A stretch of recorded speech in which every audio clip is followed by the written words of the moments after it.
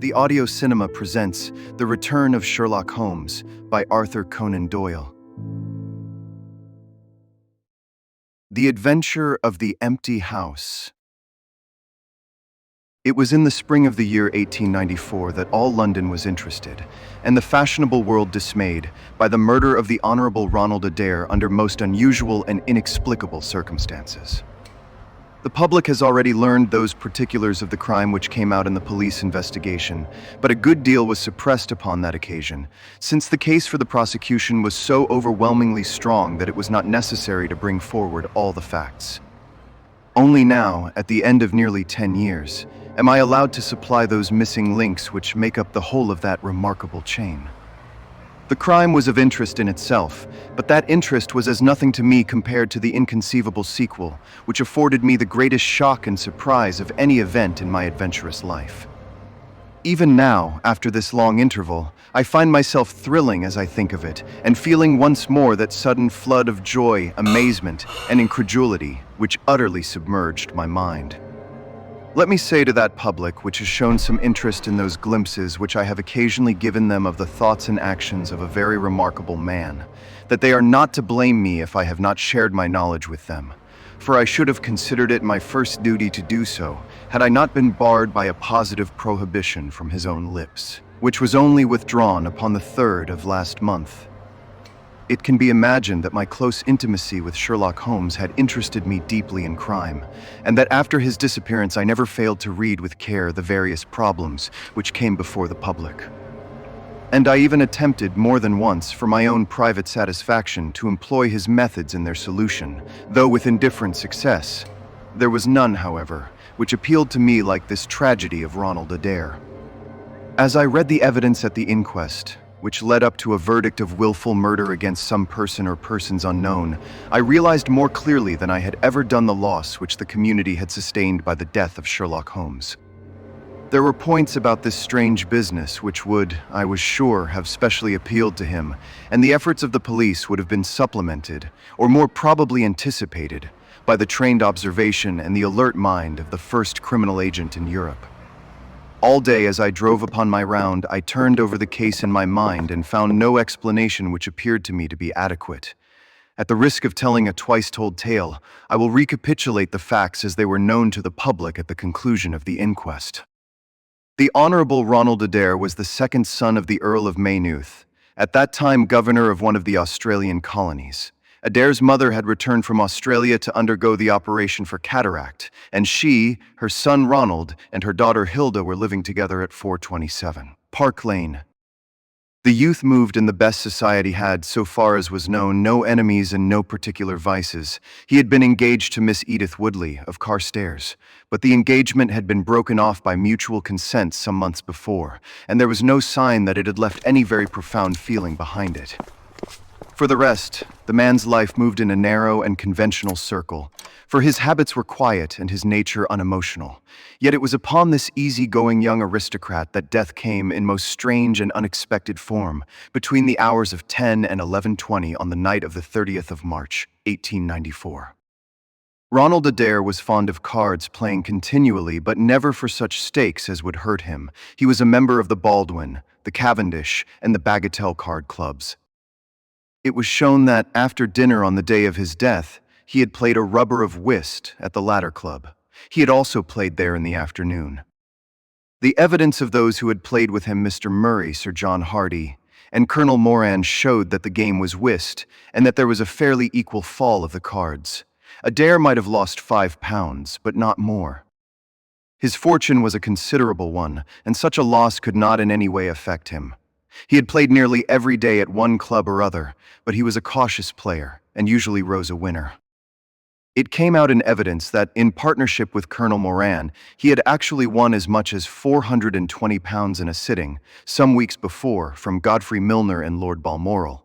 So much for his recent history as it came out at the inquest.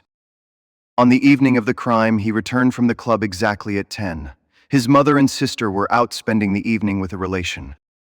The servant deposed that she heard him enter the front room on the second floor, generally used as his sitting room. She had lit a fire there, and as it smoked, she had opened the window. No sound was heard from the room until 11:20, the hour of the return of Lady Maynooth and her daughter. Desiring to say good night, she attempted to enter her son's room. The door was locked on the inside, and no answer could be got to their cries and knocking. Help was obtained and the door forced. The unfortunate young man was found lying near the table. His head had been horribly mutilated by an expanding revolver bullet, but no weapon of any sort was to be found in the room. On the table lay 2 banknotes for £10 each and £17.10 in silver and gold, the money arranged in little piles of varying amount. There were some figures also upon a sheet of paper with the names of some club friends opposite to them, from which it was conjectured that before his death he was endeavoring to make out his losses or winnings at cards. A minute examination of the circumstances served only to make the case more complex. In the first place, no reason could be given why the young man should have fastened the door upon the inside. There was the possibility that the murderer had done this, and had afterwards escaped by the window. The drop was at least 20 feet, however, and a bed of crocuses in full bloom lay beneath. Neither the flowers nor the earth showed any sign of having been disturbed, nor were there any marks upon the narrow strip of grass which separated the house from the road.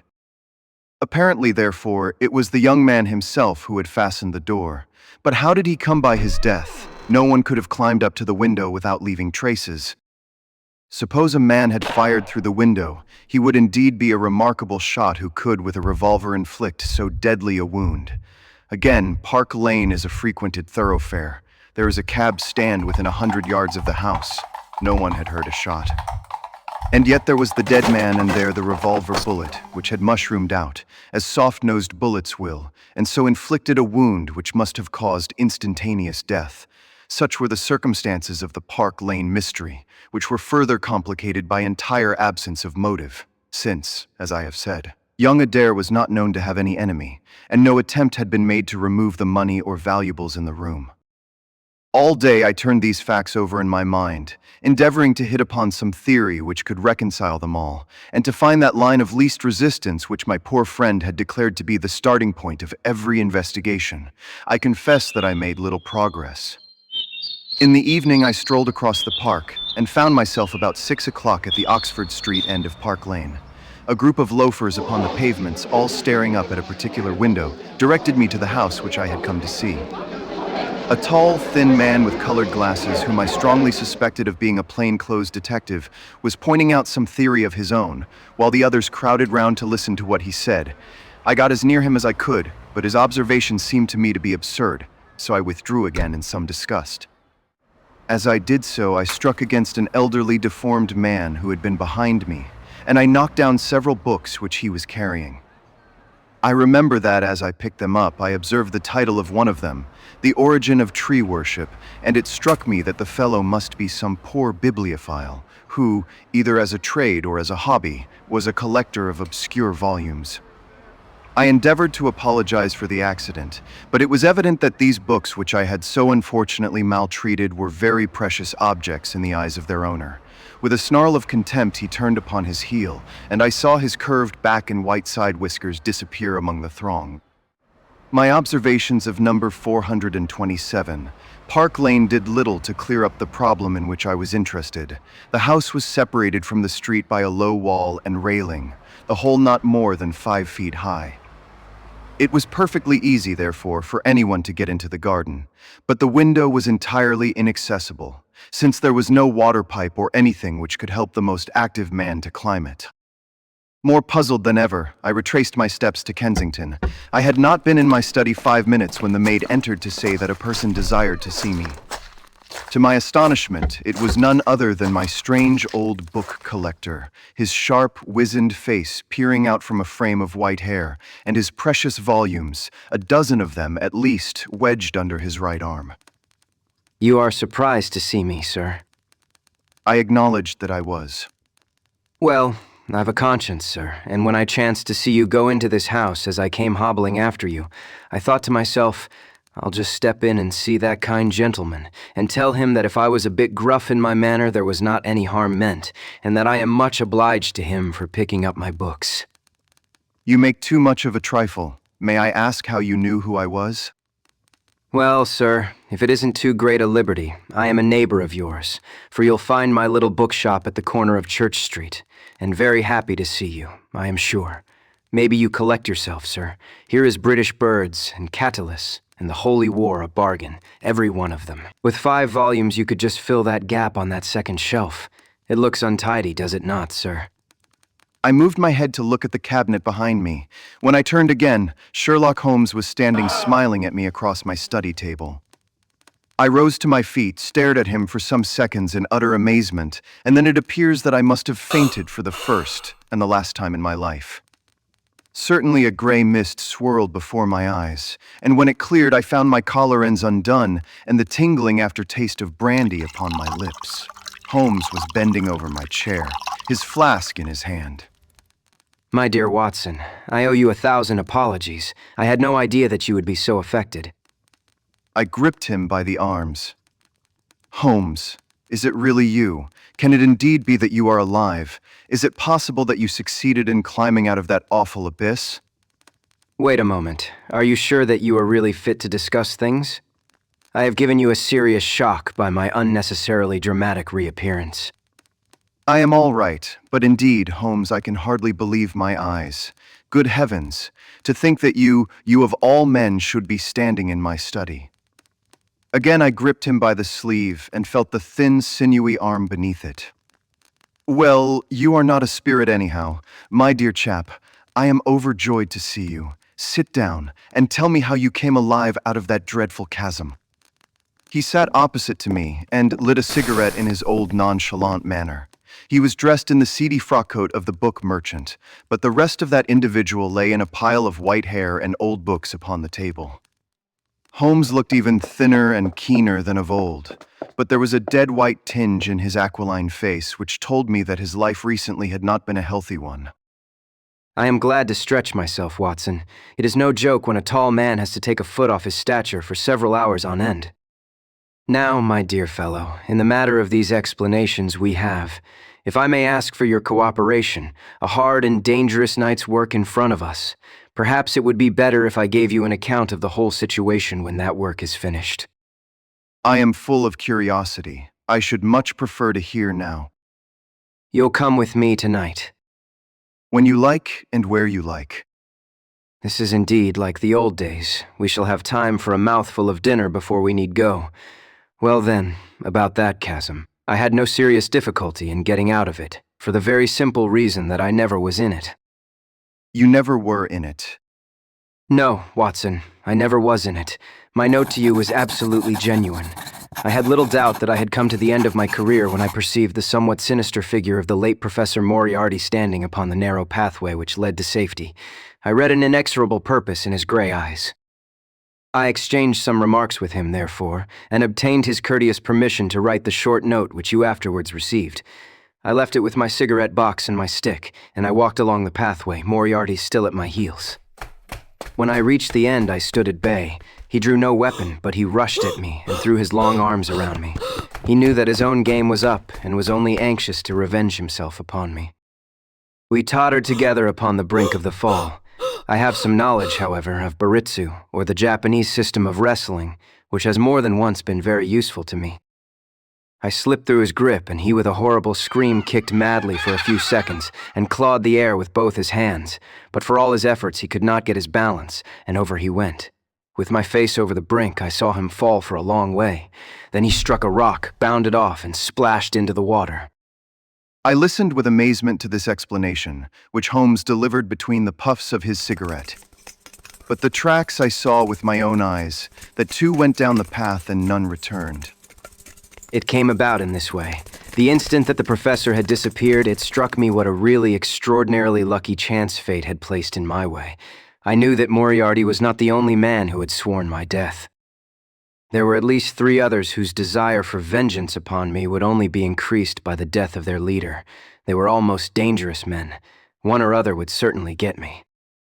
On the other hand, if all the world was convinced that I was dead, they would take liberties. These men, they would soon lay themselves open, and sooner or later I could destroy them. Then it would be time for me to announce that I was still in the land of the living. So rapidly does the brain act that I believe I had thought this all out before Professor Moriarty had reached the bottom of the Reichenbach Fall.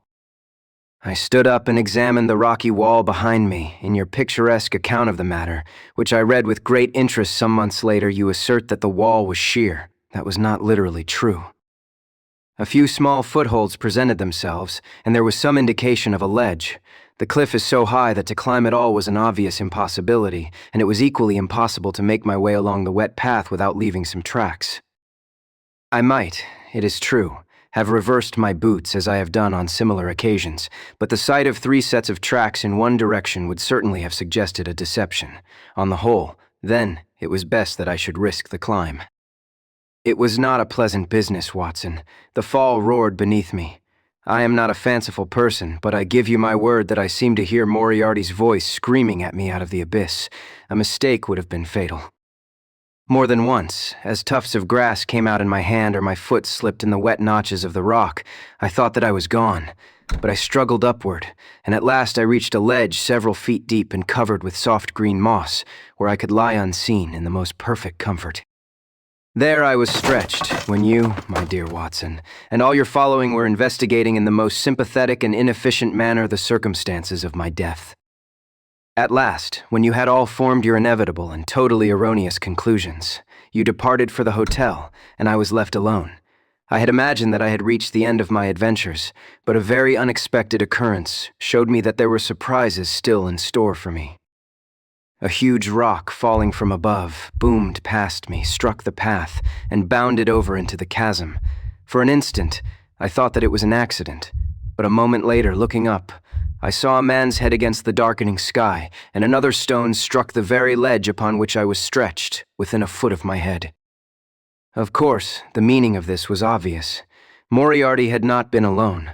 A Confederate, and even that one glance had told me how dangerous a man that Confederate was, had kept guard while the professor had attacked me. From a distance, unseen by me, he had been a witness of his friend's death and of my escape. He had waited, and then making his way round to the top of the cliff, he had endeavored to succeed where his comrade had failed. I did not take long to think about it, Watson. Again I saw that grim face look over the cliff, and I knew that it was the precursor of another stone. I scrambled down onto the path. I don't think I could have done it in cold blood. It was 100 times more difficult than getting up. But I had no time to think of the danger, for another stone sang past me as I hung by my hands from the edge of the ledge. Halfway down I slipped, but by the blessing of God I landed torn and bleeding upon the path. I took to my heels, did 10 miles over the mountains in the darkness, and a week later I found myself in Florence, with the certainty that no one in the world knew what had become of me. I had only one confidant, my brother Mycroft. I owe you many apologies, my dear Watson, but it was all important that it should be thought I was dead, and it is quite certain that you would not have written so convincing an account of my unhappy end had you not yourself thought that it was true. Several times during the last 3 years I have taken up my pen to write to you, but always I feared lest your affectionate regard for me should tempt you to some indiscretion which would betray my secret. For that reason I turned away from you this evening when you upset my books, for I was in danger at the time, and any show of surprise and emotion upon your part might have drawn attention to my identity and led to the most deplorable and irreparable results. As to Mycroft, I had to confide in him in order to obtain the money which I needed. The course of events in London did not run so well as I had hoped, for the trial of the Moriarty gang left 2 of its most dangerous members, my own most vindictive enemies, at liberty. I traveled for 2 years in Tibet, therefore, and amused myself by visiting Lhasa and spending some days with the head lama. You may have read of the remarkable explorations of a Norwegian named Sigerson, but I am sure that it never occurred to you that you were receiving news of your friend. I then passed through Persia, looked in at Mecca, and paid a short but interesting visit to the Khalifa at Khartoum, the results of which I have communicated to the Foreign Office. Returning to France, I spent some months in a research into the coal tar derivatives, which I conducted in a laboratory at Montpellier, in the south of France. Having concluded this to my satisfaction, and learning that only one of my enemies was now left in London, I was about to return when my movements were hastened by the news of this very remarkable Park Lane mystery, which not only appealed to me by its own merits, but which seemed to offer some most peculiar personal opportunities. I came over at once to London, called in my own person at Baker Street, threw Mrs. Hudson into violent hysterics, and found that Mycroft had preserved my rooms and my papers exactly as they had always been. So it was, my dear Watson, that at 2 o'clock today I found myself in my old armchair in my own old room, and only wishing that I could have seen my old friend Watson in the other chair, which he has so often adorned. Such was the remarkable narrative to which I listened on that April evening, a narrative which would have been utterly incredible to me had it not been confirmed by the actual sight of the tall, spare figure and the keen, eager face, which I had never thought to see again. In some manner he had learned of my own sad bereavement, and his sympathy was shown in his manner rather than in his words. Work is the best antidote to sorrow, my dear Watson, and I have a piece of work for us both tonight which, if we can bring it to a successful conclusion, will in itself justify a man's life on this planet. In vain I begged him to tell me more. You will hear and see enough before morning. We have 3 years of the past to discuss. Let that suffice until 9:30, when we start upon the notable adventure of the empty house. It was indeed like old times when, at that hour, I found myself seated beside him in a hansom, my revolver in my pocket, and the thrill of adventure in my heart. Holmes was cold and stern and silent. As the gleam of the street lamps flashed upon his austere features, I saw that his brows were drawn down in thought and his thin lips compressed. I knew not what wild beast we were about to hunt down in the dark jungle of criminal London, but I was well assured, from the bearing of this master huntsman, that the adventure was a most grave one, while the sardonic smile which occasionally broke through his ascetic gloom boded little good for the object of our quest. I had imagined that we were bound for Baker Street, but Holmes stopped the cab at the corner of Cavendish Square. I observed that, as he stepped out, he gave a most searching glance to right and left, and at every subsequent street corner, he took the utmost pains to assure that he was not followed. Our route was certainly a singular one. Holmes's knowledge of the byways of London was extraordinary, and on this occasion he passed rapidly and with an assured step through a network of mews and stables, the very existence of which I had never known. We emerged at last into a small road, lined with old gloomy houses, which led us into Manchester Street, and so to Blandford Street. Here he turned swiftly down a narrow passage, passed through a wooden gate into a deserted yard, and then opened with a key the back door of a house. We entered together, and he closed it behind us. The place was pitch dark, but it was evident to me that it was an empty house. Our feet creaked and crackled over the bare planking, and my outstretched hand touched a wall from which the paper was hanging in ribbons. Holmes's cold, thin fingers closed round my wrist and led me forward down a long hall until I dimly saw the murky fanlight over the door. Here Holmes turned suddenly to the right, and we found ourselves in a large, square, empty room, heavily shadowed in the corners, but faintly lit in the center from the lights of the street beyond. There was no lamp near, and the window was thick with dust, so that we could only just discern each other's figures within. My companion put his hand upon my shoulder and his lips close to my ear. Do you know where we are? Surely that is Baker Street. Exactly. We are in Camden House, which stands opposite to our own old quarters. But why are we here? Because it commands so excellent a view of that picturesque pile. Might I trouble you, my dear Watson, to draw a little nearer to the window, taking every precaution not to show yourself, and then to look up at our old rooms, the starting point of so many of your little fairy tales. We will see if my 3 years of absence have entirely taken away my power to surprise you. I crept forward and looked across at the familiar window. As my eyes fell upon it, I gave a gasp and a cry of amazement. The blind was down, and a strong light was burning in the room. The shadow of a man who was seated in a chair within was thrown in hard black outline upon the luminous screen of the window.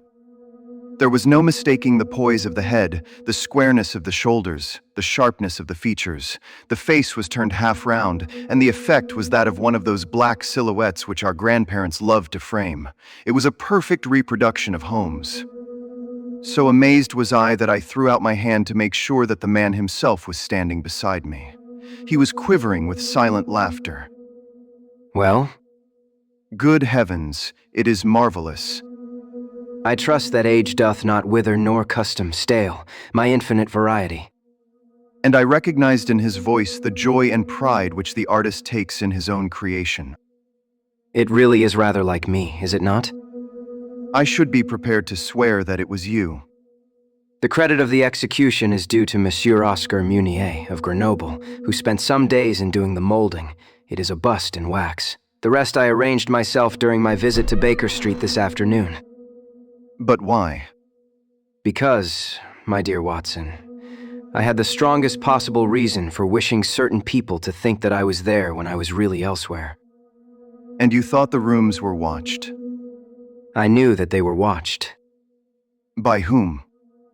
By my old enemies, Watson. By the charming society whose leader lies in the Reichenbach Fall. You must remember that they knew, and only they knew, that I was still alive. Sooner or later, they believed that I should come back to my rooms. They watched them continuously, and this morning they saw me arrive. How do you know? Because I recognized their sentinel when I glanced out of my window. He is a harmless enough fellow, Parker by name, a garroter by trade, and a remarkable performer upon the Jew's harp. I cared nothing for him. But I cared a great deal for the much more formidable person who was behind him, the bosom friend of Moriarty, the man who dropped the rocks over the cliff, the most cunning and dangerous criminal in London. That is the man who is after me tonight, Watson, and that is the man who is quite unaware that we are after him. My friend's plans were gradually revealing themselves. From this convenient retreat, the watchers were being watched and the trackers tracked. That angular shadow up yonder was the bait, and we were the hunters. In silence, we stood together in the darkness and watched the hurrying figures who passed and repassed in front of us. Holmes was silent and motionless, but I could tell that he was keenly alert and that his eyes were fixed intently upon the stream of passers by. It was a bleak and boisterous night, and the wind whistled shrilly down the long street. Many people were moving to and fro, most of them muffled in their coats and cravats. Once or twice it seemed to me that I had seen the same figure before, and I especially noticed two men who appeared to be sheltering themselves from the wind in the doorway of a house some distance up the street. I tried to draw my companion's attention to them, but he gave a little ejaculation of impatience and continued to stare into the street. More than once he fidgeted with his feet and tapped rapidly with his fingers upon the wall. It was evident to me that he was becoming uneasy, and that his plans were not working out altogether as he had hoped. At last, as midnight approached and the street gradually cleared, he paced up and down the room in uncontrollable agitation. I was about to make some remark to him when I raised my eyes to the lighted window, and again experienced almost as great a surprise as before. I clutched Holmes's arm and pointed upward. The shadow has moved. It was indeed no longer the profile, but the back which was turned towards us. 3 years had certainly not smoothed the asperities of his temper or his impatience with a less active intelligence than his own. Of course it has moved. Am I such a farcical bungler, Watson, that I should erect an obvious dummy and expect that some of the sharpest men in Europe would be deceived by it? We have been in this room 2 hours, and Mrs. Hudson has made some change in that figure 8 times, or once in every quarter of an hour. She works it from the front, so that her shadow may never be seen. He drew in his breath with a shrill, excited intake. In the dim light I saw his head thrown forward, his whole attitude rigid with attention. Outside the street was absolutely deserted.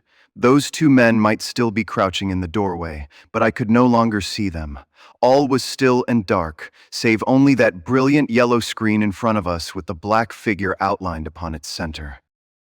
Again in the utter silence I heard that thin, sibilant note which spoke of intense suppressed excitement. An instant later he pulled me back into the blackest corner of the room, and I felt his warning hand upon my lips. The fingers which clutched me were quivering. Never had I known my friend more moved, and yet the dark street still stretched lonely and motionless before us. But suddenly I was aware of that which his keener senses had already distinguished. A low, stealthy sound came to my ears, not from the direction of Baker Street, but from the back of the very house in which we lay concealed. A door opened and shut. An instant later steps crept down the passage steps which were meant to be silent, but which reverberated harshly through the empty house. Holmes crouched back against the wall, and I did the same, my hand closing upon the handle of my revolver. Peering through the gloom, I saw the vague outline of a man, a shade blacker than the blackness of the open door. He stood for an instant, and then he crept forward, crouching, menacing, into the room. He was within 3 yards of us, this sinister figure, and I had braced myself to meet his spring, before I realized that he had no idea of our presence. He passed close beside us, stole over to the window, and very softly and noiselessly raised it for half a foot. As he sank to the level of this opening, the light of the street, no longer dimmed by the dusty glass, fell full upon his face. The man seemed to be beside himself with excitement. His 2 eyes shone like stars, and his features were working convulsively. He was an elderly man with a thin, projecting nose, a high, bald forehead, and a huge, grizzled mustache. An opera hat was pushed to the back of his head, and an evening dress shirt front gleamed out through his open overcoat. His face was gaunt and swarthy, scored with deep, savage lines. In his hand he carried what appeared to be a stick, but as he laid it down upon the floor it gave a metallic clang. Then, from the pocket of his overcoat he drew a bulky object, and he busied himself in some task which ended with a loud, sharp click, as if a spring or bolt had fallen into its place. Still kneeling upon the floor, he bent forward and threw all his weight and strength upon some lever, with the result that there came a long, whirling, grinding noise ending once more in a powerful click. He straightened himself then, and I saw that what he held in his hand was a sort of gun with a curiously misshapen butt. He opened it at the breech, put something in, and snapped the breech lock. Then, crouching down, he rested the end of the barrel upon the ledge of the open window, and I saw his long mustache droop over the stock, and his eye gleam as it peered along the sights. I heard a little sigh of satisfaction as he cuddled the butt into his shoulder, and saw that amazing target, the black man on the yellow ground, standing clear at the end of his foresight. For an instant he was rigid and motionless. Then his finger tightened on the trigger. There was a strange, loud whiz and a long, silvery tinkle of broken glass. At that instant, Holmes sprang like a tiger onto the marksman's back and hurled him flat upon his face. He was up again in a moment, and with convulsive strength he seized Holmes by the throat, but I struck him on the head with the butt of my revolver, and he dropped again upon the floor. I fell upon him, and as I held him, my comrade blew a shrill call upon a whistle. There was the clatter of running feet upon the pavement, and 2 policemen in uniform, with 1 plainclothes detective, rushed through the front entrance and into the room. That you, Lestrade? Yes, Mr. Holmes. I took the job myself. It is good to see you back in London, sir. I think you want a little unofficial help. 3 undetected murders in 1 year won't do, Lestrade. But you handled the Malizi mystery with less than your usual. That is to say, you handled it fairly well.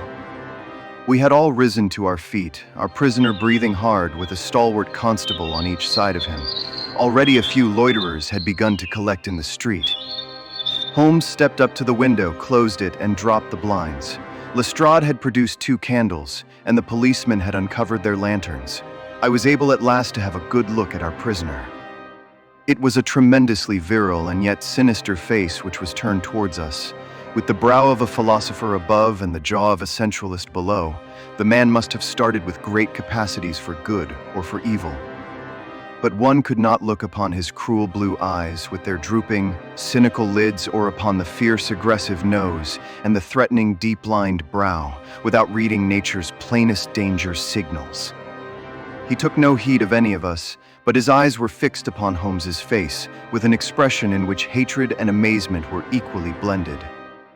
You fiend. You clever, clever fiend. Ah, Colonel, journeys end in lovers' meetings, as the old play says. I don't think I have had the pleasure of seeing you since you favored me with those attentions as I lay on the ledge above the Reichenbach Fall. The colonel still stared at my friend like a man in a trance.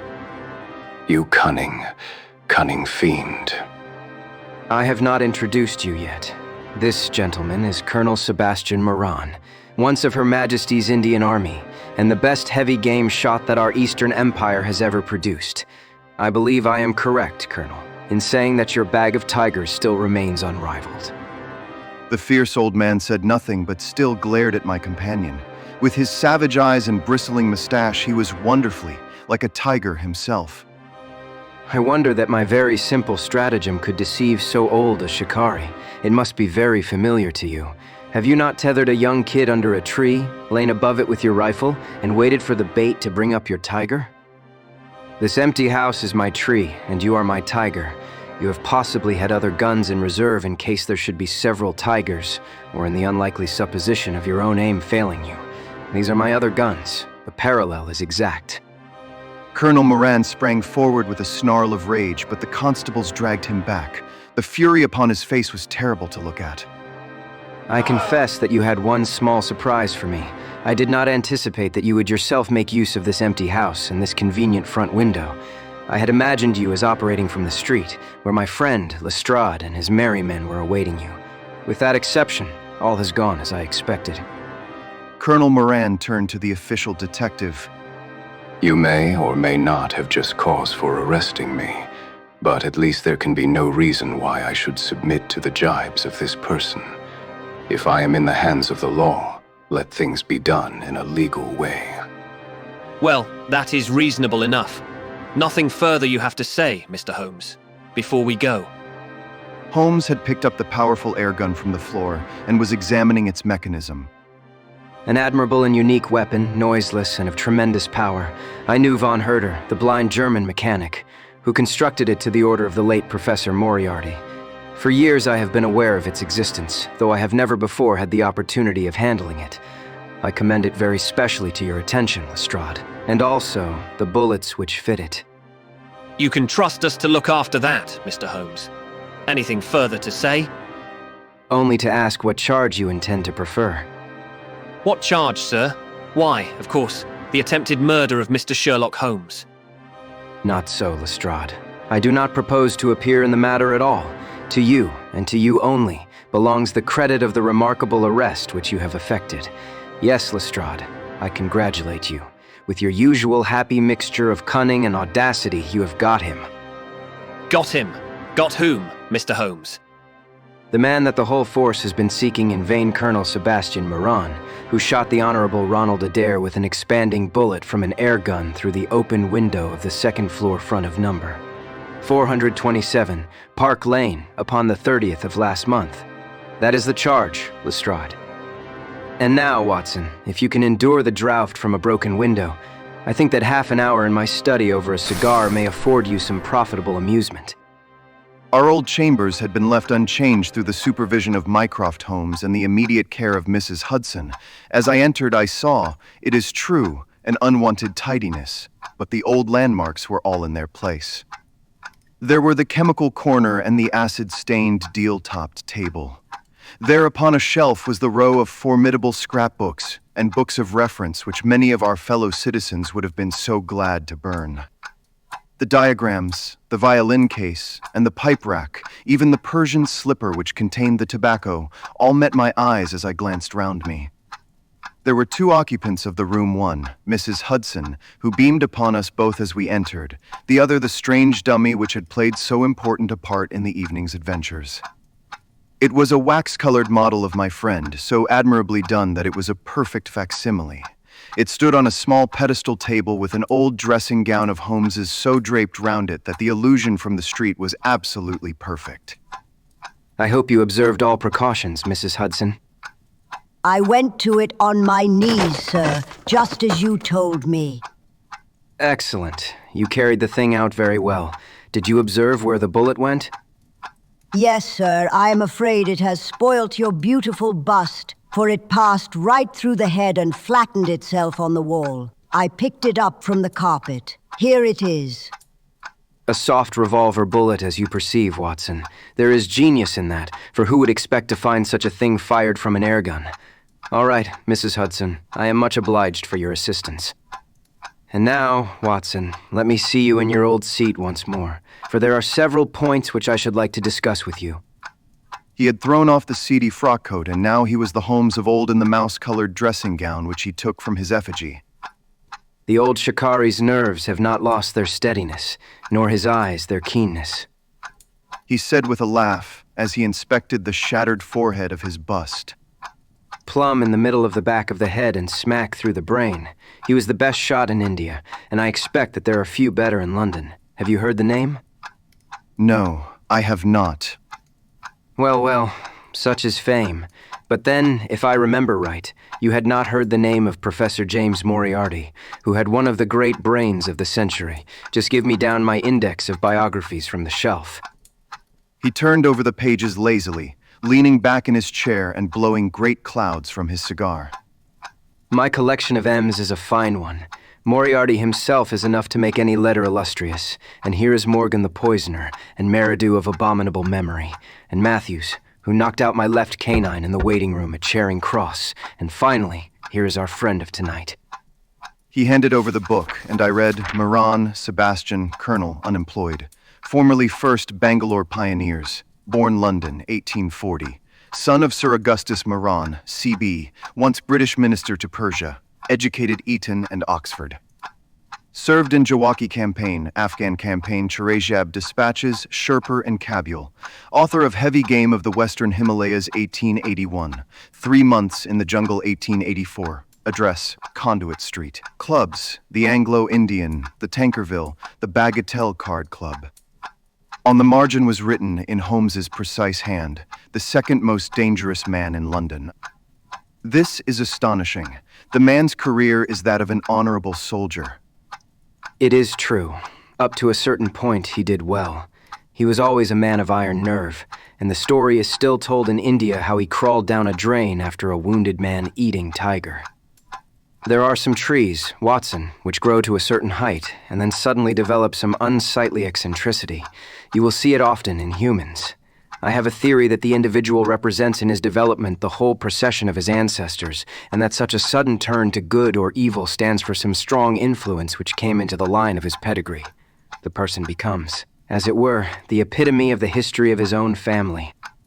It is surely rather fanciful. Well, I don't insist upon it. Whatever the cause, Colonel Moran began to go wrong. Without any open scandal, he still made India too hot to hold him. He retired, came to London, and again acquired an evil name. It was at this time that he was sought out by Professor Moriarty, to whom for a time he was chief of the staff. Moriarty supplied him liberally with money, and used him only in 1 or 2 very high-class jobs, which no ordinary criminal could have undertaken. You may have some recollection of the death of Mrs. Stewart of Lauder in 1887. Not, well, I'm sure Moran was at the bottom of it, but nothing could be proved. So cleverly was the colonel concealed that even when the Moriarty gang was broken up, we could not incriminate him. You remember at that date when I called upon you in your rooms, how I put up the shutters for fear of air guns. No doubt you thought me fanciful. I knew exactly what I was doing, for I knew of the existence of this remarkable gun, and I knew also that one of the best shots in the world would be behind it. When we were in Switzerland, he followed us with Moriarty, and it was undoubtedly he who gave me that evil 5 minutes on the Reichenbach ledge. You may think that I read the papers with some attention during my sojourn in France, on the lookout for any chance of laying him by the heels. So long as he was free in London, my life would really not have been worth living. Night and day, the shadow would have been over me, and sooner or later his chance must have come. What could I do? I could not shoot him at sight, or I should myself be in the dock. There was no use appealing to a magistrate. They cannot interfere on the strength of what would appear to them to be a wild suspicion, so I could do nothing. But I watched the criminal news knowing that sooner or later I should get him. Then came the death of this Ronald Adair. My chance had come at last. Knowing what I did, was it not certain that Colonel Moran had done it? He had played cards with the lad, he had followed him home from the club. He had shot him through the open window. There was not a doubt of it. The bullets alone are enough to put his head in a noose. I came over at once. I was seen by the sentinel who would, I knew, direct the colonel's attention to my presence. He could not fail to connect my sudden return with his crime, and to be terribly alarmed. I was sure that he would make an attempt to get me out of the way at once, and would bring round his murderous weapon for that purpose.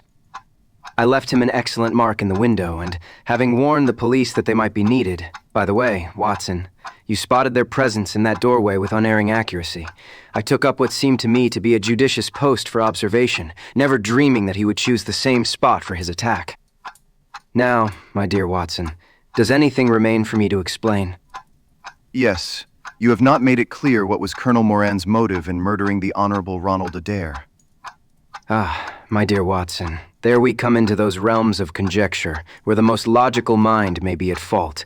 Each may form his own hypothesis upon the present evidence, and yours is as likely to be correct as mine. You have formed one, then. I think that it is not difficult to explain the facts. It came out in evidence that Colonel Moran and young Adair had, between them, won a considerable amount of money. Now Moran undoubtedly played foul of that I have long been aware. I believe that on the day of the murder Adair had discovered that Moran was cheating. Very likely he had spoken to him privately and had threatened to expose him unless he voluntarily resigned his membership of the club and promised not to play cards again. It is unlikely that a youngster like Adair would at once make a hideous scandal by exposing a well-known man so much older than himself. Probably he acted as I suggest. The exclusion from his clubs would mean ruin to Moran, who lived by his ill-gotten card gains. He therefore murdered Adair, who at the time was endeavoring to work out how much money he should himself return, since he could not profit by his partner's foul play. He locked the door lest the ladies should surprise him and insist upon knowing what he was doing with these names and coins. I have no doubt that you have hit upon the truth. It will be verified or disproved at the trial. Meanwhile, come what may, Colonel Moran will trouble us no more. The famous airgun of Von Herder will embellish the Scotland Yard Museum. And once again, Mr. Sherlock Holmes is free to devote his life to examining those interesting little problems which the complex life of London so plentifully presents.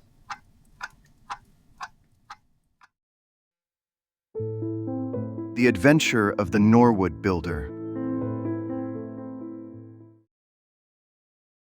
From the point of view of the criminal expert, London has become a singularly uninteresting city since the death of the late lamented Professor Moriarty.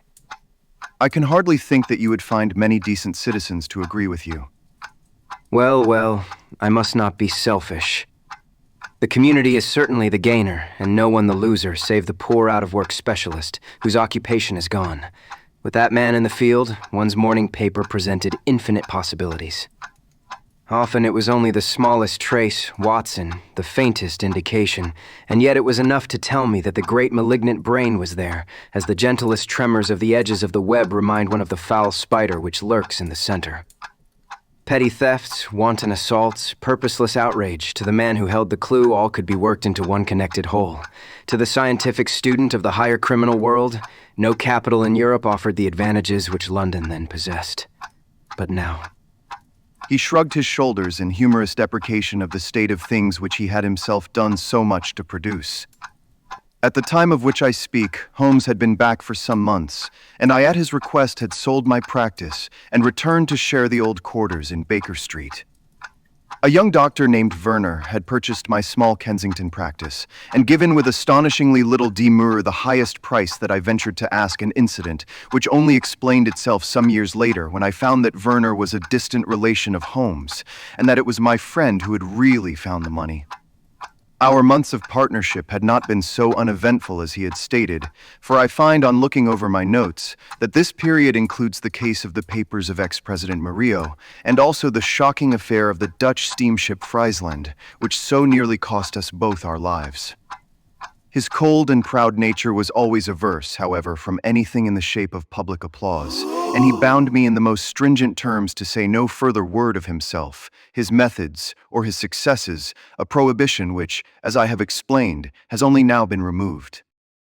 Mr. Sherlock Holmes was leaning back in his chair after his whimsical protest and was unfolding his morning paper in a leisurely fashion, when our attention was arrested by a tremendous ring at the bell, followed immediately by a hollow drumming sound, as if someone were beating on the outer door with his fist. As it opened, there came a tumultuous rush into the hall. Rapid feet clattered up the stair, and an instant later a wild-eyed and frantic young man, pale, disheveled, and palpitating, burst into the room. He looked from one to the other of us, and under our gaze of inquiry he became conscious that some apology was needed for this unceremonious entry. I am sorry, Mr. Holmes. You mustn't blame me. I am nearly mad. Mr. Holmes, I am the unhappy John Hector MacFarlane. He made the announcement as if the name alone would explain both his visit and its manner, but I could see by my companion's unresponsive face that it meant no more to him than to me. Have a cigarette, Mr. McFarlane. I am sure that, with your symptoms, my friend Dr. Watson here would prescribe a sedative. The weather has been so very warm these last few days. Now, if you feel a little more composed, I should be glad if you would sit down in that chair and tell us very slowly and quietly who you are and what it is that you want. You mentioned your name as if I should recognize it, but I assure you that beyond the obvious facts that you are a bachelor, a solicitor, a Freemason, and an asthmatic, I know nothing whatever about you. Familiar as I was with my friend's methods, it was not difficult for me to follow his deductions and to observe the untidiness of attire, the sheaf of legal papers, the watch charm, and the breathing which had prompted them.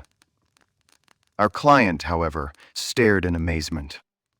Yes, I am all that, Mr. Holmes, and in addition, I am the most unfortunate man at this moment in London. For heaven's sake, don't abandon me, Mr. Holmes. If they come to arrest me before I have finished my story, make them give me time, so that I may tell you the whole truth. I could go to jail happy if I knew that you were working for me outside. Arrest you? This is really most interesting. On what charge do you expect to be arrested?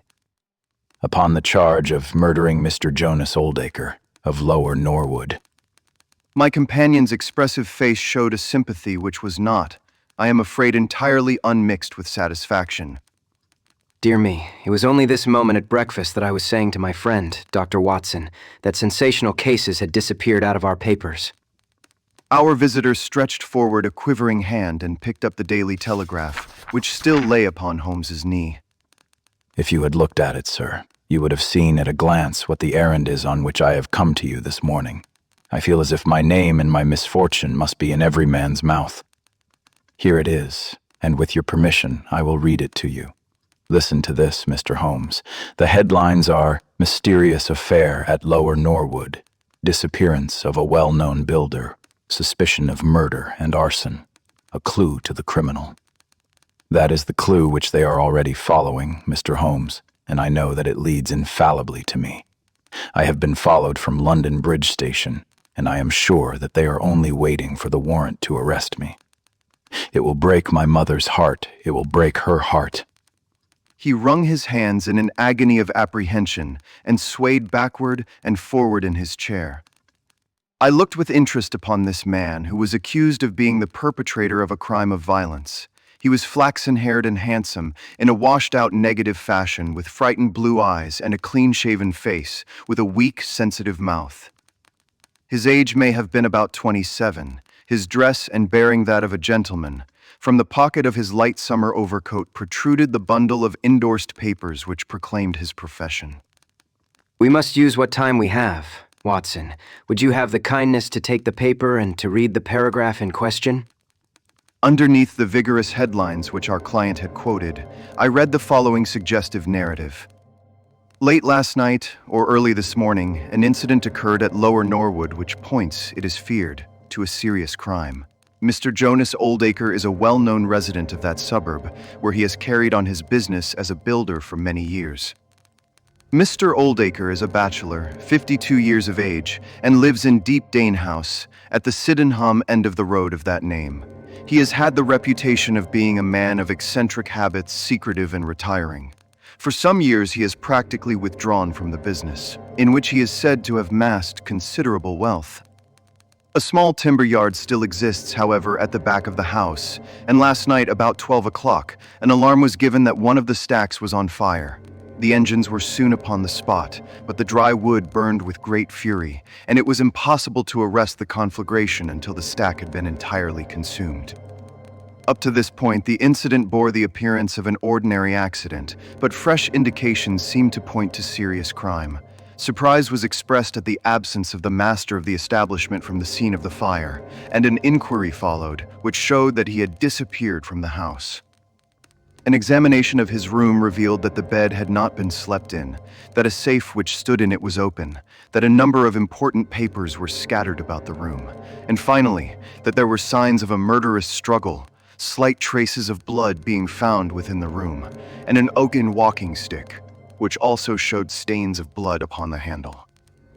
It is known that Mr. Jonas Oldacre had received a late visitor in his bedroom upon that night, and the stick found has been identified as the property of this person, who is a young London solicitor named John Hector McFarlane, junior partner of Graham and McFarlane, of 426 Gresham Buildings, SC. The police believe that they have evidence in their possession which supplies a very convincing motive for the crime, and altogether it cannot be doubted that sensational developments will follow. Later, it is rumored as we go to press that Mr. John Hector McFarlane has actually been arrested on the charge of the murder of Mr. Jonas Oldacre. It is at least certain that a warrant has been issued. There have been further and sinister developments in the investigation at Norwood.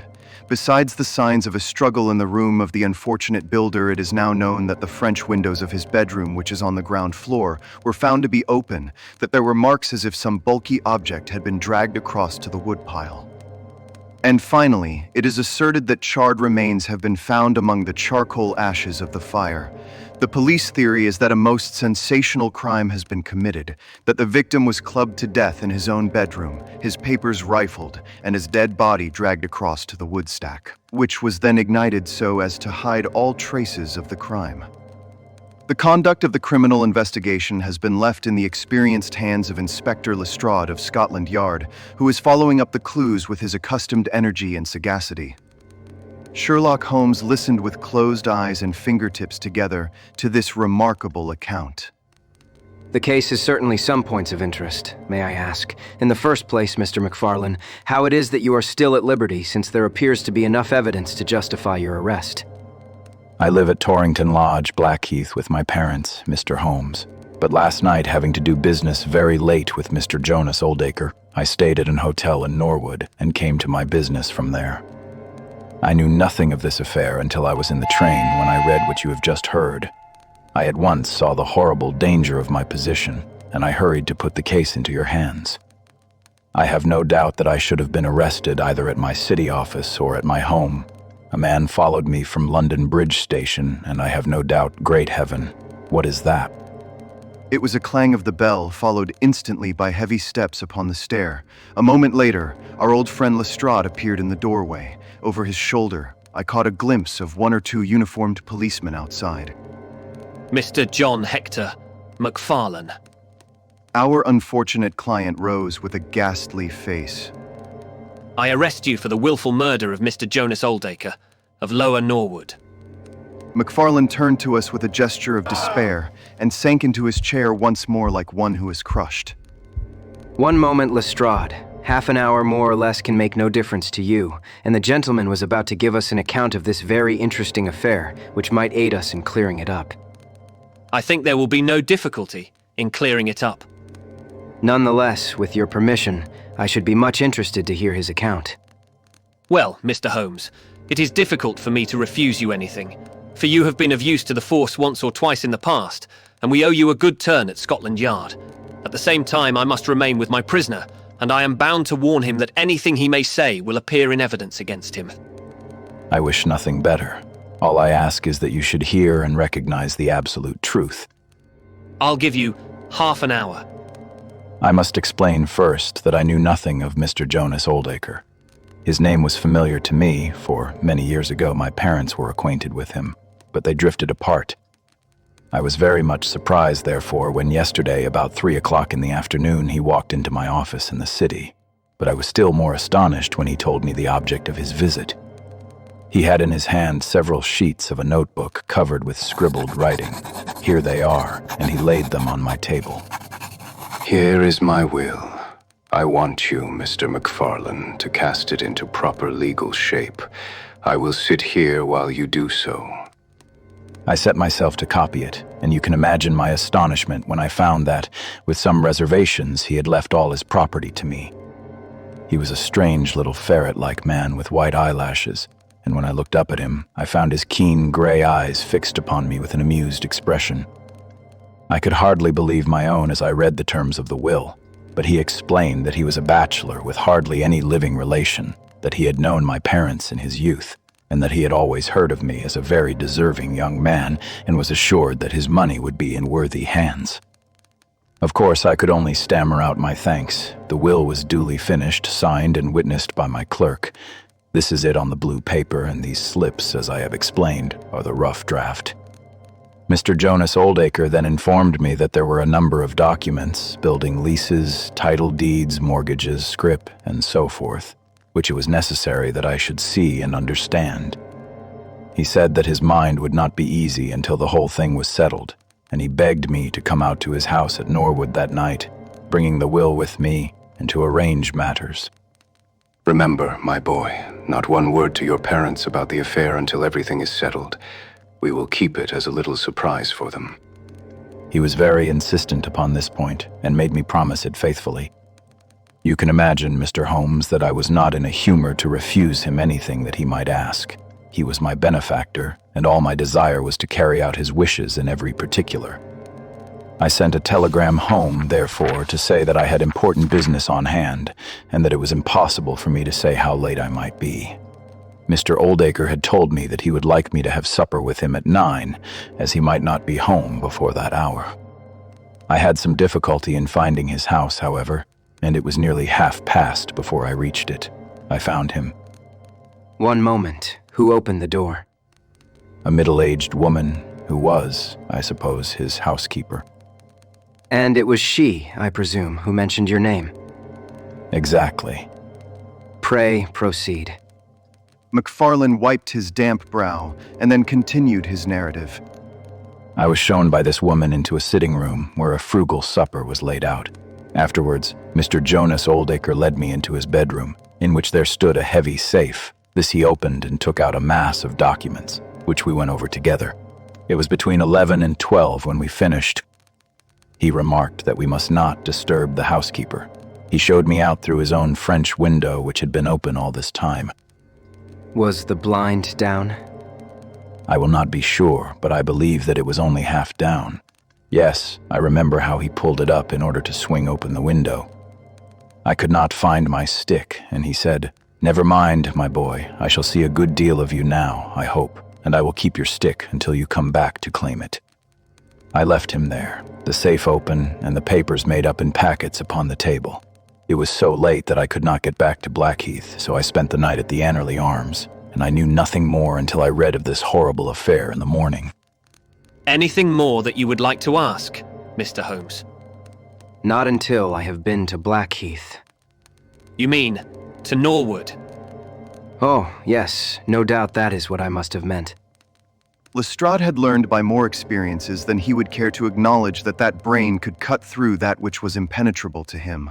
I saw him look curiously at my companion. I think I should like to have a word with you presently, Mr. Sherlock Holmes. Now, Mr. McFarlane. 2 of my constables are at the door, and there is a 4-wheeler waiting. The wretched young man arose and with a last beseeching glance at us walked from the room. The officers conducted him to the cab, but Lestrade remained. Holmes had picked up the pages which formed the rough draft of the will, and was looking at them with the keenest interest upon his face. There are some points about that document, Lestrade, are there not? The official looked at them with a puzzled expression. I can read the first few lines, and these in the middle of the second page, and 1 or 2 at the end. Those are as clear as print, but the writing in between is very bad, and there are 3 places where I cannot read it at all. What do you make of that? Well, what do you make of it? That it was written in a train. The good writing represents stations, the bad writing movement, and the very bad writing passing over points. A scientific expert would pronounce at once that this was drawn up on a suburban line, since nowhere save in the immediate vicinity of a great city could there be so quick a succession of points. Granting that his whole journey was occupied in drawing up the will, then the train was an express, only stopping once between Norwood and London Bridge. Lestrade began to laugh. You are too many for me when you begin to get on your theories, Mr. Holmes. How does this bear on the case? Well, it corroborates the young man's story to the extent that the will was drawn up by Jonas Oldacre in his journey yesterday. It is curious, is it not, that a man should draw up so important a document in so haphazard a fashion. It suggests that he did not think it was going to be of much practical importance. If a man drew up a will which he did not intend ever to be effective, he might do it so. Well, he drew up his own death warrant at the same time. Oh, you think so? Don't you? Well, it is quite possible, but the case is not clear to me yet. Not clear? Well, if that isn't clear, what could be clearer? Here is a young man who learns suddenly that, if a certain older man dies, he will succeed to a fortune. What does he do? He says nothing to anyone, but he arranges that he shall go out on some pretext to see his client that night. He waits until the only other person in the house is in bed, and then in the solitude of a man's room he murders him, burns his body in the woodpile, and departs to a neighbouring hotel. The blood stains in the room and also on the stick are very slight. It is probable that he imagined his crime to be a bloodless one, and hoped that if the body were consumed it would hide all traces of the method of his death, traces which, for some reason, must have pointed to him. Is not all this obvious? It strikes me, my good Lestrade, as being just a trifle too obvious. You do not add imagination to your other great qualities, but if you could for one moment put yourself in the place of this young man, would you choose the very night after the will had been made to commit your crime? Would it not seem dangerous to you to make so very close a relation between the two incidents? Again, would you choose an occasion when you are known to be in the house, when a servant has let you in? And finally, would you take the great pains to conceal the body, and yet leave your own stick as a sign that you were the criminal? Confess, Lestrade, that all this is very unlikely. As to the stick, Mr. Holmes, you know as well as I do that a criminal is often flurried, and does such things which a cool man would avoid. He was very likely afraid to go back to the room. Give me another theory that would fit the facts. I could very easily give you half a dozen. Here, for example, is a very possible and even probable one. I make you a free present of it. The older man is showing documents which are of evident value. A passing tramp sees them through the window, the blind of which is only half down. Exit the solicitor. Enter the tramp. He seizes a stick, which he observes there, kills Oldacre, and departs after burning the body. Why should the tramp burn the body? For the matter of that, why should MacFarlane? To hide some evidence. Possibly the tramp wanted to hide that any murder at all had been committed. And why did the tramp take nothing? Because they were papers that he could not negotiate. Lestrade shook his head, though it seemed to me that his manner was less absolutely assured than before. Well, Mr. Sherlock Holmes, you may look for your tramp, and while you are finding him, we will hold on to our man. The future will show which is right. Just notice this point, Mr. Holmes, that so far as we know, none of the papers were removed, and that the prisoner is the one man in the world who had no reason for removing them, since he was heir at law and would come into them in any case. My friend seemed struck by this remark. I don't mean to deny that the evidence is in some ways very strongly in favor of your theory. I only wish to point out that there are other theories possible. As you say, the future will decide. Good morning. I dare say that in the course of the day I shall drop in at Norwood and see how you are getting on. When the detective departed, my friend rose and made his preparations for the day's work with the alert air of a man who has a congenial task before him. My first movement, Watson, must, as I said, be in the direction of Blackheath. And why not Norwood? Because we have in this case one singular incident coming close to the heels of another singular incident. The police are making the mistake of concentrating their attention upon the second, because it happens to be the one which is actually criminal. But it is evident to me that the logical way to approach the case is to begin by trying to throw some light upon the first incident, the curious will, so suddenly made, and to so unexpected an heir. It may do something to simplify what followed.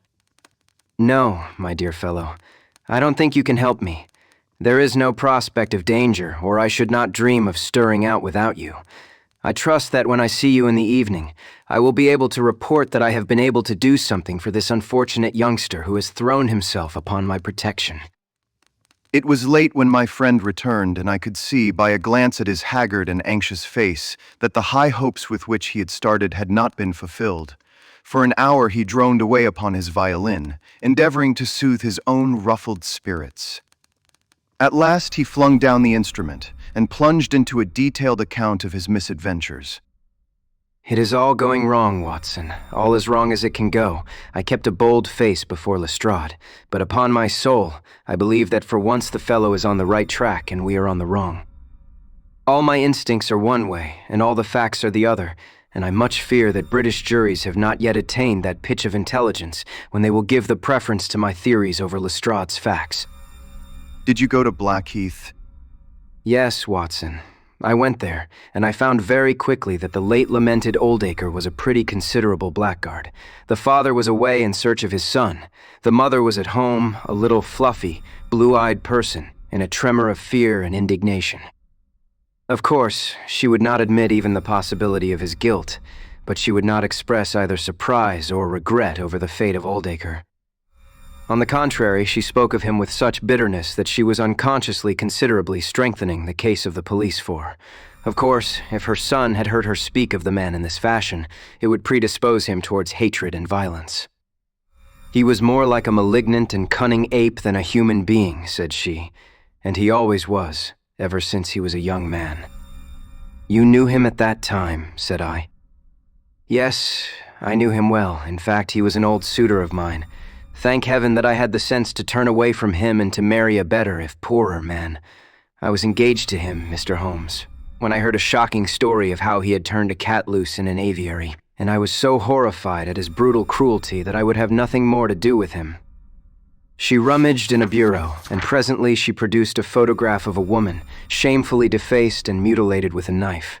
That is my own photograph, she said. He sent it to me in that state, with his curse, upon my wedding morning. Well, said I, at least he has forgiven you now, since he has left all his property to your son. Neither my son nor I want anything from Jonas Oldacre, dead or alive, she cried with a proper spirit. There is a God in heaven, Mr. Holmes, and that same God who has punished that wicked man will show, in his own good time, that my son's hands are guiltless of his blood. Well, I tried 1 or 2 leads, but could get at nothing which would help our hypothesis, and several points which would make against it. I gave it up at last, and off I went to Norwood. This place, Deep Dean House, is a big modern villa of staring brick, standing back in its own grounds, with a laurel-clumped lawn in front of it. To the right and some distance back from the road was the timber yard, which had been the scene of the fire. Here is a rough plan on a leaf of my notebook. This window on the left is the one which opens into Oldacre's room. You can look into it from the road, you see. That is about the only bit of consolation I have had today. Lestrade was not there, but his head constable did the honors. They had just found a great treasure trove. They had spent the morning raking among the ashes of the burned woodpile, and besides the charred organic remains, they had secured several discolored metal discs. I examined them with care, and there was no doubt that they were trouser buttons. I even distinguished that one of them was marked with the name of Hyams, who was Oldacre's tailor. I then worked the lawn very carefully for signs and traces, but this drought has made everything as hard as iron. Nothing was to be seen save that some body or bundle had been dragged through a low privet hedge, which is in a line with the woodpile. All that, of course, fits in with the official theory. I crawled about the lawn with an August sun on my back, but I got up at the end of an hour no wiser than before. Well, after this fiasco, I went into the bedroom and examined that also. The blood stains were very slight, mere smears and discolorations, but undoubtedly fresh. The stick had been removed, but there also the marks were slight. There's no doubt about the stick belonging to our client. He admits it. Footmarks of both men could be made out on the carpet, but none of any third person, which again is a trick for the other side. They were piling up their score all the time, and we were at a standstill. Only one little gleam of hope did I get, and yet it amounted to nothing. I examined the contents of the safe, most of which had been taken out and left on the table. The papers had been made up into sealed envelopes, 1 or 2 of which had been opened by the police. They were not, so far as I could judge, of any great value, nor did the bank book show that Mr. Oldacre was in such very affluent circumstances. But it seemed to me that all the papers were not there. There were allusions to some deeds, possibly the more valuable, which I could not find. This, of course, if we could definitely prove it, would turn Lestrade's argument against himself, for who would steal a thing if he knew that he would shortly inherit it? Finally, having drawn every other cover and picked up no scent, I tried my luck with the housekeeper. Mrs. Lexington is her name, a little dark, silent person, with suspicious and sidelong eyes. She could tell us something if she would, I am convinced of it, but she was as close as wax. Yes, she had let Mr. McFarlane in at 9:30. She wished her hand had withered before she had done so. She had gone to bed at 10:30. Her room was at the other end of the house, and she could hear nothing of what had passed. Mr. McFarlane had left his hat, and to the best of her belief his stick, in the hall. She had been awakened by the alarm of fire. Her poor, dear master had certainly been murdered. Had he any enemies? Well, every man had enemies, but Mr. Oldacre kept himself very much to himself, and only met people in the way of business. She had seen the buttons, and was sure that they belonged to the clothes which he had worn last night. The wood pile was very dry, for it had not rained for a month. It burned like tinder, and by the time she reached the spot, nothing could be seen but flames. She and all the firemen smelled the burned flesh from inside it. She knew nothing of the papers, nor of Mr. Oldacre's private affairs. So, my dear Watson, there is my report of a failure, and yet. He clenched his thin hands in a paroxysm of conviction. I know it is all wrong. I feel it in my bones. There is something that has not come out, and that housekeeper knows it. There was a sort of sulky defiance in her eyes, which only goes with guilty knowledge. However, there is no good talking any more about it, Watson. But unless some lucky chance comes our way, I fear that the Norwood disappearance case will not figure in that chronicle of our successes, which I foresee that a patient public will sooner or later have to endure.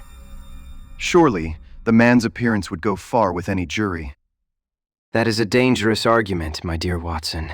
You remember that terrible murderer Bert Stevens, who wanted us to get him off in '87.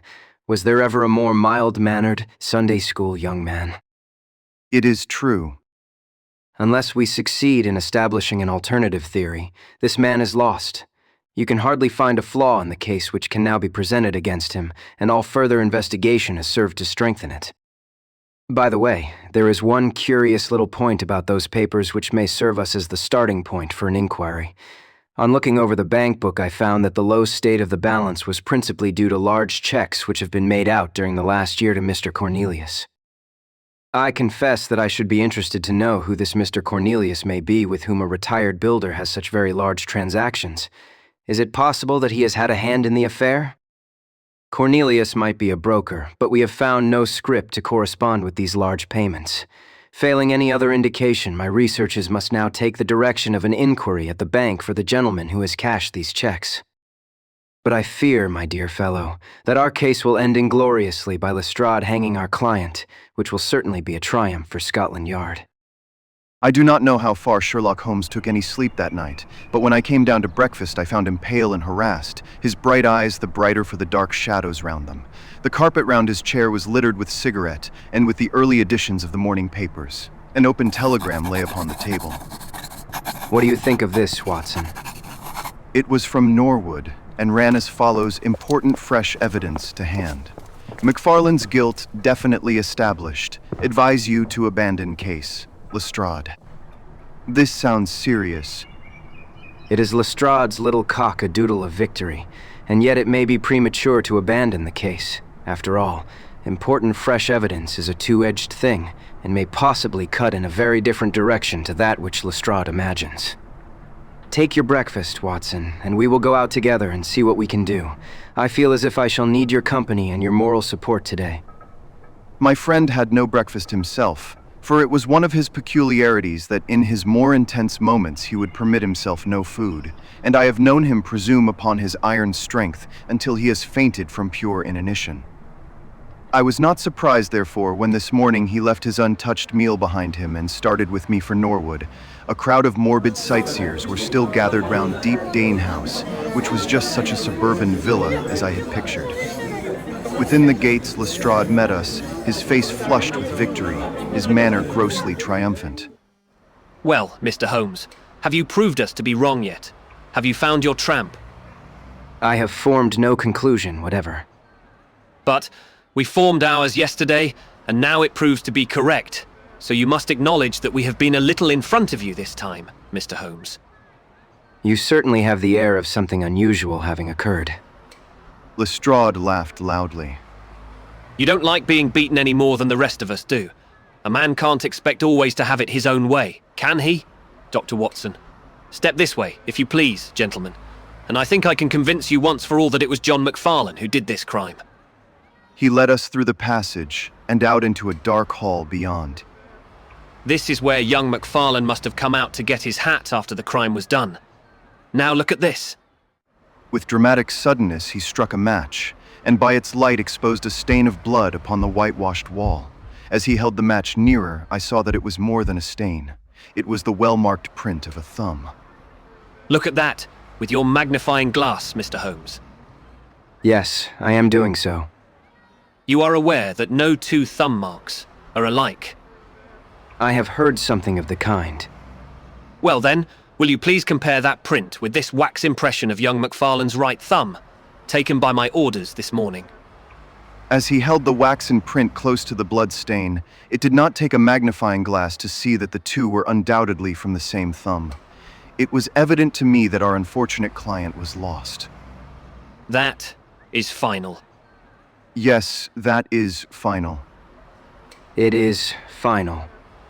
Something in his tone caught my ear, and I turned to look at him.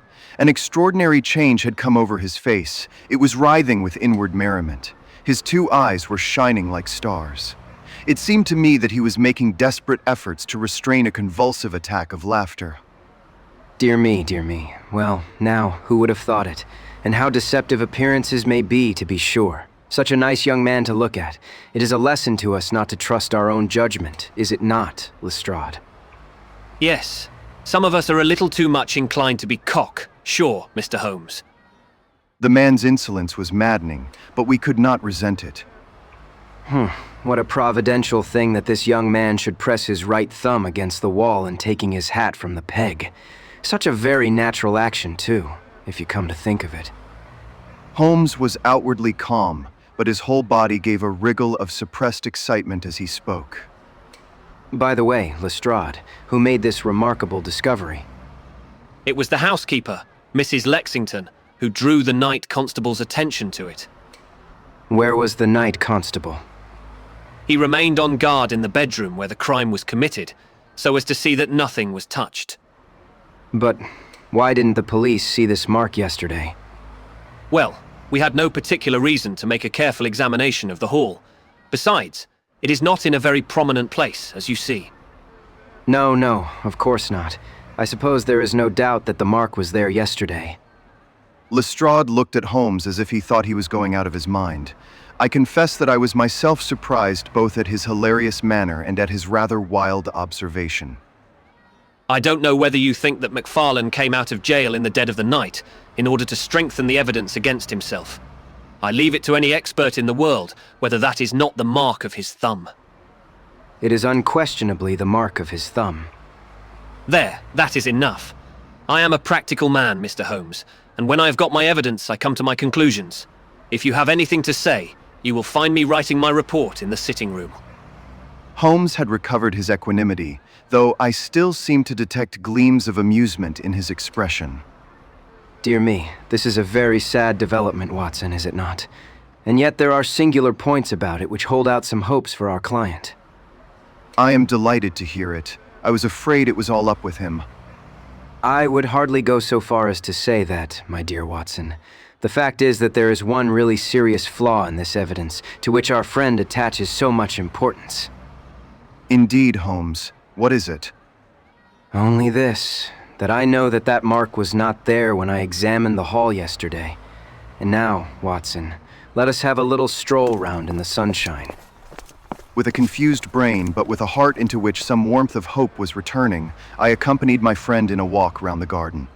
Holmes took each face of the house in turn and examined it with great interest. He then led the way inside and went over the whole building from basement to attic.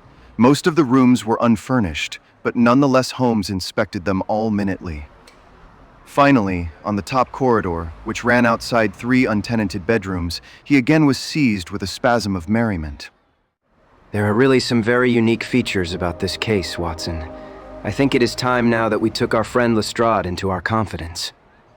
He has had his little smile at our expense, and perhaps we may do as much by him if my reading of this problem proves to be correct. Yes, I think I see how we should approach it. The Scotland Yard inspector was still writing in the parlor when Holmes interrupted him. I understood that you were writing a report of this case. So I am. Don't you think it may be a little premature? I can't help thinking that your evidence is not complete. Lestrade knew my friend too well to disregard his words. He laid down his pen and looked curiously at him. What do you mean, Mr. Holmes? Only that there is an important witness whom you have not seen.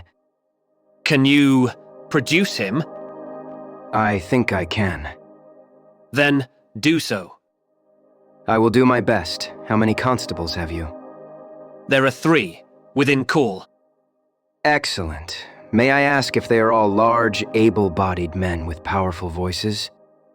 I have no doubt they are, though I fail to see what their voices have to do with it. Perhaps I can help you to see that and 1 or 2 other things as well. Kindly summon your men, and I will try.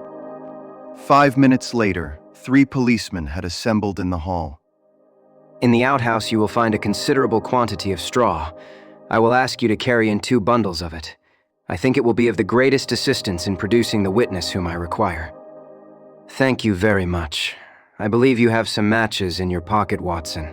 Now, Mr. Lestrade, I will ask you all to accompany me to the top landing. As I have said, there was a broad corridor there, which ran outside 3 empty bedrooms.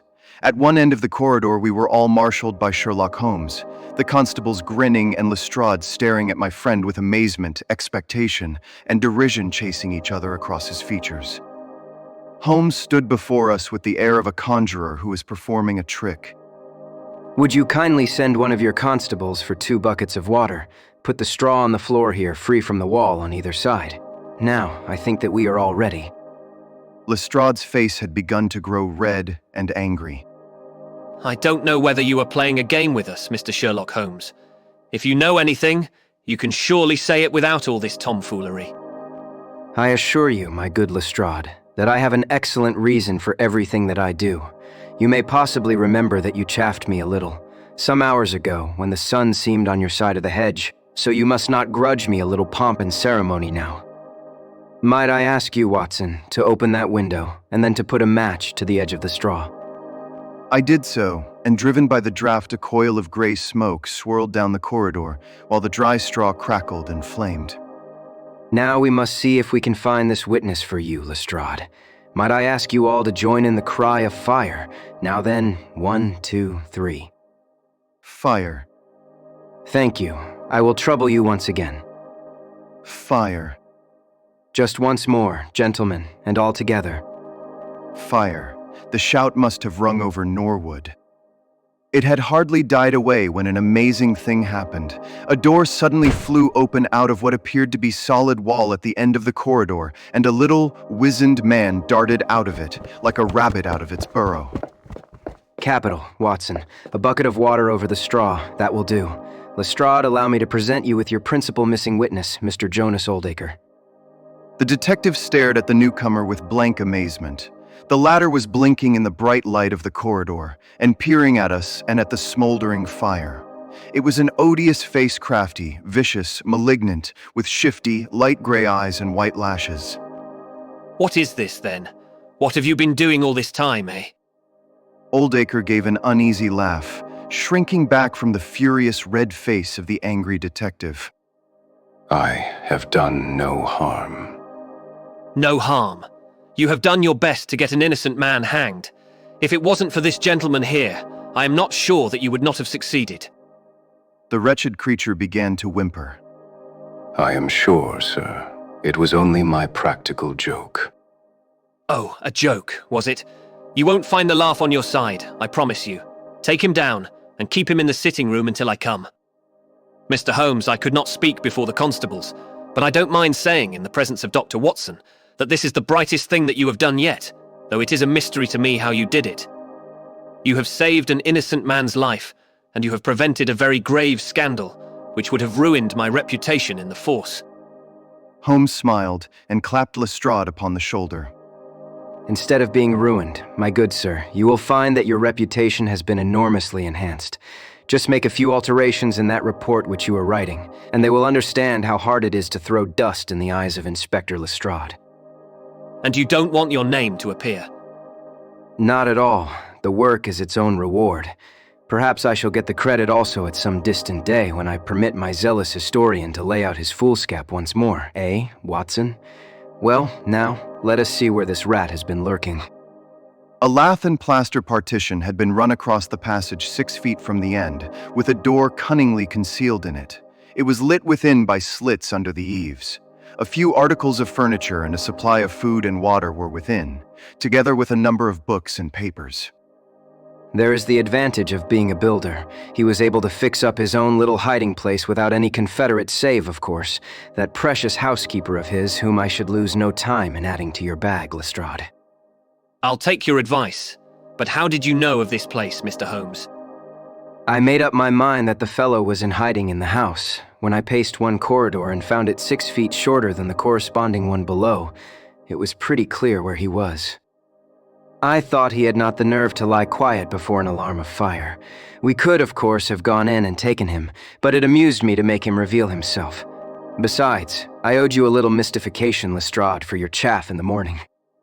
Well, sir, you certainly got equal with me on that.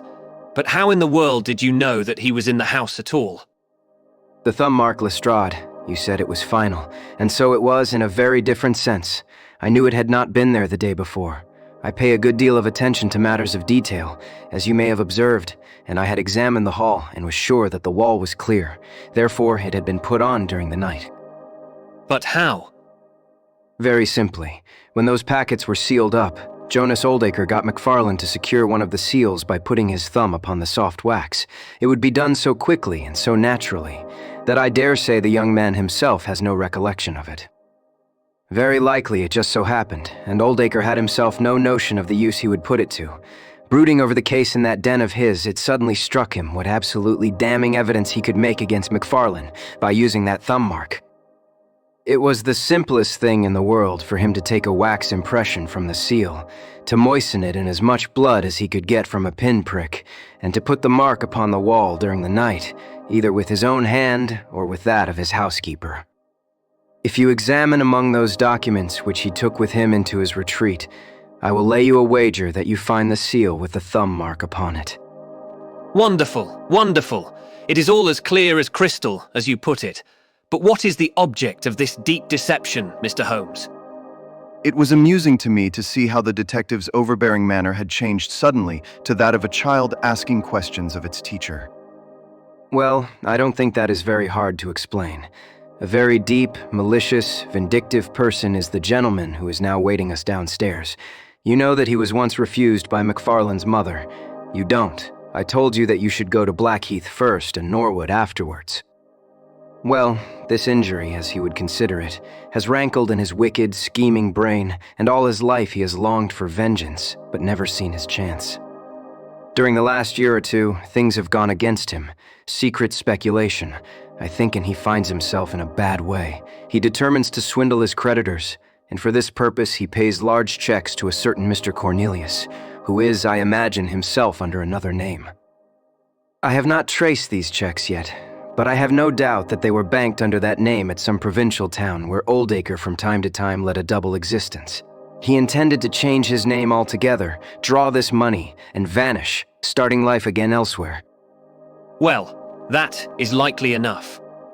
It would strike him that in disappearing he might throw all pursuit off his track, and at the same time have an ample and crushing revenge upon his old sweetheart if he could give the impression that he had been murdered by her only child. It was a masterpiece of villainy, and he carried it out like a master. The idea of the will, which would give an obvious motive for the crime, the secret visit unknown to his own parents, the retention of the stick, the blood, and the animal, remains in buttons in the woodpile. All were admirable. It was a net from which it seemed to me, a few hours ago, that there was no possible escape, but he had not that supreme gift of the artist, the knowledge of when to stop. He wished to improve that which was already perfect to draw the rope tighter yet round the neck of his unfortunate victim, and so he ruined all. Lestrade, there are just one or two questions that I would ask him. The malignant creature was seated in his own parlor, with a policeman upon each side of him. It was a joke, my good sir. A practical joke, nothing more. I assure you, sir, that I simply concealed myself in order to see the effect of my disappearance, and I am sure that you would not be so unjust as to imagine that I would have allowed any harm to befall poor young Mr. MacFarlane. That is for a jury to decide. Anyhow, we shall have you on a charge of conspiracy, if not for attempted murder. And you'll probably find that your creditors will impound the banking account of Mr. Cornelius. The little man started and turned his malignant eyes upon my friend. I have to thank you for a good deal. Perhaps I'll pay my debt someday. Holmes smiled indulgently. I fancy that, for some few years, you will find your time very fully occupied. By the way, what was it you put into the woodpile besides your old trousers? A dead dog or rabbits or what? You won't tell. Dear me, how very unkind of you. Well, I dare say that a couple of rabbits would account both for the blood and for the charred ashes. If ever you write an account, Watson, you can make rabbits serve your turn.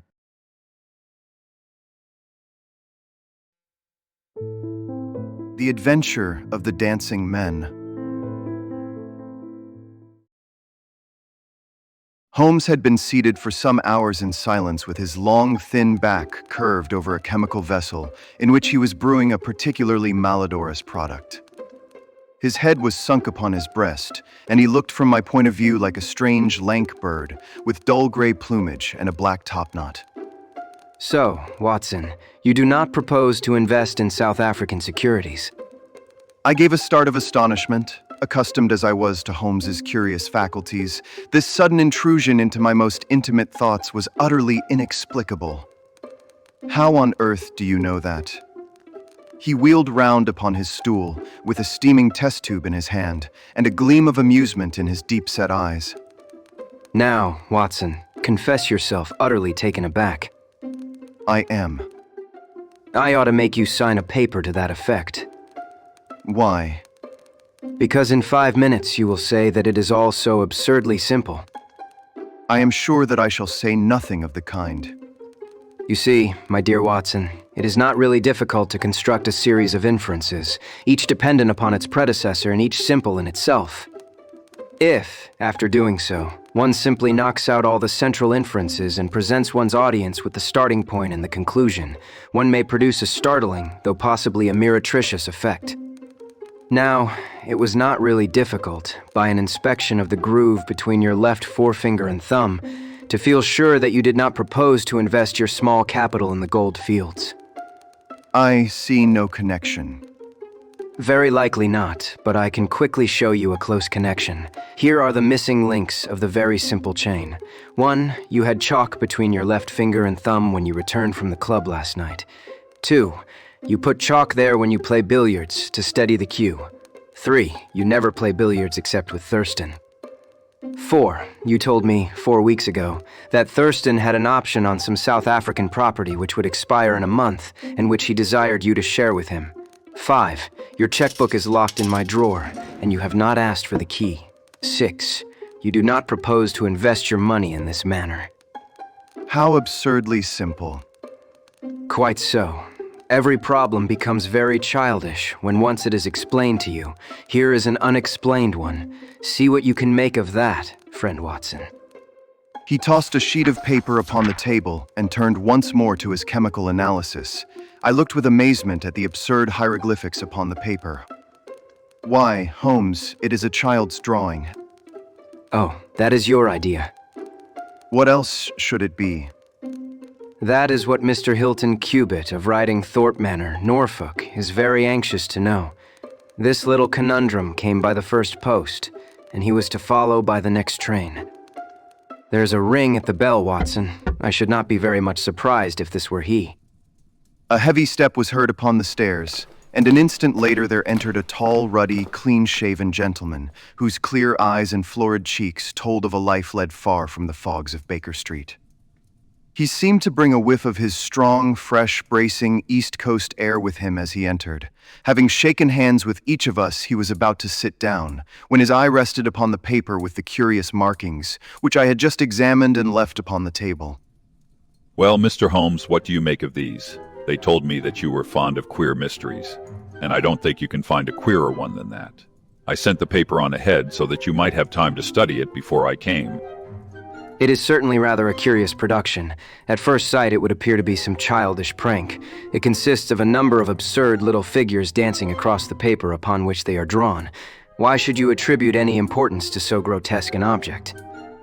I never should, Mr. Holmes, but my wife does. It is frightening her to death. She says nothing, but I can see terror in her eyes. That is why I want to sift the matter to the bottom. Holmes held up the paper so that the sunlight shone full upon it. It was a page torn from a notebook. The markings were done in pencil. Holmes examined it for some time, and then folding it carefully up, he placed it in his pocketbook. This promises to be a most interesting and unusual case. You gave me a few particulars in your letter, Mr. Hilton Cubitt, but I should be very much obliged if you would kindly go over it all again for the benefit of my friend, Dr. Watson. I am not much of a storyteller. You'll just ask me anything that I don't make clear. I'll begin at the time of my marriage last year, but I want to say first of all that, though I am not a rich man, my people have been at Ridingthorpe for a matter of 5 centuries, and there is no better known family in the county of Norfolk. Last year I came up to London for the Jubilee, and I stopped at a boarding house in Russell Square, because Parker, the vicar of our parish, was staying in it. There was an American young lady there. Patrick was the name, Elsie Patrick. In some way we became friends. Until before my month was up, I was as much in love as a man could be. We were quietly married at a registry office, and we returned to Norfolk a wedded couple. You'll think it very mad, Mr. Holmes, that a man of a good old family should marry a wife in this fashion, knowing nothing of her past or of her people. But if you saw her and knew her, it would help you to understand. She was very straight about it, was Elsie. I can't say that she did not give me every chance of getting out of it if I wished to do so. I have had some very disagreeable associations in my life. I wish to forget all about them. I would rather never allude to the past, for it is very painful to me. If you take me, Hilton, you will take a woman who has nothing that she need be personally ashamed of, but you will have to be content with my word for it, and to allow me to be silent as to all that passed up to the time when I became yours. If these conditions are too hard, then go back to Norfolk, and leave me to the lonely life in which you found me. It was only the day before our wedding that she said those very words to me. I told her that I was content to take her on her own terms, and I have been as good as my word. Well, we have been married now for a year, and very happy we have been. But about a month ago, at the end of June, I saw for the first time signs of trouble. One day my wife received a letter from America.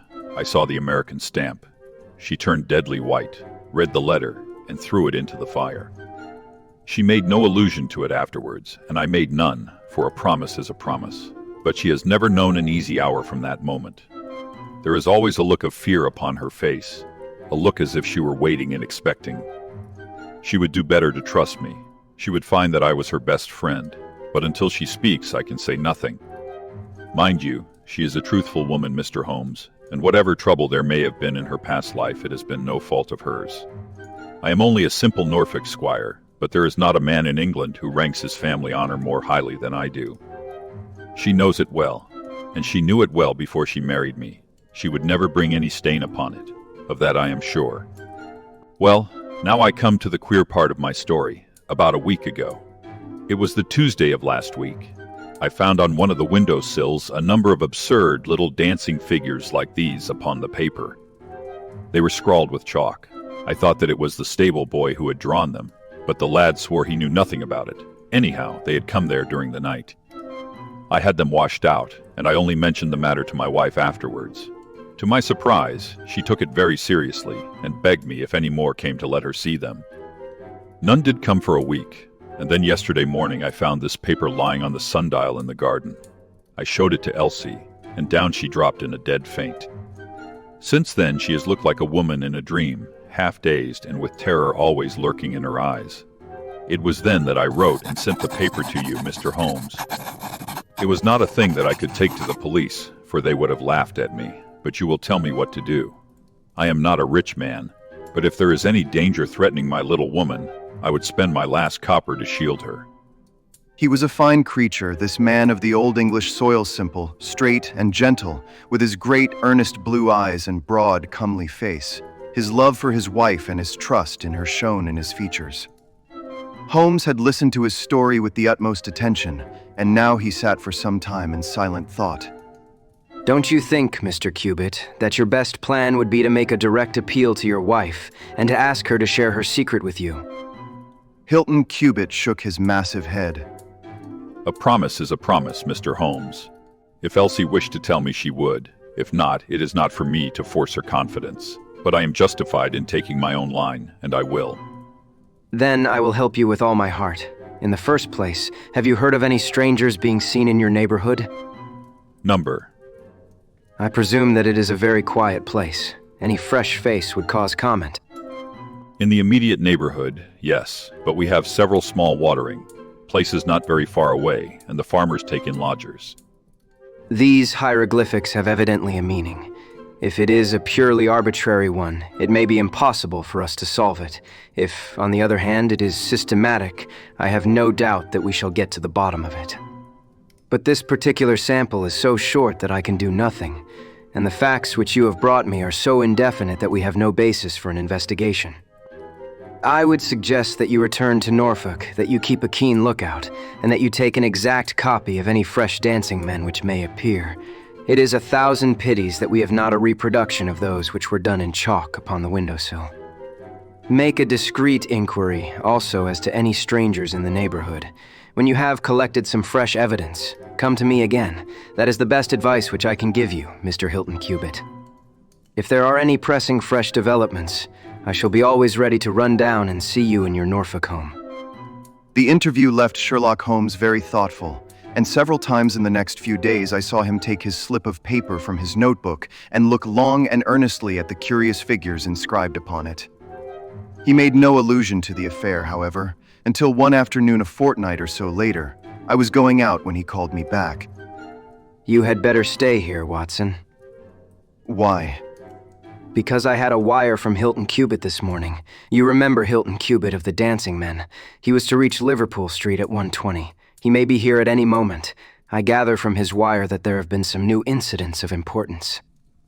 We had not long to wait, for our Norfolk squire came straight from the station as fast as a hansom could bring him. He was looking worried and depressed, with tired eyes and a lined forehead.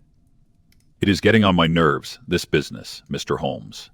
It is bad enough to feel that you are surrounded by unseen, unknown folk who have some kind of design upon you.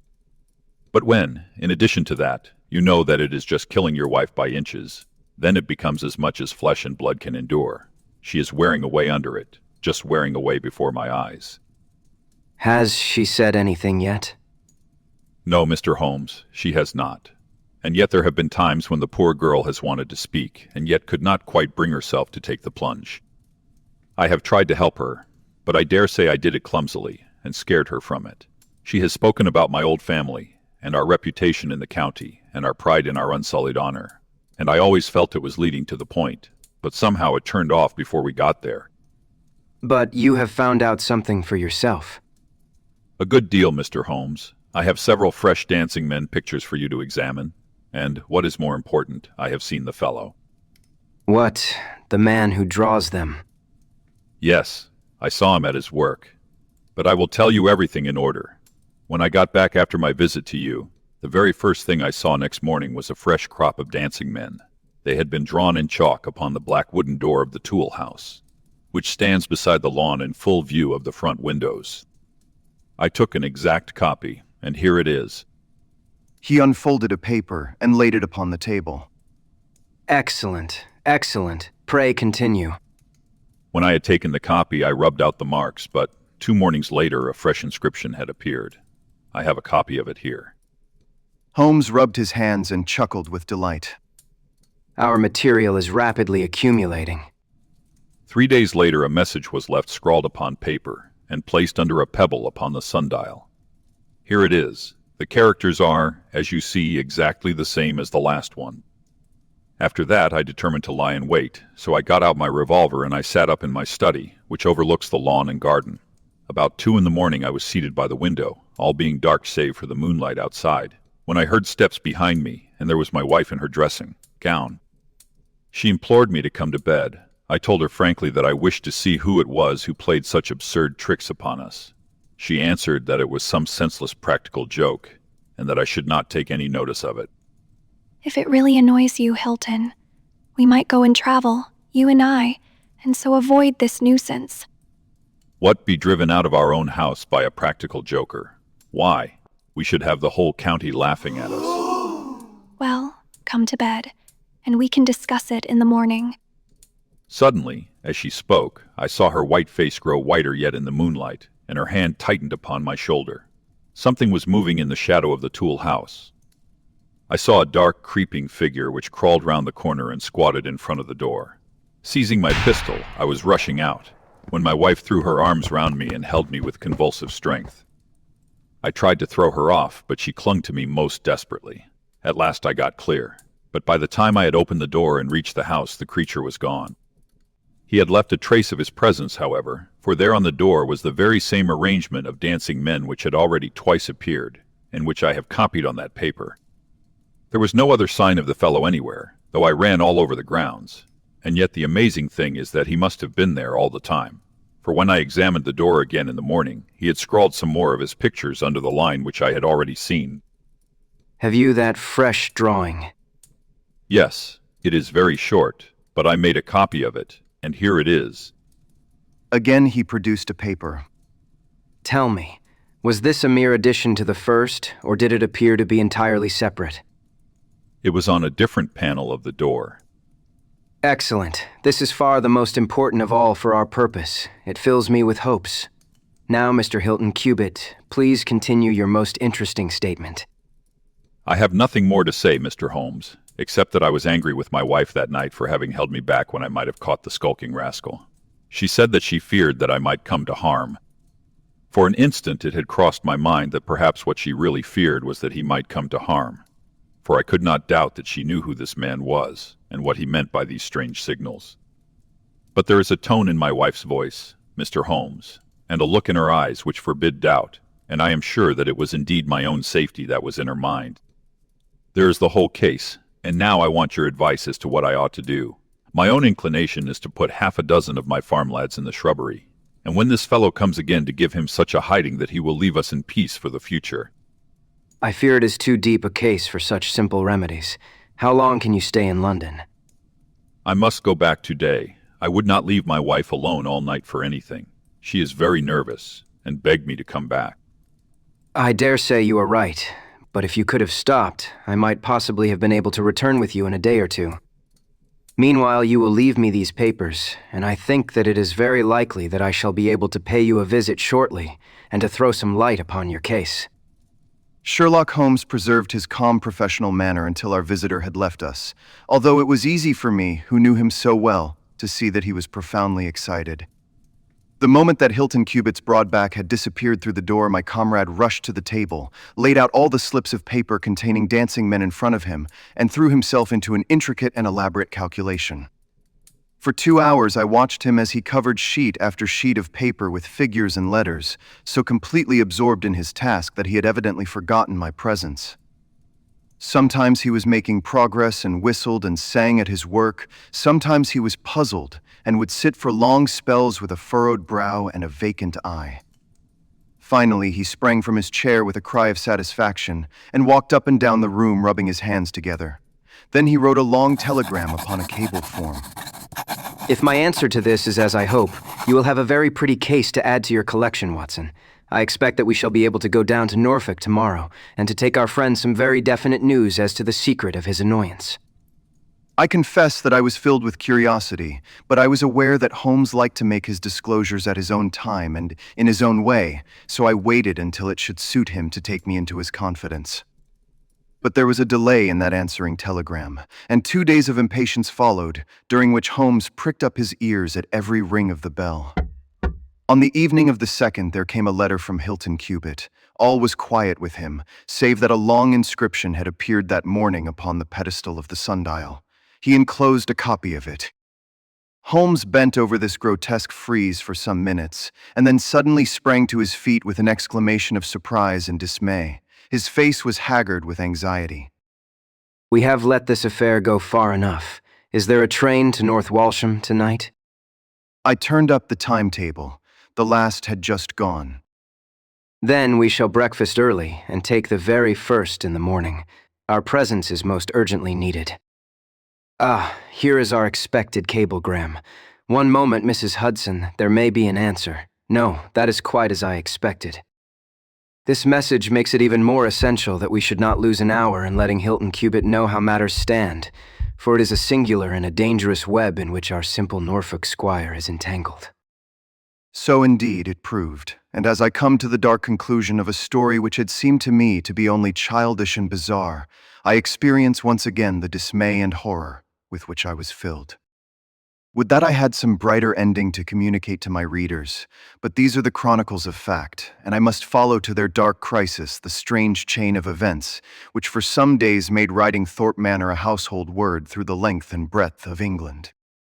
We had hardly alighted at North Walsham, and mentioned the name of our destination, when the station master hurried towards us.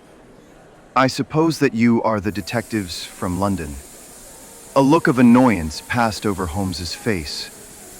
What makes you think such a thing? "Because Inspector Martin from Norwich has just passed through, but maybe you are the surgeons. She is not dead, or wasn't by last accounts. You may be in time to save her yet, though it be for the gallows." Holmes's brow was dark with anxiety. We are going to Riding Thorpe Manor, but we have heard nothing of what has passed there. "It is a terrible business. They are shot, both Mr. Hilton Cubitt and his wife. She shot him and then herself, so the servants say. He is dead and her life is despaired of. Dear, dear, one of the oldest families in the county of Norfolk, and one of the most honored." Without a word, Holmes hurried to a carriage, and during the long 7 miles drive he never opened his mouth. Seldom have I seen him so utterly despondent. He had been uneasy during all our journey from town, and I had observed that he had turned over the morning papers with anxious attention. But now, this sudden realization of his worst fears left him in a blank melancholy. He leaned back in his seat, lost in gloomy speculation. Yet there was much around to interest us, for we were passing through as singular a countryside as any in England. A few scattered cottages represented the population of today, while on every hand enormous square-towered churches bristled up from the flat green landscape and told of the glory and prosperity of old East Anglia. At last the violet rim of the German Ocean appeared over the green edge of the Norfolk coast, and the driver pointed with his whip to 2 old brick and timber gables, which projected from a grove of trees. "That is Riding Thorpe Manor," said he. As we drove up to the porticoed front door, I observed in front of it, beside the tennis lawn, the black tool house, and the pedestalled sundial with which we had such strange associations. A dapper little man with a quick, alert manner and a waxed mustache had just descended from a high dog cart. He introduced himself as Inspector Martin of the Norfolk Constabulary, and he was considerably astonished when he heard the name of my companion. Why, Mr. Holmes, the crime was only committed at 3 this morning. How could you hear of it in London and get to the spot as soon as I? I anticipated it. I came in the hope of preventing it. Then, you must have important evidence of which we are ignorant, for they were said to be a most united couple. I have only the evidence of the dancing men. I will explain the matter to you later. Meanwhile, since it is too late to prevent this tragedy, I am very anxious that I should use the knowledge which I possess in order to ensure that justice be done. Will you associate me in your investigation, or will you prefer that I should act independently? I should be proud to feel that we were acting together, Mr. Holmes. In that case, I should be glad to hear the evidence, and to examine the premises without an instant of unnecessary delay. Inspector Martin had the good sense to allow my friend to do things in his own fashion, and contented himself with carefully noting the results.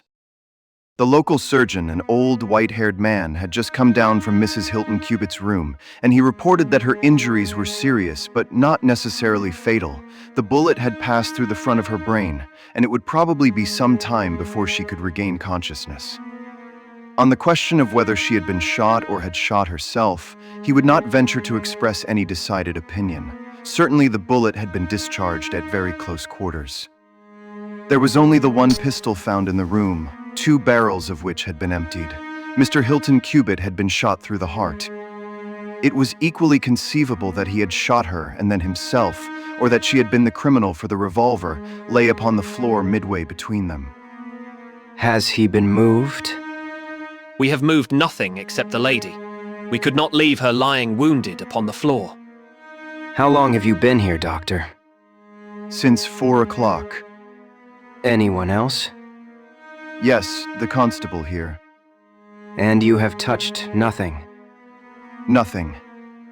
You have acted with great discretion. Who sent for you? The housemaid, Saunders. Was it she who gave the alarm? She and Mrs. King, the cook. Where are they now? In the kitchen, I believe. Then, I think we had better hear their story at once. The old hall, oak-paneled and high-windowed, had been turned into a court of investigation. Holmes sat in a great old-fashioned chair, his inexorable eyes gleaming out of his haggard face. I could read in them a set purpose to devote his life to this quest until the client whom he had failed to save should at last be avenged. The trim Inspector Martin, the old gray-headed country doctor myself, and a stolid village policeman made up the rest of that strange company. The two women told their story clearly enough. They had been aroused from their sleep by the sound of an explosion, which had been followed a minute later by a second one. They slept in adjoining rooms, and Mrs. King had rushed into Saunders. Together they had descended the stairs. The door of the study was open, and a candle was burning upon the table. Their master lay upon his face in the center of the room. He was quite dead. Near the window his wife was crouching, her head leaning against the wall. She was horribly wounded, and the side of her face was red with blood. She breathed heavily, but was incapable of saying anything. The passage, as well as the room, was full of smoke and the smell of powder. The window was certainly shut and fastened upon the inside. Both women were positive upon the point. They had at once sent for the doctor and for the constable. Then, with the aid of the groom and the stable boy, they had conveyed their injured mistress to her room. Both she and her husband had occupied the bed. She was clad in her dress, he in his dressing gown, over his nightclothes. Nothing had been moved in the study. So far as they knew, there had never been any quarrel between husband and wife. They had always looked upon them as a very united couple. These were the main points of the servants' evidence. In answer to Inspector Martin, they were clear that every door was fastened upon the inside, and that no one could have escaped from the house. In answer to Holmes, they both remembered that they were conscious of the smell of powder from the moment that they ran out of their rooms upon the top floor. I commend that fact very carefully to your attention, and now I think that we are in a position to undertake a thorough examination of the room. The study proved to be a small chamber, lined on 3 sides with books, and with a writing table facing an ordinary window, which looked out upon the garden. Our first attention was given to the body of the unfortunate squire, whose huge frame lay stretched across the room. His disordered dress showed that he had been hastily aroused from sleep. The bullet had been fired at him from the front and had remained in his body after penetrating the heart. His death had certainly been instantaneous and painless. There was no powder marking either upon his dressing gown or on his hands. According to the country surgeon, the lady had stains upon her face, but none upon her hand. The absence of the latter means nothing, though its presence may mean everything. Unless the powder from a badly fitting cartridge happens to spurt backward, one may fire many shots without leaving a sign. I would suggest that Mr. Cubitt's body may now be removed. I suppose, Doctor, you have not recovered the bullet which wounded the lady. A serious operation will be necessary before that can be done, but there are still 4 cartridges in the revolver. 2 have been fired and 2 wounds inflicted, so that each bullet can be accounted for. So it would seem. Perhaps you can account also for the bullet which has so obviously struck the edge of the window. He had turned suddenly, and his long, thin finger was pointing to a hole which had been drilled right through the lower window sash, about an inch above the bottom. By George. However did you see that? Because I looked for it. Wonderful. You are certainly right, sir. Then a 3rd shot has been fired, and therefore a 3rd person must have been present. But who could that have been, and how could he have got away? That is the problem which we are now about to solve. You remember, Inspector Martin, when the servants said that on leaving their room they were at once conscious of a smell of powder, I remarked that the point was an extremely important one. Yes, sir. But, I confess, I did not quite follow you. It suggested that at the time of the firing, the window as well as the door of the room had been open. Otherwise, the fumes of powder could not have been blown so rapidly through the house. A draft in the room was necessary for that. Both door and window were only open for a very short time, however. How do you prove that? Because the candle was not guttered. Capital, capital. Feeling sure that the window had been open at the time of the tragedy, I conceived that there might have been a third person in the affair who stood outside this opening and fired through it. Any shot directed at this person might hit the sash. I looked, and there, sure enough, was the bullet mark. But how came the window to be shut and fastened?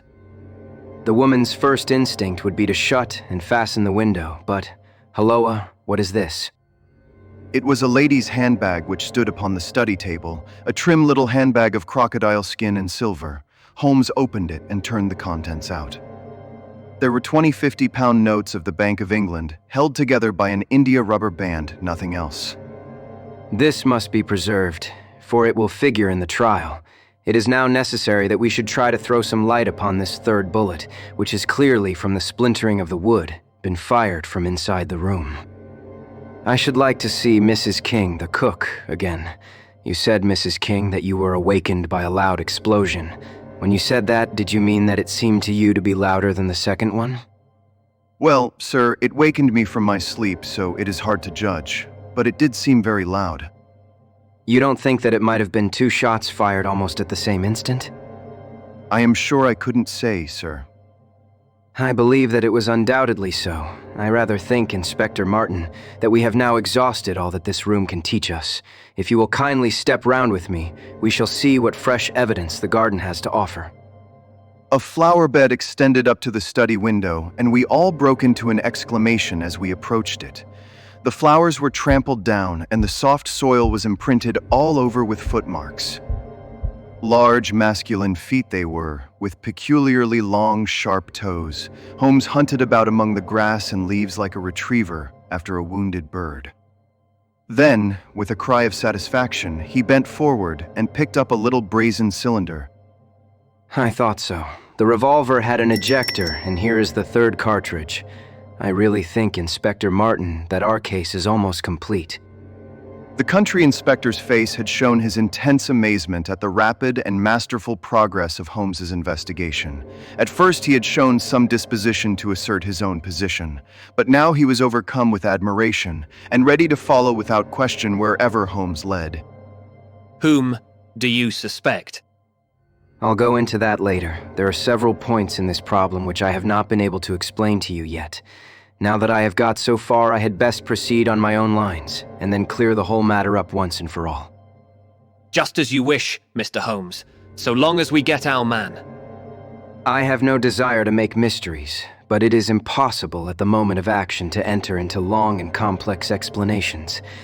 I have the threads of this affair all in my hand.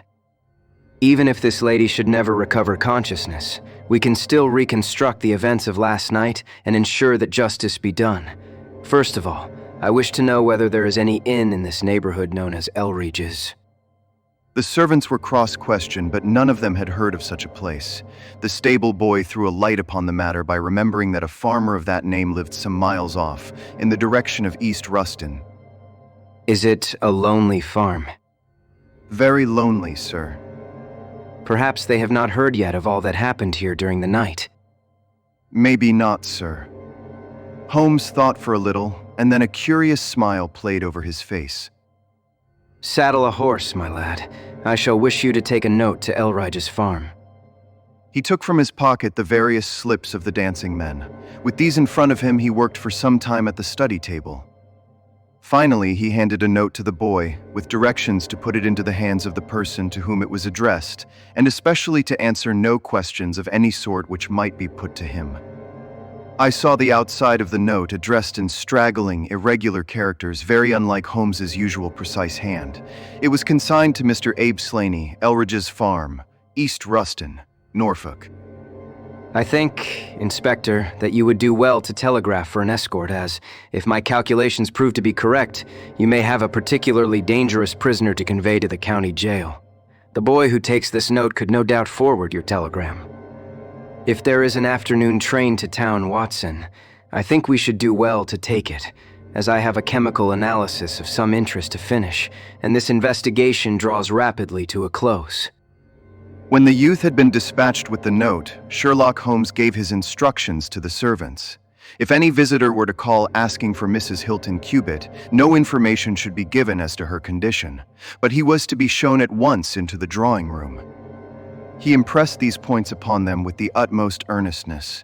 Finally, he led the way into the drawing room, with the remark that the business was now out of our hands, and that we must while away the time as best we might until we could see what was in store for us. The doctor had departed to his patients, and only the inspector and myself remained. I think that I can help you to pass an hour in an interesting and profitable manner. As to you, friend Watson, I owe you every atonement for having allowed your natural curiosity to remain so long unsatisfied. To you, Inspector, the whole incident may appeal as a remarkable professional study. I must tell you, first of all, the interesting circumstances connected with the previous consultations which Mr. Hilton Cubitt has had with me in Baker Street. He then shortly recapitulated the facts which have already been recorded. I have here in front of me these singular productions, at which one might smile, had they not proved themselves to be the forerunners of so terrible a tragedy. I am fairly familiar with all forms of secret writings, and am myself the author of a trifling monograph upon the subject, in which I analyze 160 separate ciphers, but I confess that this is entirely new to me. The object of those who invented the system has apparently been to conceal that these characters convey a message, and to give the idea that they are the mere random sketches of children. Having once recognized, however, that the symbols stood for letters, and having applied the rules which guide us in all forms of secret writings, the solution was easy enough. The first message submitted to me was so short that it was impossible for me to do more than to say, with some confidence, that the symbol stood for F. As you are aware, E is the most common letter in the English alphabet, and it predominates to so marked an extent that even in a short sentence one would expect to find it most often. Out of 15 symbols in the first message, 4 were the same, so it was reasonable to set this down as E. It is true that in some cases the figure was bearing a flag, and in some cases not, but it was probable, from the way in which the flags were distributed, that they were used to break the sentence up into words. But now came the real difficulty of the inquiry. The order of the English letters after E is by no means well marked, and any preponderance which may be shown in an average of a printed sheet may be reversed in a single short sentence. Speaking roughly, T, A, O, I, N, S, H, R, D, and L are the numerical order in which letters occur, but T, A, O, and I are very nearly abreast of each other, and it would be an endless task to try each combination until a meaning was arrived at. I therefore waited for fresh material. In my second interview with Mr. Hilton Cubitt, he was able to give me 2 other short sentences and 1 message, which appeared, since there was no flag, to be a single word. Now, in the single word, I have already got the 2 E's coming second and fourth in a word of 5 letters. It might be sever, or lever, or never. There can be no question that the latter as a reply to an appeal is far the most probable, and the circumstances pointed to its being a reply written by the lady. Accepting it as correct, we are now able to say that the symbols stand respectively for N, V, and R. Even now I was in considerable difficulty, but a happy thought put me in possession of several other letters. It occurred to me that if these appeals came, as I expected, from someone who had been intimate with the lady in her early life, a combination which contained 2 E's with 3 letters between might very well stand for the name Elsie. On examination, I found that such a combination formed the termination of the message, which was 3 times repeated. It was certainly some appeal to Elsie. In this way, I had got my LS and I. But what appeal could it be? There were only 4 letters in the word which preceded Elsie, and it ended in E. Surely the word must be come. I tried all other 4 letters ending in E, but could find none to fit the case, so now I was in possession of CO and M, and I was in a position to attack the first message once more, dividing it into words and putting dots for each symbol which was still unknown. So treated, it worked out in this fashion, mere SL, Ni. Now the first letter can only be A, which is a most useful discovery, since it occurs no fewer than 3 times in this short sentence, and the H is also apparent in the second word. Now it becomes am here A. E. Slane. Or, filling in the obvious vacancies in the name, am here Abe Slaney. I had so many letters now that I could proceed with considerable confidence to the second message, which worked out in this fashion: A. Elries. Here I could only make sense by putting T and G for the missing letters, and supposing that the name was that of some house or inn at which the writer was staying. Inspector Martin and I had listened with the utmost interest to the full and clear account of how my friend had produced results which had led to so complete a command over our difficulties. What did you do then, sir? I had every reason to suppose that this Abe Slaney was an American, since Abe is an American contraction, and since a letter from America had been the starting point of all the trouble. I had also every cause to think that there was some criminal secret in the matter. The lady's allusions to her past and her refusal to take her husband into her confidence both pointed in that direction. I therefore cabled to my friend Wilson Hargreave of the New York Police Bureau, who has more than once made use of my knowledge of London crime. I asked him whether the name of Abe Slaney was known to him. Here's his reply: the most dangerous crook in Chicago. On the very evening upon which I had his answer, Hilton Cubitt sent me the last message from Slaney. Working with known letters, it took this form: Elsie, re are to meet thy go. The addition of a P and a D completed a message which showed me that the rascal was proceeding from persuasion to threats, and my knowledge of the crooks of Chicago prepared me to find that he might very rapidly put his words into action. I at once came to Norfolk with my friend and colleague, Dr. Watson, but, unhappily, only in time to find that the worst had already occurred. It is a privilege to be associated with you in the handling of a case. You will excuse me, however, if I speak frankly to you. You are only answerable to yourself, but I have to answer to my superiors. If this Abe Slaney, living at Elridge's, is indeed the murderer, and if he has made his escape while I am seated here, I should certainly get into serious trouble. You need not be uneasy. He will not try to escape. How do you know? To fly would be a confession of guilt. Then, let us go arrest him. I expect him here every instant. But why should he come? Because I have written and asked him. But this is incredible, Mr. Holmes. Why should he come because you have asked him? Would not such a request rather rouse his suspicions and cause him to fly? I think I have known how to frame the letter. In fact, if I am not very much mistaken, here is the gentleman himself coming up the drive. A man was striding up the path which led to the door. He was a tall, handsome, swarthy fellow, clad in a suit of gray flannel, with a Panama hat, a bristling black beard, and a great, aggressive hooked nose, and flourishing a cane as he walked. He swaggered up the path as if the place belonged to him, and we heard his loud, confident peal at the bell. I think, gentlemen, that we had best take up our position behind the door. Every precaution is necessary when dealing with such a fellow. You will need your handcuffs, Inspector. You can leave the talking to me. We waited in silence for a minute, one of those minutes which one can never forget. Then the door opened, and the man stepped in. In an instant, Holmes clapped a pistol to his head, and Martin slipped the handcuffs over his wrists. It was all done so swiftly and deftly that the fellow was helpless before he knew that he was attacked.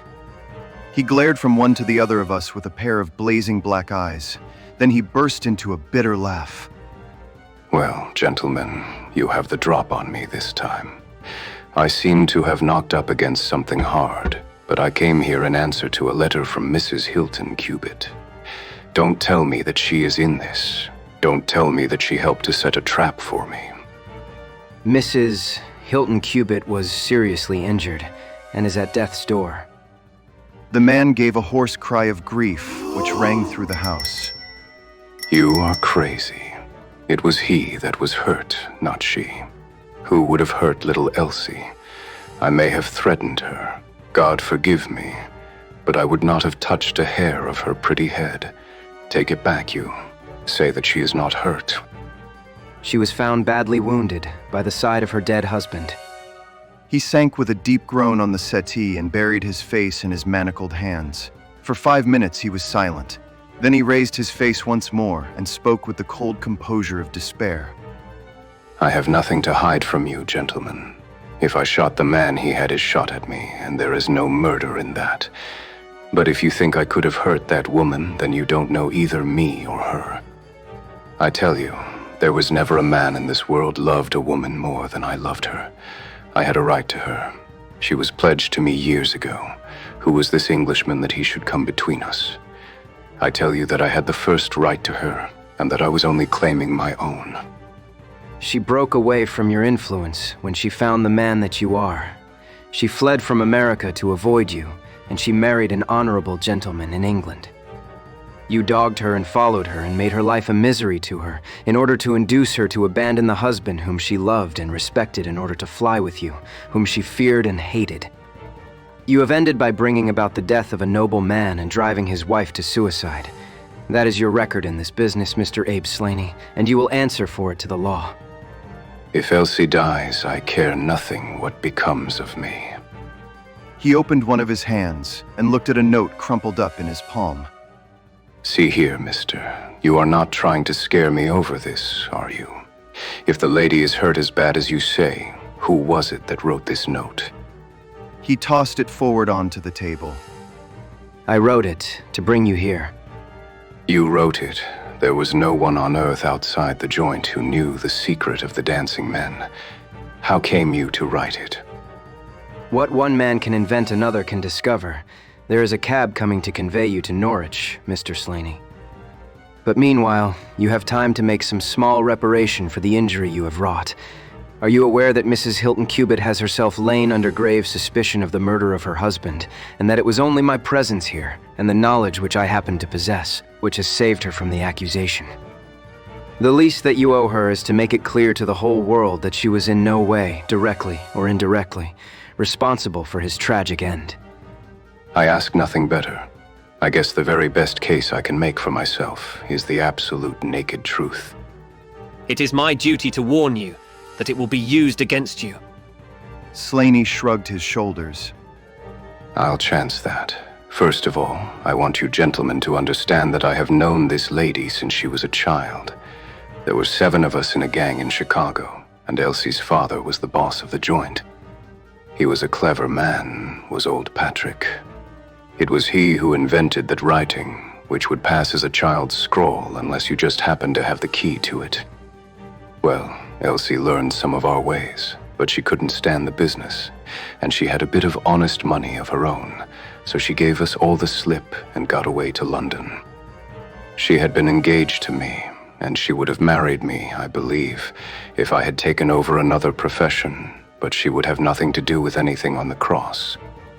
It was only after her marriage to this Englishman that I was able to find out where she was. I wrote to her but got no answer. After that I came over, and as letters were no use, I put my messages where she could read them. Well, I have been here a month now. I lived in that farm, where I had a room down below, and could get in and out every night, and no one the wiser. I tried all I could to coax Elsie away. I knew that she read the messages, for once she wrote an answer under one of them. Then my temper got the better of me, and I began to threaten her. She sent me a letter then, imploring me to go away, and saying that it would break her heart if any scandal should come upon her husband. She said that she would come down when her husband was asleep at 3 in the morning, and speak with me through the end window, if I would go away afterwards and leave her in peace. She came down and brought money with her, trying to bribe me to go. This made me mad, and I caught her arm and tried to pull her through the window. At that moment in rushed the husband with his revolver in his hand. Elsie had sunk down upon the floor, and we were face to face. I was healed also, and I held up my gun to scare him off and let me get away. He fired and missed me. I pulled off almost at the same instant, and down he dropped. I made a way across the garden, and as I went, I heard the window shut behind me. That is God's truth, gentlemen, every word of it, and I heard no more about it until that lad came riding up with a note which made me walk in here, like a jay, and give myself into your hands.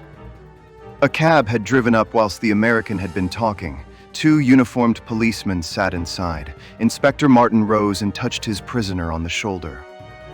It is time for us to go. Can I see her first? No, she is not conscious. Mr. Sherlock Holmes, I only hope that if ever again I have an important case, I shall have the good fortune to have you by my side. We stood at the window and watched the cab drive away. As I turned back, my eye caught the pellet of paper which the prisoner had tossed upon the table. It was the note with which Holmes had decoyed him. See if you can read it, Watson. It contained no word, but this little line of dancing men. If you use the code which I have explained, you will find that it simply means, "Come here at once." I was convinced that it was an invitation which he would not refuse, since he could never imagine that it could come from anyone but the lady. And so, my dear Watson, we have ended by turning the dancing men to good when they have so often been the agents of evil, and I think that I have fulfilled my promise of giving you something unusual for your notebook. 3:40 is our train, and I fancy we should be back in Baker Street for dinner.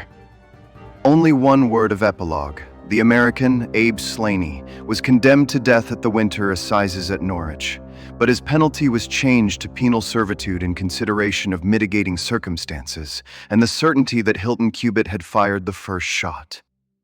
Of Mrs. Hilton Cubitt, I only know that I have heard she recovered entirely, and that she still remains a widow, devoting her whole life to the care of the poor and to the administration of her husband's estate.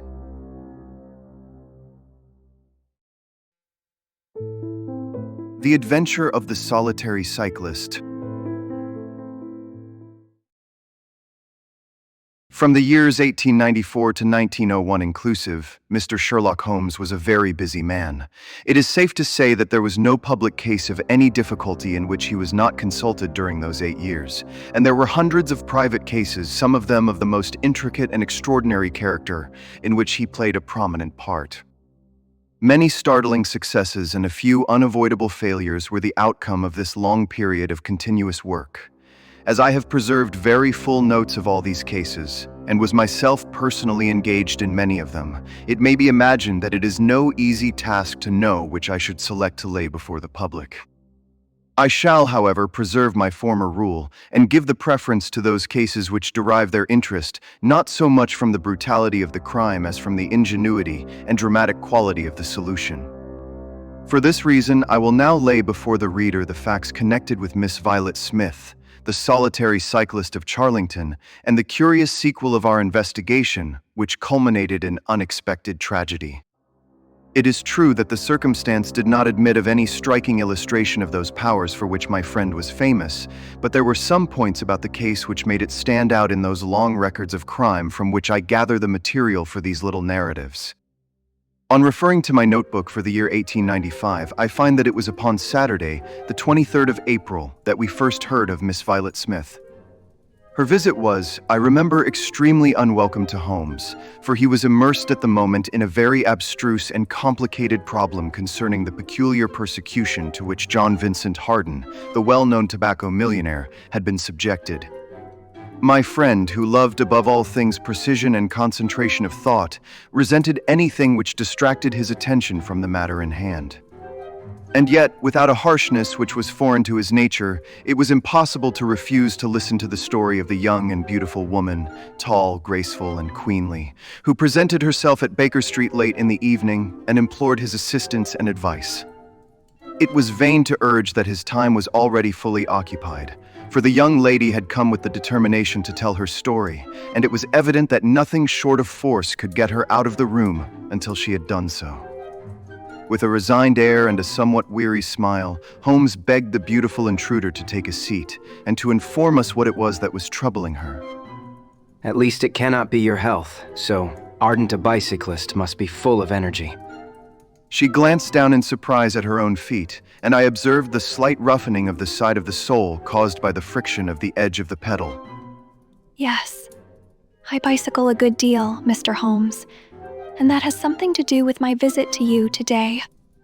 My friend took the lady's ungloved hand and examined it with as close an attention and as little sentiment as a scientist would show to a specimen. You will excuse me, I am sure. It is my business. I nearly fell into the error of supposing that you were typewriting. Of course, it is obvious that it is music. You observe the spatulate finger ends, Watson, which is common to both professions. There is a spirituality about the face, however, which the typewriter does not generate. This lady is a musician. Yes, Mr. Holmes. I teach music. In the country, I presume, from your complexion. Yes, sir.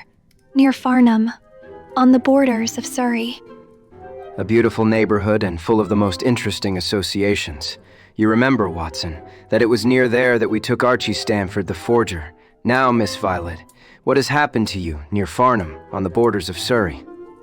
The young lady, with great clearness and composure, made the following curious statement. My father is dead, Mr. Holmes. He was James Smith, who conducted the orchestra at the Old Imperial Theatre. My mother and I were left without a relation in the world, except one uncle, Ralph Smith, who went to Africa 25 years ago, and we have never had a word from him since. When father died, we were left very poor, but one day we were told that there was an advertisement in the Times, inquiring for our whereabouts. You can imagine how excited we were, for we thought that someone had left us a fortune. We went at once to the lawyer whose name was given in the paper. There we met two gentlemen, Mr. Carruthers and Mr. Woodley, who were home on a visit from South Africa. They said that my uncle was a friend of theirs, that he had died some months before in great poverty in Johannesburg, and that he had asked them with his last breath to hunt up his relations and see that they were in no want. It seemed strange to us that Uncle Ralph, who took no notice of us when he was alive, should be so careful to look after us when he was dead. But Mr. Carruthers explained that the reason was that my uncle had just heard of the death of his brother, and so felt responsible for our fate. Excuse me, when was this interview? Last December 4 months ago. Pray proceed. Mr. Woodley seemed to me to be a most odious person. He was forever making eyes at me, a coarse, puffy-faced, red-moustached young man with his hair plastered down on each side of his forehead. I thought that he was perfectly hateful, and I was sure that Cyril would not wish me to know such a person. Oh, Cyril is his name. The young lady blushed and laughed. Yes, Mr. Holmes, Cyril Morton, an electrical engineer, and we hope to be married at the end of the summer. Dear me, how did I get talking about him? What I wished to say was that Mr. Woodley was perfectly odious, but that Mr. Carruthers, who was a much older man, was more agreeable. He was a dark, sallow, clean-shaven, silent person, but he had polite manners and a pleasant smile. He inquired how we were left, and on finding that we were very poor, he suggested that I should come and teach music to his only daughter, age 10. I said that I did not like to leave my mother, on which he suggested that I should go home to her every weekend, and he offered me 100 a year, which was certainly splendid pay. So it ended by my accepting, and I went down to Chiltern Grange, about 6 miles from Farnham. Mr. Carruthers was a widower, but he had engaged a lady housekeeper, a very respectable elderly person, called Mrs. Dixon, to look after his establishment. The child was a dear, and everything promised well. Mr. Carruthers was very kind and very musical, and we had most pleasant evenings together. Every weekend I went home to my mother in town. The first flaw in my happiness was the arrival of the red-moustached Mr. Woodley. He came for a visit of a week, and oh, it seemed 3 months to me. He was a dreadful person, a bully to everyone else, but to me something infinitely worse. He made odious love to me, boasted of his wealth, said that if I married him I could have the finest diamonds in London. And finally, when I would have nothing to do with him, he seized me in his arms one day after dinner. He was hideously strong, and swore that he would not let me go until I had kissed him. Mr. Carruthers came in and tore him from me, on which he turned upon his own host, knocking him down and cutting his face open. That was the end of his visit, as you can imagine. Mr. Carruthers apologized to me next day, and assured me that I should never be exposed to such an insult again. I have not seen Mr. Woodley since. And now, Mr. Holmes, I come at last to the special thing which has caused me to ask your advice today. You must know that every Saturday forenoon I ride on my bicycle to Farnham Station in order to get the 12:22 to town. The road from Chiltern Grange is a lonely one, and at one spot it is particularly so, for it lies for over a mile between Charlington Heath upon one side and the woods which lie round Charlington Hall upon the other. You could not find a more lonely tract of road anywhere, and it is quite rare to meet so much as a cart or a peasant until you reach the high road near Crooksbury Hill. 2 weeks ago, I was passing this place when I chanced to look back over my shoulder, and about 200 yards behind me I saw a man, also on a bicycle. He seemed to be a middle-aged man with a short, dark beard. I looked back before I reached Farnham, but the man was gone, so I thought no more about it. But you can imagine how surprised I was, Mr. Holmes, when on my return on the Monday, I saw the same man on the same stretch of road.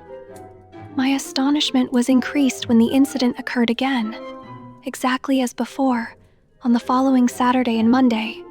He always kept his distance and did not molest me in any way, but still it certainly was very odd. I mentioned it to Mr. Carruthers, who seemed interested in what I said, and told me that he had ordered a horse and trap, so that in future I should not pass over these lonely roads without some companion. The horse and trap were to have come this week, but for some reason they were not delivered, and again I had to cycle to the station. That was this morning. You can think that I looked out when I came to Charlington Heath, and there, sure enough, was the man exactly as he had been the 2 weeks before. He always kept so far from me that I could not clearly see his face, but it was certainly someone whom I did not know. He was dressed in a dark suit with a cloth cap. The only thing about his face that I could clearly see was his dark beard. Today I was not alarmed, but I was filled with curiosity, and I determined to find out who he was and what he wanted. I slowed down my machine, but he slowed down his. Then I stopped altogether, but he stopped also. Then I laid a trap for him. There is a sharp turning of the road, and I pedaled very quickly round this, and then I stopped and waited. I expected him to shoot round and pass me before he could stop, but he never appeared. Then I went back and looked round the corner. I could see a mile of road, but he was not on it. To make it the more extraordinary, there was no side road at this point down which he could have gone.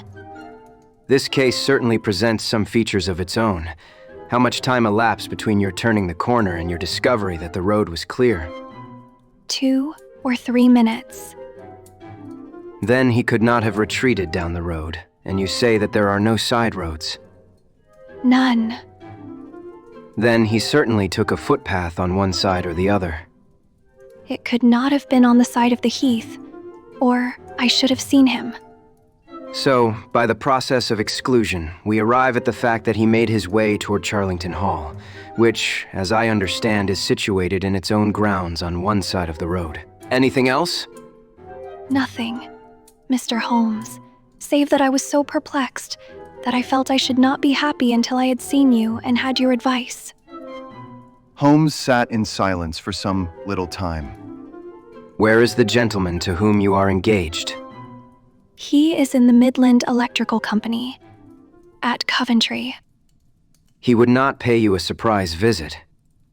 Oh, Mr. Holmes, as if I should not know him. Have you had any other admirers? Several, before I knew Cyril. And since? There was this dreadful man, Woodley, if you can call him an admirer. No one else? Our fair client seemed a little confused. Who was he? Oh, it may be a mere fancy of mine, but it had seemed to me sometimes that my employer, Mr. Carruthers, takes a great deal of interest in me. We are thrown rather together. I play his accompaniments in the evening. He has never said anything. He is a perfect gentleman, but a girl always knows. Ha! What does he do for a living? He is a rich man. No carriages or horses. Well, at least he is fairly well-to-do. But he goes into the city 2 or 3 times a week. He is deeply interested in South African gold shares. You will let me know any fresh development, Miss Smith. I am very busy just now, but I will find time to make some inquiries into your case. In the meantime, take no step without letting me know. Goodbye, and I trust that we shall have nothing but good news from you. It is part of the settled order of nature that such a girl should have followers, but for choice not on bicycles in lonely country roads. Some secretive lover, beyond all doubt. But there are curious and suggestive details about the case, Watson. That he should appear only at that point. Exactly. Our first effort must be to find who are the tenants of Charlington Hall. Then, again, how about the connection between Carruthers and Woodley, since they appear to be men of such a different type? How came they both to be so keen upon looking up Ralph Smith's relations? One more point. What sort of a manage is it which pays double the market price for a governess but does not keep a horse, although 6 miles from the station? Odd, Watson. Very odd. You will go down. No, my dear fellow, you will go down. This may be some trifling intrigue, and I cannot break my other important research for the sake of it. On Monday, you will arrive early at Farnham. You will conceal yourself near Charlington Heath. You will observe these facts for yourself and act as your own judgment advises. Then, having inquired as to the occupants of the hall, you will come back to me and report. And now, Watson, not another word of the matter until we have a few solid stepping stones on which we may hope to get across to our solution. We had ascertained from the lady that she went down upon the Monday by the train which leaves Waterloo at 9:50, so I started early and caught the 9:13. At Farnham Station, I had no difficulty in being directed to Charlington Heath. It was impossible to mistake the scene of the young lady's adventure, for the road runs between the open heath on one side and an old yew hedge upon the other, surrounding a park which is studded with magnificent trees. There was a main gateway of lichen-studded stone, each side pillar surmounted by moldering heraldic emblems. But besides this central carriage drive, I observed several points where there were gaps in the hedge and paths leading through them. The house was invisible from the road, but the surroundings all spoke of gloom and decay. The heath was covered with golden patches of flowering gorse, gleaming magnificently in the light of the bright spring sunshine. Behind one of these clumps I took up my position, so as to command both the gateway of the hall and a long stretch of the road upon either side. It had been deserted when I left it, but now I saw a cyclist riding down it from the opposite direction to that in which I had come. He was clad in a dark suit, and I saw that he had a black beard. On reaching the end of the Charlington grounds, he sprang from his machine and led it through a gap in the hedge, disappearing from my view. A quarter of an hour passed, and then a second cyclist appeared. This time it was the young lady coming from the station. I saw her look about her as she came to the Charlington hedge. An instant later the man emerged from his hiding place, sprang upon his cycle, and followed her. In all the broad landscape, those were the only moving figures, the graceful girl sitting very straight upon her machine, and the man behind her bending low over his handlebar, with a curiously furtive suggestion in every movement. She looked back at him and slowed her pace. He slowed also. She stopped. He at once stopped too, keeping 200 yards behind her. Her next movement was as unexpected as it was spirited. She suddenly whisked her wheels round and dashed straight at him. He was as quick as she, however, and darted off in desperate flight. Presently she came back up the road again, her head haughtily in the air, not deigning to take any further notice of her silent attendant. He had turned also, and still kept his distance until the curve of the road hid them from my sight. I remained in my hiding place, and it was well that I did so, for presently the man reappeared, cycling slowly back. He turned in at the hall gates and dismounted from his machine. For some minutes, I could see him standing among the trees. His hands were raised, and he seemed to be settling his necktie. Then he mounted his cycle and rode away from me down the drive towards the hall. I ran across the heath and peered through the trees. Far away I could catch glimpses of the old gray building with its bristling Tudor chimneys, but the drive ran through a dense shrubbery, and I saw no more of my man. However, it seemed to me that I had done a fairly good morning's work, and I walked back in high spirits to Farnham. The local house agent could tell me nothing about Charlington Hall, and referred me to a well-known firm in Pall Mall. There I halted on my way home and met with courtesy from the representative. No, I could not have Charlington Hall for the summer. I was just too late. It had been let about a month ago. Mr. Williamson was the name of the tenant. He was a respectable, elderly gentleman. The polite agent was afraid he could say no more, as the affairs of his clients were not matters which he could discuss. Mr. Sherlock Holmes listened with attention to the long report which I was able to present to him that evening, but it did not elicit that word of curt praise which I had hoped for and should have valued. On the contrary, his austere face was even more severe than usual, as he commented upon the things that I had done, and the things that I had not. Your hiding place, my dear Watson, was very faulty. You should have been behind the hedge, then you would have had a close view of this interesting person. As it is, you were some hundreds of yards away and can tell me even less than Miss Smith. She thinks she does not know the man. I am convinced she does. Why? Otherwise, should he be so desperately anxious that she should not get so near him as to see his features? You describe him as bending over the handlebar. Concealment again, you see. You really have done remarkably badly. He returns to the house, and you want to find out who he is. You come to a London house agent. What should I have done? Gone to the nearest public house. That is the center of country gossip. They would have told you every name, from the master to the scullery maid. Williamson, it conveys nothing to my mind. If he is an elderly man, he is not this active cyclist who sprints away from that young lady's athletic pursuit. What have we gained by your expedition? The knowledge that the girl's story is true, I never doubted it. That there is a connection between the cyclist and the hall, I never doubted that either. That the hall is tenanted by Williamson. Who is the better for that? Well, well, my dear sir, don't look so depressed. We can do little more until next Saturday, and in the meantime I may make 1 or 2 inquiries myself. Next morning, we had a note from Miss Smith recounting shortly and accurately the very incidents which I had seen, but the pith of the letter lay in the postscript. I am sure that you will respect my confidence, Mr. Holmes, when I tell you that my place here has become difficult, owing to the fact that my employer has proposed marriage to me. I am convinced that his feelings are most deep and most honorable. At the same time, my promise is of course given. He took my refusal very seriously, but also very gently. You can understand, however, that the situation is a little strained. Our young friend seems to be getting into deep waters. The case certainly presents more features of interest and more possibility of development than I had originally thought. I should be none the worse for a quiet, peaceful day in the country, and I am inclined to run down this afternoon and test 1 or 2 theories which I have formed. Holmes's quiet day in the country had a singular termination, for he arrived at Baker Street late in the evening, with a cut lip and a discolored lump upon his forehead, besides a general air of dissipation which would have made his own person the fitting object of a Scotland Yard investigation. He was immensely tickled by his own adventures and laughed heartily as he recounted them. I get so little active exercise that it is always a treat. You are aware that I have some proficiency in the good old British sport of boxing. Occasionally, it is of service. Today, for example.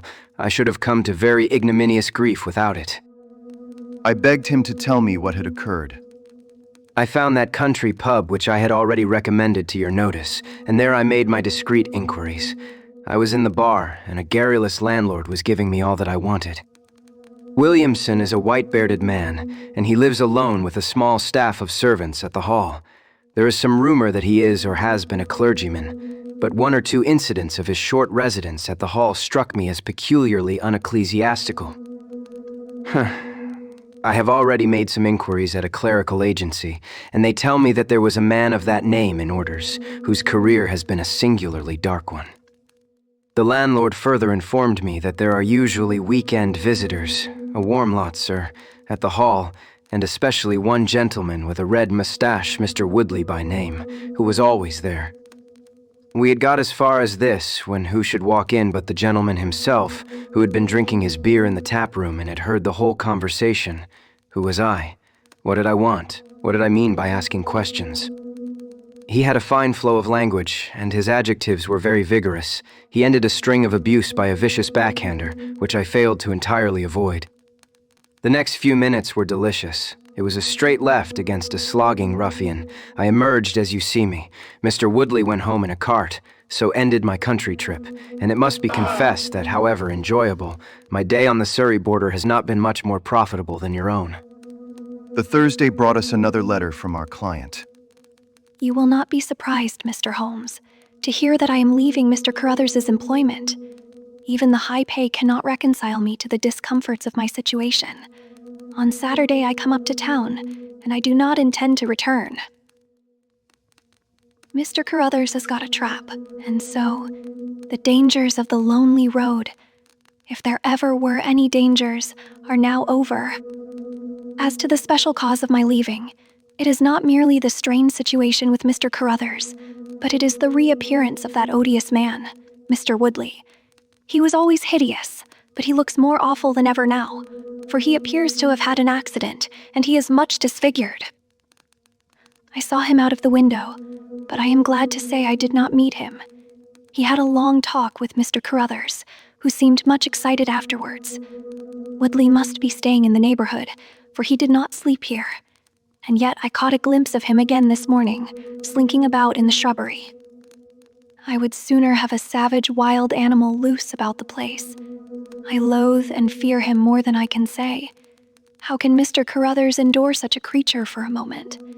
However, all my troubles will be over on Saturday. So, I trust, Watson. So, I trust. There is some deep intrigue going on round that little woman, and it is our duty to see that no one molests her upon that last journey. I think, Watson, that we must spare time to run down together on Saturday morning and make sure that this curious and inclusive investigation has no untoward ending. I confess that I had not up to now taken a very serious view of the case, which had seemed to me rather grotesque and bizarre than dangerous. That a man should lie in wait for and follow a very handsome woman is no unheard of thing, and if he has so little audacity that he not only dared not address her, but even fled from her approach, he was not a very formidable assailant. The ruffian Woodley was a very different person, but except on one occasion he had not molested our client, and now he visited the house of Carruthers without intruding upon her presence.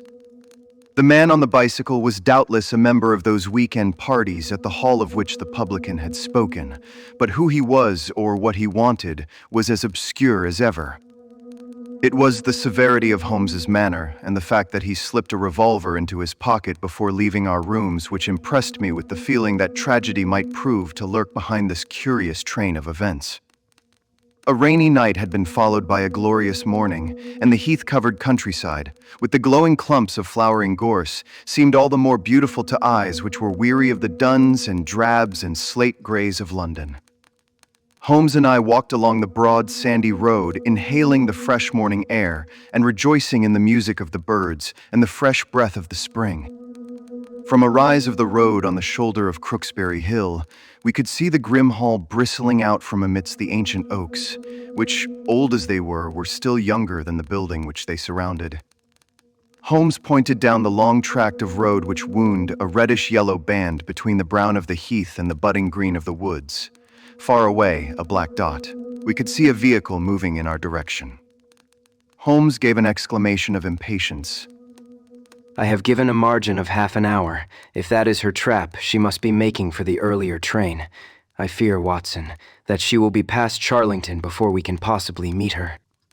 From the instant that we passed the rise, we could no longer see the vehicle, but we hastened onward at such a pace that my sedentary life began to tell upon me, and I was compelled to fall behind. Holmes, however, was always in training, for he had inexhaustible stores of nervous energy upon which to draw. His springy step never slowed until suddenly, when he was 100 yards in front of me, he halted, and I saw him throw up his hand with a gesture of grief and despair. At the same instant, an empty dog-cart, the horse cantering, the reins trailing, appeared round the curve of the road and rattled swiftly towards us. Too late, Watson, too late. Fool that I was not to allow for that earlier train. It is abduction, Watson. Abduction, murder, heaven knows what. Block the road, stop the horse. That is right. Now jump in and let us see if I can repair the consequences of my own blunder. We had sprung into the dog-cart, and Holmes, after turning the horse, gave it a sharp cut with the whip, and we flew back along the road. As we turned the curve, the whole stretch of road between the hall and the heath was opened up. I grasped Holmes's arm. That is the man. A solitary cyclist was coming towards us. His head was down and his shoulders rounded as he put every ounce of energy that he possessed onto the pedals. He was flying like a racer. Suddenly he raised his bearded face, saw us close to him, and pulled up, springing from his machine. That coal-black beard was in singular contrast to the pallor of his face, and his eyes were as bright as if he had a fever. He stared at us and at the dog cart. Then a look of amazement came over his face. Halloa, stop there. Where did you get that dog cart? Pull up, man. Pull up, I say, or, by George, I'll put a bullet into your horse. Holmes threw the reins into my lap and sprang down from the cart. You are the man we want to see. Where is Miss Violet Smith? That is what I am asking you. You are in her dog cart. You ought to know where she is. We met the dog cart on the road. There was no one in it. We drove back to help the young lady. Good Lord. Good Lord. What shall I do? They've got her, that hellhound Woodley, and the blackguard parson. Come, man, come. If you really are her friend, stand by me and we'll save her. If I have to leave my carcass in Charlington Wood. He ran distractedly, his pistol in his hand, towards a gap in the hedge. Holmes followed him, and I, leaving the horse grazing beside the road, followed Holmes. This is where they came through, Halloa. Stop a minute. Who is this in the bush? It was a young fellow about 17, dressed like an ostler, with leather cords and gaiters. He lay upon his back, his knees drawn up, a terrible cut upon his head. He was insensible but alive. A glance at his wound told me that it had not penetrated the bone. That is Peter, the groom. He drove her. The beasts have pulled him off and clubbed him. Let him lie, we can't do him any good, but we may save her from the worst fate that can befall a woman. We ran frantically down the path which wound among the trees. We had reached the shrubbery which surrounded the house when Holmes pulled up.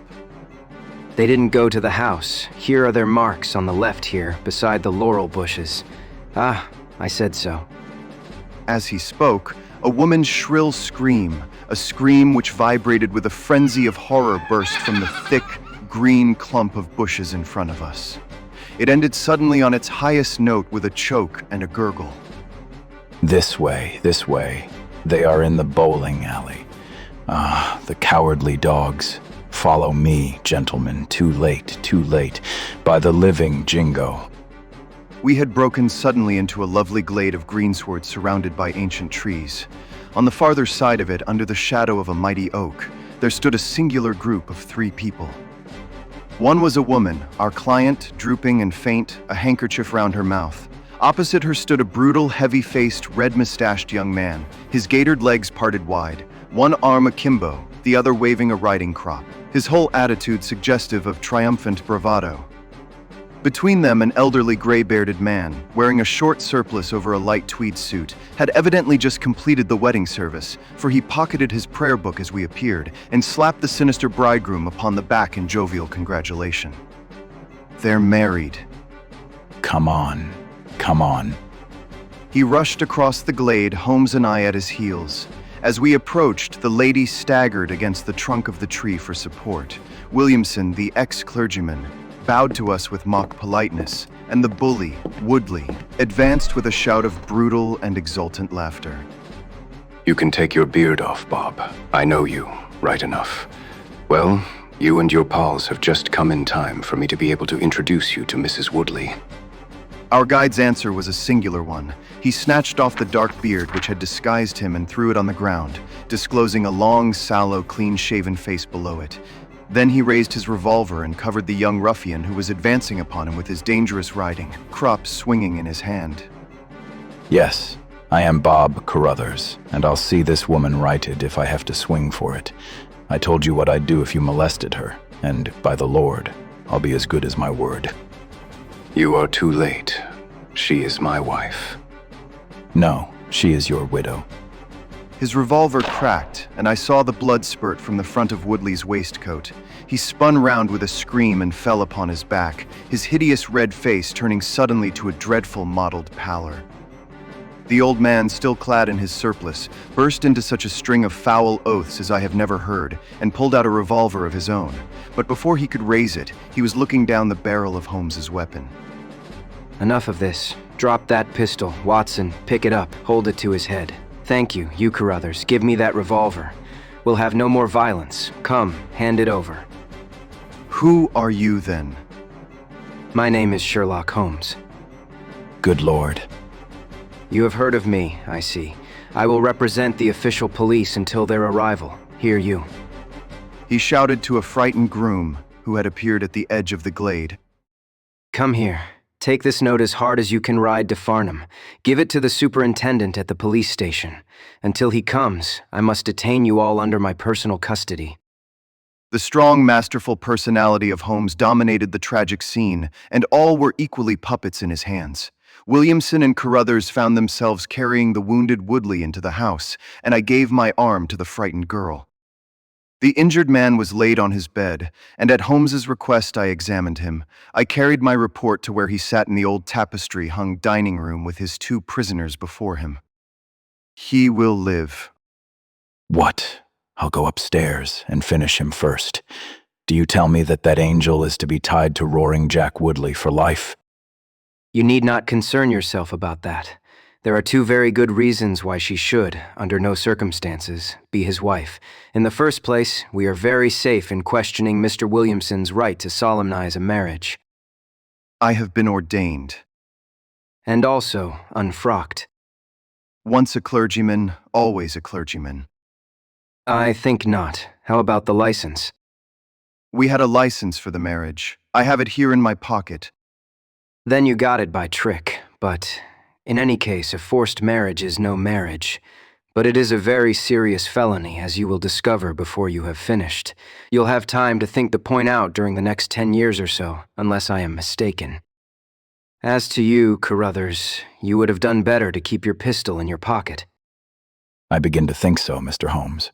But when I thought of all the precaution I had taken to shield this girl, for I loved her, Mr. Holmes, and it is the only time that ever I knew what love was, it fairly drove me mad to think that she was in the power of the greatest brute and bully in South Africa, a man whose name is a holy terror from Kimberley to Johannesburg. Why, Mr. Holmes, you'll hardly believe it, but ever since that girl has been in my employment, I never once let her go past this house, where I knew the rascals were lurking, without following her on my bicycle, just to see that she came to no harm. I kept my distance from her, and I wore a beard so that she should not recognize me, for she is a good and high-spirited girl, and she wouldn't have stayed in my employment long if she had thought that I was following her about the country roads. Why didn't you tell her of her danger? Because then, again, she would have left me, and I couldn't bear to face that. Even if she couldn't love me, it was a great deal to me just to see her dainty form about the house and to hear the sound of her voice. Well, you call that love, Mr. Carruthers, but I should call it selfishness. Maybe the 2 things go together. Anyhow, I couldn't let her go. Besides, with this crowd about, it was well that she should have someone near to look after her. Then, when the cable came, I knew they were bound to make a move. What cable? Carruthers took a telegram from his pocket. That is it. It was short and concise. The old man is dead. I think I see how things worked, and I can understand how this message would, as you say, bring them to a head. But while you wait, you might tell me what you can. The old reprobate with the surplice burst into a volley of bad language. By heaven, if you squeal on us, Bob Carruthers, I'll serve you as you serve Jack Woodley. You can bleat about the girl to your heart's content, for that is your own affair. But if you round on your pals to this plainclothes copper, it will be the worst day's work that ever you did. Your reverence need not be excited. The case is clear enough against you, and all I ask is a few details from my private curiosity. However, if there is any difficulty in your telling me, I'll do the talking, and then you will see how far you have a chance of holding back your secrets. In the first place, 3 of you came from South Africa on this game. You Williamson, you Carruthers, and Woodley. Lie number 1. I never saw either of them until 2 months ago, and I have never been in Africa in my life, so you can put that in your pipe and smoke it, Mr. Busybody Holmes. What he says is true. Well, 2 of you came over. His Reverence is our own homemade article. You had known Ralph Smith in South Africa. You had reason to believe he would not live long. You found out that his niece would inherit his fortune. How is that, eh? Carruthers nodded, and Williamson swore. She was next of kin, no doubt, and you were aware that the old fellow would make no will. Couldn't read or write. So you came over, the two of you, and hunted up the girl. The idea was that one of you was to marry her, and the other have a share of the plunder. For some reason, Woodley was chosen as the husband. Why was that? We played cards for her on the voyage. He won. I see. You got the young lady into your service, and there Woodley was to do the courting. She recognized the drunken brute that he was, and would have nothing to do with him. Meanwhile, your arrangement was rather upset by the fact that you had yourself fallen in love with the lady. You could no longer bear the idea of this ruffian owning her. No, by George, I couldn't. There was a quarrel between you. He left you in a rage and began to make his own plans independently of you. It strikes me, Williamson, there isn't very much that we can tell this gentleman. Yes, we quarreled, and he knocked me down. I am level with him on that, anyhow. Then I lost sight of him. That was when he picked up with this outcast padre here. I found that they had set up housekeeping together at this place on the line that she had to pass for the station. I kept my eye on her after that, for I knew there was some devilry in the wind. I saw them from time to time, for I was anxious to know what they were after. 2 days ago, Woodley came up to my house with this cable which showed that Ralph Smith was dead. He asked me if I would stand by the bargain. I said I would not. He asked me if I would marry the girl myself and give him a share. I said I would willingly do so, but that she would not have me. He said, "Let us get her married first, and after a week or two she may see things a bit different." I said I would have nothing to do with violence. So he went off cursing, like the foul-mouthed blackguard that he was, and swearing that he would have her yet. She was leaving me this weekend, and I had got a trap to take her to the station, but I was so uneasy in my mind that I followed her on my bicycle. She had got a start, however, and before I could catch her, the mischief was done. The first thing I knew about it was when I saw you two gentlemen driving back in her dog cart. I have been very obtuse, Watson. When in your report you said that you had seen the cyclist as you thought arrange his necktie in the shrubbery, that alone should have told me all. However, we may congratulate ourselves upon a curious, and in some respects, a unique case. I perceive 3 of the county constabulary in the drive, and I am glad to see that the little ostler is able to keep pace with them, so it is likely that neither he nor the interesting bridegroom will be permanently damaged by their morning's adventures. I think, Watson, that in your medical capacity, you might wait upon Miss Smith and tell her that if she is sufficiently recovered, we shall be happy to escort her to her mother's home. If she is not quite convalescent, you will find that a hint that we were about to telegraph to a young electrician in the Midlands would probably complete the cure. As to you, Mr. Carruthers, I think that you have done what you could to make amends for your share in an evil plot. There is my card, sir, and if my evidence can be of help in your trial, it shall be at your disposal. In the whirl of our incessant activity, it has often been difficult for me, as the reader has probably observed, to round off my narratives and to give those final details which the curious might expect. Each case has been the prelude to another, and the crisis once over, the actors have passed forever out of our busy lives. I find, however, a short note at the end of my manuscript dealing with this case in which I have put it upon record that Miss Violet Smith did indeed inherit a large fortune, and that she is now the wife of Cyril Morton, the senior partner of Morton and Kennedy, the famous Westminster electricians. Williamson and Woodley were both tried for abduction and assault, the former getting 7 years and the latter 10. Of the fate of Carruthers, I have no record, but I am sure that his assault was not viewed very gravely by the court, since Woodley had the reputation of being a most dangerous ruffian, and I think that a few months were sufficient to satisfy the demands of justice.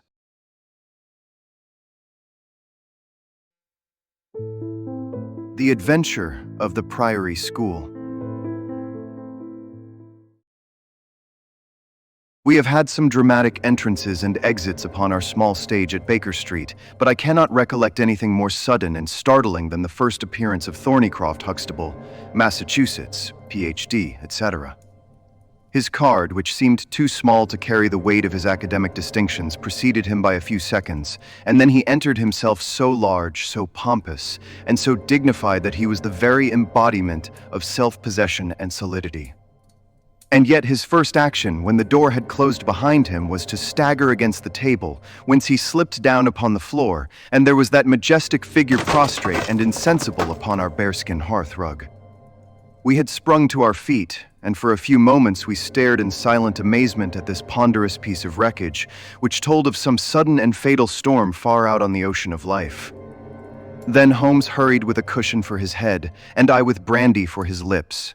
The heavy white face was seamed with lines of trouble. The hanging pouches under the closed eyes were leaden in color. The loose mouth drooped dolorously at the corners. The rolling chins were unshaven.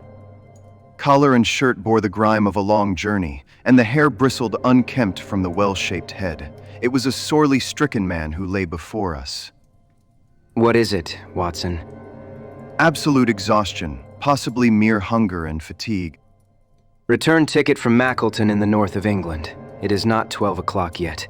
He has certainly been an early starter. The puckered eyelids had begun to quiver, and now a pair of vacant gray eyes looked up at us. An instant later, the man had scrambled onto his feet, his face crimson with shame. Forgive this weakness, Mr. Holmes. I have been a little overwrought. Thank you. If I might have a glass of milk and a biscuit, I have no doubt that I should be better. I came personally, Mr. Holmes, in order to ensure that you would return with me. I feared that no telegram would convince you of the absolute urgency of the case. When you are quite restored. I am quite well again. I cannot imagine how I came to be so weak. I wish you, Mr. Holmes, to come to Mackleton with me by the next train. My friend shook his head. My colleague, Dr. Watson, could tell you that we are very busy at present. I am retained in this case of the Ferrers documents, and the Abergavenny murder is coming up for trial. Only a very important issue could call me from London at present. Important? Have you heard nothing of the abduction of the only son of the Duke of Holdernesse? What? The late cabinet minister? Exactly. We had tried to keep it out of the papers, but there was some rumor in the Globe last night. I thought it might have reached your ears. Holmes shot out his long, thin arm and picked out volume in his encyclopedia of reference. Holdernesse, 6th Duke, KG, PC half the alphabet, Baron Beverley, Earl of Carston. Dear me, what a list. Lord Lieutenant of Hallamshire since 1900. Married Edith, daughter of Sir Charles Appledore, 1888. Heir and only child, Lord Saltire. Owns about 250,000 acres. Minerals in Lancashire and Wales. Address: Carlton House Terrace, Holdernesse Hall, Hallamshire, Carston Castle, Bangor, Wales. Lord of the Admiralty, 1872. Chief Secretary of State for... Well, this man is certainly one of the greatest subjects of the Crown. The greatest and perhaps the wealthiest. I am aware, Mr. Holmes, that you take a very high line in professional matters, and that you are prepared to work for the work's sake. I may tell you, however, that His Grace has already intimated that a check for £5,000 will be handed over to the person who can tell him where his son is, and another 1,000 to him who can name the man or men who have taken him. It is a princely offer, Watson. I think that we shall accompany Dr. Huxtable back to the north of England. And now, Dr. Huxtable, when you have consumed that milk, you will kindly tell me what has happened. When it happened, how it happened. And finally, what Dr. Thornycroft Huxtable of the Priory School near Mackleton has to do with the matter, and why he comes 3 days after an event the state of your chin gives the date to ask for my humble services.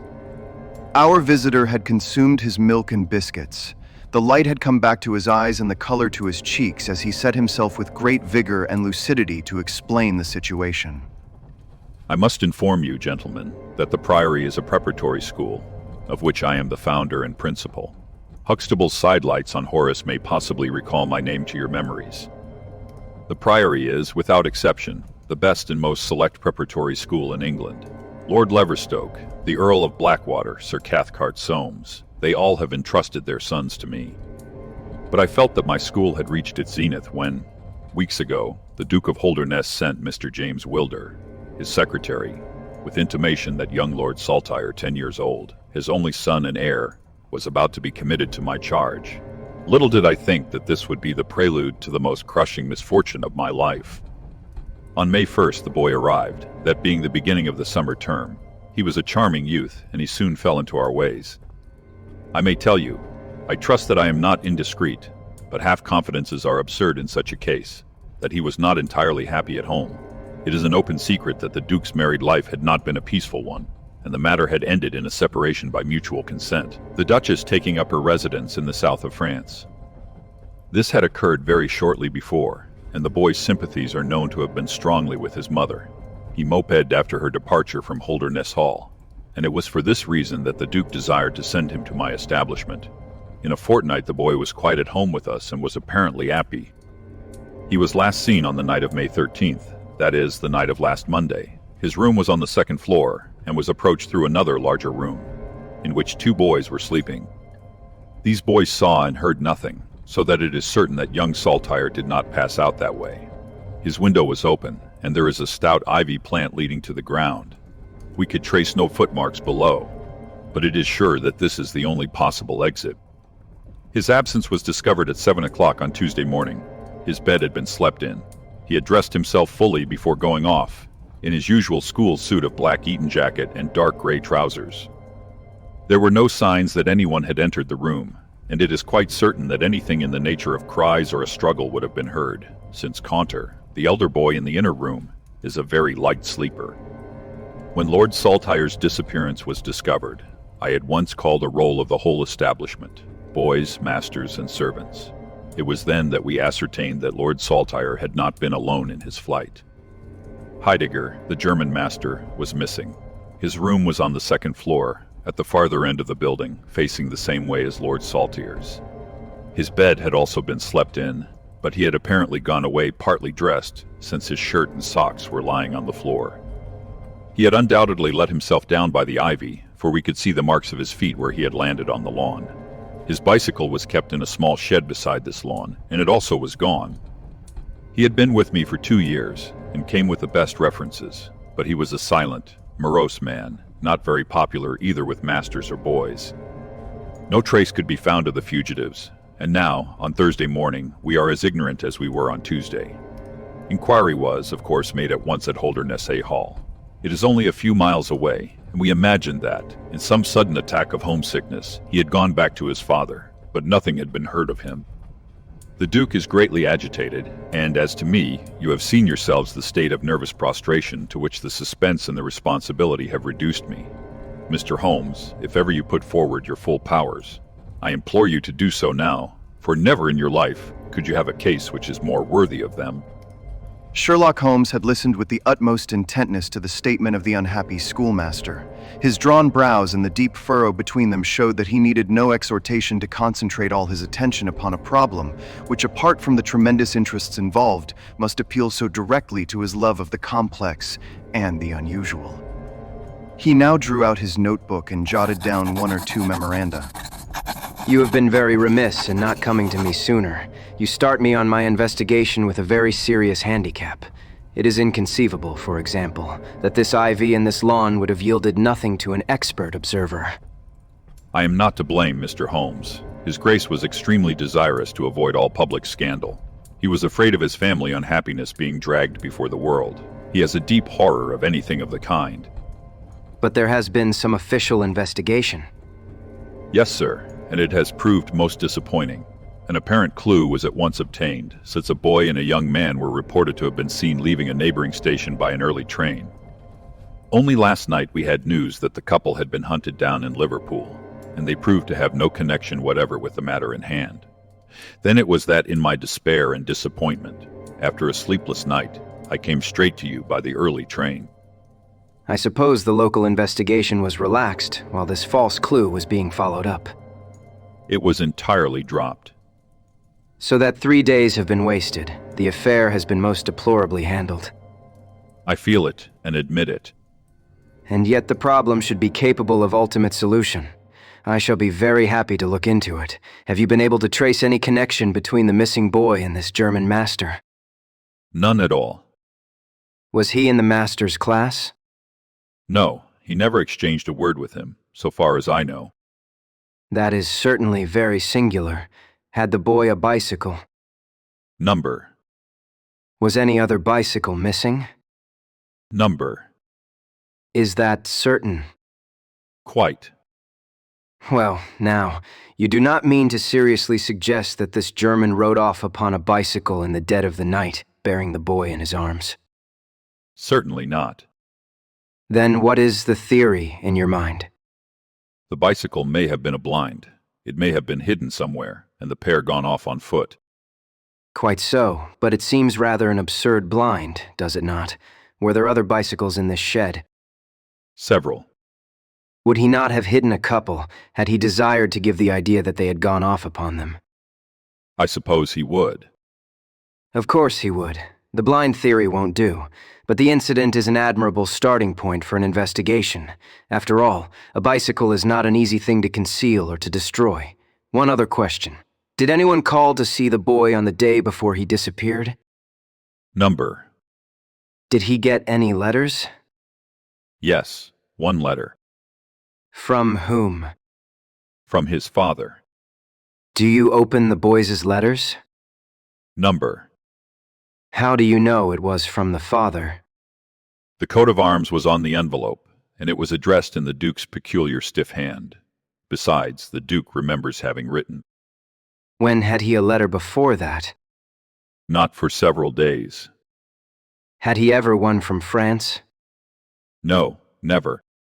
You see the point of my questions, of course. Either the boy was carried off by force or he went of his own free will. In the latter case, you would expect that some prompting from outside would be needed to make so young a lad do such a thing. If he has had no visitors, that prompting must have come in letters. Hence I try to find out who were his correspondents. I fear I cannot help you much. His only correspondent, so far as I know, was his own father. Who wrote to him on the very day of his disappearance? Were the relations between father and son very friendly? His Grace is never very friendly with anyone. He is completely immersed in large public questions, and is rather inaccessible to all ordinary emotions. But he was always kind to the boy in his own way. But the sympathies of the latter were with the mother. Yes. Did he say so? Number. The Duke, then? Good heavens, no. Then, how could you know? I have had some confidential talks with Mr. James Wilder, His Grace's secretary. It was he who gave me the information about Lord Saltire's feelings. I see. By the way, that last letter of the Duke's, was it found in the boy's room after he was gone? No, he had taken it with him. I think, Mr. Holmes, it is time that we were leaving for Euston. I will order a four-wheeler. In a quarter of an hour we shall be at your service. If you are telegraphing home, Mr. Huxtable, it would be well to allow the people in your neighborhood to imagine that the inquiry is still going on in Liverpool, or wherever else that red herring led your pack. In the meantime, I will do a little quiet work at your own doors, and perhaps the scent is not so cold, but that two old hounds like Watson and myself may get a sniff of it. That evening found us in the cold, bracing atmosphere of the Peak Country, in which Dr. Huxtable's famous school is situated. It was already dark when we reached it. A card was lying on the hall table, and the butler whispered something to his master, who turned to us with agitation in every heavy feature. The Duke is here. The Duke and Mr. Wilder are in the study. Come, gentlemen, and I will introduce you. I was, of course, familiar with the pictures of the famous statesman, but the man himself was very different from his representation. He was a tall and stately person, scrupulously dressed, with a drawn, thin face, and a nose which was grotesquely curved and long. His complexion was of a dead pallor, which was more startling by contrast with a long, dwindling beard of vivid red, which flowed down over his white waistcoat with his watch chain, gleaming through its fringe. Such was the stately presence who looked stonily at us from the center of Dr. Huxtable's hearthrug. Beside him stood a very young man whom I understood to be Wilder, the private secretary. He was small, nervous, alert, with intelligent light blue eyes and mobile features. It was he who at once, in an incisive and positive tone, opened the conversation. I called this morning, Dr. Huxtable, too late to prevent you from starting for London. I learned that your object was to invite Mr. Sherlock Holmes to undertake the conduct of this case. His Grace is surprised, Dr. Huxtable, that you should have taken such a step without consulting him. When I learned that the police had failed, His Grace is by no means convinced that the police have failed. but surely, Mr. Wilder, You are well aware, Dr. Huxtable, that His Grace is particularly anxious to avoid all public scandal. He prefers to take as few people as possible into his confidence. the matter can be easily remedied. Mr. Sherlock Holmes can return to London by the morning train. Hardly that, Doctor, hardly that. This northern air is invigorating and pleasant, so I propose to spend a few days upon your moors, and to occupy my mind as best I may. Whether I have the shelter of your roof or of the village inn is, of course, for you to decide. I could see that the unfortunate doctor was in the last stage of indecision, from which he was rescued by the deep, sonorous voice of the red-bearded Duke, which boomed out like a dinner gong. I agree with Mr. Wilder, Dr. Huxtable, that you would have done wisely to consult me, but since Mr. Holmes has already been taken into your confidence, it would indeed be absurd that we should not avail ourselves of his services. Far from going to the inn, Mr. Holmes, I should be pleased if you would come and stay with me at Holderness Hall. I thank your grace. For the purposes of my investigation, I think that it would be wiser for me to remain at the scene of the mystery. Just as you like, Mr. Holmes. Any information which Mr. Wilder or I can give you is, of course, at your disposal. It will probably be necessary for me to see you at the hall. I would only ask you now, sir, whether you have formed any explanation in your own mind as to the mysterious disappearance of your son. No, sir, I have not. Excuse me if I allude to that which is painful to you, but I have no alternative. Do you think that the Duchess had anything to do with the matter? The great minister showed perceptible hesitation. I do not think so. The other most obvious explanation is that the child has been kidnapped for the purpose of levying ransom. You have not had any demand of the sort. No, sir. One more question, Your Grace. I understand that you wrote to your son upon the day when this incident occurred. No, I wrote upon the day before. Exactly, but he received it on that day. Yes. Was there anything in your letter which might have unbalanced him or induced him to take such a step?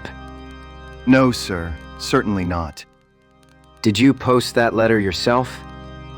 The nobleman's reply was interrupted by his secretary, who broke in with some heat. His Grace is not in the habit of posting letters himself. This letter was laid with others upon the study table, and I myself put them in the post bag. You are sure this one was among them? Yes, I observed it. How many letters did your Grace write that day? 20 or 30. I have a large correspondence. But surely this is somewhat irrelevant. Not entirely. For my own part, I have advised the police to turn their attention to the south of France. I have already said that I do not believe that the Duchess would encourage so monstrous an action, but the lad had the most wrong-headed opinions, and it is possible that he may have fled to her aided and abetted by this German. I think, Dr. Huxtable, that we will now return to the hall. I could see that there were other questions which Holmes would have wished to put, but the nobleman's abrupt manner showed that the interview was at an end. It was evident that to his intensely aristocratic nature this discussion of his intimate family affairs with a stranger was most abhorrent, and that he feared lest every fresh question would throw a fiercer light into the discreetly shadowed corners of his ducal history. When the nobleman and his secretary had left, my friend flung himself at once with characteristic eagerness into the investigation. The boy's chamber was carefully examined and yielded nothing save the absolute conviction that it was only through the window that he could have escaped. The German master's room and effects gave no further clue. In his case, a trailer of ivy had given way under his weight, and we saw by the light of a lantern the mark on the lawn where his heels had come down. That one dint in the short green grass was the only material witness left of this inexplicable nocturnal flight. Sherlock Holmes left the house alone, and only returned after 11.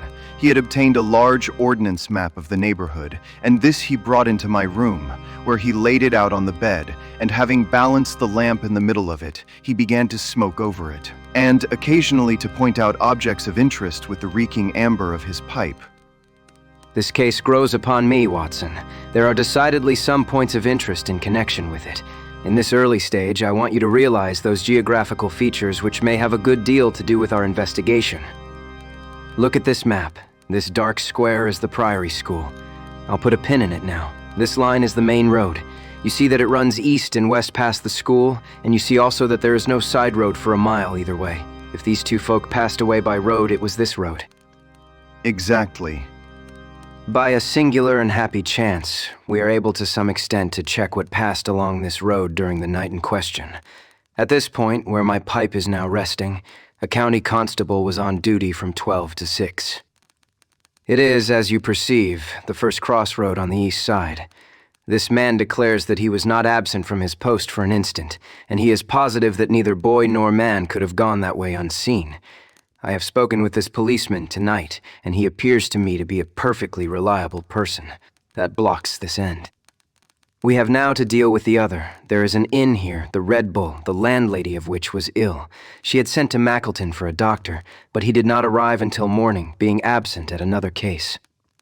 The people at the inn were alert all night, awaiting his coming, and one or other of them seems to have continually had an eye upon the road. They declare that no one passed. If their evidence is good, then we are fortunate enough to be able to block the west, and also to be able to say that the fugitives did not use the road at all. But the bicycle.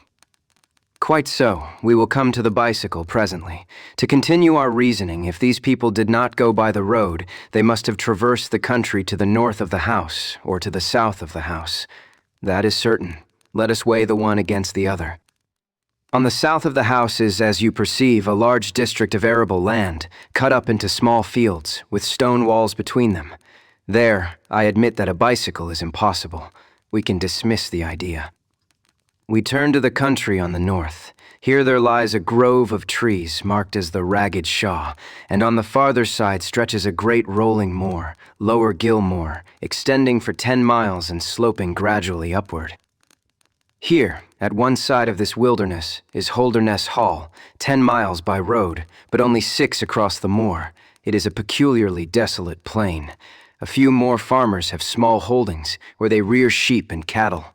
Except these, the plover and the curlew are the only inhabitants until you come to the Chesterfield High Road. There is a church there, you see, a few cottages and an inn. Beyond that, the hills become precipitous. Surely it is here to the north that our quest must lie. But the bicycle. Well, a good cyclist does not need a high road. The moor is intersected with paths and the moon was at the full. Halloa, what is this? There was an agitated knock at the door, and an instant afterwards Dr. Huxtable was in the room. In his hand he held a blue cricket cap with a white chevron on the peak. At last we have a clue, thank heaven. At last we are on the dear boy's track. It is his cap. Where was it found? In the van of the gypsies who camped on the moor. They left on Tuesday. Today the police traced them down and examined their caravan. This was found. How do they account for it?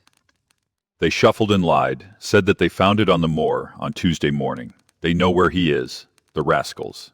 Thank goodness, they are all safe under lock and key. Either the fear of the law or the Duke's purse will certainly get out of them all that they know. So far, so good. It at least bears out the theory that it is on the side of the Lower Gill Moor that we must hope for results. The police have really done nothing locally, save the arrest of these gypsies. Look here, Watson. There is a watercourse across the moor. You see it marked here in the map. In some parts, it widens into a morass. This is particularly so in the region between Holderness Hall and the school. It is vain to look elsewhere for tracks in this dry weather, but at that point there is certainly a chance of some record being left. I will call you early tomorrow morning, and you and I will try if we can throw some little light upon the mystery. The day was just breaking when I woke to find the long, thin form of Holmes by my bedside. He was fully dressed and had apparently already been out. I have done the lawn and the bicycle shed.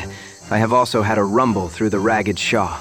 Now, Watson, there is cocoa ready in the next room.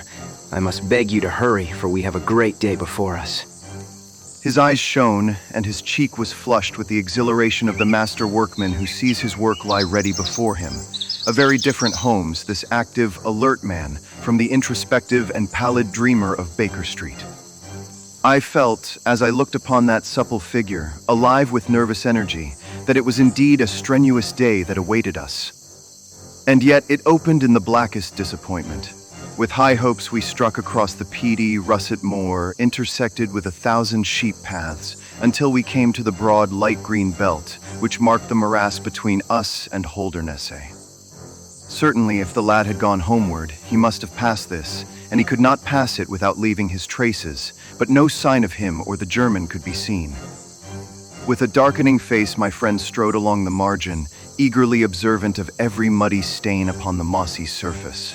Sheep marks there were in profusion, and at one place, some miles down, cows had left their tracks, nothing more. Check number 1.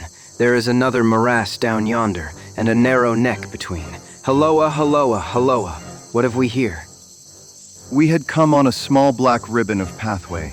In the middle of it, clearly marked on the sodden soil, was the track of a bicycle. Hurrah, we have it. But Holmes was shaking his head, and his face was puzzled and expectant rather than joyous. A bicycle, certainly, but not the bicycle. I am familiar with 42 different impressions left by tires. This, as you perceive, is a Dunlop, with a patch upon the outer cover.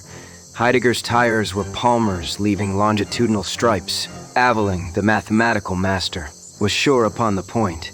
Therefore, it is not Heidegger's track. The boys, then. Possibly if we could prove a bicycle to have been in his possession, but this we have utterly failed to do. This track, as you perceive, was made by a rider who was going from the direction of the school. Or towards it. No, my dear Watson. The more deeply sunk impression is, of course, the hind wheel, upon which the weight rests. You perceive several places where it has passed across and obliterated the more shallow mark of the front one. It was undoubtedly heading away from the school. It may or may not be connected with our inquiry, but we will follow it backwards before we go any farther. We did so, and at the end of a few hundred yards lost the tracks as we emerged from the boggy portion of the moor. Following the path backwards, we picked out another spot where a spring trickled across it. Here, once again, was the mark of the bicycle, though nearly obliterated by the hoofs of cows. After that, there was no sign, but the path ran right on into Ragged Shaw, the wood which backed onto the school. From this wood, the cycle must have emerged. Holmes sat down on a boulder and rested his chin in his hands. I had smoked 2 cigarettes before he moved. Well, it is, of course, possible that a cunning man might change the tires of his bicycle in order to leave unfamiliar tracks. A criminal who is capable of such a thought is a man whom I should be proud to do business with. We will leave this question undecided and hark back to our morass again, for we have left a good deal unexplored. We continued our systematic survey of the edge of the sodden portion of the moor, and soon our perseverance was gloriously rewarded. Right across the lower part of the bog lay a miry path. Holmes gave a cry of delight as he approached it. An impression like a fine bundle of telegraph wires ran down the center of it. It was the Palmer tires. Here is Herr Heidegger, sure enough. My reasoning seems to have been pretty sound, Watson. I congratulate you. But we have a long way still to go. Kindly walk clear of the path. Now let us follow the trail. I fear that it will not lead very far. We found, however, as we advanced that this portion of the moor is intersected with soft patches, and though we frequently lost sight of the track, we always succeeded in picking it up once more. Do you observe that the rider is now undoubtedly forcing the pace? There can be no doubt of it. Look at this impression where you get both tires clear. The one is as deep as the other. That can only mean that the rider is throwing his weight onto the handlebar, as a man does when he is sprinting. By Jove, he has had a fall. There was a broad, irregular smudge covering some yards of the track. Then there were a few footmarks, and the tire reappeared once more. A side slip. Holmes held up a crumpled branch of flowering gorse. To my horror, I perceived that the yellow blossoms were all dabbled with crimson. On the path, too, and among the heather were dark stains of clotted blood. Bad. Stand clear, Watson. Not an unnecessary footstep. What do I read here? He fell wounded. He stood up. He remounted. He proceeded. But there is no other track. Cattle on this side path. He was surely not gored by a bull. Impossible. But I see no traces of anyone else. We must push on, Watson. Surely, with stains as well as the track to guide us, he cannot escape us now. Our search was not a very long one. The tracks of the tire began to curve fantastically upon the wet and shining path. Suddenly, as I looked ahead, the gleam of metal caught my eye from amid the thick gorse bushes. Out of them we dragged a bicycle, palmer tired, one pedal bent, and the whole front of it horribly smeared and slobbered with blood. On the other side of the bushes a shoe was projecting. We ran round, and there lay the unfortunate rider. He was a tall man, full-bearded, with spectacles, one glass of which had been knocked out. The cause of his death was a frightful blow upon the head, which had crushed in part of his skull. That he could have gone on after receiving such an injury said much for the vitality and courage of the man. He wore shoes, but no socks, and his open coat disclosed a nightshirt beneath it. It was undoubtedly the German master. Holmes turned the body over reverently and examined it with great attention. He then sat in deep thought for a time, and I could see by his ruffled brow that this grim discovery had not, in his opinion, advanced us much in our inquiry. It is a little difficult to know what to do, Watson. My own inclinations are to push this inquiry on, for we have already lost so much time that we cannot afford to waste another hour.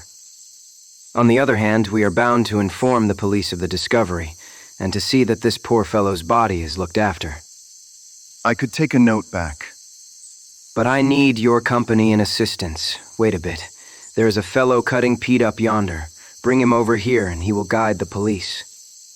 I brought the peasant across, and Holmes dispatched the frightened man with a note to Dr. Huxtable. Now, Watson, we have picked up 2 clues this morning. One is the bicycle with the palmer tire, and we see what that has led to. The other is the bicycle with the patched Dunlop. Before we start to investigate that, let us try to realize what we do know, so as to make the most of it, and to separate the essential from the accidental. First of all, I wish to impress upon you that the boy certainly left of his own free will. He got down from his window and he went off either alone or with someone. That is sure. I assented. Well now, let us turn to this unfortunate German master. The boy was fully dressed when he fled. Therefore he foresaw what he would do. But the German went without his socks. He certainly acted on very short notice. Undoubtedly. Why did he go? Because from his bedroom window he saw the flight of the boy. Because he wished to overtake him and bring him back. He seized his bicycle, pursued the lad, and in pursuing him met his death. So it would seem. Now I come to the critical part of my argument. The natural action of a man in pursuing a little boy would be to run after him. He would know that he could overtake him, but the German does not do so. He turns to his bicycle. I am told that he was an excellent cyclist. He would not do this if he did not see that the boy had some swift means of escape. The other bicycle. Let us continue our reconstruction. He meets his death 5 miles from the school, not by a bullet, mark you, which even a lad might conceivably discharge, but by a savage blow dealt by a vigorous arm. The lad then had a companion in his flight, and the flight was a swift one, since it took 5 miles before an expert cyclist could overtake them. Yet we survey the ground round the scene of the tragedy. What do we find? A few cattle tracks, nothing more. I took a wide sweep round, and there is no path within 50 yards. Another cyclist could have had nothing to do with the actual murder, nor were there any human footmarks. Holmes, this is impossible. Admirable, a most illuminating remark. It is impossible, as I stated, and therefore I must in some respect have stated it wrong. Yet you saw for yourself. Can you suggest any fallacy? He could not have fractured his skull in a fall. In a morass, Watson? I am at my wits' end. Tut, tut, we have solved some worse problems. At least we have plenty of material if we can only use it. Come, then, and having exhausted the palmer, let us see what the Dunlop with the patched cover has to offer us. We picked up the track and followed it onward for some distance, but soon the moor rose into a long, heather-tufted curve, and we left the watercourse behind us. No further help from tracks could be hoped for. At the spot where we saw the last of the Dunlop tire, it might equally have led to Holderness Hall, the stately towers of which rose some miles to our left, or to a low, gray village which lay in front of us and marked the position of the Chesterfield High Road. As we approached the forbidding and squalid inn with the sign of a gamecock above the door, Holmes gave a sudden groan and clutched me by the shoulder to save himself from falling. He had had one of those violent strains of the ankle which leave a man helpless. With difficulty, he limped up to the door, where a squat, dark, elderly man was smoking a black clay pipe. How are you, Mr. Reuben Hayes? Who are you, and how do you get my name so pat? Well, it is printed on the board above your head. It is easy to see a man who is master of his own house. I suppose you haven't such a thing as a carriage in your stables. No, I have not. I can hardly put my foot to the ground. Don't put it to the ground. But I can't walk. Well, then hop. Mr. Reuben Hayes's manner was far from gracious, but Holmes took it with admirable good humor. Look here, my man. This is really rather an awkward fix for me. I don't mind how I get on. Neither do I. The matter is very important. I would offer you a sovereign for the use of a bicycle. The landlord pricked up his ears. Where do you want to go? To Holderness Hall. Pals of the Duke, I suppose. Holmes laughed good-naturedly. He'll be glad to see us, anyhow. Why? Because we bring him news of his lost son. The landlord gave a very visible start. What? You are on his track? He has been heard of in Liverpool. They expect to get him every hour. Again, a swift change passed over the heavy, unshaven face. His manner was suddenly genial. I've less reason to wish the Duke well than most men, for I was head coachman once, and cruel bad he treated me. It was him that sacked me without a character on the word of a lying corn chandler. But I am glad to hear that the young lord was heard of in Liverpool, and I'll help you to take the news to the hall. Thank you. We'll have some food first, then you can bring round the bicycle. I haven't got a bicycle. Holmes held up a sovereign. I tell you, man, that I haven't got one. I'll let you have 2 horses as far as the hall. Well, we'll talk about it when we've had something to eat. When we were left alone in the stone-flagged kitchen, it was astonishing how rapidly that sprained ankle recovered. It was nearly nightfall, and we had eaten nothing since early morning, so that we spent some time over our meal. Holmes was lost in thought, and once or twice he walked over to the window and stared earnestly out. It opened onto a squalid courtyard. In the far corner was a smithy, where a grimy lad was at work. On the other side were the stables. Holmes had sat down again after one of these excursions, when he suddenly sprang out of his chair with a loud exclamation. By heaven, Watson, I believe that I've got it. Yes, it must be so. Watson, do you remember seeing any cow tracks today? Yes, several. Where? Well, everywhere. They were at the morass, and again on the path, and again near where poor Heidegger met his death. Exactly. Well now, Watson, how many cows did you see on the moor? I don't remember seeing any. Strange, Watson, that we should see tracks all along our line, but never a cow on the whole moor. Very strange, Watson, eh? Yes, it is strange. Now, Watson, make an effort, throw your mind back. Can you see those tracks upon the path? Yes, I can. Can you recall that the tracks were sometimes like that, Watson, and sometimes like this, and occasionally like this? Can you remember that? No, I cannot. But I can. I could swear to it. However, we will go back at our leisure and verify it. What a blind beetle I have been, not to draw my conclusion. And what is your conclusion? Only that it is a remarkable cow which walks, canters, and gallops, by George. Watson, it was no brain of a country publican that thought out such a blind as that. The coast seems to be clear, save for that lad in the smithy. Let us slip out and see what we can see. There were 2 rough-haired, unkempt horses in the tumble-down stable. Holmes raised the hind leg of one of them and laughed aloud. Old shoes, but newly shod old shoes, but new nails. This case deserves to be a classic. Let us go across to the smithy. The lad continued his work without regarding us. I saw Holmes's eye darting to right and left among the litter of iron and wood which was scattered about the floor. Suddenly, however, we heard a step behind us, and there was the landlord, his heavy eyebrows drawn over his savage eyes, his swarthy features convulsed with passion. He held a short, metal-headed stick in his hand, and he advanced in so menacing a fashion that I was right glad to feel the revolver in my pocket. You infernal spies.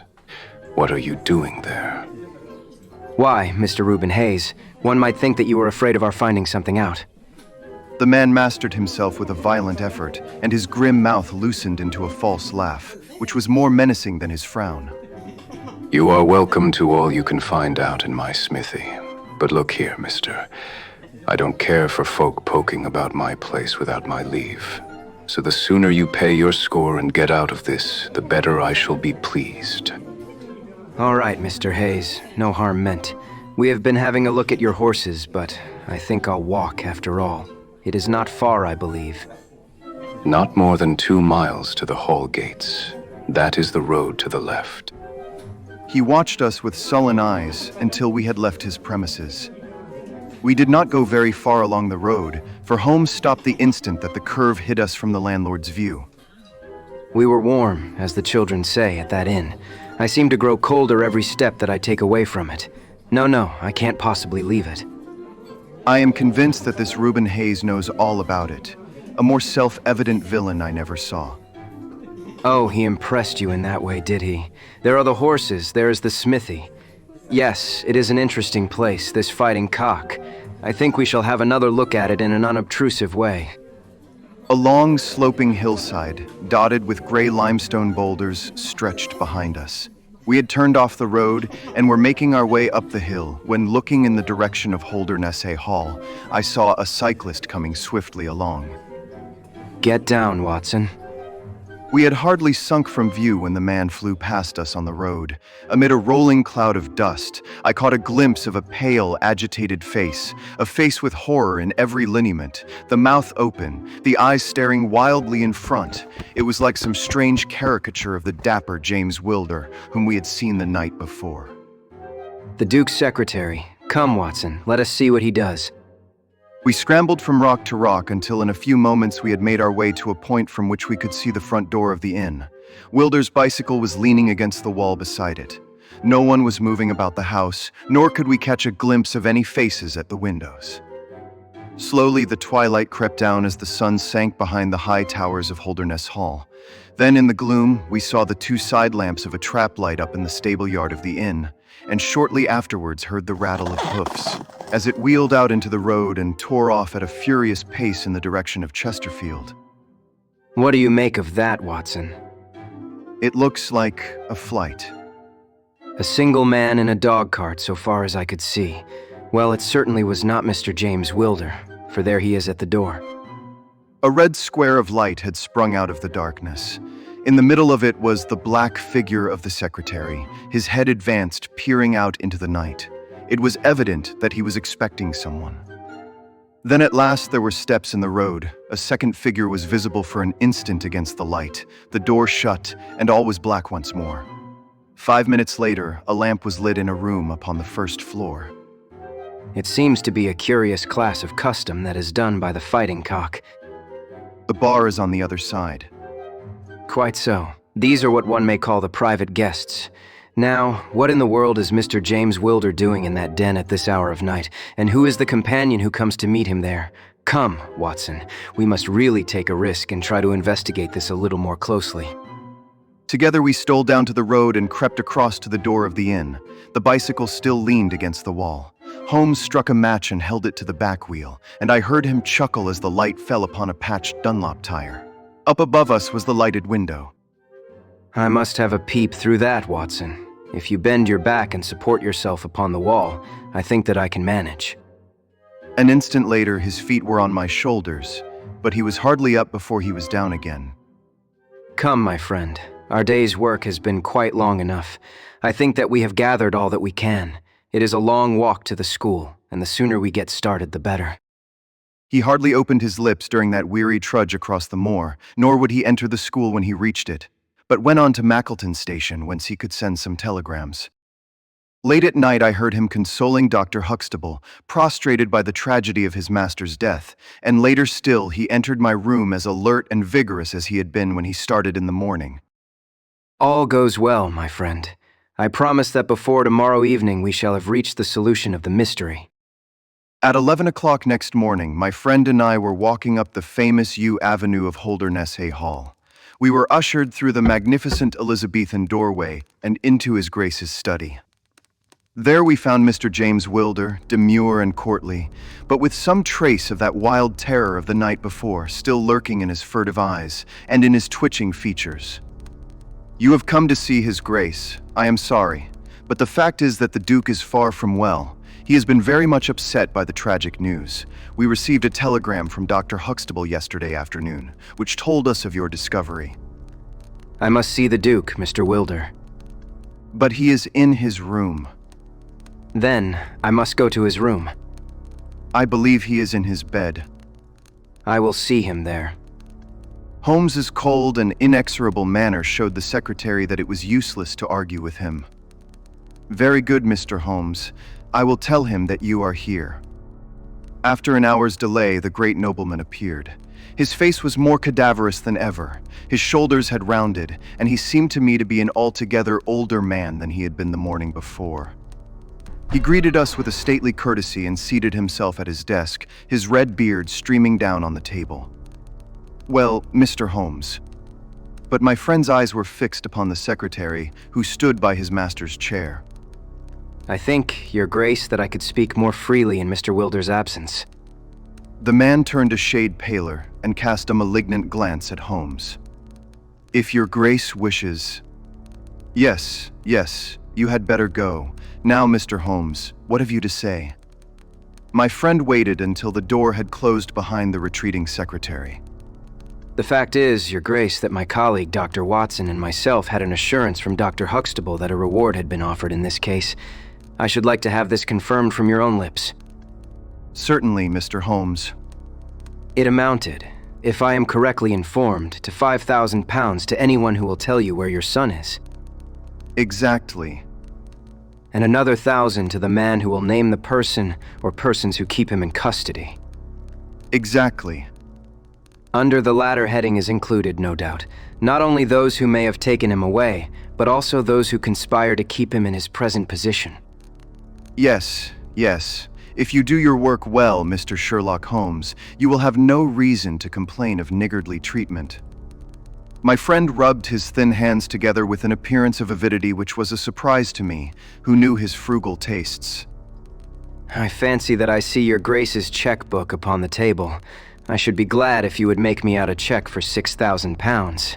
It would be as well, perhaps, for you to cross it. The Capital and Counties Bank, Oxford Street branch, are my agents.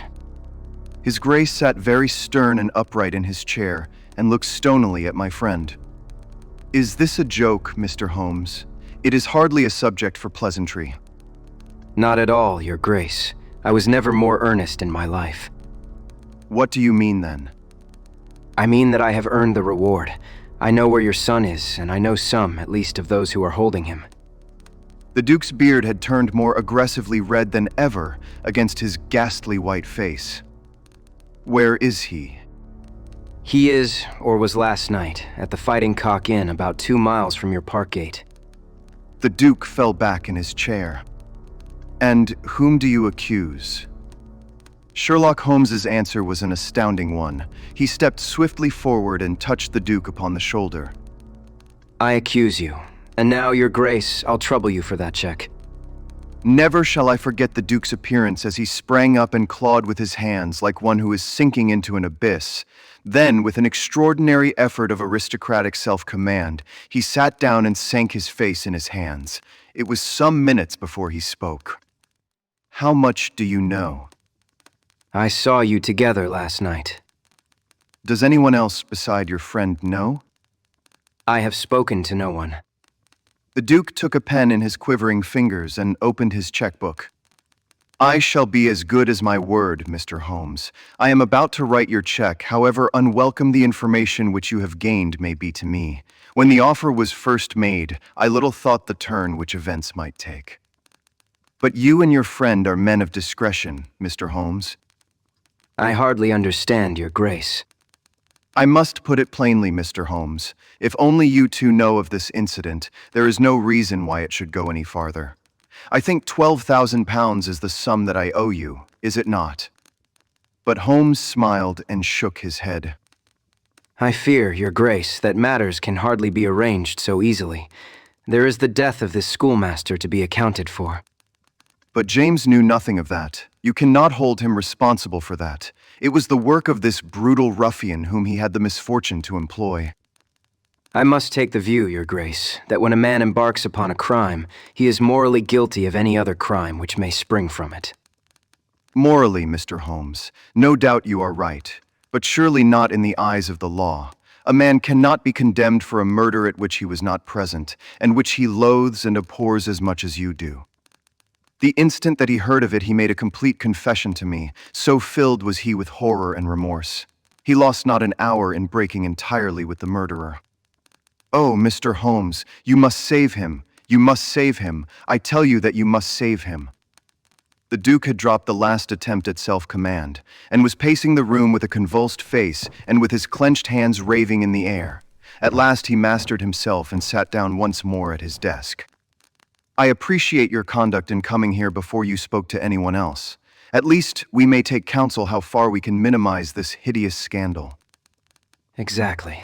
I think, Your Grace, that this can only be done by absolute frankness between us. I am disposed to help Your Grace to the best of my ability, but in order to do so, I must understand to the last detail how the matter stands. I realize that your words applied to Mr. James Wilder, and that he is not the murderer. No, the murderer has escaped. Sherlock Holmes smiled demurely. Your Grace can hardly have heard of any small reputation which I possess, or you would not imagine that it is so easy to escape me.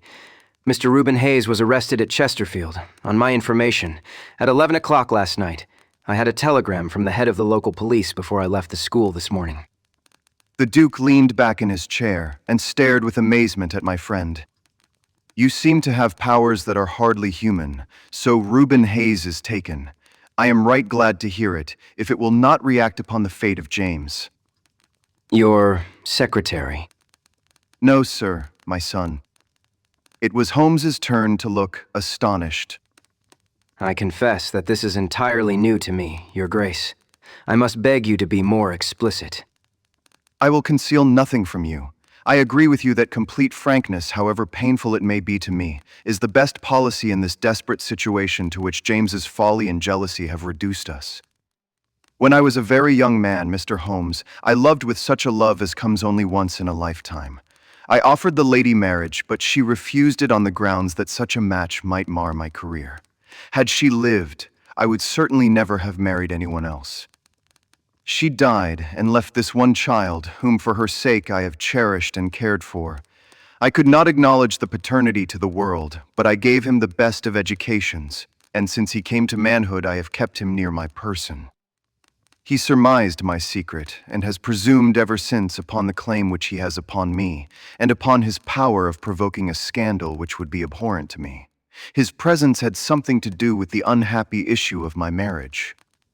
Above all, he hated my young legitimate heir from the first with a persistent hatred. You may well ask me why, under these circumstances, I still kept James under my roof. I answer that it was because I could see his mother's face in his, and that for her dear sake there was no end to my long suffering. All her pretty ways, too.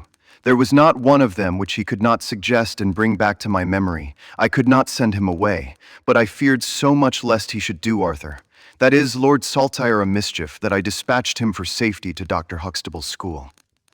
James came into contact with this fellow Hayes because the man was a tenant of mine, and James acted as agent.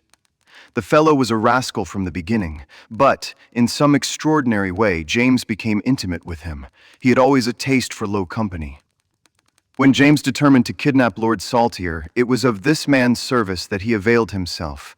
You remember that I wrote to Arthur upon that last day. Well, James opened the letter and inserted a note asking Arthur to meet him in a little wood called the Ragged Shaw, which is near to the school. He used the Duchess's name, and in that way got the boy to come. That evening, James bicycled over. I am telling you what he has himself confessed to me, and he told Arthur, whom he met in the wood, that his mother longed to see him, that she was awaiting him on the moor, and that if he would come back into the wood at midnight, he would find a man with a horse who would take him to her. Poor Arthur fell into the trap. He came to the appointment and found this fellow Hayes with a led pony. Arthur mounted, and they set off together. It appears, though this James only heard yesterday, that they were pursued, that Hayes struck the pursuer with his stick, and that the man died of his injuries. Hayes brought Arthur to his public house, the Fighting Cock, where he was confined in an upper room, under the care of Mrs. Hayes, who is a kindly woman, but entirely under the control of her brutal husband. Well, Mr. Holmes, that was the state of affairs when I first saw you 2 days ago. I had no more idea of the truth than you. You will ask me what was James's motive in doing such a deed. I answer that there was a great deal which was unreasoning and fanatical in the hatred which he bore my heir. In his view, he should himself have been heir of all my estates, and he deeply resented those social laws which made it impossible. At the same time, he had a definite motive also. He was eager that I should break the entail, and he was of opinion that it lay in my power to do so. He intended to make a bargain with me, to restore Arthur if I would break the entail, and so make it possible for the estate to be left to him by will. He knew well that I should never willingly invoke the aid of the police against him. I say that he would have proposed such a bargain to me, but he did not actually do so, for events moved too quickly for him, and he had not time to put his plans into practice. What brought all his wicked scheme to wreck was your discovery of this man Heidegger's dead body. James was seized with horror at the news. It came to us yesterday as we sat together in this study. Dr. Huxtable had sent a telegram. James was so overwhelmed with grief and agitation that my suspicions, which had never been entirely absent, rose instantly to a certainty, and I taxed him with the deed. He made a complete voluntary confession. Then he implored me to keep his secret for 3 days longer so as to give his wretched accomplice a chance of saving his guilty life. I yielded, as I have always yielded, to his prayers, and instantly James hurried off to the Fighting Cock to warn Hayes and give him the means of flight. I could not go there by daylight without provoking comment, but as soon as night fell I hurried off to see my dear Arthur. I found him safe and well, but horrified beyond expression by the dreadful deed he had witnessed. In deference to my promise, and much against my will, I consented to leave him there for 3 days, under the charge of Mrs. Hayes, since it was evident that it was impossible to inform the police where he was without telling them also who was the murderer, and I could not see how that murderer could be punished without ruin to my unfortunate James. You ask for frankness, Mr. Holmes, and I have taken you at your word, for I have now told you everything without an attempt at circumlocution or concealment. Do you in turn be as frank with me? I will. In the first place, Your Grace, I am bound to tell you that you have placed yourself in a most serious position in the eyes of the law. You have condoned a felony, and you have aided the escape of a murderer. For I cannot doubt that any money which was taken by James Wilder to aid his accomplice in his flight came from Your Grace's purse. The Duke bowed his assent. This is, indeed, a most serious matter. Even more culpable, in my opinion, Your Grace, is your attitude towards your younger son. You leave him in this den for 3 days. Under solemn promises. What are promises to such people as these? You have no guarantee that he will not be spirited away again. To humor your guilty elder son, you have exposed your innocent younger son to imminent and unnecessary danger. It was a most unjustifiable action. The proud Lord of Holderness was not accustomed to be so rated in his own ducal hall. The blood flushed into his high forehead, but his conscience held him dumb. I will help you, but on one condition only. It is that you ring for the footman, and let me give such orders as I like. Without a word, the Duke pressed the electric bell. A servant entered. You will be glad to hear that your young master is found. It is the Duke's desire that the carriage shall go at once to the Fighting Cock Inn to bring Lord Saltier home. Now, having secured the future, we can afford to be more lenient with the past. I am not in an official position, and there is no reason, so long as the ends of justice are served, why I should disclose all that I know. As to Hayes, I say nothing. The gallows awaits him, and I would do nothing to save him from it. What he will divulge I cannot tell, but I have no doubt that your Grace could make him understand that it is to his interest to be silent. From the police point of view, he will have kidnapped the boy for the purpose of ransom. If they do not themselves find it out, I see no reason why I should prompt them to take a broader point of view. I would warn your Grace, however, that the continued presence of Mr. James Wilder in your household can only lead to misfortune. I understand that, Mr. Holmes, and it is already settled that he shall leave me forever and go to seek his fortune in Australia. In that case, your Grace, Since you have yourself stated that any unhappiness in your married life was caused by his presence, I would suggest that you make such amends as you can to the Duchess, and that you try to resume those relations which have been so unhappily interrupted. That also I have arranged, Mr. Holmes. I wrote to the Duchess this morning. In that case, I think that my friend and I can congratulate ourselves upon several most happy results from our little visit to the north. There is one other small point upon which I desire some light. This fellow Hayes had shod his horses with shoes which counterfeited the tracks of cows. Was it from Mr. Wilder that he learned so extraordinary a device? The Duke stood in thought for a moment with a look of intense surprise on his face. Then he opened a door and showed us into a large room furnished as a museum. He led the way to a glass case in a corner and pointed to the inscription. These shoes, it ran, were dug up in the moat of Holderness Hay Hall. They are for the use of horses, but they are shaped below with a cloven foot of iron, so as to throw pursuers off the track. They are supposed to have belonged to some of the marauding barons of Holderness in the Middle Ages. Holmes opened the case, and moistening his finger, he passed it along the shoe. A thin film of recent mud was left upon his skin. Thank you. It is the second most interesting object that I have seen in the north. And the first? Holmes folded up his check and placed it carefully in his notebook. I am a poor man. He patted it affectionately and thrust it into the depths of his inner pocket.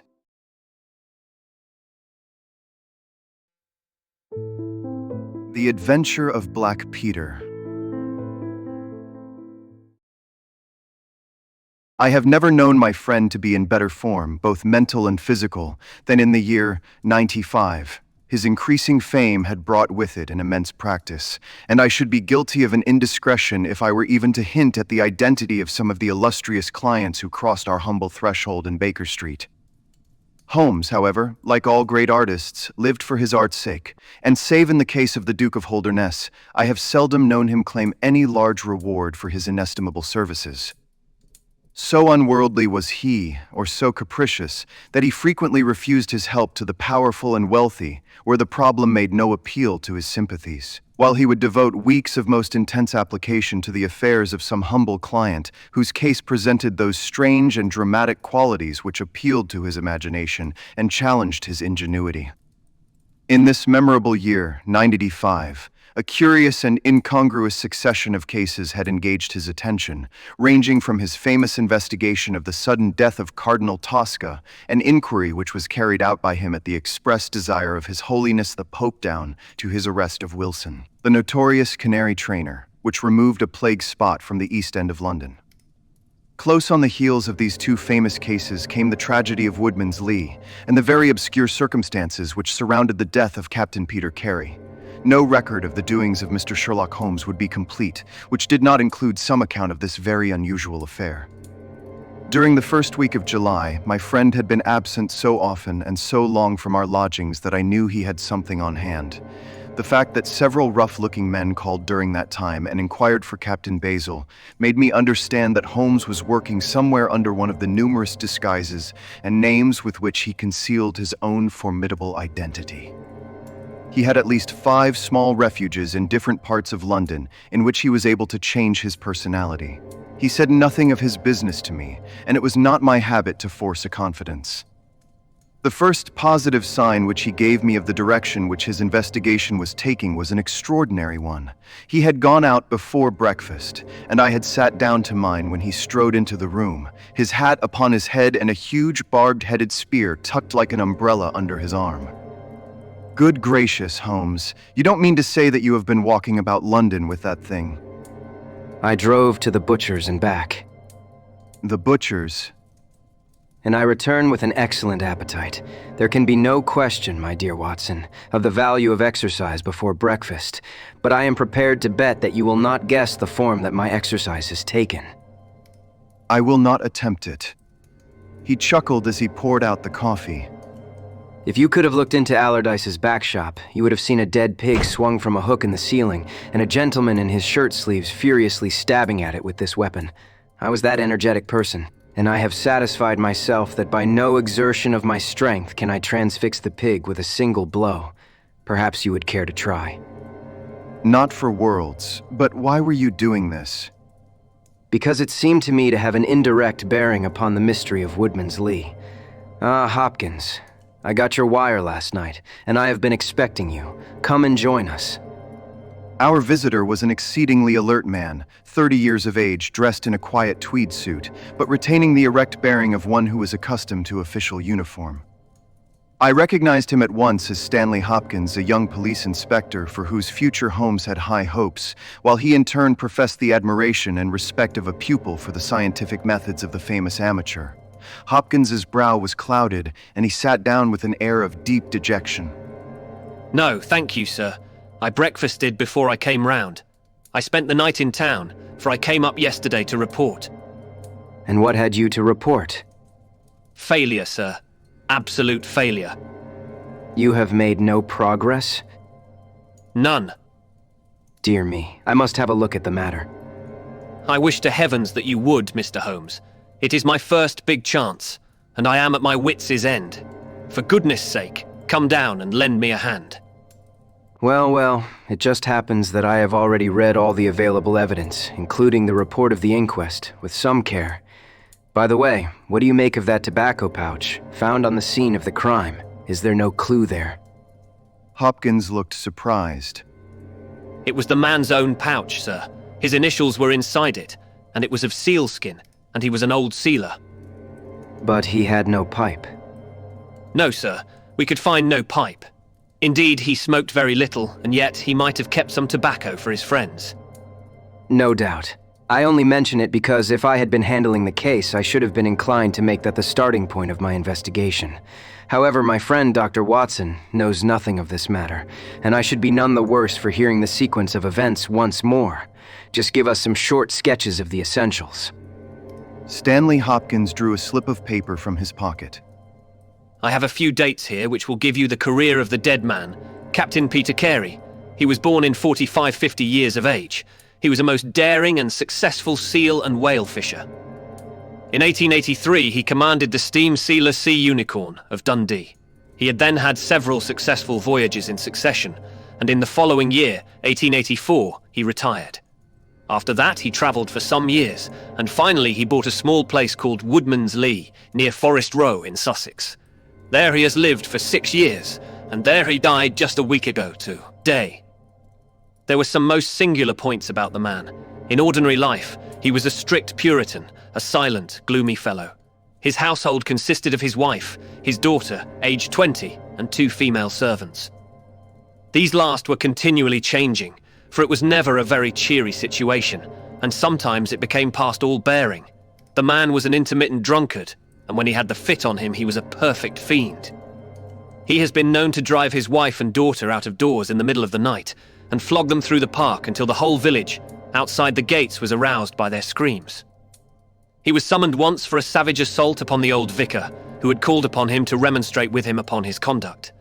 In short, Mr. Holmes, you would go far before you found a more dangerous man than Peter Carey, and I have heard that he bore the same character when he commanded his ship.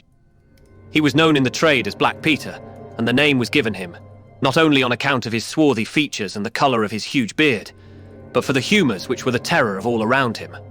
I need not say that he was loathed and avoided by every one of his neighbours, and that I have not heard one single word of sorrow about his terrible end. You must have read in the account of the inquest about the man's cabin, Mr. Holmes, but perhaps your friend here has not heard of it. He had built himself a wooden outhouse. He always called it the cabin, a few hundred yards from his house, and it was here that he slept every night. It was a little, single-roomed hut, 16 feet by 10. He kept the key in his pocket, made his own bed, cleaned it himself, and allowed no other foot to cross the threshold. There are small windows on each side, which were covered by curtains and never opened. One of these windows was turned towards the high road, and when the light burned in it at night, the folk used to point it out to each other and wonder what Black Peter was doing in there. That is the window, Mr. Holmes, which gave us one of the few bits of positive evidence that came out at the inquest. You remember that a stonemason named Slater, walking from Forest Row about 1 o'clock in the morning, 2 days before the murder, stopped as he passed the grounds and looked at the square of light still shining among the trees. He swears that the shadow of a man's head turned sideways was clearly visible on the blind, and that this shadow was certainly not that of Peter Carey, whom he knew well. It was that of a bearded man, but the beard was short and bristled forward in a way very different from that of the captain. So he says, but he had been 2 hours in the public house, and it is some distance from the road to the window. Besides, this refers to the Monday, and the crime was done upon the Wednesday. On the Tuesday, Peter Carey was in one of his blackest moods, flushed with drink, and as savage as a dangerous wild beast. He roamed about the house, and the women ran for it when they heard him coming. Late in the evening, he went down to his own hut. About 2 o'clock the following morning, his daughter, who slept with her window open, heard a most fearful yell from that direction. But it was no unusual thing for him to bawl and shout when he was in drink, so no notice was taken. On rising at 7, one of the maids noticed that the door of the hut was open, but so great was the terror which the man caused that it was midday before anyone would venture down to see what had become of him. Peeping into the open door, they saw a sight which sent them flying, with white faces, into the village. Within an hour, I was on the spot and had taken over the case. Well, I have fairly steady nerves, as you know, Mr. Holmes, but I give you my word that I got a shake when I put my head into that little house. It was droning like a harmonium with the flies and bluebottles, and the floor and walls were like a slaughterhouse. He had called it a cabin, and a cabin it was, sure enough, for you would have thought that you were in a ship. There was a bunk at one end, a sea chest, maps and charts, a picture of the sea unicorn, a line of logbooks on a shelf, all exactly as one would expect to find it in a captain's room. And there, in the middle of it, was the man himself, his face twisted like a lost soul in torment, and his great brindled beard stuck upward in his agony. Right through his broad breast, a steel harpoon had been driven, and it had sunk deep into the wood of the wall behind him. He was pinned like a beetle on a card. Of course, he was quite dead, and had been so from the instant that he had uttered that last yell of agony. I know your methods, sir, and I applied them. Before I permitted anything to be moved, I examined most carefully the ground outside, and also the floor of the room. There were no footmarks. Meaning that you saw none? I assure you, sir, that there were none. My good Hopkins, I have investigated many crimes, but I have never yet seen one which was committed by a flying creature. As long as the criminal remains upon 2 legs, so long must there be some indentation, some abrasion, some trifling displacement which can be detected by the scientific searcher. It is incredible that this blood-bespattered room contained no trace which could have aided us. I understand, however, from the inquest that there were some objects which you failed to overlook. The young inspector winced at my companion's ironical comments. I was a fool not to call you in at the time, Mr. Holmes. However, that is past praying for now. Yes, there were several objects in the room which called for special attention. One was the harpoon with which the deed was committed. It had been snatched down from a rack on the wall. 2 others remained there, and there was a vacant place for the third. On the stock was engraved SSC Unicorn, Dundee. This seemed to establish that the crime had been done in a moment of fury, and that the murderer had seized the first weapon which came in his way. The fact that the crime was committed at 2 in the morning, and yet Peter Carey was fully dressed, suggested that he had an appointment with the murderer, which is borne out by the fact that a bottle of rum and 2 dirty glasses stood upon the table. Yes, I think that both inferences are permissible. Was there any other spirit but rum in the room? Yes, there was a tantalus containing brandy and whiskey on the sea chest. It is of no importance to us, however, since the decanters were full, and it had therefore not been used. For all that, its presence has some significance. However, let us hear some more about the objects which do seem to you to bear upon the case. There was this tobacco pouch upon the table. What part of the table? It lay in the middle. It was of coarse sealskin, the straight-haired skin, with a leather thong to bind it. Inside was PC on the flap. There was half an ounce of strong ship's tobacco in it. Excellent. What more?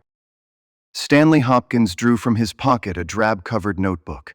The outside was rough and worn, the leaves discolored. On the first page were written the initials Jane Hahn and the date 1883. Holmes laid it on the table and examined it in his minute way while Hopkins and I gazed over each shoulder. On the second page were the printed letters CPR, and then came several sheets of numbers.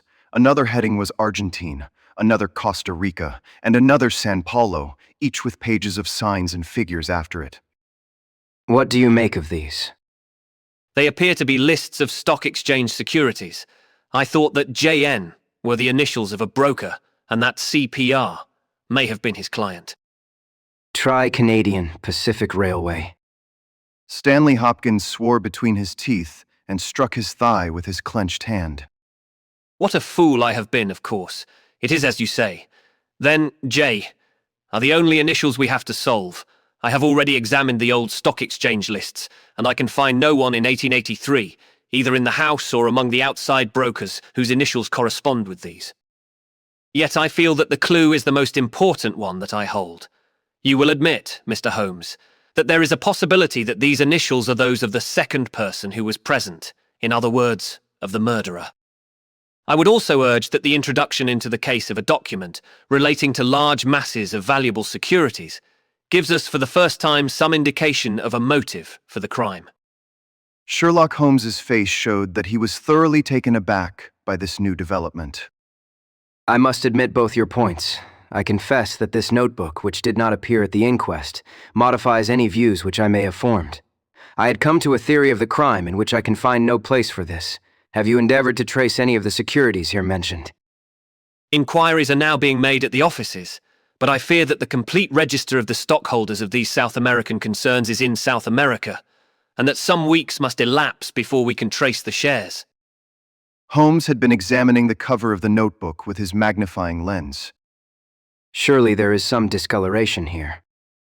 Yes, sir, it is a blood stain. I told you that I picked the book off the floor.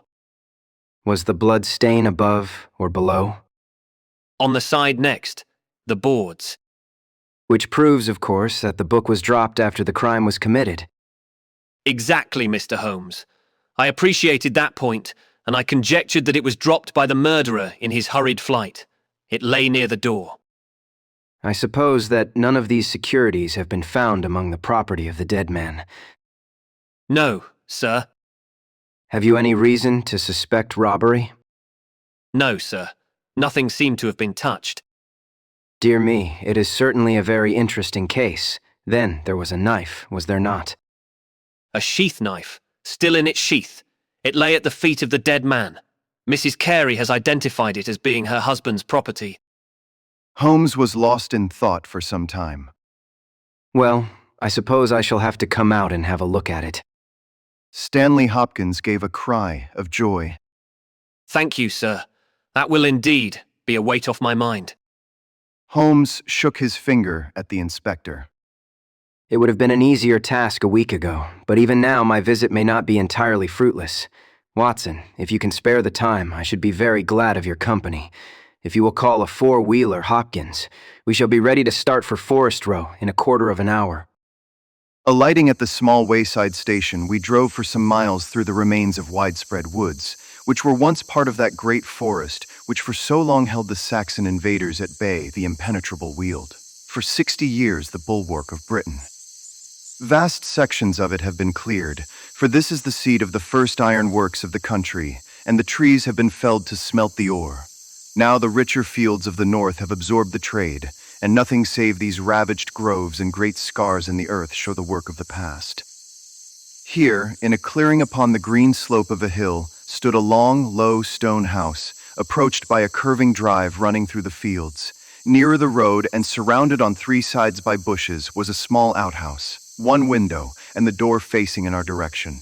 It was the scene of the murder. Stanley Hopkins led us first to the house, where he introduced us to a haggard, gray-haired woman, the widow of the murdered man, whose gaunt and deep-lined face, with the furtive look of terror in the depths of her red-rimmed eyes, told of the years of hardship and ill usage which she had endured. With her was her daughter, a pale, fair-haired girl, whose eyes blazed defiantly at us as she told us that she was glad that her father was dead, and that she blessed the hand which had struck him down.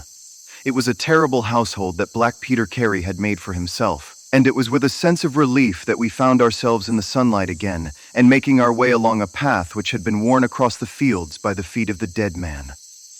The outhouse was the simplest of dwellings, wooden-walled, shingle-roofed, one window beside the door and one on the farther side. Stanley Hopkins drew the key from his pocket and had stooped to the lock, when he paused with a look of attention and surprise upon his face.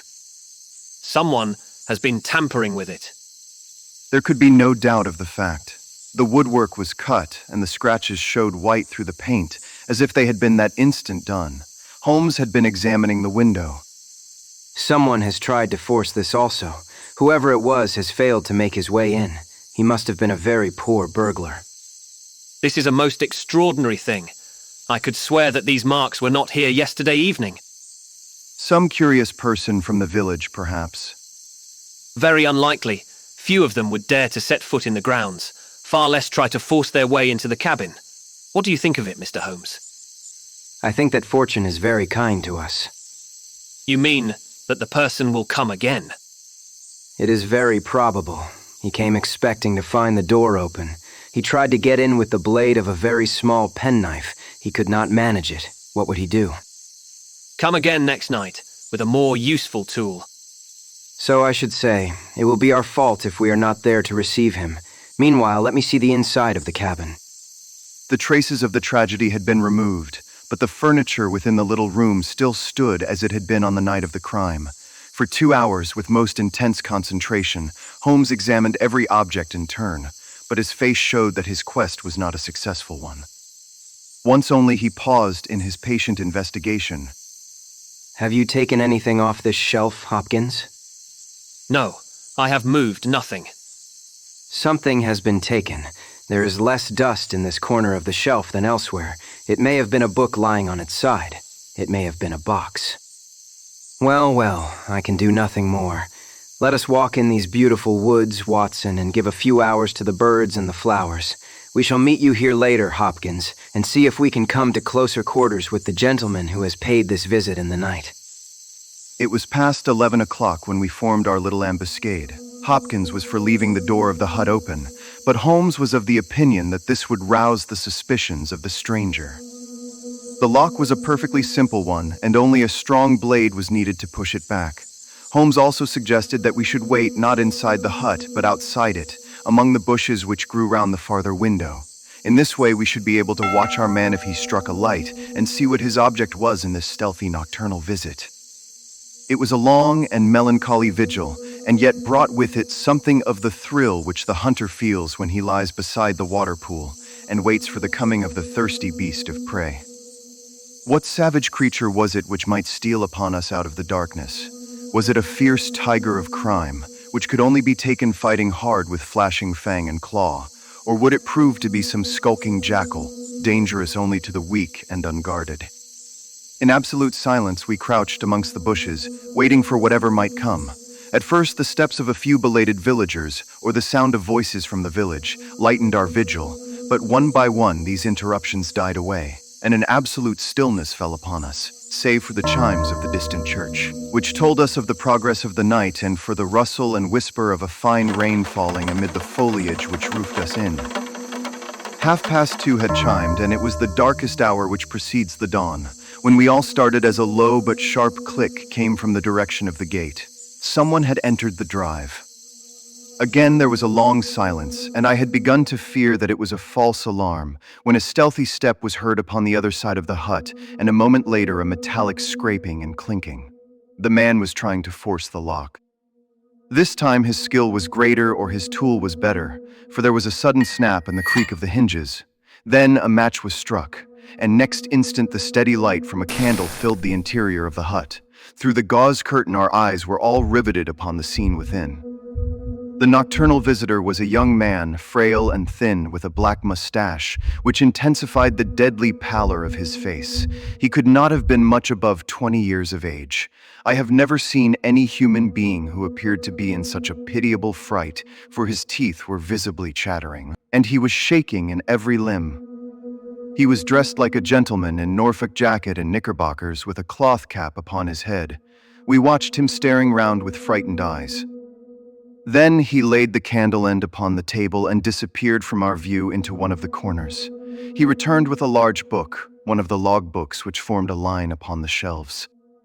Leaning on the table, he rapidly turned over the leaves of this volume until he came to the entry which he sought. Then, with an angry gesture of his clenched hand, he closed the book, replaced it in the corner, and put out the light.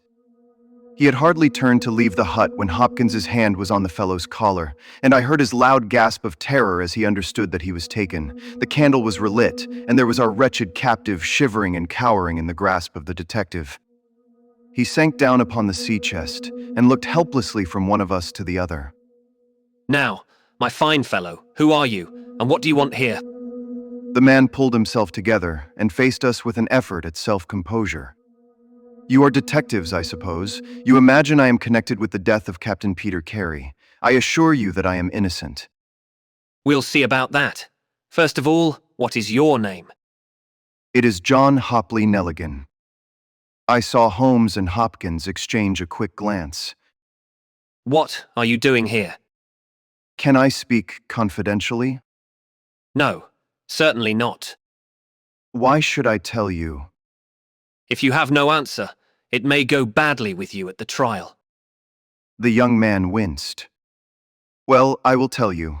Why should I not? And yet I hate to think of this old scandal gaining a new lease of life. Did you ever hear of Dawson and Nelligan? I could see from Hopkins's face that he never had, but Holmes was keenly interested. You mean the West Country bankers? They failed for $1 million, ruined half the county families of Cornwall, and Nelligan disappeared. Exactly. Nelligan was my father. At last we were getting something positive, and yet it seemed a long gap between an absconding banker and Captain Peter Carey pinned against the wall with one of his own harpoons. We all listened intently to the young man's words. It was my father who was really concerned. Dawson had retired. I was only 10 years of age at the time, but I was old enough to feel the shame and horror of it all. It has always been said that my father stole all the securities and fled. It is not true. It was his belief that if he were given time in which to realize them, all would be well and every creditor paid in full. He started in his little yacht for Norway just before the warrant was issued for his arrest. I can remember that last night when he bade farewell to my mother, he left us a list of the securities he was taking, and he swore that he would come back with his honor cleared, and that none who had trusted him would suffer. Well, no word was ever heard from him again. Both the yacht and he vanished utterly. We believed, my mother and I, that he and it, with the securities that he had taken with him, were at the bottom of the sea. We had a faithful friend, however, who is a businessman, and it was he who discovered some time ago that some of the securities which my father had with him had reappeared on the London market. You can imagine our amazement. I spent months in trying to trace them, and at last, after many doubtings and difficulties, I discovered that the original seller had been Captain Peter Carey, the owner of this hut. Naturally, I made some inquiries about the man. I found that he had been in command of a whaler which was due to return from the Arctic seas at the very time when my father was crossing to Norway. The autumn of that year was a stormy one, and there was a long succession of southerly gales. My father's yacht may well have been blown to the north, and they're met by Captain Peter Carey's ship. If that were so, what had become of my father? In any case, if I could prove from Peter Carey's evidence how these securities came on the market, it would be a proof that my father had not sold them, and that he had no view to personal profit when he took them. I came down to Sussex with the intention of seeing the captain, but it was at this moment that his terrible death occurred. I read at the inquest a description of his cabin, in which it stated that the old logbooks of his vessel were preserved in it. It struck me that if I could see what occurred in the month of August 1883 on board the Sea Unicorn, I might settle the mystery of my father's fate. I tried last night to get at these logbooks, but was unable to open the door. Tonight I tried again and succeeded, but I find that the pages which deal with that month have been torn from the book. It was at that moment I found myself a prisoner in your hands. Is that all? Yes, that is all. His eyes shifted as he said it. You have nothing else to tell us? He hesitated. No, there is nothing. You have not been here before, last night. Number. Then, how do you account for that? Hopkins held up the damning notebook, with the initials of their prisoner on the first leaf and the bloodstain on the cover. The wretched man collapsed. He sank his face in his hands and trembled all over. Where did you get it? I did not know. I thought I had lost it at the hotel. That is enough. Whatever else you have to say, you must say in court. You will walk down with me now to the police station. Well, Mr. Holmes, I am very much obliged to you and to your friend for coming down to help me. As it turns out, your presence was unnecessary, and I would have brought the case to this successful issue without you. But, nonetheless, I am grateful. Rooms have been reserved for you at the Brambletye Hotel, so we can all walk down to the village together. Well, Watson, what do you think of it?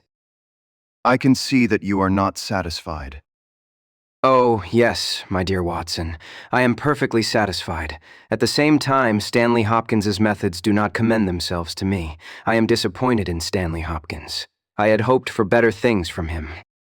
One should always look for a possible alternative and provide against it. It is the first rule of criminal investigation. What, then, is the alternative? The line of investigation which I have myself been pursuing. It may give us nothing. I cannot tell, but at least I shall follow it to the end. Several letters were waiting for Holmes at Baker Street. He snatched one of them up, opened it, and burst out into a triumphant chuckle of laughter.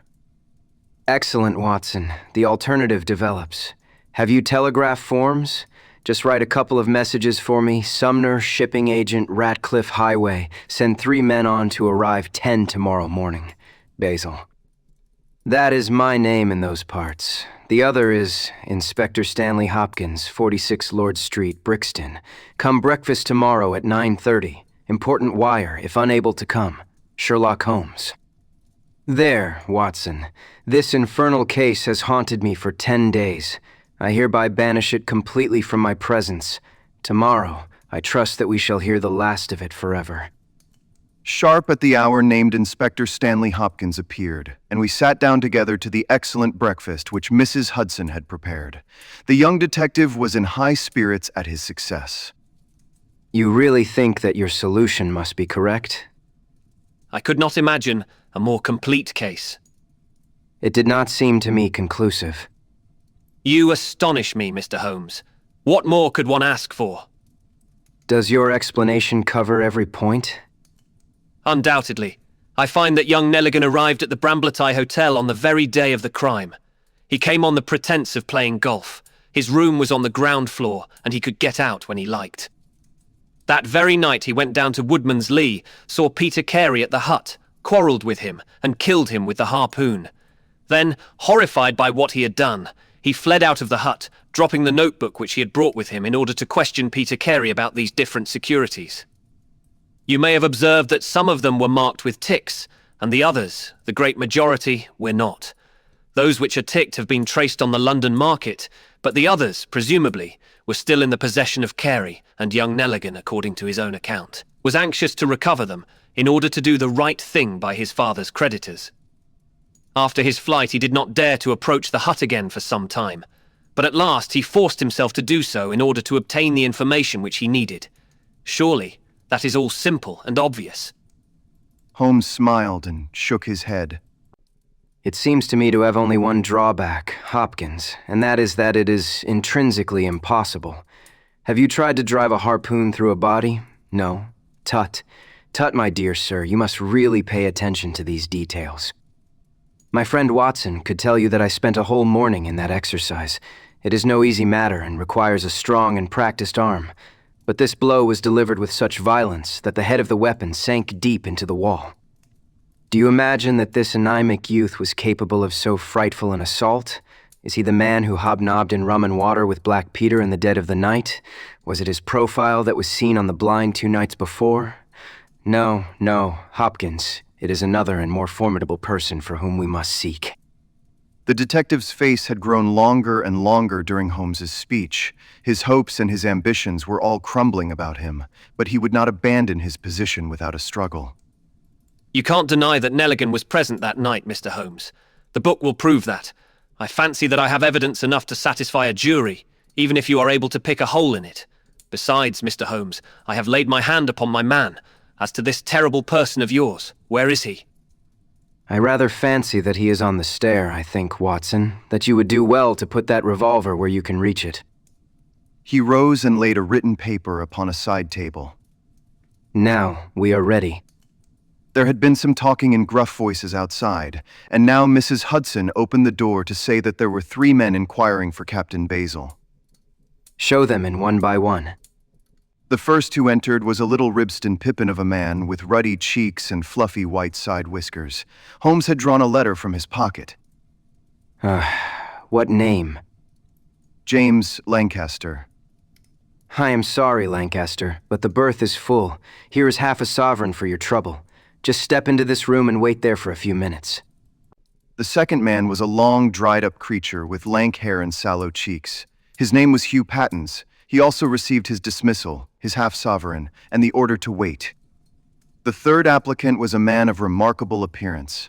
A fierce bulldog face was framed in a tangle of hair and beard, and 2 bold, dark eyes gleamed behind the cover of thick, tufted, overhung eyebrows.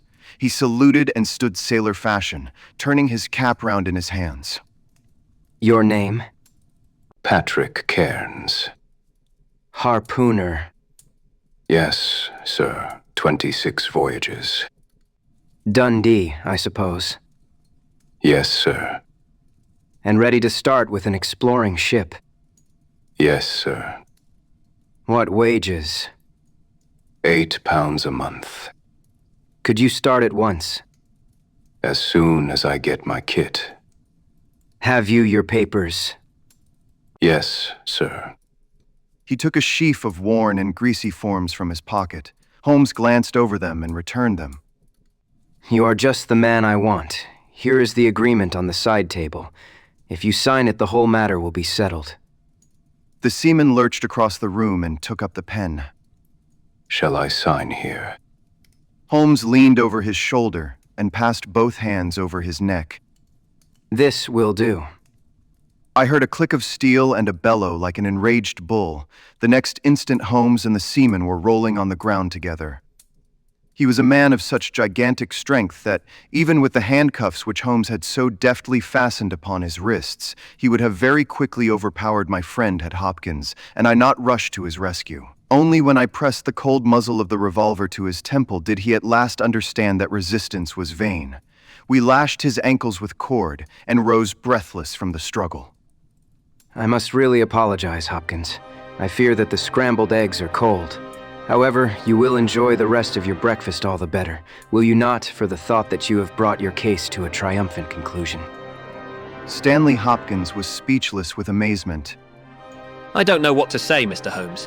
It seems to me that I have been making a fool of myself from the beginning. I understand now, what I should never have forgotten, that I am the pupil and you are the master. Even now I see what you have done, but I don't know how you did it or what it signifies. Well, we all learn by experience, and your lesson this time is that you should never lose sight of the alternative. You were so absorbed in young Nelligan that you could not spare a thought to Patrick Cairns, the true murderer of Peter Carey. The hoarse voice of the seaman broke in on our conversation. See here, mister. I make no complaint of being manhandled in this fashion, but I would have you call things by their right names. You say I murdered Peter Carey. I say I killed Peter Carey, and there is all the difference. Maybe you don't believe what I say. Maybe you think I am just slinging you a yarn. Not at all. Let us hear what you have to say. It is soon told, and by the Lord, every word of it is truth. I knew Black Peter, and when he pulled out his knife, I whipped a harpoon through him sharp, for I knew that it was him or me. That is how he died. You can call it murder. Anyhow, I'd as soon die with a rope round my neck as with Black Peter's knife in my heart. How came you there? I'll tell it you from the beginning. Just sit me up a little so as I can speak easy. It was in '83 that it happened. August of that year. Peter Carey was master of the Sea Unicorn, and I was spare harpooner. We were coming out of the ice pack on our way home, with headwinds and a weak southerly gale, when we picked up a little craft that had been blown north. There was one man on her, a landsman.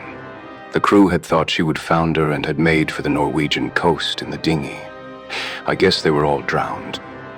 Well, we took him on board, this man, and he and the skipper had some long talks in the cabin. All the baggage we took off with him was one tin box.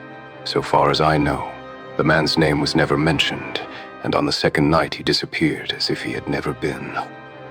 It was given out that he had either thrown himself overboard or fallen overboard in the heavy weather that we were having. Only one man knew what had happened to him, and that was me, for with my own eyes, I saw the skipper tip up his heels and put him over the rail in the middle watch of a dark night, 2 days before we sighted the Shetland lights. Well, I kept my knowledge to myself and waited to see what would come of it. When we got back to Scotland, it was easily hushed up, and nobody asked any questions. A stranger died by accident, and it was nobody's business to inquire. Shortly after, Peter Carey gave up the sea, and it was long years before I could find where he was. I guessed that he had done the deed for the sake of what was in that tin box, and that he could afford now to pay me well for keeping my mouth shut. I found out where he was through a sailor man that had met him in London, and down I went to squeeze him. The first night he was reasonable enough, and was ready to give me what would make me free of the sea for life. We were to fix it all 2 nights later. When I came, I found him 3 parts drunk and in a vile temper. We sat down and we drank, and we yarned about old times. But the more he drank, the less I liked the look on his face. I spotted that harpoon upon the wall, and I thought I might need it before I was through. Then, at last, he broke out at me, spitting and cursing, with murder in his eyes and a great clasp knife in his hand. He had not time to get it from the sheath before I had the harpoon through him. Heavens, what a yell he gave, and his face gets between me and my sleep. I stood there with his blood splashing round me, and I waited for a bit, but all was quiet, so I took heart once more. I looked round, and there was the tin box on the shelf. I had as much right to it as Peter Carey anyhow, so I took it with me and left the hut. Like a fool, I left my baxi pouch upon the table. Now I'll tell you the queerest part of the whole story. I had hardly got outside the hut when I heard someone coming, and I hid among the bushes. A man came slinking along, went into the hut, gave a cry as if he had seen a ghost, and legged as hard as he could run until he was out of sight. Who he was or what he wanted is more than I can tell. For my part, I walked 10 miles, got a train at Tunbridge Wells, and so reached London, and no one the wiser. Well, when I came to examine the box, I found there was no money in it, and nothing but papers that I would not dare to sell. I had lost my hold on Black Peter, and was stranded in London without a shilling. There was only my trade left. I saw these advertisements about harpooners and high wages, so I went to the shipping agents, and they sent me here. That is all I know, and I say again that if I killed Black Peter, the law should give me thanks, for I saved them the price of a hempen rope. A very clear statement, I think, Hopkins, that you should lose no time in conveying your prisoner to a place of safety. This room is not well adapted for a cell, and Mr. Patrick Cairns occupies too large a proportion of our carpet. Mr. Holmes, I do not know how to express my gratitude. Even now, I do not understand how you attained this result. Simply by having the good fortune to get the right clue from the beginning. It is very possible if I had known about this notebook, it might have led away my thoughts as it did yours. But all I heard pointed in the one direction. The amazing strength, the skill in the use of the harpoon, the rum and water, the sealskin tobacco pouch with the coarse tobacco, all these pointed to a seaman and one who had been a whaler. I was convinced that the initials PC upon the pouch were a coincidence, and not those of Peter Carey, since he seldom smoked, and no pipe was found in his cabin. You remember that I asked whether whiskey and brandy were in the cabin. You said they were. How many landsmen are there who would drink rum when they could get these other spirits? Yes, I was certain it was a seaman. And how did you find him? My dear sir, the problem had become a very simple one. If it were a seaman, it could only be a seaman who had been with him on the Sea Unicorn. So far as I could learn, he had sailed in no other ship. I spent 3 days in wiring to Dundee, and at the end of that time I had ascertained the names of the crew of the Sea Unicorn in 1883. When I found Patrick Cairns among the harpooners, my research was nearing its end. I argued that the man was probably in London, and that he would desire to leave the country for a time. I therefore spent some days in the East End, devised an Arctic expedition, put forth tempting terms for harpooners who would serve under Captain Basil, and behold the result. Wonderful. Wonderful. You must obtain the release of young Nelligan as soon as possible. I confess that I think you owe him some apology. The tin box must be returned to him, but of course, the securities which Peter Carey has sold are lost forever. There is the cab, Hopkins, and you can remove your man. If you want me for the trial, my address and that of Watson will be somewhere in Norway. I'll send particulars later.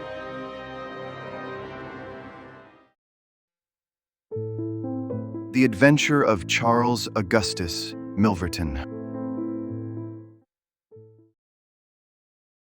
It is years since the incidents of which I speak took place, and yet it is with diffidence that I allude to them. For a long time, even with the utmost discretion and reticence, it would have been impossible to make the facts public. But now the principal person concerned is beyond the reach of human law. And with due suppression, the story may be told in such fashion as to injure no one. It records an absolutely unique experience in the career both of Mr. Sherlock Holmes and of myself. The reader will excuse me if I conceal the date or any other fact by which he might trace the actual occurrence. We had been out for one of our evening rambles, Holmes and I, and had returned about 6 o'clock on a cold, frosty winter's evening. As Holmes turned up the lamp, the light fell upon a card on the table. He glanced at it, and then, with an ejaculation of disgust, threw it on the floor. I picked it up and read, Charles Augustus Milverton, Appledore Towers, Hampstead, Agent. Who is he? The worst man in London. Holmes answered, as he sat down and stretched his legs before the fire. Is anything on the back of the card? I turned it over. We'll call at 6:30 Cam. He is about due. Do you feel a creeping, shrinking sensation, Watson, when you stand before the serpents in the zoo and see the slithery, gliding, venomous creatures with their deadly eyes and wicked, flattened faces? Well, that is how Milverton impresses me. I've had to do with 50 murderers in my career, but the worst of them never gave me the repulsion which I have for this fellow, and yet I can't get out of doing business with him. Indeed, he is here at my invitation. But who is he? I'll tell you, Watson. He is the king of all the blackmailers. Heaven help the man, and still more the woman, whose secret and reputation come into the power of Milverton. With a smiling face and a heart of marble, he will squeeze and squeeze until he has drained them dry. The fellow is a genius in his way, and would have made his mark in some more savory trade. His method is as follows. He allows it to be known that he is prepared to pay very high sums for letters which compromise people of wealth and position. He receives these wares not only from treacherous valets or maids, but frequently from genteel ruffians, who have gained the confidence and affection of trusting women. He deals with no niggard hand. I happen to know that he paid £700 to a footman for a note 2 lines in length, and that the ruin of a noble family was the result. Everything which is in the market goes to Milverton, and there are hundreds in this great city who turn white at his name. No one knows where his grip may fall, for he is far too rich and far too cunning to work from hand to mouth. He will hold a card back for years in order to play it at the moment when the stake is best worth winning. I have said that he is the worst man in London, and I would ask you how could one compare the ruffian, who in hot blood bludgeons his mate, with this man, who methodically and at his leisure tortures the soul and wrings the nerves in order to add to his already swollen money bags. I had seldom heard my friend speak with such intensity of feeling. But surely, the fellow must be within the grasp of the law. Technically, no doubt, but practically not. What would it profit a woman, for example, to get him a few months' imprisonment if her own ruin must immediately follow? His victims dare not hit back. If ever he blackmailed an innocent person, then indeed we should have him. But he is as cunning as the evil one. No, we must find other ways to fight him. And why is he here? Because an illustrious client has placed her piteous case in my hands. It is the Lady Eva Blackwell, the most beautiful debutante of last season. She is to be married in a fortnight to the Earl of Dovercourt. This fiend has several imprudent letters, imprudent, Watson, nothing worse, which were written to an impecunious young squire in the country. They would suffice to break off the match. Milverton will send the letters to the Earl unless a large sum of money is paid him. I have been commissioned to meet him, and to make the best terms I can. At that instant, there was a clatter and a rattle in the street below. Looking down, I saw a stately carriage and pair, the brilliant lamps gleaming on the glossy haunches of the noble chestnuts. A footman opened the door, and a small, stout man in a shaggy astrakhan overcoat descended. A minute later, he was in the room. Charles Augustus Milverton was a man of 50, with a large, intellectual head, a round, plump, hairless face, a perpetual frozen smile, and two keen gray eyes, which gleamed brightly from behind broad, gold-rimmed glasses.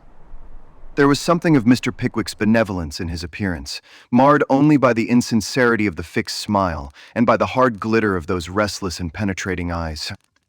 His voice was as smooth and suave as his countenance, as he advanced with a plump little hand extended, murmuring his regret for having missed us at his first visit. Holmes disregarded the outstretched hand and looked at him with a face of granite.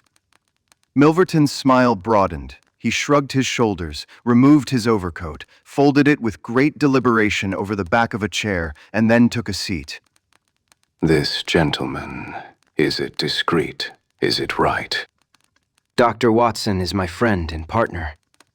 Very good, Mr. Holmes. It is only in your client's interests that I protested. The matter is so very delicate. Dr. Watson has already heard of it. Then we can proceed to business. You say that you are acting for Lady Eva. Has she empowered you to accept my terms? What are your terms? £7,000. And the alternative? My dear sir, it is painful for me to discuss it, but if the money is not paid on the 14th, there certainly will be no marriage on the 18th. His insufferable smile was more complacent than ever. Holmes thought for a little. You appear to me to be taking matters too much for granted. I am, of course, familiar with the contents of these letters. My client will certainly do what I may advise. I shall counsel her to tell her future husband the whole story and to trust to his generosity. Milverton chuckled. You evidently do not know the Earl. From the baffled look upon Holmes's face, I could see clearly that he did. What harm is there in the letters? They are sprightly, very sprightly. The lady was a charming correspondent. But I can assure you that the Earl of Dovercourt would fail to appreciate them. However, since you think otherwise, we will let it rest at that. It is purely a matter of business. If you think that it is in the best interests of your client that these letters should be placed in the hands of the Earl, then you would indeed be foolish to pay so large a sum of money to regain them. He rose and seized his astrakhan coat. Holmes was gray with anger and mortification. Wait a little. You go too fast. We should certainly make every effort to avoid scandal in so delicate a matter. Milverton relapsed into his chair. I was sure that you would see it in that light. At the same time, Lady Eva is not a wealthy woman. I assure you that £2,000 would be a drain upon her resources, and that the sum you name is utterly beyond her power. I beg, therefore, that you will moderate your demands, and that you will return the letters at the price I indicate, which is, I assure you, the highest that you can get. Milverton's smile broadened and his eyes twinkled humorously. I am aware that what you say is true about the lady's resources. At the same time, you must admit that the occasion of a lady's marriage is a very suitable time for her friends and relatives to make some little effort upon her behalf. They may hesitate as to an acceptable wedding present. Let me assure them that this little bundle of letters would give more joy than all the candelabra and butter dishes in London. It is impossible. Dear me, how unfortunate. I cannot help thinking that ladies are ill-advised in not making an effort. Look at this. He held up a little note with a coat of arms upon the envelope. That belongs to Well. Perhaps it is hardly fair to tell the name until tomorrow morning. But at that time it will be in the hands of the lady's husband, and all because she will not find a beggarly sum which she could get by turning her diamonds into paste. It is such a pity. Now, you remember the sudden end of the engagement between the Honorable Miss Miles and Colonel Dorking. Only 2 days before the wedding, there was a paragraph in the Morning Post to say that it was all off. And why? It is almost incredible, but the absurd sum of £1,200 would have settled the whole question. Is it not pitiful? And here I find you, a man of sense, boggling about terms, when your client's future and honor are at stake. You surprise me, Mr. Holmes. What I say is true. The money cannot be found. Surely it is better for you to take the substantial sum which I offer than to ruin this woman's career, which can profit you in no way. There you make a mistake, Mr. Holmes. An exposure would profit me indirectly to a considerable extent. I have 8 or 10 similar cases maturing. If it was circulated among them that I had made a severe example of the Lady Eva, I should find all of them much more open to reason. You see my point. Holmes sprang from his chair. Get behind him, Watson. Don't let him out now, sir. Let us see the... Milverton had glided as quick as a rat to the side of the room and stood with his back against the wall. Mr. Holmes, I have been expecting you to do something original. This has been done so often, and what good has ever come from it? I assure you that I am armed to the teeth, and I am perfectly prepared to use my weapons, knowing that the law will support me. Besides, your supposition that I would bring the letters here in a notebook is entirely mistaken. I would do nothing so foolish. And now, gentlemen, I have 1 or 2 little interviews this evening, and it is a long drive to Hampstead. He stepped forward, took up his coat, laid his hand on his revolver, and turned to the door. I picked up a chair, but Holmes shook his head, and I laid it down again. With a bow, a smile, and a twinkle, Milverton was out of the room. And a few moments after we heard the slam of the carriage door and the rattle of the wheels as he drove away. Holmes sat motionless by the fire, his hands buried deep in his trouser pockets, his chin sunk upon his breast, his eyes fixed upon the glowing embers. For half an hour he was silent and still. Then, with the gesture of a man who has taken his decision, he sprang to his feet and passed into his bedroom. A little later, a rakish young workman, with a goatee beard and a swagger, lit his clay pipe at the lamp before descending into the street. I'll be back sometime, Watson. And vanished into the night. I understood that he had opened his campaign against Charles Augustus Milverton, but I little dreamed the strange shape which that campaign was destined to take. For some days Holmes came and went at all hours in this attire, but beyond a remark that his time was spent at Hampstead and that it was not wasted, I knew nothing of what he was doing. At last, however, on a wild, tempestuous evening, when the wind screamed and rattled against the windows, he returned from his last expedition, and having removed his disguise, he sat before the fire and laughed heartily in his silent, inward fashion. You would not call me a marrying man, Watson. No, indeed. You'll be interested to hear that I am engaged. My dear fellow, I congrat. To Milverton's housemaid. Good heavens, Holmes. I wanted information, Watson. Surely you have gone too far. It was a most necessary step. I am a plumber with a rising business Escott by name. I have walked out with her each evening and I have talked with her. Good heavens, those talks. However, I have got all I wanted. I know Milverton's house as I know the palm of my hand. But the girl, Holmes. He shrugged his shoulders. You can't help it, my dear Watson. You must play your cards as best you can when such a stake is on the table. However, I rejoice to say that I have a hated rival who will certainly cut me out the instant that my back is turned. What a splendid night it is. You like this weather. It suits my purpose, Watson. I mean to burgle Milverton's house tonight. I had a catching of the breath, and my skin went cold at the words, which were slowly uttered in a tone of concentrated resolution. As a flash of lightning in the night shows up in an instant every detail of a wild landscape, so at one glance I seemed to see every possible result of such an action. The detection, the capture, the honored career ending in irreparable failure and disgrace, my friend himself lying at the mercy of the odious Milverton. For heaven's sake, Holmes, think what you are doing. My dear fellow, I have given it every consideration. I am never precipitate in my actions, nor would I adopt so energetic and indeed so dangerous a course if any other were possible. Let us look at the matter clearly and fairly. I suppose that you will admit that the action is morally justifiable, though technically criminal. To burgle his house is no more than to forcibly take his pocketbook, an action in which you were prepared to aid me. I turned it over in my mind. Yes, it is morally justifiable so long as our object is to take no articles save those which are used for an illegal purpose. Exactly. Since it is morally justifiable, I have only to consider the question of personal risk. Surely a gentleman should not lay much stress upon this, when a lady is in most desperate need of his help. You will be in such a false position. Well, that is part of the risk. There is no other possible way of regaining these letters. The unfortunate lady has not the money, and there are none of her people in whom she could confide. Tomorrow is the last day of grace, and unless we can get the letters tonight, this villain will be as good as his word and will bring about her ruin. I must therefore abandon my client to her fate, or I must play this last card. Between ourselves, Watson, it is a sporting duel between this fellow Milverton and me.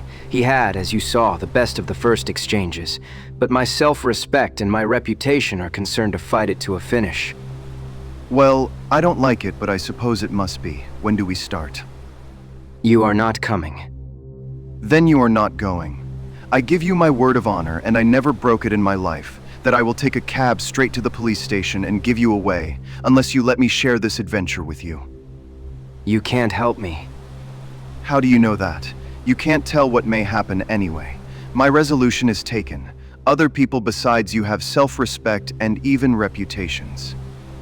Holmes had looked annoyed, but his brow cleared, and he clapped me on the shoulder.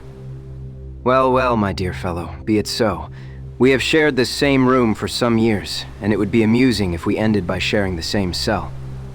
You know, Watson, I don't mind confessing to you that I have always had an idea that I would have made a highly efficient criminal.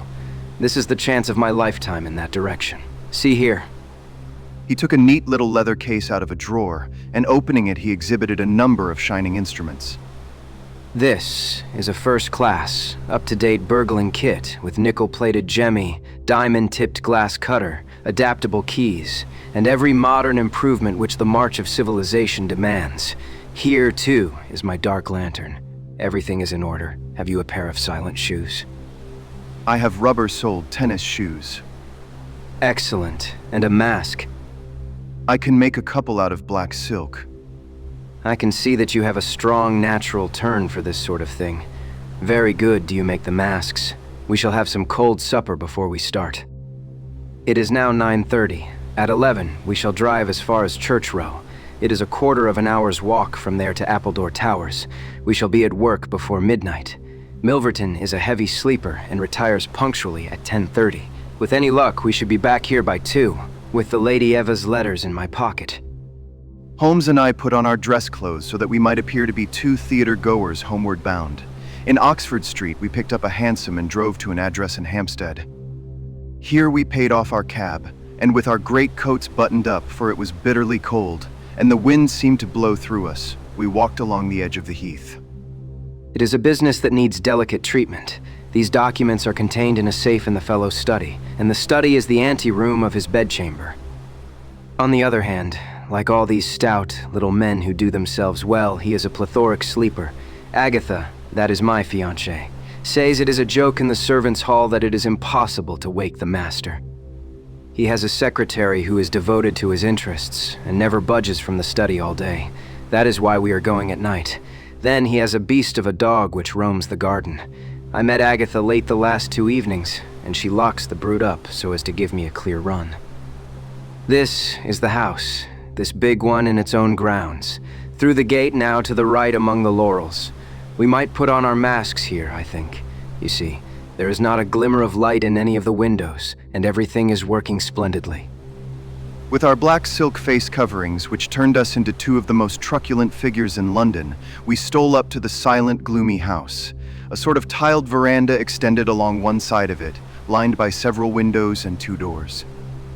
That is his bedroom. This door opens straight into the study. It would suit us best, but it is bolted as well as locked, and we should make too much noise getting in. Come round here. There is a greenhouse which opens into the drawing room. The place was locked, but Holmes removed a circle of glass and turned the key from the inside.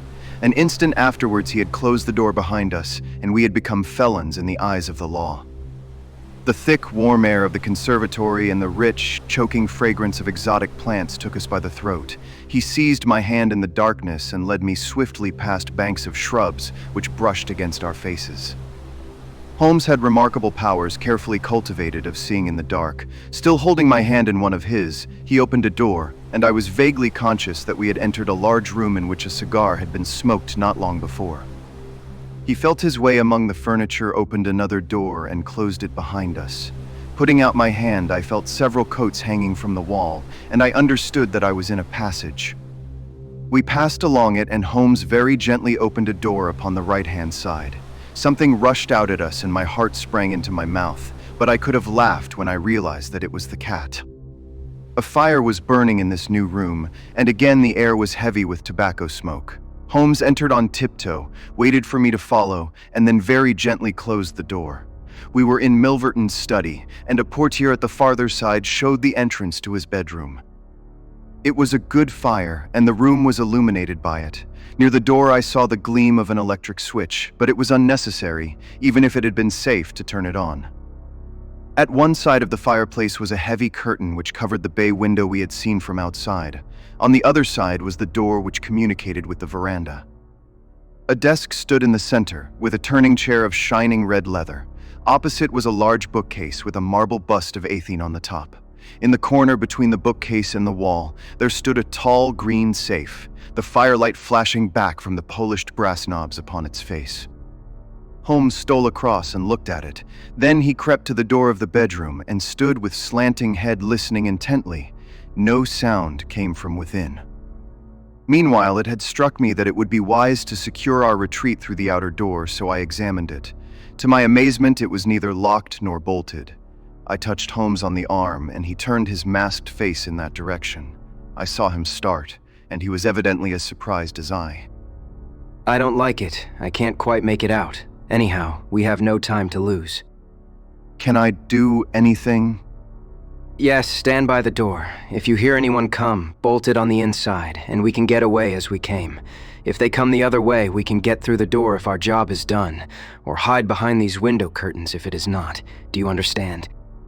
I nodded and stood by the door.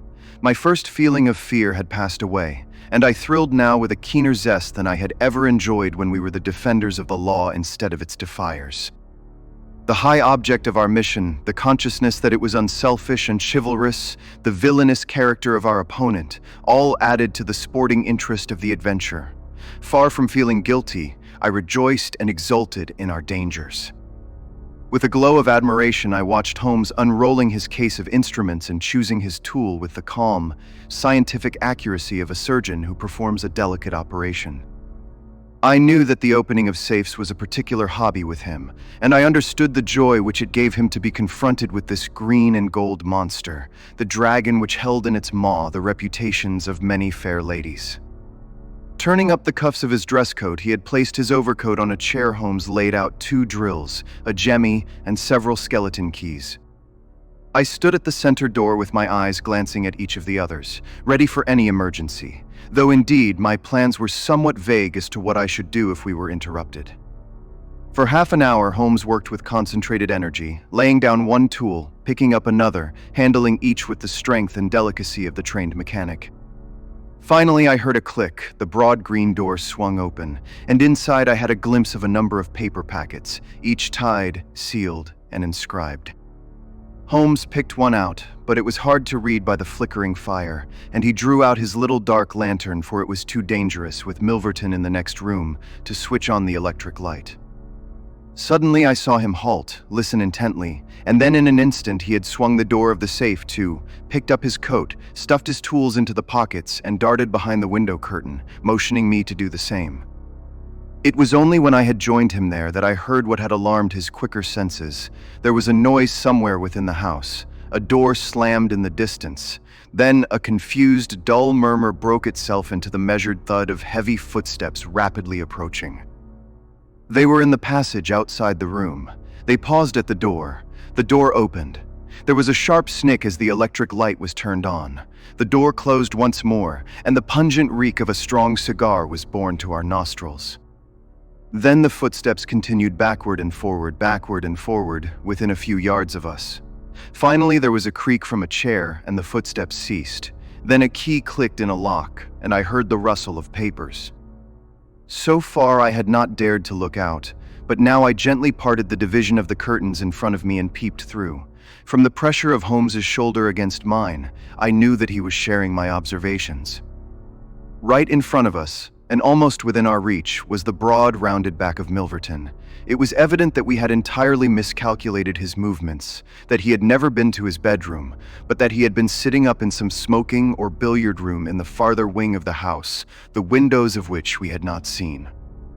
His broad, grizzled head with its shining patch of baldness was in the immediate foreground of our vision.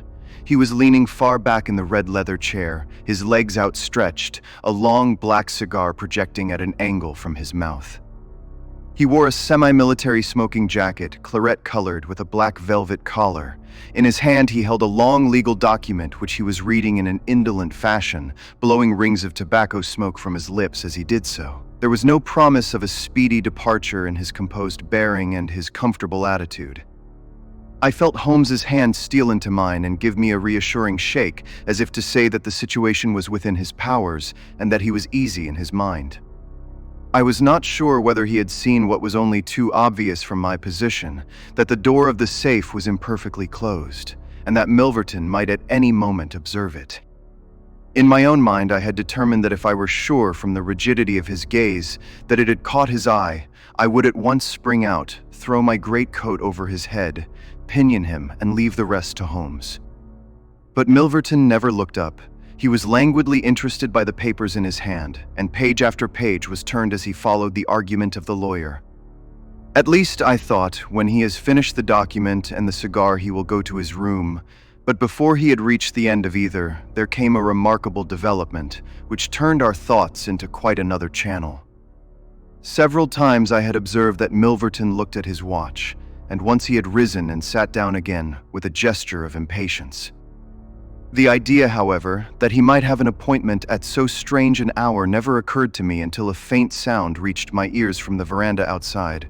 Milverton dropped his papers and sat rigid in his chair. The sound was repeated, and then there came a gentle tap at the door. Milverton rose and opened it. Well, you are nearly half an hour late. So this was the explanation of the unlocked door and of the nocturnal vigil of Milverton. There was the gentle rustle of a woman's dress. I had closed the slit between the curtains as Milverton's face had turned in our direction, but now I ventured very carefully to open it once more. He had resumed his seat, the cigar still projecting at an insolent angle from the corner of his mouth. In front of him, in the full glare of the electric light, there stood a tall, slim, dark woman, a veil over her face, a mantle drawn round her chin.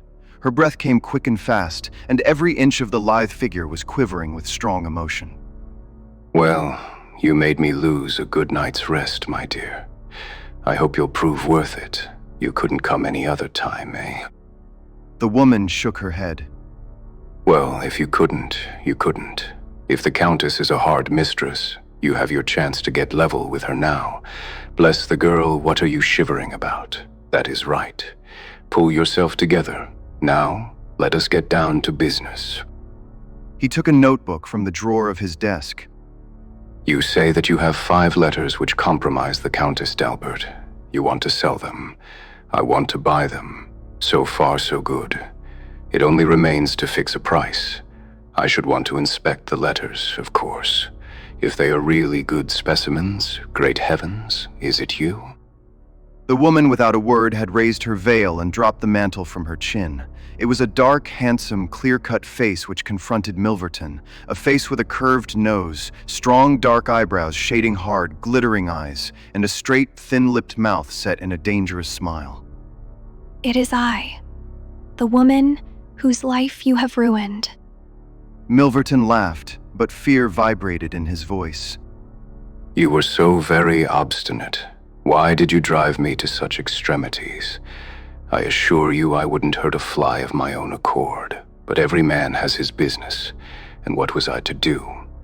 I put the price well within your means. You would not pay. So you sent the letters to my husband, and he, the noblest gentleman that ever lived, a man whose boots I was never worthy to lace, He broke his gallant heart and died. You remember that last night, when I came through that door, I begged and prayed you for mercy, and you laughed in my face as you are trying to laugh now. Only your coward heart cannot keep your lips from twitching. Yes, you never thought to see me here again, but it was that night which taught me how I could meet you face to face and alone. Well, Charles Milverton, what have you to say? Don't imagine that you can bully me.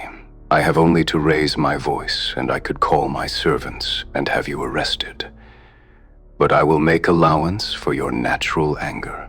Leave the room at once as you came, and I will say no more. The woman stood with her hand buried in her bosom, and the same deadly smile on her thin lips. You will ruin no more lives as you have ruined mine. You will wring no more hearts as you wrung mine. I will free the world of a poisonous thing. Take that, you hound, and that, and that, and that. She had drawn a little gleaming revolver and emptied barrel after barrel into Milverton's body, the muzzle within 2 feet of his shirt front. He shrank away and then fell forward upon the table, coughing furiously and clawing among the papers. Then he staggered to his feet, received another shot, and rolled upon the floor. You've done me. And lay still. The woman looked at him intently and ground her heel into his upturned face. She looked again, but there was no sound or movement. I heard a sharp rustle. The night air blew into the heated room, and the avenger was gone. No interference upon our part could have saved the man from his fate, but as the woman poured bullet after bullet into Milverton's shrinking body, I was about to spring out, when I felt Holmes's cold, strong grasp upon my wrist. I understood the whole argument of that firm, restraining grip, that it was no affair of ours, that justice had overtaken a villain, that we had our own duties and our own objects, which were not to be lost sight of. But hardly had the woman rushed from the room when Holmes, with swift, silent steps, was over at the other door. He turned the key in the lock. At the same instant we heard voices in the house and the sound of hurrying feet. The revolver shots had roused the household. With perfect coolness, Holmes slipped across to the safe, filled his 2 arms with bundles of letters, and poured them all into the fire. Again and again he did it, until the safe was empty. Someone turned the handle and beat upon the outside of the door. Holmes looked swiftly round. The letter which had been the messenger of death for Milverton lay, all mottled with his blood, upon the table. Holmes tossed it in among the blazing papers. Then he drew the key from the outer door, passed through after me, and locked it on the outside. This way, Watson. We can scale the garden wall in this direction. I could not have believed that an alarm could have spread so swiftly. Looking back, the huge house was one blaze of light. The front door was open, and figures were rushing down the drive. The whole garden was alive with people, and one fellow raised a view halloa as we emerged from the veranda and followed hard at our heels. Holmes seemed to know the grounds perfectly, and he threaded his way swiftly among a plantation of small trees, I close at his heels, and our foremost pursuer panting behind us. It was a 6-foot wall which barred our path, but he sprang to the top and over. As I did the same, I felt the hand of the man behind me grab at my ankle, but I kicked myself free and scrambled over a grass-strewn coping. I fell upon my face among some bushes, but Holmes had me on my feet in an instant, and together we dashed away across the huge expanse of Hampstead Heath. We had run 2 miles, I suppose, before Holmes at last halted and listened intently. All was absolute silence behind us. We had shaken off our pursuers and were safe. We had breakfasted and were smoking our morning pipe on the day after the remarkable experience which I have recorded, when Mr. Lestrade, of Scotland Yard, very solemn and impressive, was ushered into our modest sitting room. Good morning, Mr. Holmes. Good morning. May I ask if you are very busy just now? Not too busy to listen to you. I thought that, perhaps, if you had nothing particular on hand, you might care to assist us in a most remarkable case, which occurred only last night at Hampstead. Dear me, what was that? A murder, a most dramatic and remarkable murder. I know how keen you are upon these things, and I would take it as a great favor if you would step down to Appledore Towers and give us the benefit of your advice. It is no ordinary crime. We have had our eyes upon this Mr. Milverton for some time, and between ourselves, he was a bit of a villain. He is known to have held papers which he used for blackmailing purposes. These papers have all been burned by the murderers. No article of value was taken, as it is probable that the criminals were men of good position, whose sole object was to prevent social exposure. Criminals, plural. Yes, there were 2 of them. They were as nearly as possible captured red-handed.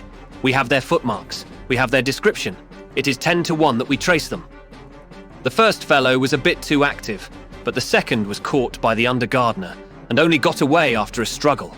He was a middle-sized, strongly built, man-square jaw, thick neck, moustache, a mask over his eyes. That is rather vague. It might be a description of Watson. It is true. It might be a description of Watson. Well, I am afraid I can't help you, Lestrade. The fact is that I knew this fellow Milverton, that I considered him one of the most dangerous men in London, and that I think there are certain crimes which the law cannot touch, and which therefore to some extent justify private revenge. No, it is no use arguing. I have made up my mind. My sympathies are with the criminals rather than with the victim, and I will not handle this case.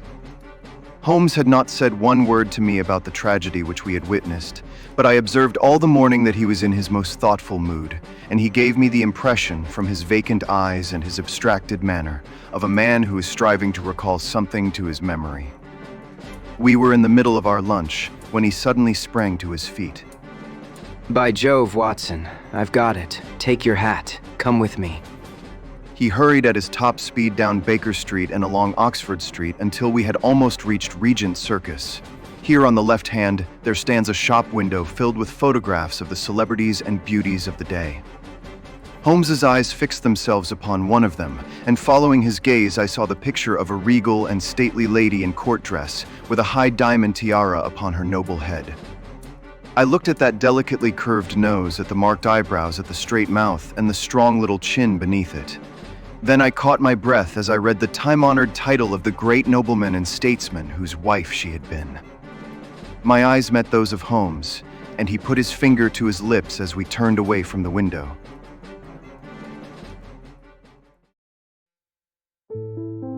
The Adventure of the Six Napoleons. It was no very unusual thing for Mr. Lestrade of Scotland Yard to look in upon us of an evening, and his visits were welcome to Sherlock Holmes, for they enabled him to keep in touch with all that was going on at the police headquarters. In return for the news which Lestrade would bring, Holmes was always ready to listen with attention to the details of any case upon which the detective was engaged, and was able occasionally, without any active interference, to give some hint or suggestion drawn from his own vast knowledge and experience. On this particular evening, Lestrade had spoken of the weather and the newspapers. Then he had fallen silent, puffing thoughtfully at his cigar. Holmes looked keenly at him. Anything remarkable on hand? Oh, no, Mr. Holmes. Nothing very particular. Then, tell me about it. Lestrade laughed. Well, Mr. Holmes, there is no use denying that there is something on my mind, and yet it is such an absurd business that I hesitated to bother you about it. On the other hand, although it is trivial, it is undoubtedly queer, and I know that you have a taste for all that is out of the common, but in my opinion, it comes more in Dr. Watson's line than ours. Disease. Madness, anyhow, and a queer madness, too. You wouldn't think there was anyone living at this time of day who had such a hatred of Napoleon I that he would break any image of him that he could see. Holmes sank back in his chair. That is no business of mine. Exactly. That is what I said. But then, when the man commits burglary in order to break images which are not his own, that brings it away from the doctor and onto the policeman. Holmes sat up again. Burglary, this is more interesting. Let me hear the details. Lestrade took out his official notebook and refreshed his memory from its pages. The first case reported was 4 days ago. It was at the shop of Morse Hudson, who has a place for the sale of pictures and statues in the Kennington Road. The assistant had left the front shop for an instant when he heard a crash, and hurrying in he found a plaster bust of Napoleon, which stood with several other works of art upon the counter, lying shivered into fragments. He rushed out into the road, But although several passers-by declared that they had noticed a man run out of the shop, he could neither see anyone nor could he find any means of identifying the rascal. It seemed to be one of those senseless acts of hooliganism which occur from time to time, and it was reported to the constable on the beat as such. The plaster cast was not worth more than a few shillings, and the whole affair appeared to be too childish for any particular investigation. The second case, however, was more serious and also more singular. It occurred only last night. In Kennington Road, and within a few hundred yards of Morse Hudson's shop, there lives a well-known medical practitioner named Dr. Barnicott, who has one of the largest practices upon the south side of the Thames. His residence and principal consulting room is at Kennington Road, but he has a branch surgery and dispensary at Lower Brixton Road, 2 miles away. This Dr. Barnicott is an enthusiastic admirer of Napoleon, and his house is full of books, pictures, and relics of the French Emperor. Some little time ago, he purchased from Morse Hudson 2 duplicate plaster casts of the famous head of Napoleon by the French sculptor, Divine. One of these he placed in his hall in the house at Kennington Road, and the other on the mantelpiece of the surgery at Lower Brixton. Well, when Dr. Barnicott came down this morning, he was astonished to find that his house had been burgled during the night, but that nothing had been taken save the plaster head from the hall.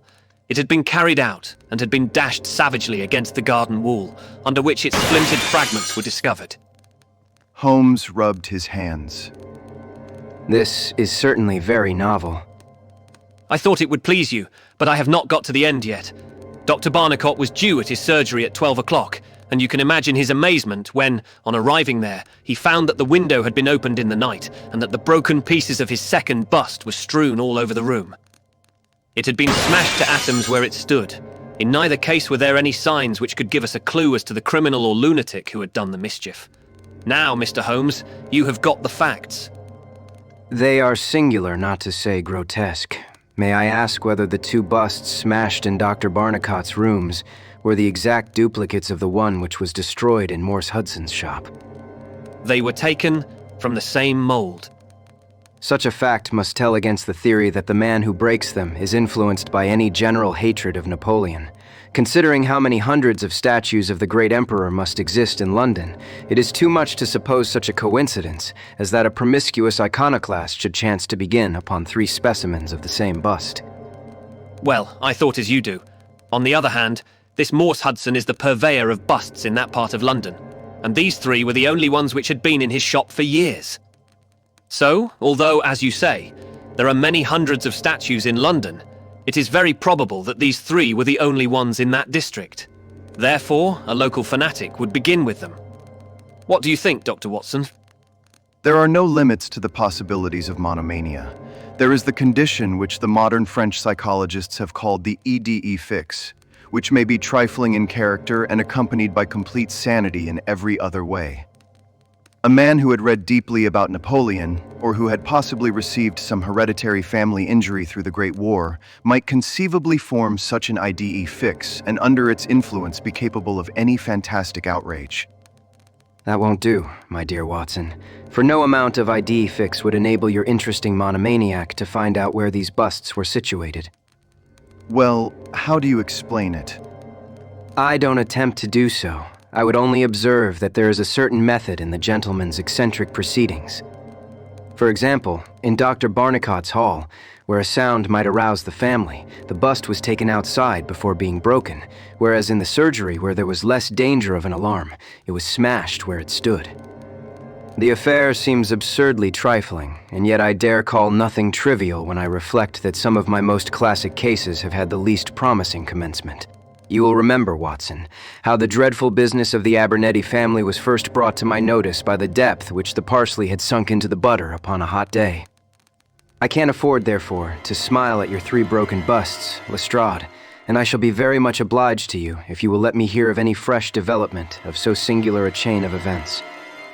The development for which my friend had asked came in a quicker and an infinitely more tragic form than he could have imagined. I was still dressing in my bedroom next morning when there was a tap at the door and Holmes entered, a telegram in his hand. He read it aloud. Come instantly, 131, Pitt Street, Kensington, Lestrade. What is it, then? Don't know, may be anything, but I suspect it is the sequel of the story of the statues. In that case, our friend the image breaker has begun operations in another quarter of London. There is coffee on the table, Watson, and I have a cab at the door. In half an hour we had reached Pitt Street, a quiet little backwater just beside one of the briskest currents of London life. Number 131 was one of a row, all flat-chested, respectable, and most unromantic dwellings. As we drove up, we found the railings in front of the house lined by a curious crowd. Holmes whistled. By George, it is attempted murder at the least. Nothing less will hold the London message, boy. There is a deed of violence indicated in that fellow's round shoulders and outstretched neck. What is this, Watson? The top step swilled down and the other one's dry. Footsteps enough, anyhow. Well, there's Lestrade at the front window, and we shall soon know all about it. The official received us with a very grave face and showed us into a sitting room, where an exceedingly unkempt and agitated elderly man, clad in a flannel dressing gown, was pacing up and down. He was introduced to us as the owner of the house, Mr. Horace Harker, of the Central Press Syndicate. It is the Napoleon bust business again. You seemed interested last night, Mr. Holmes, so I thought perhaps you would be glad to be present now that the affair has taken a very much graver turn. What has it turned to, then? To murder. Mr. Harker, will you tell these gentlemen exactly what has occurred? The man in the dressing gown turned upon us with a most melancholy face. It is an extraordinary thing that all my life I have been collecting other people's news, and now that a real piece of news has come my own way, I am so confused and bothered that I can't put two words together. If I had come in here as a journalist, I should have interviewed myself and had 2 columns in every evening paper. As it is, I am giving away valuable copy by telling my story over and over to a string of different people, and I can make no use of it myself. However, I've heard your name, Mr. Sherlock Holmes, and if you'll only explain this queer business, I shall be paid for my trouble in telling you the story. Holmes sat down and listened. It all seems to center around that bust of Napoleon which I bought for this very room about 4 months ago. I picked it up cheap from Harding Brothers, 2 doors from the High Street station. A great deal of my journalistic work is done at night, and I often write until the early morning. So it was today. I was sitting in my den, which is at the back of the top of the house, about 3 o'clock, when I was convinced that I heard some sounds downstairs. I listened, but they were not repeated, and I concluded that they came from outside.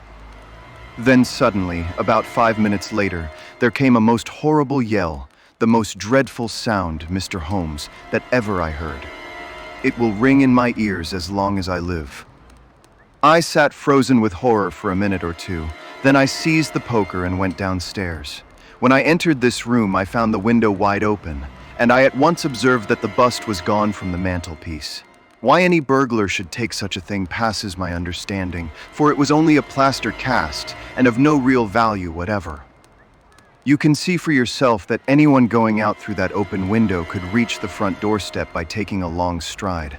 This was clearly what the burglar had done, so I went round and opened the door. Stepping out into the dark, I nearly fell over a dead man who was lying there. I ran back for a light, and there was the poor fellow, a great gash in his throat, and the whole place swimming in blood. He lay on his back, his knees drawn up, and his mouth horribly open. I shall see him in my dreams. I had just time to blow on my police whistle, and then I must have fainted, for I knew nothing more until I found the policeman standing over me in the hall. Well, who was the murdered man? There is nothing to show who he was. You shall see the body at the mortuary, but we have made nothing of it up to now. He is a tall man, sunburned, very powerful, not more than 30. He is poorly dressed, and yet does not appear to be a labourer. A horn-handled clasp knife was lying in a pool of blood beside him. Whether it was the weapon which did the deed, or whether it belonged to the dead man, I do not know. There was no name on his clothing, and nothing in his pockets save an apple, some string, a shilling map of London, and a photograph. Here it is. It was evidently taken by a snapshot from a small camera. It represented an alert, sharp-featured simian man, with thick eyebrows and a very peculiar projection of the lower part of the face, like the muzzle of a baboon. And what became of the bust? We had news of it just before you came. It has been found in the front garden of an empty house in Campden House Road. It was broken into fragments. I am going round now to see it. Will you come? Certainly. I must just take one look round. He examined the carpet and the window. The fellow had either very long legs or was a most active man. With an area beneath, it was no mean feat to reach that window ledge and open that window. Getting back was comparatively simple. Are you coming with us to see the remains of your bust, Mr. Harker? The disconsolate journalist had seated himself at a writing table. I must try and make something of it, though I have no doubt that the first editions of the evening papers are out already with full details. It is like my luck. You remember when the stand fell at Doncaster? Well, I was the only journalist in the stand, and my journal the only one that had no account of it, for I was too shaken to write it, and now I'll be too late with a murder done on my own doorstep. As we left the room, we heard his pen traveling shrilly over the foolscap. The spot where the fragments of the bust had been found was only a few hundred yards away. For the first time our eyes rested upon this presentment of the great emperor, which seemed to raise such frantic and destructive hatred in the mind of the unknown. It lay scattered in splintered shards upon the grass. Holmes picked up several of them and examined them carefully. I was convinced from his intent face and his purposeful manner that at last he was upon a clue. Well? Holmes shrugged his shoulders. We have a long way to go yet, well, we have some suggestive facts to act upon. The possession of this trifling bust was worth more in the eyes of this strange criminal than a human life. That is one point. Then there is the singular fact that he did not break it in the house or immediately outside the house, if to break it was his sole object. He was rattled and bustled by meeting this other fellow. He hardly knew what he was doing. Well, that is likely enough, but I wish to call your attention very particularly to the position of this house, in the garden of which the bust was destroyed. Lestrade looked about him. It was an empty house, and so he knew that he would not be disturbed in the garden. Yes, but there is another empty house farther up the street which he must have passed before he came to this one. Why did he not break it there, since it is evident that every yard that he carried it increased the risk of someone meeting him? I give it up. Holmes pointed to the street lamp above our heads. He could see what he was doing here, and he could not there. That was his reason. By Jove, that is true. Now that I come to think of it, Dr. Barnicot's bust was broken not far from his red lamp. Well, Mr. Holmes, what are we to do with that fact? To remember it, to docket it. We may come on something later which will bear upon it. What steps do you propose to take now, Lestrade? The most practical way of getting at it, in my opinion, is to identify the dead man. There should be no difficulty about that. When we have found who he is and who his associates are, we should have a good start in learning what he was doing in Pitt Street last night, and who it was who met him and killed him on the doorstep of Mr. Horace Harker. Don't you think so? No doubt, and yet it is not quite the way in which I should approach the case. What would you do then? Oh, you must not let me influence you in any way. I suggest that you go on your line and I on mine. We can compare notes afterwards, and each will supplement the other. Very good. If you are going back to Pitt Street, you might see Mr. Horace Harker.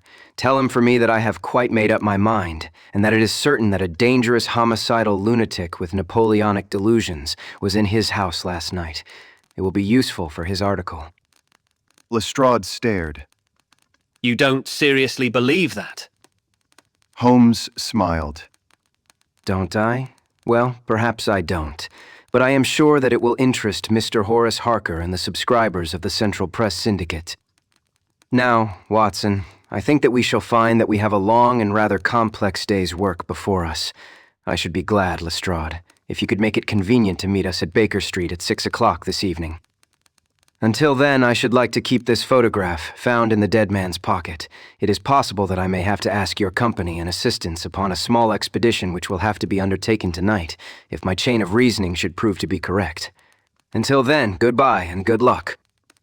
Sherlock Holmes and I walked together to the High Street, where we stopped at the shop of Harding Brothers, whence the bust had been purchased. A young assistant informed us that Mr. Harding would be absent until afternoon, and that he was himself a newcomer who could give us no information. Holmes's face showed his disappointment and annoyance. Well, we can't expect to have it all our own way, Watson. We must come back in the afternoon, if Mr. Harding will not be here until then. I am, as you have no doubt surmised, endeavoring to trace these busts to their source, in order to find if there is not something peculiar which may account for their remarkable fate. Let us make for Mr. Morse Hudson of the Kennington Road, and see if he can throw any light upon the problem. A drive of an hour brought us to the picture dealer's establishment. He was a small, stout man with a red face and a peppery manner. Yes, sir. On my very counter, sir. What we pay rates and taxes for I don't know, when any ruffian can come in and break one's goods. Yes, sir. It was I who sold Dr. Barnicot his 2 statues. Disgraceful, sir. A nihilist plot, that is what I make it. No one but an anarchist would go about breaking statues. Red Republicans, that is what I call them. Who did I get the statues from? I don't see what that has to do with it. Well, if you really want to know, I got them from Gelder and Company in Church Street, Stepney. They are a well-known house in the trade and have been this 20 years. How many had I? 3-2 and 1 are 3-2 of Dr. Barnicot's, and 1 smashed in broad daylight on my own counter. Do I know that photograph? No, I don't. Yes, I do, though. Why, it is Beppo. He was a kind of Italian piecework man who made himself useful in the shop. He could carve a bit, and gild and frame, and do odd jobs. The fellow left me last week, and I've heard nothing of him since. No, I don't know where he came from, nor where he went to. I had nothing against him while he was here. He was gone 2 days before the bust was smashed. Well, that is all we could reasonably expect from Morse Hudson. We have this Beppo as a common factor both in Kennington and in Kensington, so that is worth a 10-mile drive. Now, Watson, let us make for Gelder and Company of Stepney, the source and origin of the busts. I shall be surprised if we don't get some help down there. In rapid succession, we passed through the fringe of fashionable London, Hotel London, theatrical London, literary London, commercial London, and finally, maritime London, till we came to a riverside city of 100,000 souls, where the tenement houses swelter and reek with the outcasts of Europe. Here, in a broad thoroughfare, once the abode of wealthy city merchants, we found the sculpture works for which we searched. Outside was a considerable yard full of monumental masonry. Inside was a large room in which 50 workers were carving or molding. The manager, a big blonde German, received us civilly and gave a clear answer to all Holmes's questions. A reference to his book showed that hundreds of casts had been taken from a marble copy of Divine's head of Napoleon. But the 3 which had been sent to Morse Hudson a year or so before had been half of a batch of 6, the other 3 being sent to Harding Brothers of Kensington. There was no reason why those 6 should be different from any of the other casts. He could suggest no possible cause why anyone should wish to destroy them. In fact, he laughed at the idea. Their wholesale price was 6 shillings, but the retailer would get 12 or more. The cast was taken in 2 molds from each side of the face, and then these 2 profiles of plaster of Paris were joined together to make the complete bust. The work was usually done by Italians in the room we were in. When finished, the busts were put on a table in the passage to dry, and afterwards stored. That was all he could tell us. But the production of the photograph had a remarkable effect upon the manager. His face flushed with anger, and his brows knotted over his blue Teutonic eyes. Ah, the rascal. Yes, indeed, I know him very well. This has always been a respectable establishment, and the only time that we have ever had the police in it was over this very fellow. It was more than a year ago now. He knifed another Italian in the street, and then he came to the works with the police on his heels, and he was taken here. Beppo was his name, his second name I never knew. Served me right for engaging a man with such a face. But he was a good workman, one of the best. What did he get? The man lived, and he got off with a year. I have no doubt he is out now, but he has not dared to show his nose here. We have a cousin of his here, and I dare say he could tell you where he is. No, not a word to the cousin, not a word, I beg of you. The matter is very important, and the farther I go with it, the more important it seems to grow. When you referred in your ledger to the sale of those casts, I observed that the date was the 3rd of June of last year. Could you give me the date when Beppo was arrested? I could tell you roughly by the pay list. Yes, he was paid last on May 20th. Thank you. I don't think that I need intrude upon your time and patience anymore. With a last word of caution that he should say nothing as to our researches, we turned our faces westward once more. The afternoon was far advanced before we were able to snatch a hasty luncheon at a restaurant. A news bill at the entrance announced Kensington outrage, murder by a madman, and the contents of the paper showed that Mr. Horace Harker had got his account into print after all. 2 columns were occupied with a highly sensational and flowery rendering of the whole incident. Holmes propped it against the cruet stand and read it while he ate. Once or twice he chuckled. This is all right, Watson. Listen to this. It is satisfactory to know that there can be no difference of opinion upon this case, since Mr. Lestrade, one of the most experienced members of the official force, and Mr. Sherlock Holmes, the well-known consulting expert, have each come to the conclusion that the grotesque series of incidents, which have ended in so tragic a fashion, arise from lunacy rather than from deliberate crime. No explanation save mental aberration can cover the facts. The press, Watson, is a most valuable institution, if you only know how to use it, and now, if you have quite finished, we will hark back to Kensington and see what the manager of Harding Brothers has to say on the matter. The founder of that great emporium proved to be a brisk, crisp little person, very dapper and quick, with a clear head and a ready tongue. Yes, sir, I have already read the account in the evening papers. Mr. Horace Harker is a customer of ours. We supplied him with the bust some months ago. We ordered 3 busts of that sort from Gelder and Company of Stepney.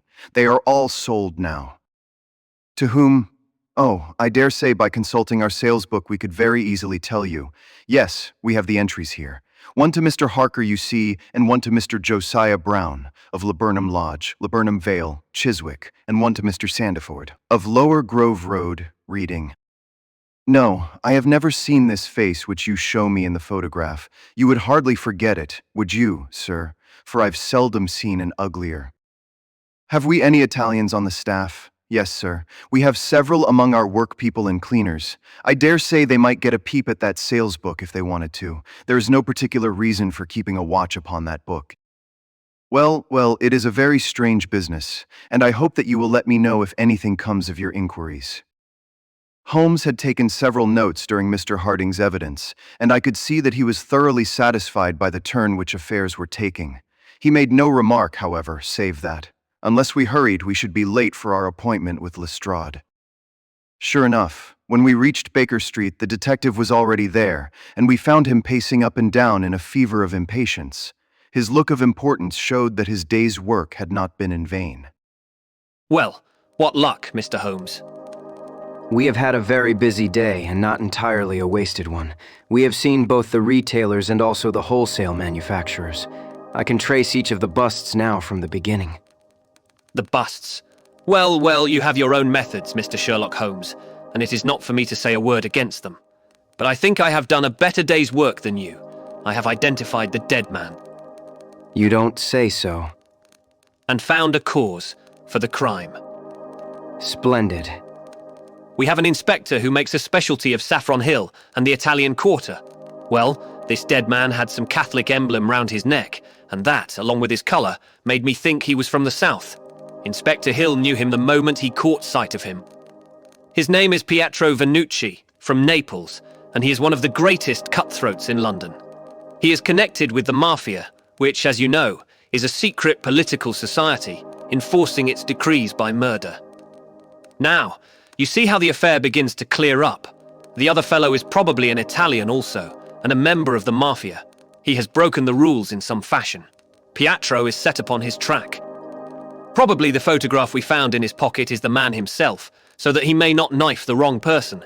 He dogs the fellow, he sees him enter a house, he waits outside for him, and in the scuffle he receives his own death wound. How is that, Mr. Sherlock Holmes? Holmes clapped his hands approvingly. Excellent. Lestrade, excellent. But I didn't quite follow your explanation of the destruction of the busts. The busts. You never can get those busts out of your head. After all, that is nothing, petty larceny. 6 months at the most. It is the murder that we are really investigating, and I tell you that I am gathering all the threads into my hands. And the next stage? Is a very simple one. I shall go down with Hill to the Italian Quarter, find the man whose photograph we have got, and arrest him on the charge of murder. Will you come with us? I think not. I fancy we can attain our end in a simpler way. I can't say for certain because it all depends. Well, it all depends upon a factor which is completely outside our control. But I have great hopes. In fact, the betting is exactly 2-1, that if you will come with us tonight, I shall be able to help you to lay him by the heels. In the Italian quarter. No, I fancy Chiswick is an address which is more likely to find him. If you will come with me to Chiswick tonight, Lestrade, I'll promise to go to the Italian quarter with you tomorrow, and no harm will be done by the delay. And now I think that a few hours' sleep would do us all good, for I do not propose to leave before 11 o'clock, and it is unlikely that we shall be back before morning. You'll dine with us, Lestrade, and then you are welcome to the sofa until it is time for us to start. In the meantime, Watson, I should be glad if you would ring for an express messenger, for I have a letter to send and it is important that it should go at once. Holmes spent the evening in rummaging among the files of the old daily papers with which one of our lumber rooms was packed.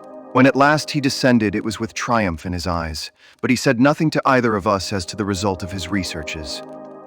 For my own part, I had followed step by step the methods by which he had traced the various windings of this complex case, and though I could not yet perceive the goal which we would reach, I understood clearly that Holmes expected this grotesque criminal to make an attempt upon the 2 remaining busts, one of which, I remembered, was at Chiswick. No doubt the object of our journey was to catch him in the very act, and I could not but admire the cunning with which my friend had inserted a wrong clue in the evening paper, so as to give the fellow the idea that he could continue his scheme with impunity. I was not surprised when Holmes suggested that I should take my revolver with me. He had himself picked up the loaded hunting crop, which was his favorite weapon. A 4-wheeler was at the door at 11, and in it we drove to a spot at the other side of Hammersmith Bridge. Here the cabman was directed to wait. A short walk brought us to a secluded road fringed with pleasant houses, each standing in its own grounds. In the light of a street lamp we read Laburnum Villa upon the gatepost of one of them. The occupants had evidently retired to rest, for all was dark save for a fanlight over the hall door, which shed a single blurred circle onto the garden path. The wooden fence which separated the grounds from the road threw a dense black shadow upon the inner side, and here it was that we crouched. I fear that you'll have a long wait. We may thank our stars that it is not raining. I don't think we can even venture to smoke to pass the time. However, it is a 2-1 chance that we get something to pay us for our trouble. It proved, however, that our vigil was not to be so long as Holmes had led us to fear, and it ended in a very sudden and singular fashion. In an instant, without the least sound to warn us of his coming, the garden gate swung open, and a lithe, dark figure, as swift and active as an ape, rushed up the garden path. We saw it whisk past the light thrown from over the door and disappear against the black shadow of the house. There was a long pause during which we held our breath, and then a very gentle creaking sound came to our ears. The window was being opened, the noise ceased, and again there was a long silence. The fellow was making his way into the house. We saw the sudden flash of a dark lantern inside the room. What he sought was evidently not there, for again we saw the flash through another blind, and then through another. Let us get to the open window. We will nab him as he climbs out. But before we could move, the man had emerged again. As he came out into the glimmering patch of light, we saw that he carried something white under his arm. He looked stealthily all round him. The silence of the deserted street reassured him. Turning his back upon us, he laid down his burden, and the next instant there was the sound of a sharp tap followed by a clatter and rattle. The man was so intent upon what he was doing that he never heard our steps as we stole across the grass plot.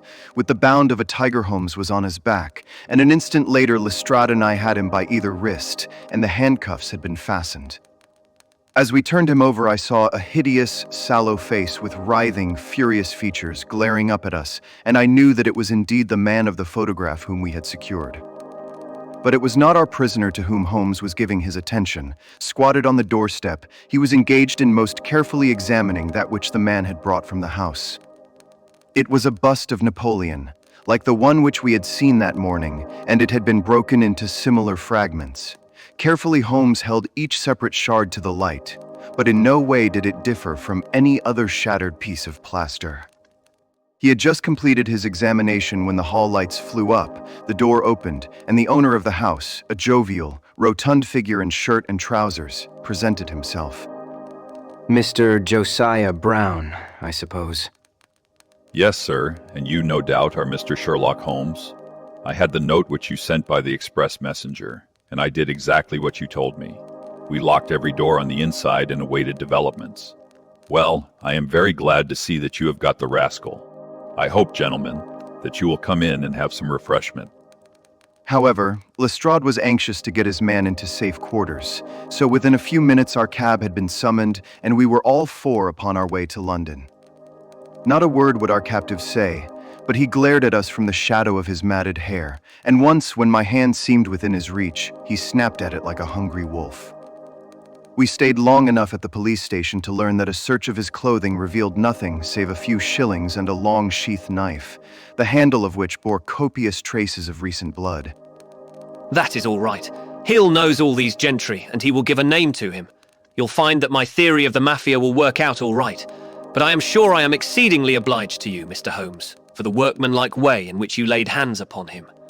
I don't quite understand it all yet. I fear it is rather too late an hour for explanations. Besides, there are one or two details which are not finished off, and it is one of those cases which are worth working out to the very end. If you will come round once more to my rooms at 6 o'clock tomorrow, I think I shall be able to show you that even now you have not grasped the entire meaning of this business, which presents some features which make it absolutely original in the history of crime. If ever I permit you to chronicle any more of my little problems, Watson, I foresee that you will enliven your pages by an account of the singular adventure of the Napoleonic busts. When we met again next evening, Lestrade was furnished with much information concerning our prisoner. His name, it appeared, was Beppo, second name unknown. He was a well-known ne'er-do-well among the Italian colony.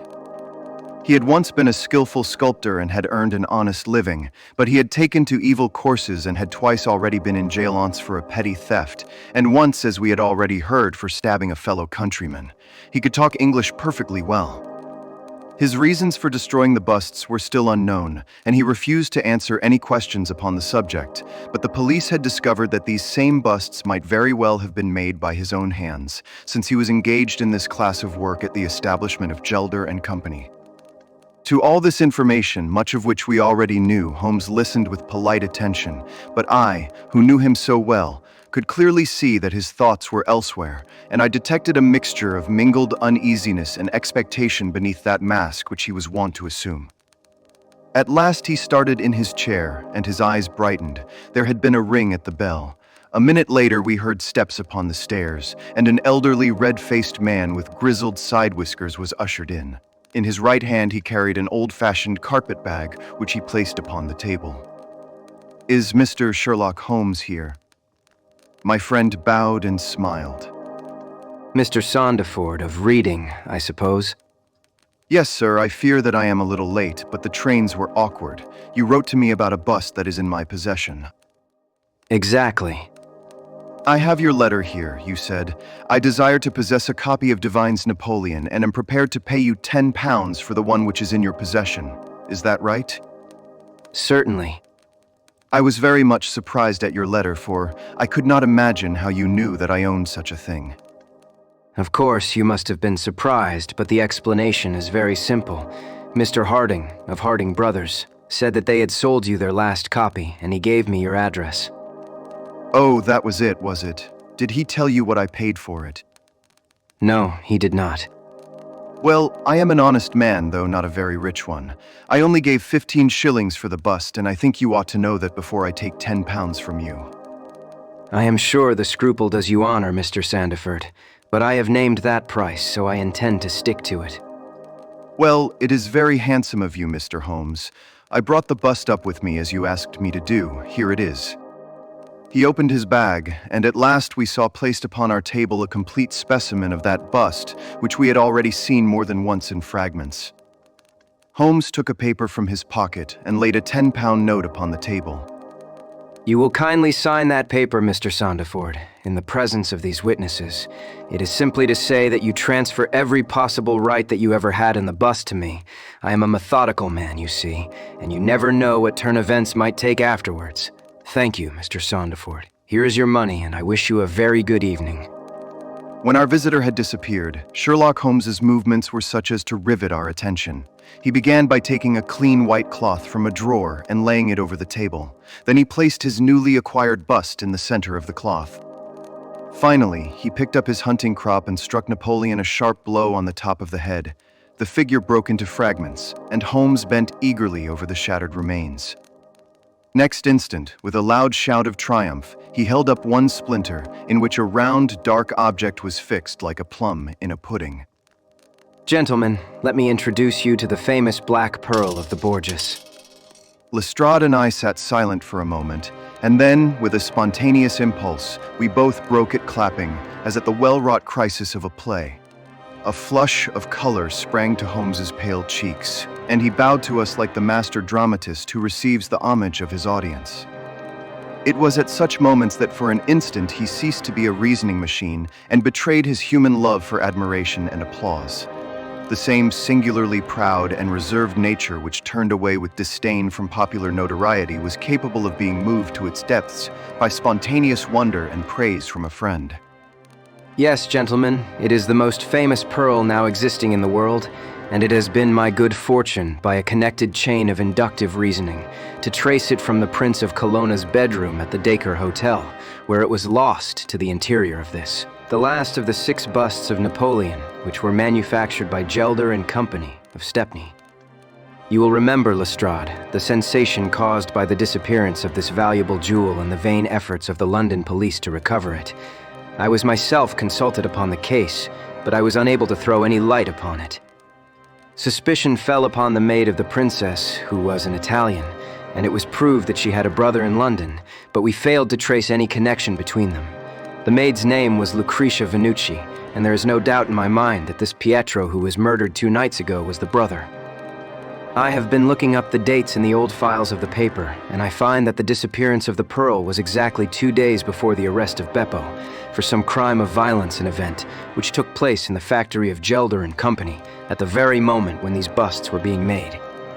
Now you clearly see the sequence of events, though you see them, of course, in the inverse order to the way in which they presented themselves to me. Beppo had the pearl in his possession. He may have stolen it from Pietro. He may have been Pietro's confederate. He may have been the go-between of Pietro and his sister. It is of no consequence to us which is the correct solution. The main fact is that he had the pearl, and at that moment, when it was on his person, he was pursued by the police. He made for the factory in which he worked, and he knew that he had only a few minutes in which to conceal this enormously valuable prize, which would otherwise be found on him when he was searched. 6 plaster casts of Napoleon were drying in the passage. One of them was still soft. In an instant, Beppo, a skillful workman, made a small hole in the wet plaster, dropped in the pearl, and with a few touches covered over the aperture once more. It was an admirable hiding place. No one could possibly find it. But Beppo was condemned to a year's imprisonment, and in the meanwhile his 6 busts were scattered over London. He could not tell which contained his treasure, only by breaking them could he see. Even shaking would tell him nothing, for as the plaster was wet, it was probable that the pearl would adhere to it, as in fact it has done. Beppo did not despair, and he conducted his search with considerable ingenuity and perseverance. Through a cousin who works with Gelder, he found out the retail firms who had bought the busts. He managed to find employment with Morse Hudson, and in that way tracked down 3 of them. The pearl was not there. Then, with the help of some Italian employee, he succeeded in finding out where the other 3 busts had gone. The first was at Harker's. There he was dogged by his confederate who held Beppo responsible for the loss of the pearl, and he stabbed him in the scuffle which followed. If he was his confederate, why should he carry his photograph? As a means of tracing him, if he wished to inquire about him from any third person, that was the obvious reason. Well, after the murder, I calculated that Beppo would probably hurry rather than delay his movements. He would fear that the police would read his secret, and so he hastened on before they should get ahead of him. Of course, I could not say that he had not found the pearl in Harker's bust. I had not even concluded for certain that it was the pearl, but it was evident to me that he was looking for something, since he carried the bust past the other houses in order to break it in the garden which had a lamp overlooking it. Since Harker's bust was 1 in 3, the chances were exactly as I told you, 2 to 1 against the pearl being inside it. There remained 2 busts, and it was obvious that he would go for the London one first. I warned the inmates of the house so as to avoid a second tragedy, and we went down with the happiest results. By that time, of course, I knew for certain that it was the Borgia pearl that we were after. The name of the murdered man linked the one event with the other. There only remained a single bust, the reading one, and the pearl must be there. I bought it in your presence from the owner, and there it lies. We sat in silence for a moment. Well, I've seen you handle a good many cases, Mr. Holmes, but I don't know that I ever knew a more workmanlike one than that. We're not jealous of you at Scotland Yard. No, sir, we are very proud of you, and if you come down tomorrow, there is not a man, from the oldest inspector to the youngest constable, who wouldn't be glad to shake you by the hand. Thank you. Thank you. And as he turned away, it seemed to me that he was more nearly moved by the softer human emotions than I had ever seen him. A moment later, he was the cold and practical thinker once more.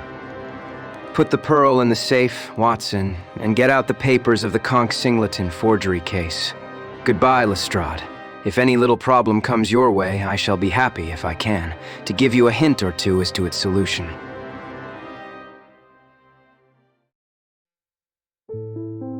The Adventure of the 3 Students.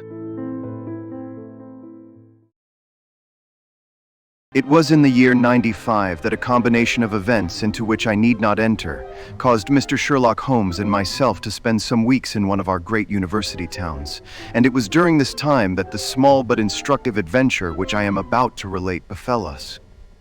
It will be obvious that any details which would help the reader exactly to identify the college or the criminal would be injudicious and offensive, so painful a scandal may well be allowed to die out. With due discretion, the incident itself may, however, be described, since it serves to illustrate some of those qualities for which my friend was remarkable. I will endeavor in my statement to avoid such terms as would serve to limit the events to any particular place, or give a clue as to the people concerned. We were residing at the time in furnished lodgings close to a library where Sherlock Holmes was pursuing some laborious researches in early English charters, researches which led to results so striking that they may be the subject of one of my future narratives. Here it was that one evening we received a visit from an acquaintance, Mr. Hilton Soames, tutor and lecturer at the College of St. Luke's. Mr. Soames was a tall, spare man of a nervous and excitable temperament. I had always known him to be restless in his manner, but on this particular occasion he was in such a state of uncontrollable agitation that it was clear something very unusual had occurred. I trust, Mr. Holmes, that you can spare me a few hours of your valuable time.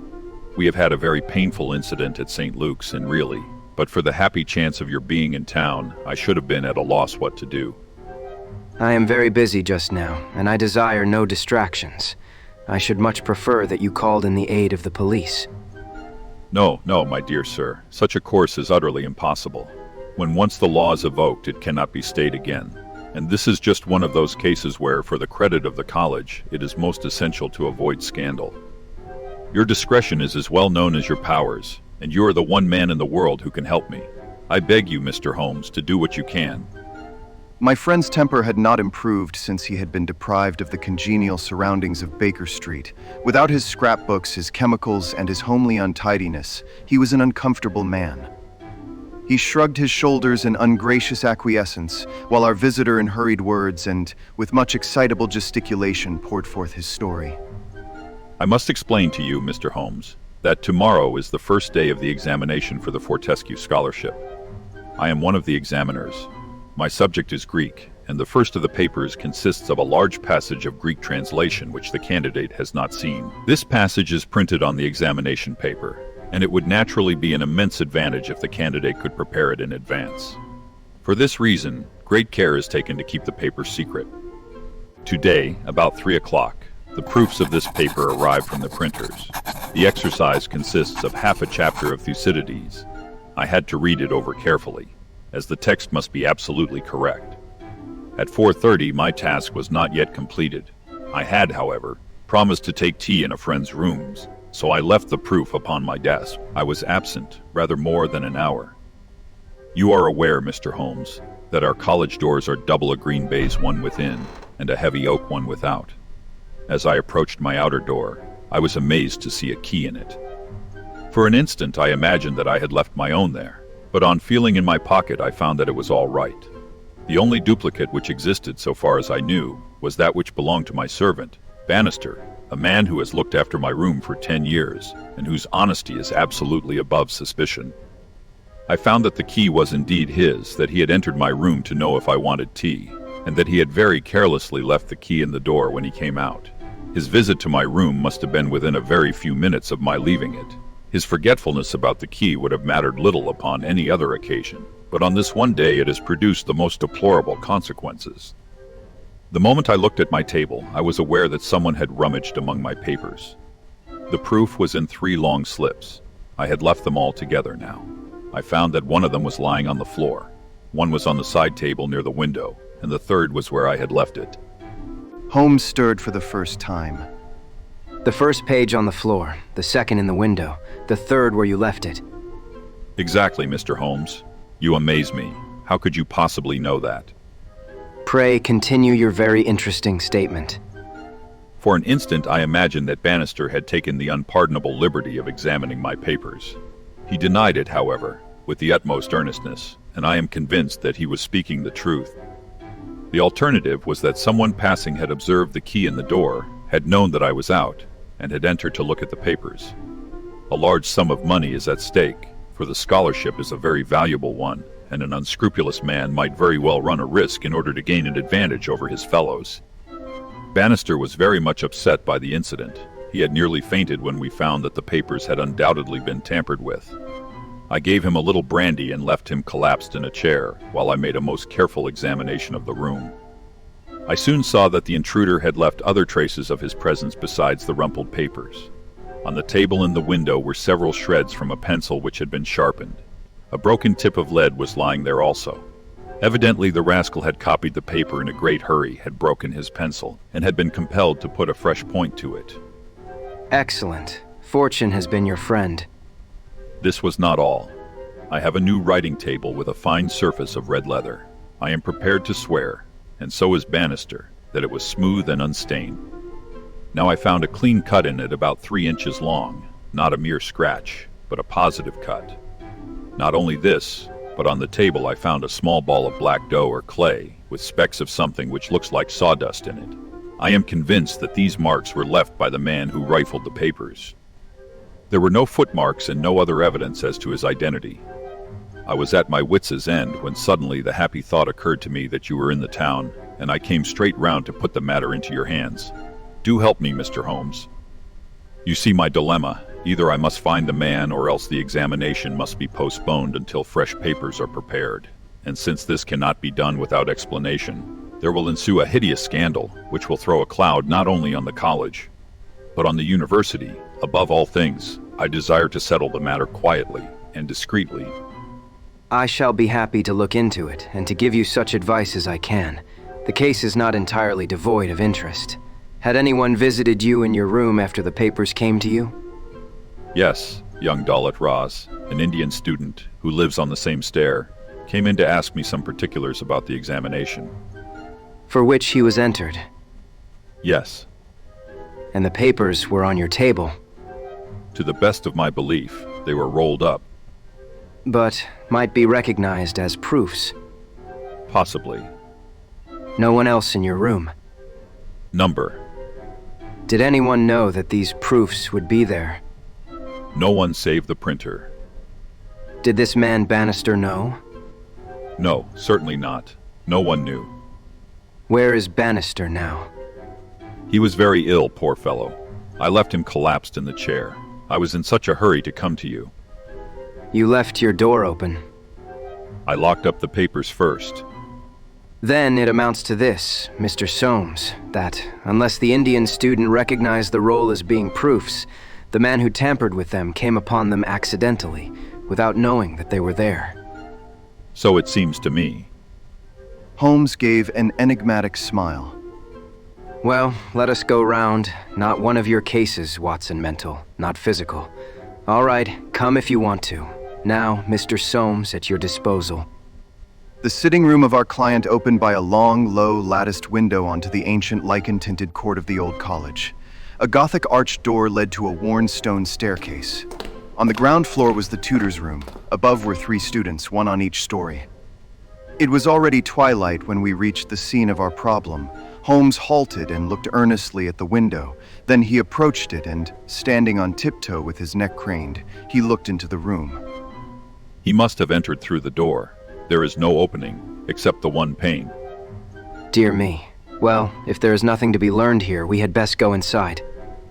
Holmes smiled in a singular way as he glanced at our companion. The lecturer unlocked the outer door and ushered us into his room. We stood at the entrance while Holmes made an examination of the carpet. I am afraid there are no signs here. One could hardly hope for any upon so dry a day. Your servant seems to have quite recovered. You left him in a chair, you say. Which chair? By the window there. I see, near this little table. You can come in now. I have finished with the carpet. Let us take the little table first. Of course, what has happened is very clear. The man entered and took the papers, sheet by sheet, from the central table. He carried them over to the window table, because from there he could see if you came across the courtyard, and so could effect an escape. As a matter of fact, he could not, for I entered by the side door. Ah, that is good. Well, anyhow, that was in his mind. Let me see the 3 strips. No finger impressions, no. Well, he carried over this one first, and he copied it. How long would it take him to do that, using every possible contraction? A quarter of an hour, not less. Then he tossed it down and seized the next. He was in the midst of that when your return caused him to make a very hurried retreat. Very hurried, since he had not time to replace the papers which would tell you that he had been there. You were not aware of any hurrying feet on the stair as you entered the outer door. No, I can't say I was. Well, he wrote so furiously that he broke his pencil and had, as you observed, to sharpen it again. This is of interest, Watson. The pencil was not an ordinary one. It was above the usual size, with a soft lead. The outer color was dark blue. The maker's name was printed in silver lettering, and the piece remaining is only about 1.5 inches long. Look for such a pencil, Mr. Soames, and you have got your man. When I add that he possesses a large and very blunt knife, you have an additional aid. I can follow the other points, but really, in this matter of the length. Holmes held out a small chip with the letters N and a space of clear wood after them. You see? No, I fear that even now. Watson, I have always done you an injustice. There are others. What could this N be? It is at the end of a word. You are aware that Johann Faber is the most common maker's name. Is it not clear that there is just as much of the pencil left as usually follows the Johann? He held the small table sideways to the electric light. I was hoping that if the paper on which he wrote was thin, some trace of it might come through upon this polished surface. No, I see nothing. I don't think there is anything more to be learned here. Now for the central table. This small pellet is, I presume, the black, doughy mass you spoke of. Roughly pyramidal in shape and hollowed out, I perceive. As you say, there appear to be grains of sawdust in it. Dear me, this is very interesting. And the cut a positive tear, I see. It began with a thin scratch and ended in a jagged hole. I am much indebted to you for directing my attention to this case, Mr. Soames. Where does that door lead to? To my bedroom. Have you been in it since your adventure? No, I came straight away for you. I should like to have a glance round. What a charming, old-fashioned room. Perhaps you will kindly wait a minute until I have examined the floor. No, I see nothing. What about this curtain? You hang your clothes behind it. If anyone were forced to conceal himself in this room, he must do it there, since the bed is too low and the wardrobe too shallow. No one there, I suppose. As Holmes drew the curtain, I was aware, from some little rigidity and alertness of his attitude, that he was prepared for an emergency. As a matter of fact, the drawn curtain disclosed nothing but 3 or 4 suits of clothes hanging from a line of pegs. Holmes turned away and stooped suddenly to the floor. Halloa, what is this? It was a small pyramid of black, putty-like stuff exactly like the one upon the table of the study. Holmes held it out on his open palm in the glare of the electric light. Your visitor seems to have left traces in your bedroom as well as in your sitting room, Mr. Soames. What could he have wanted there? I think it is clear enough. You came back by an unexpected way, and so he had no warning until you were at the very door. What could he do? He caught up everything which would betray him, and he rushed into your bedroom to conceal himself. Good gracious, Mr. Holmes. Do you mean to tell me that, all the time I was talking to Bannister in this room, we had the man prisoner if we had only known it? So, I read it. Surely there is another alternative, Mr. Holmes. I don't know whether you observed my bedroom window. Lattice-paned, lead framework, 3 separate windows, one swinging on hinge, and large enough to admit a man. Exactly, and it looks out on an angle of the courtyard so as to be partly invisible.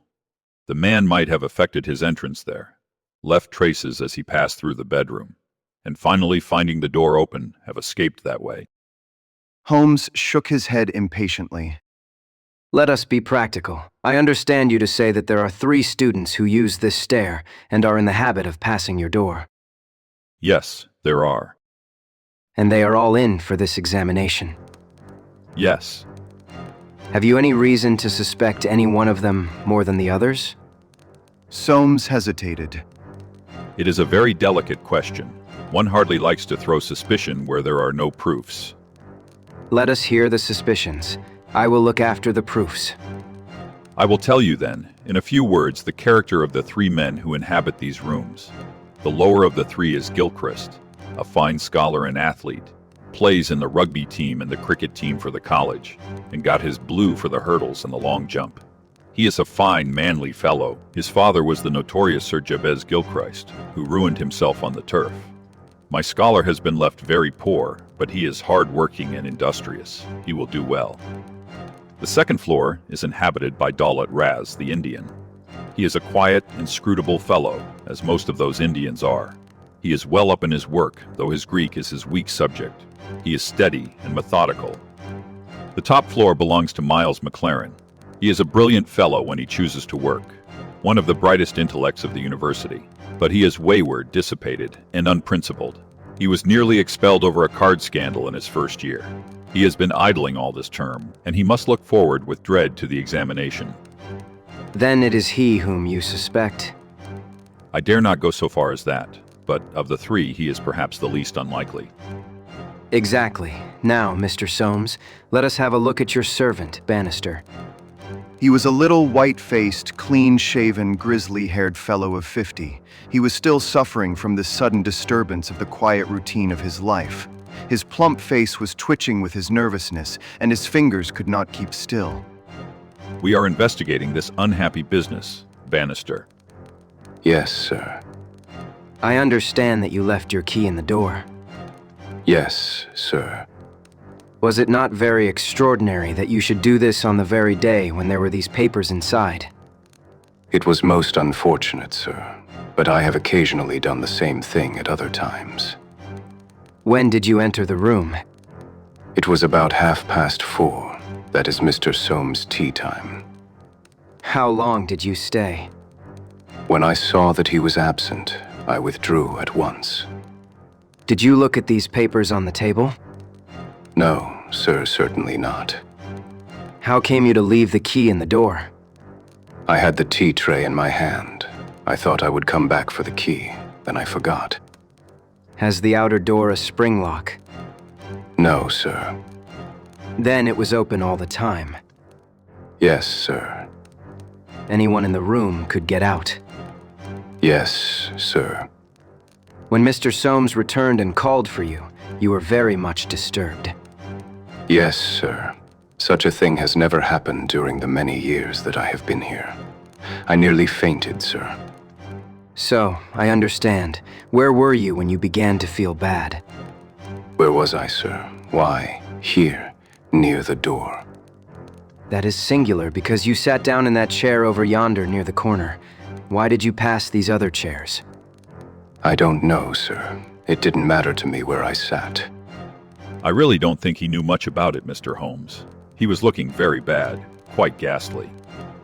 You stayed here when your master left. Only for a minute or so. Then I locked the door and went to my room. Whom do you suspect?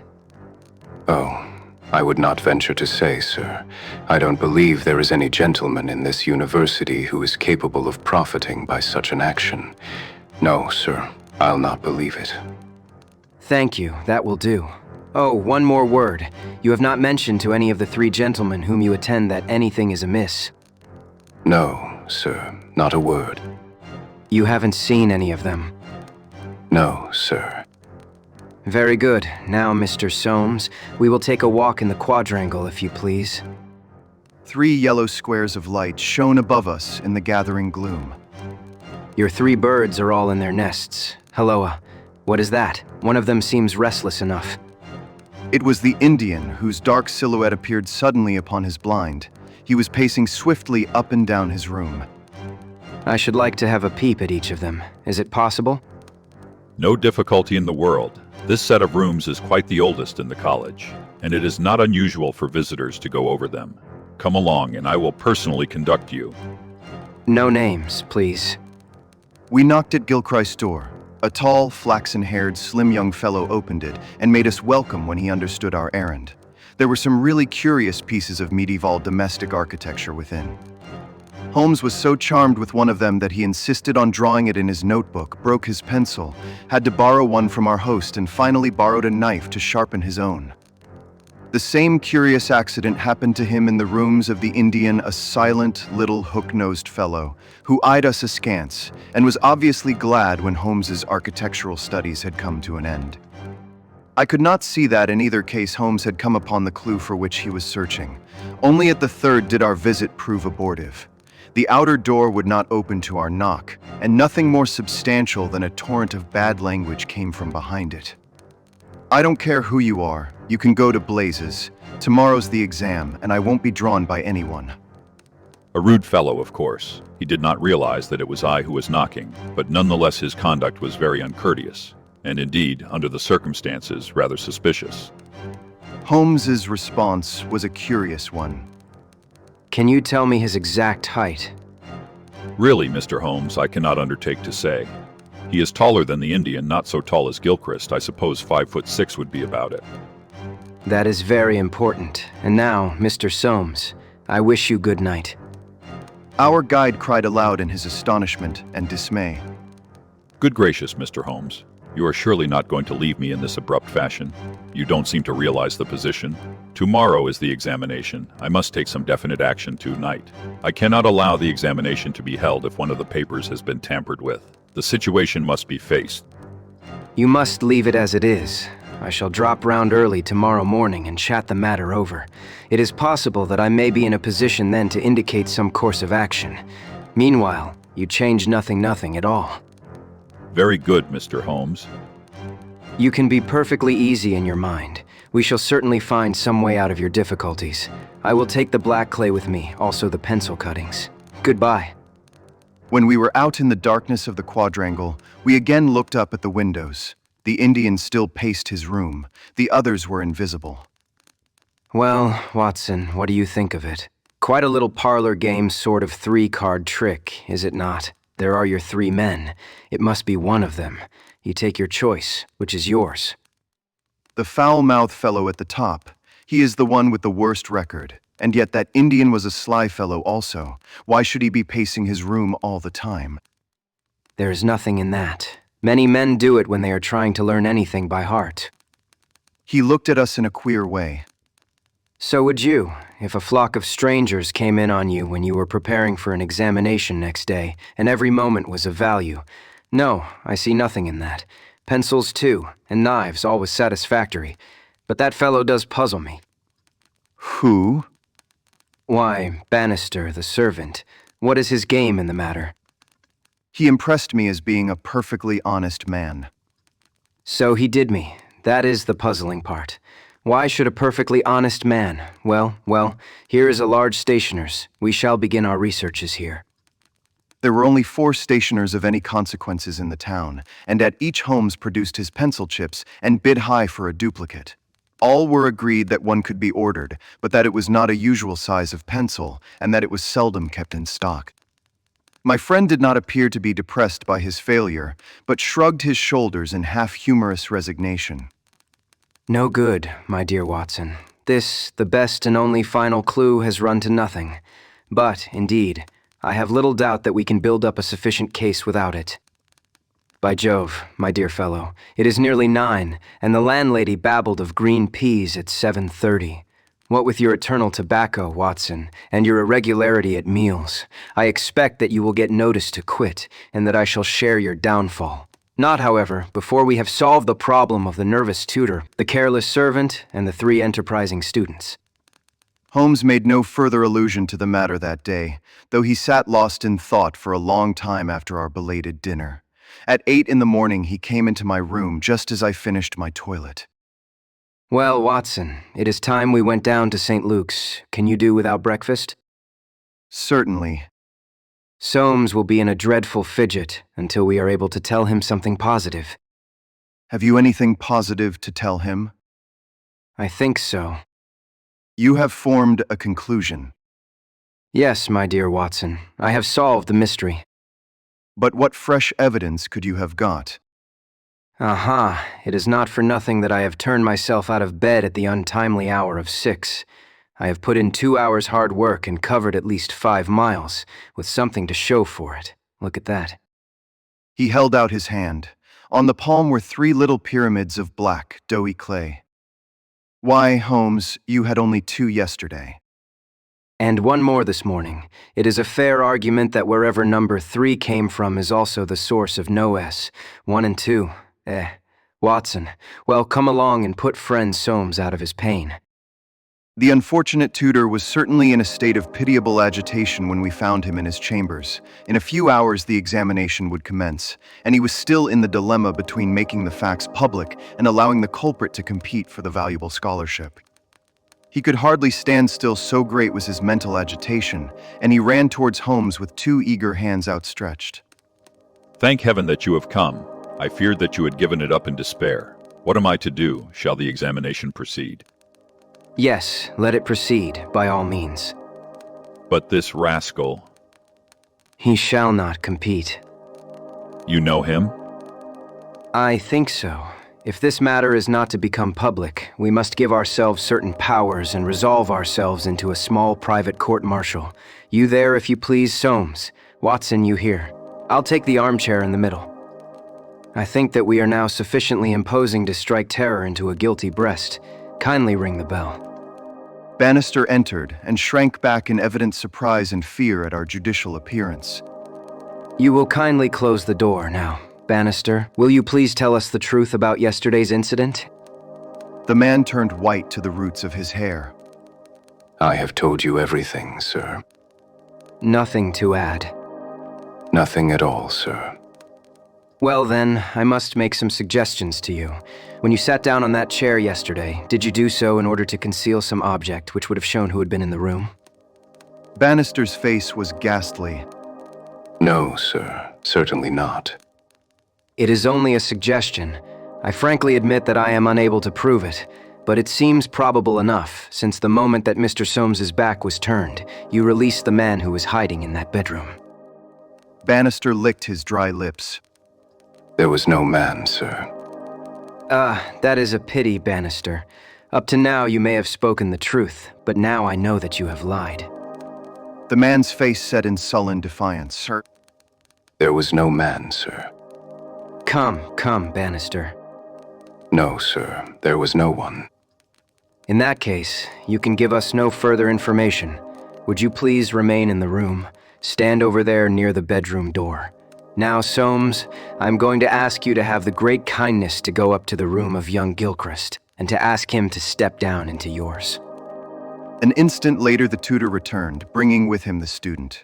He was a fine figure of a man, tall, lithe, and agile, with a springy step and a pleasant, open face. His troubled blue eyes glanced at each of us, and finally rested with an expression of blank dismay upon Bannister in the farther corner. Just close the door now, Mr. Gilchrist. We are all quite alone here, and no one need ever know one word of what passes between us. We can be perfectly frank with each other. We want to know, Mr. Gilchrist, how you, an honorable man, ever came to commit such an action as that of yesterday. The unfortunate young man staggered back and cast a look full of horror and reproach at Bannister. No, Mr. Gilchrist, sir. I never said a word, never one word. No, but you have now. Now, sir, you must see that after Bannister's words, your position is hopeless, and that your only chance lies in a frank confession. For a moment, Gilchrist, with upraised hand, tried to control his writhing features. The next, he had thrown himself on his knees beside the table, and burying his face in his hands, he had burst into a storm of passionate sobbing. Come, come, it is human to err, and at least no one can accuse you of being a callous criminal. Perhaps it would be easier for you if I were to tell Mr. Soames what occurred, and you can check me where I am wrong. Shall I do so? Well, don't trouble to answer, listen, and see that I do you no injustice. From the moment, Mr. Soames, that you said to me that no one, not even Bannister, could have told that the papers were in your room, the case began to take a definite shape in my mind. The printer one could, of course, dismiss. He could examine the papers in his own office. The Indian I also thought nothing of. If the proofs were in a roll, he could not possibly know what they were.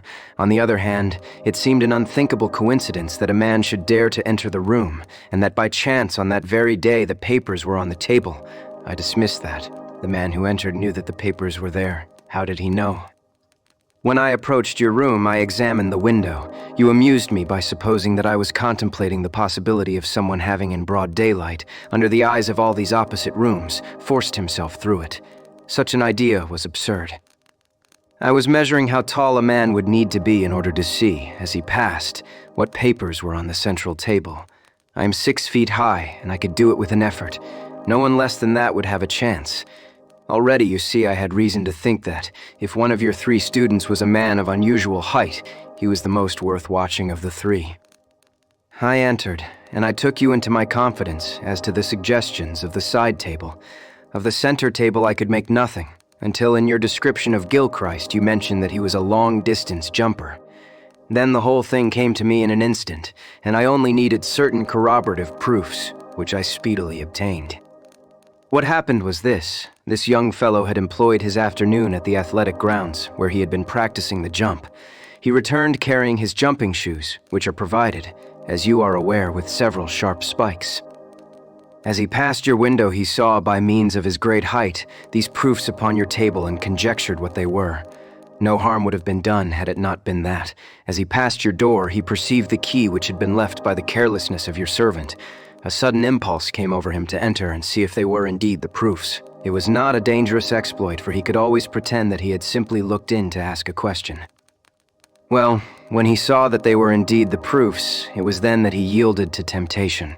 He put his shoes on the table. What was it you put on that chair near the window? Gloves. Holmes looked triumphantly at Bannister. He put his gloves on the chair and he took the proofs, sheet by sheet, to copy them. He thought the tutor must return by the main gate and that he would see him. As we know, he came back by the side gate. Suddenly he heard him at the very door. There was no possible escape. He forgot his gloves, but he caught up his shoes and darted into the bedroom. You observe that the scratch on that table is slight at one side, but deepens in the direction of the bedroom door. That in itself is enough to show us that the shoe had been drawn in that direction, and that the culprit had taken refuge there. The earth round the spike had been left on the table, and a second sample was loosened and fell in the bedroom. I may add that I walked out to the athletic grounds this morning, saw that tenacious black clay is used in the jumping pit, and carried away a specimen of it, together with some of the fine tan or sawdust which is strewn over it to prevent the athlete from slipping. Have I told the truth, Mr. Gilchrist? The student had drawn himself erect. Yes, sir, it is true. Good heavens, have you nothing to add? Yes, sir, I have, but the shock of this disgraceful exposure has bewildered me. I have a letter here, Mr. Soames, which I wrote to you early this morning in the middle of a restless night. It was before I knew that my sin had found me out. Here it is, sir. You will see that I have said, I have determined not to go in for the examination. I have been offered a commission in the Rhodesian police, and I am going out to South Africa at once. I am indeed pleased to hear that you did not intend to profit by your unfair advantage. But why did you change your purpose? Gilchrist pointed to Bannister. There is the man who set me in the right path. Come now, Bannister. It will be clear to you, from what I have said, that only you could have let this young man out, since you were left in the room, and must have locked the door when you went out. As to his escaping by that window, it was incredible. Can you not clear up the last point in this mystery and tell us the reasons for your action? It was simple enough, sir, if you only had known. But with all your cleverness, it was impossible that you could know. Time was, sir, when I was butler to old Sir Jabez Gilchrist, this young gentleman's father. When he was ruined, I came to the college as servant, but I never forgot my old employer, because he was down in the world. I watched his son all I could for the sake of the old days. Well, sir, when I came into this room yesterday, when the alarm was given, the very first thing I saw was Mr. Gilchrist's tan gloves, lying in that chair. I knew those gloves well, and I understood their message. If Mr. Soames saw them, the game was up. I flopped down into that chair, and nothing would budge me until Mr. Soames, he went for you. Then out came my poor young master whom I had dandled on my knee, and confessed it all to me. Wasn't it natural, sir, that I should save him? And wasn't it natural also that I should try to speak to him as his dead father would have done, and make him understand that he could not profit by such a deed? Could you blame me, sir? No, indeed. Well, Soames, I think we have cleared your little problem up, and our breakfast awaits us at home. Come, Watson. As to you, sir, I trust that a bright future awaits you in Rhodesia. For once you have fallen low, let us see, in the future, how high you can rise.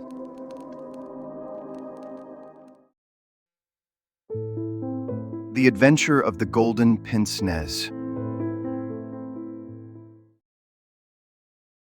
When I look at the 3 massive manuscript volumes which contain our work for the year 1894, I confess that it is very difficult for me, out of such a wealth of material, to select the cases which are most interesting in themselves, and at the same time most conducive to a display of those peculiar powers for which my friend was famous. As I turn over the pages, I see my notes upon the repulsive story of the Red Leech and the terrible death of Crosby, the banker. Here also I find an account of the Adleton tragedy and the singular contents of the ancient British barrow. The famous Smith-Mortimer succession case comes also within this period, and so does the tracking and arrest of Huret, the boulevard assassin and exploit which won for Holmes an autograph letter of thanks from the French president and the Order of the Legion of Honor. Each of these would furnish a narrative, but on the whole I am of opinion that none of them unites so many singular points of interest as the episode of Yoxley Old Place, which includes not only the lamentable death of young Willoughby Smith, but also those subsequent developments which threw so curious a light upon the causes of the crime. It was a wild, tempestuous night towards the close of November. Holmes and I sat together in silence all the evening. He engaged with a powerful lens deciphering the remains of the original inscription upon a palimpsest, I deep in a recent treatise upon surgery. Outside, the wind howled down Baker Street while the rain beat fiercely against the windows.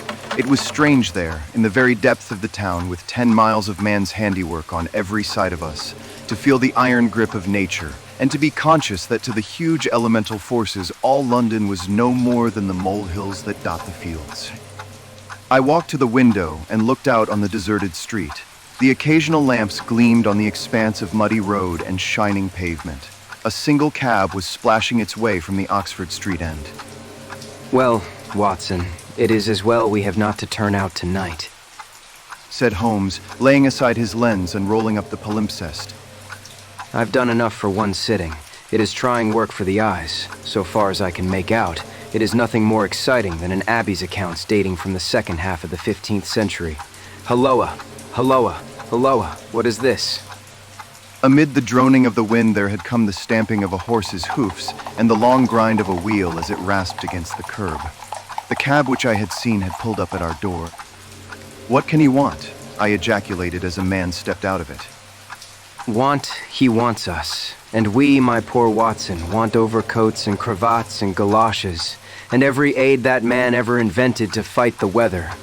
Wait a bit, though. There is the cab off again. There is hope yet. He'd have kept it if he had wanted us to come. Run down, my dear fellow, and open the door, for all virtuous folk have been long in bed. When the light of the hall lamp fell upon our midnight visitor, I had no difficulty in recognizing him.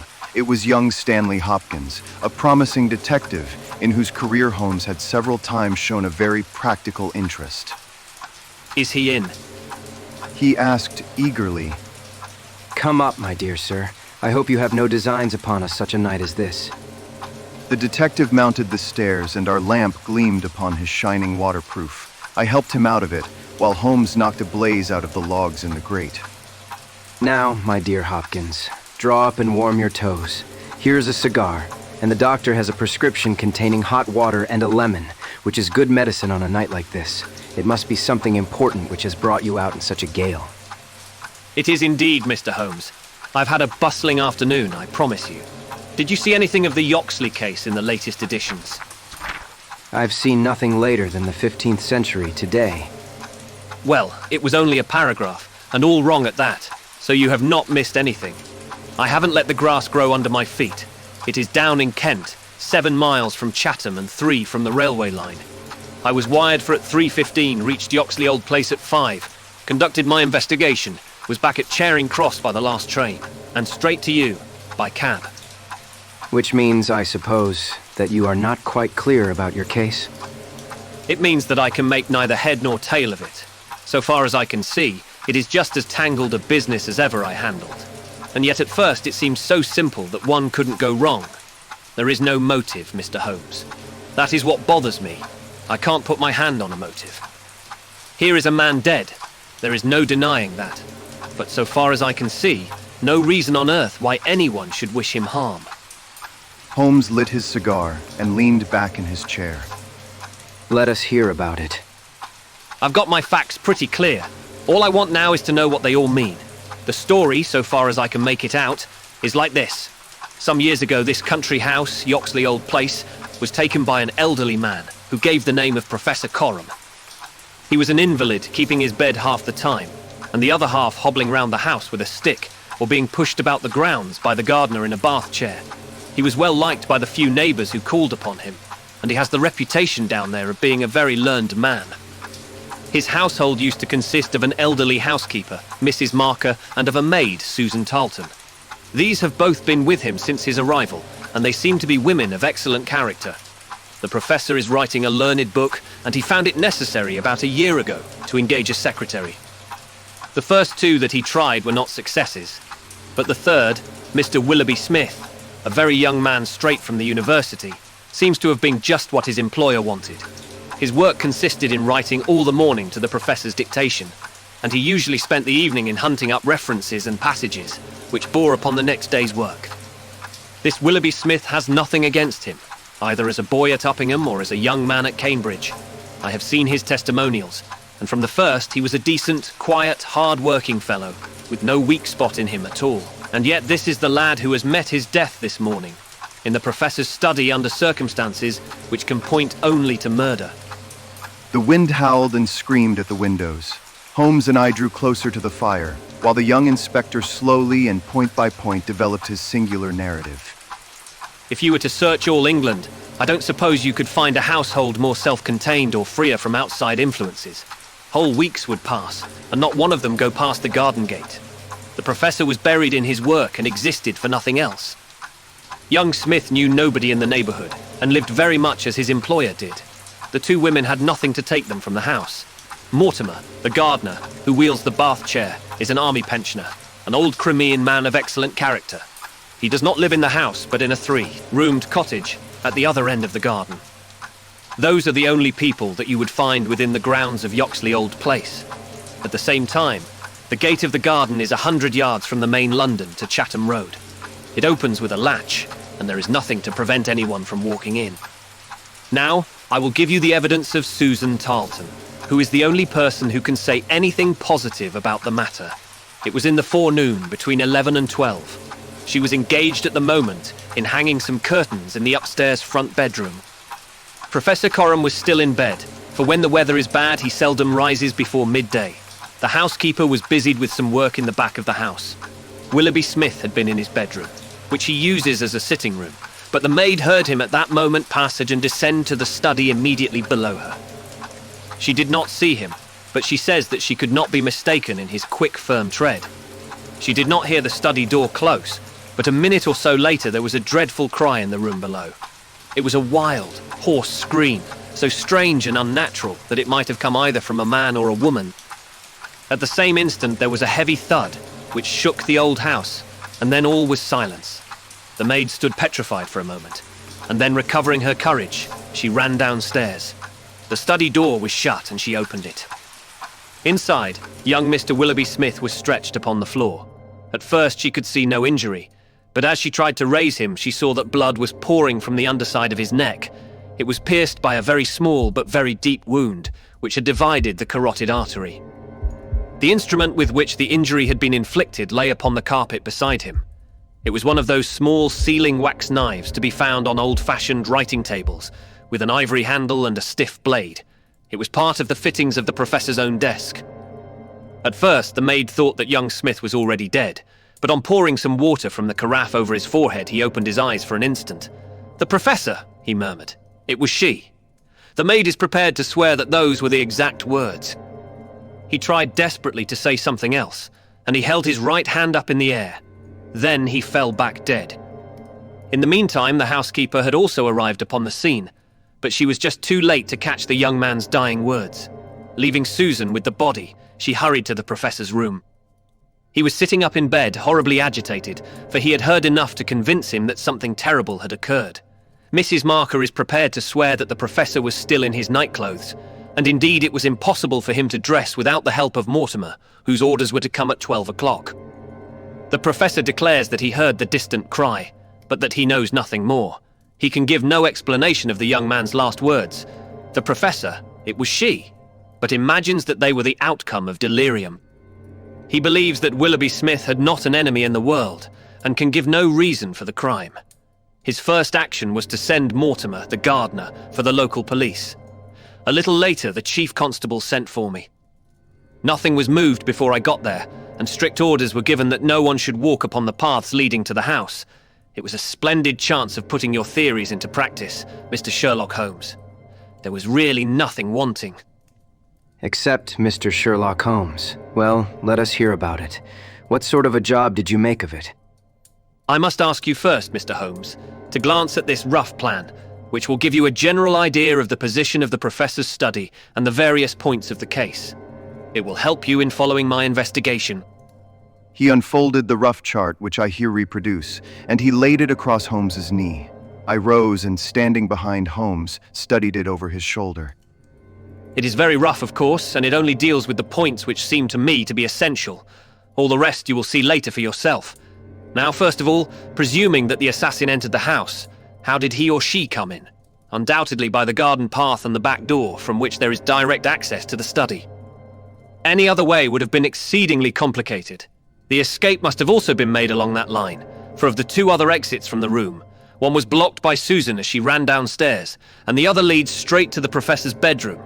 I therefore directed my attention at once to the garden path, which was saturated with recent rain, and would certainly show any footmarks. My examination showed me that I was dealing with a cautious and expert criminal. No footmarks were to be found on the path. There could be no question, however, that someone had passed along the grass border which lines the path, and that he had done so in order to avoid leaving a track. I could not find anything in the nature of a distinct impression, but the grass was trodden down, and someone had undoubtedly passed.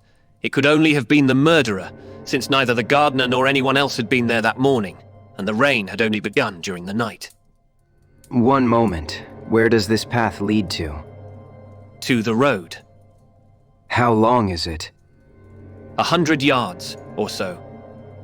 At the point where the path passes through the gate, you could surely pick up the tracks. Unfortunately, the path was tiled at that point. Well, on the road itself. No, it was all trodden into mire. Tut, tut. Well then, these tracks upon the grass, were they coming or going? It was impossible to say. There was never any outline. A large foot or a small? You could not distinguish. Holmes gave an ejaculation of impatience. It has been pouring rain and blowing a hurricane ever since. It will be harder to read now than that palimpsest. Well, well, it can't be helped. What did you do, Hopkins, after you had made certain that you had made certain of nothing? I think I made certain of a good deal, Mr. Holmes. I knew that someone had entered the house cautiously from without. I next examined the corridor. It is lined with coconut matting and had taken no impression of any kind. This brought me into the study itself. It is a scantily furnished room. The main article is a large writing table with a fixed bureau. This bureau consists of a double column of drawers with a central small cupboard between them. The drawers were open, the cupboard locked. The drawers, it seems, were always open, and nothing of value was kept in them. There were some papers of importance in the cupboard, but there were no signs that this had been tampered with, and the professor assures me that nothing was missing. It is certain that no robbery has been committed. I come now to the body of the young man. It was found near the bureau, and just to the left of it, as marked upon that chart. The stab was on the right side of the neck and from behind forward, so that it is almost impossible that it could have been self-inflicted. Unless he fell upon the knife. Exactly. The idea crossed my mind. But we found the knife some feet away from the body, so that seems impossible. Then, of course, there are the man's own dying words. And finally, there was this very important piece of evidence, which was found clasped in the dead man's right hand. From his pocket, Stanley Hopkins drew a small paper packet. He unfolded it and disclosed a golden pince-nez with 2 broken ends of black silk cord dangling from the end of it. Willoughby Smith had excellent sight. There can be no question that this was snatched from the face or the person of the assassin. Sherlock Holmes took the glasses into his hand and examined them with the utmost attention and interest. He held them on his nose, endeavored to read through them, went to the window and stared up the street with them, looked at them most minutely in the full light of the lamp, and finally, with a chuckle, seated himself at the table and wrote a few lines upon a sheet of paper, which he tossed across to Stanley Hopkins. That is the best I can do for you. It may prove to be of some use. The astonished detective read the note aloud. It ran as follows. Wanted, a woman of good address, attired like a lady. She has a remarkably thick nose, with eyes which are set close upon either side of it. She has a puckered forehead, a peering expression, and probably rounded shoulders. There are indications that she has had recourse to an optician at least twice during the last few months.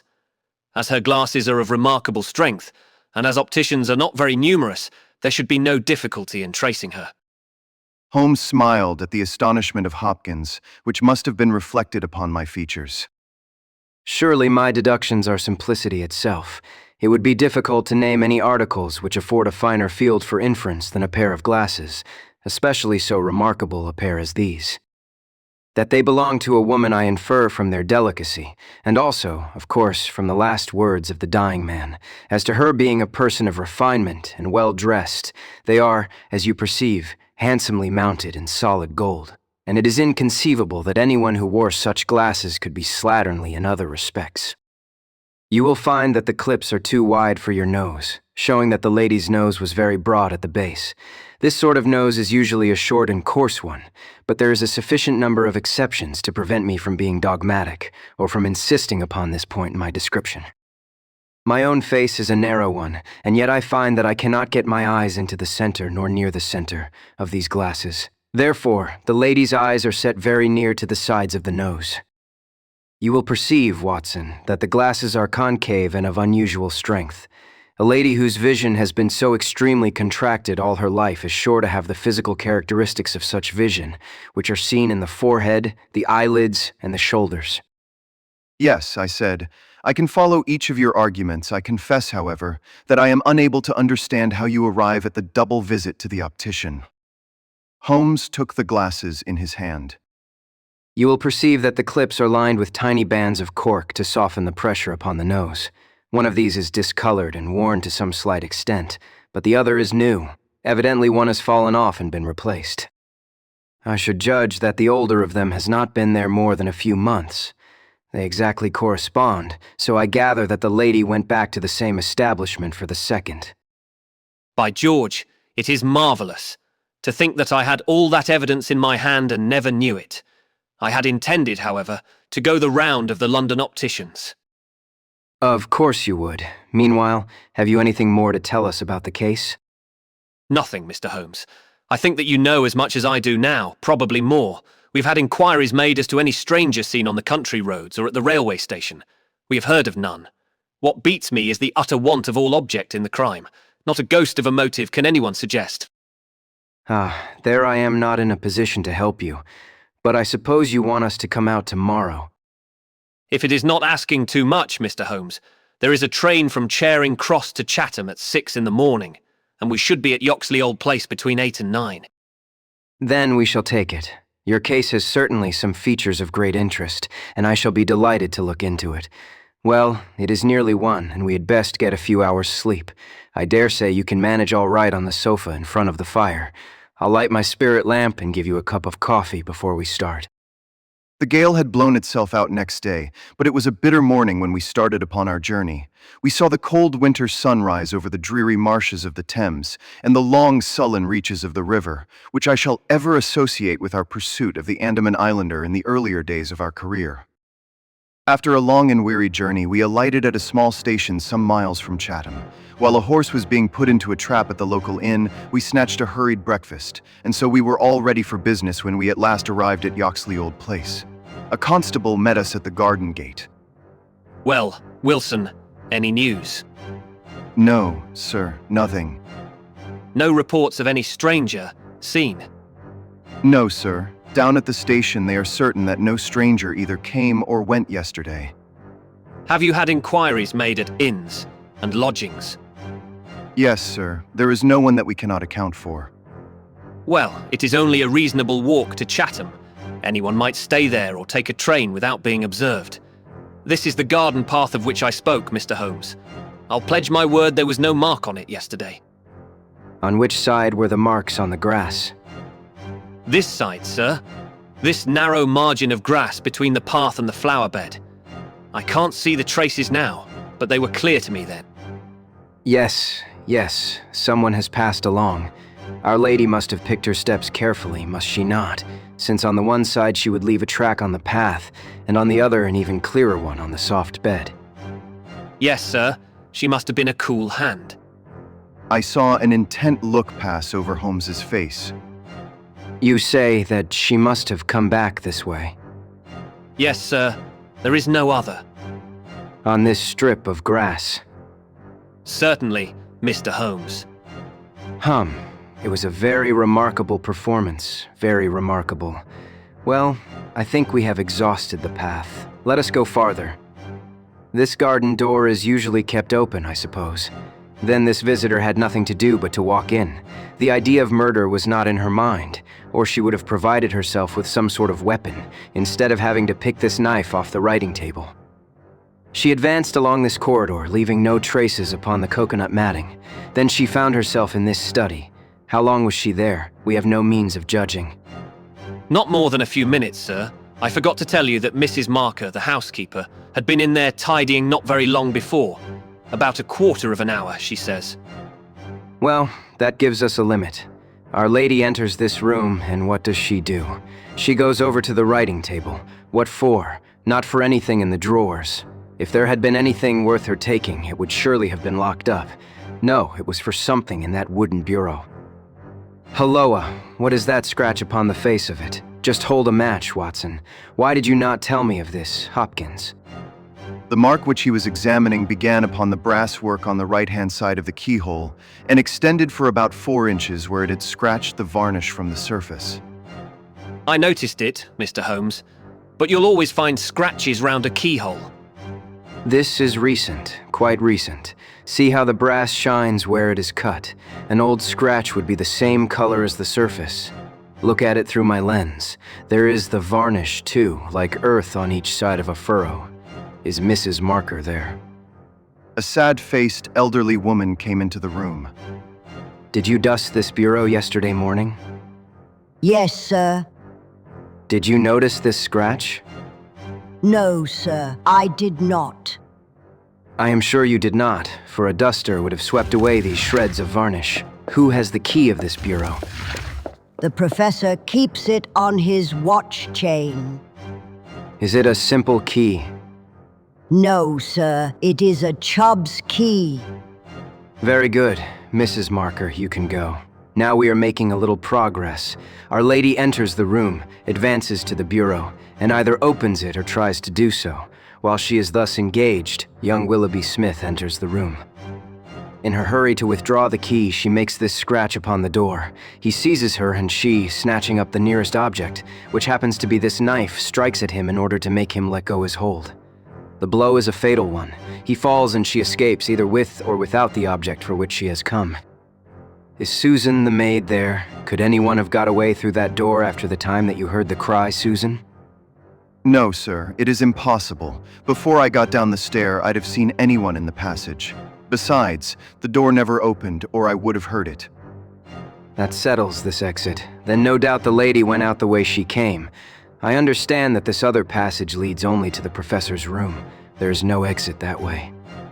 No, sir. We shall go down it and make the acquaintance of the professor. Helloa, Hopkins. This is very important indeed. The professor's corridor is also lined with coconut matting. Well, sir, what of that? Don't you see any bearing upon the case? Well, I don't insist upon it. No doubt I am wrong, and yet it seems to me to be suggestive. Come with me and introduce me. We passed down the passage, which was of the same length as that which led to the garden. At the end was a short flight of steps ending in a door. Our guide knocked, and then ushered us into the professor's bedroom.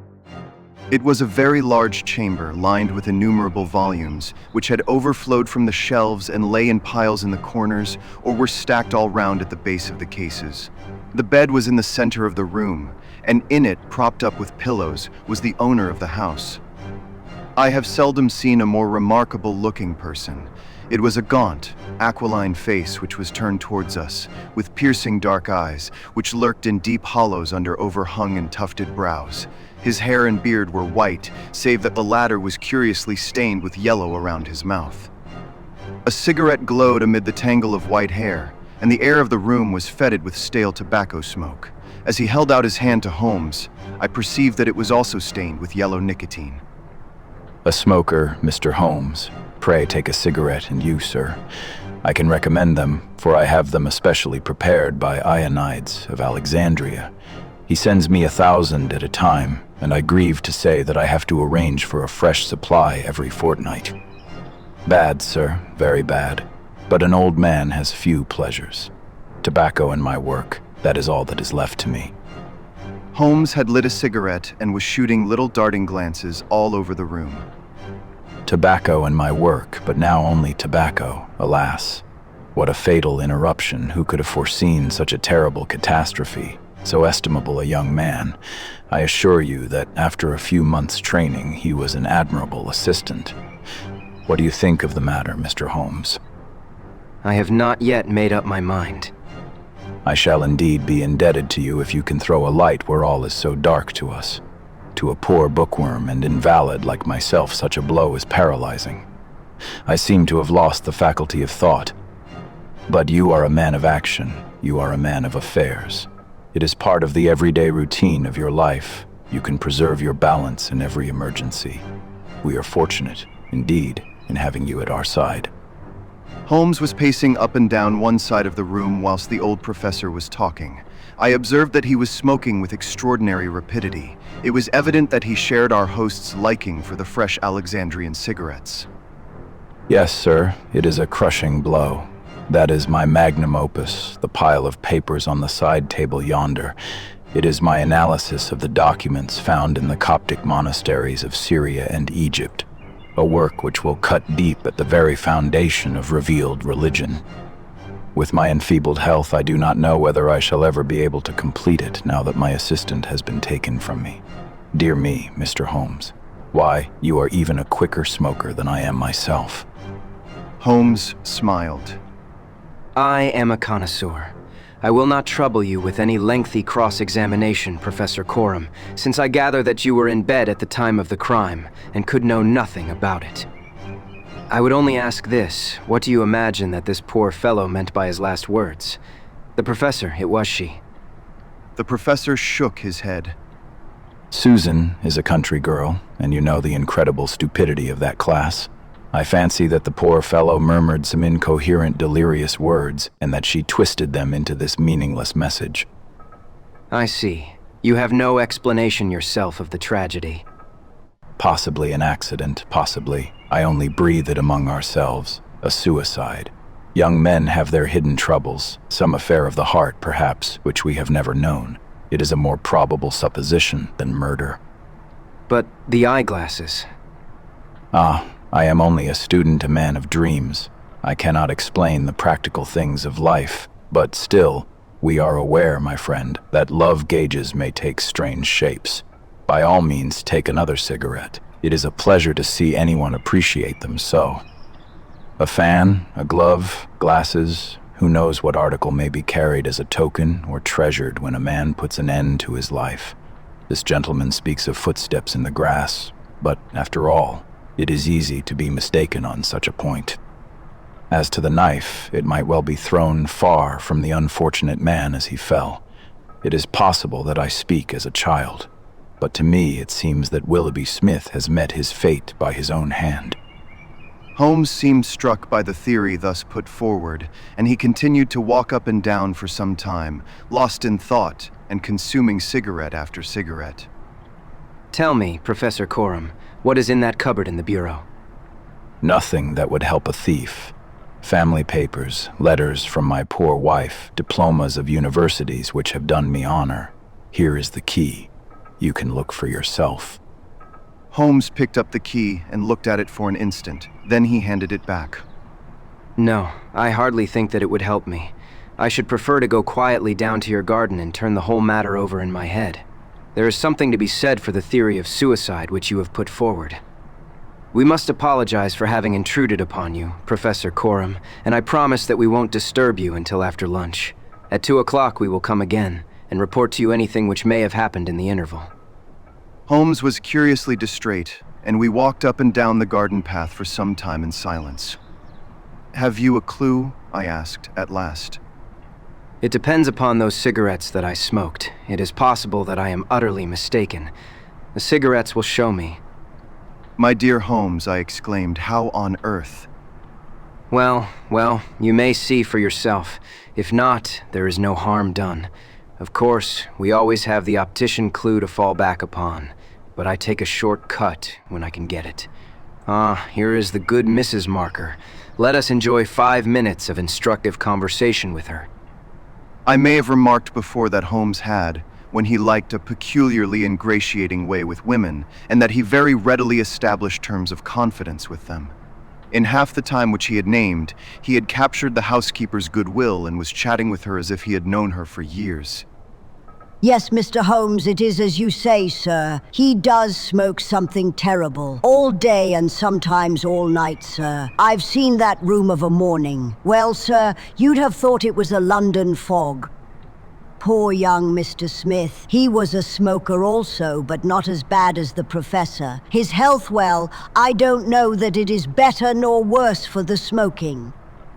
But it kills the appetite.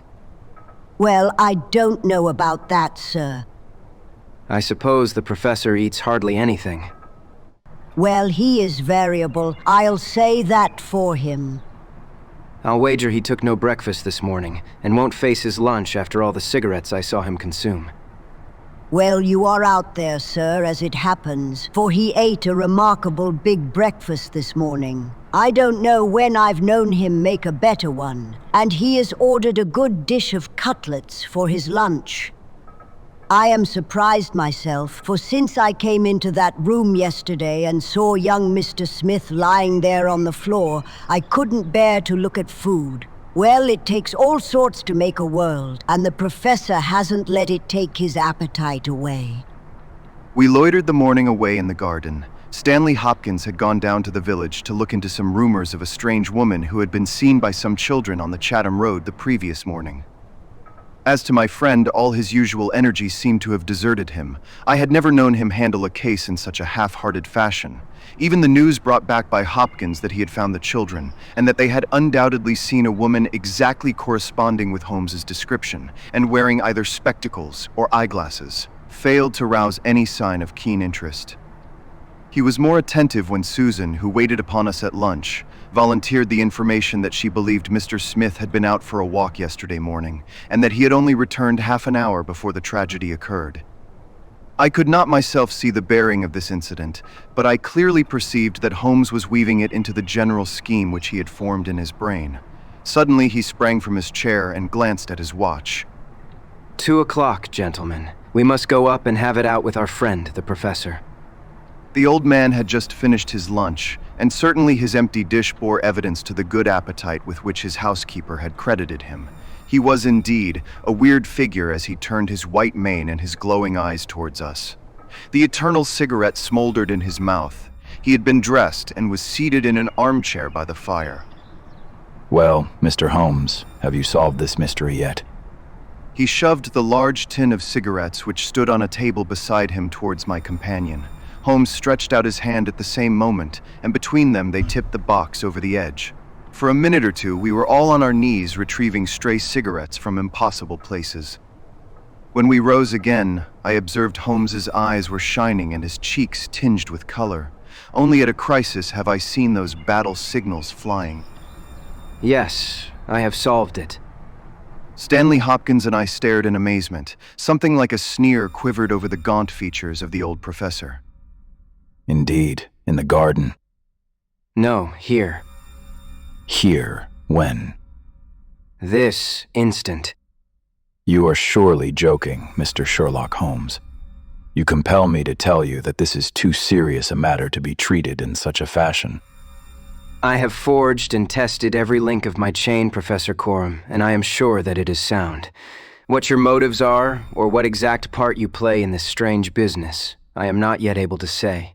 In a few minutes, I shall probably hear it from your own lips. Meanwhile, I will reconstruct what is past for your benefit, so that you may know the information which I still require. A lady yesterday entered your study. She came with the intention of possessing herself of certain documents which were in your bureau. She had a key of her own. I have had an opportunity of examining yours, and I do not find that slight discoloration which the scratch made upon the varnish would have produced. You were not an accessory, therefore, and she came, so far as I can read the evidence, without your knowledge to rob you. The professor blew a cloud from his lips. This is most interesting and instructive.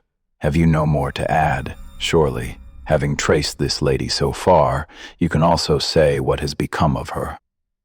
I will endeavor to do so. In the first place, she was seized by your secretary and stabbed him in order to escape. This catastrophe I am inclined to regard as an unhappy accident, for I am convinced that the lady had no intention of inflicting so grievous an injury. An assassin does not come unarmed.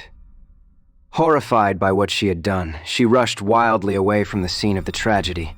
Unfortunately for her, she had lost her glasses in the scuffle, and as she was extremely short-sighted, she was really helpless without them. She ran down a corridor, which she imagined to be that by which she had come both, were lined with coconut matting, and it was only when it was too late that she understood that she had taken the wrong passage, and that her retreat was cut off behind her. What was she to do? She could not go back. She could not remain where she was. She must go on. She went on. She mounted a stair, pushed open a door, and found herself in your room. The old man sat with his mouth open, staring wildly at Holmes. Amazement and fear were stamped upon his expressive features. Now, with an effort, he shrugged his shoulders and burst into insincere laughter. All very fine, Mr. Holmes, but there is one little flaw in your splendid theory. I was myself in my room, and I never left it during the day. I am aware of that, Professor Coram. And you mean to say that I could lie upon that bed and not be aware that a woman had entered my room? I never said so. You were aware of it. You spoke with her. You recognized her. You aided her to escape. Again, the professor burst into high-keyed laughter. He had risen to his feet, and his eyes glowed like embers. You are mad. You are talking insanely. I helped her to escape. Where is she now? She is there, said Holmes, and he pointed to a high bookcase in the corner of the room. I saw the old man throw up his arms. A terrible convulsion passed over his grim face, and he fell back in his chair. At the same instant, the bookcase at which Holmes pointed swung round upon a hinge, and a woman rushed out into the room. You are right. You are right. I am here. She was brown with the dust and draped with the cobwebs which had come from the walls of her hiding place. Her face, too, was streaked with grime, and at the best she could never have been handsome, for she had the exact physical characteristics which Holmes had divined, with, in addition, a long and obstinate chin. What with her natural blindness, and what with the change from dark to light, she stood as one dazed, blinking about her to see where and who we were. And yet, in spite of all these disadvantages, there was a certain nobility in the woman's bearing, a gallantry in the defiant chin and in the upraised head, which compelled something of respect and admiration. Stanley Hopkins had laid his hand upon her arm and claimed her as his prisoner, but she waved him aside gently, and yet with an overmastering dignity which compelled obedience. The old man lay back in his chair with a twitching face and stared at her with brooding eyes.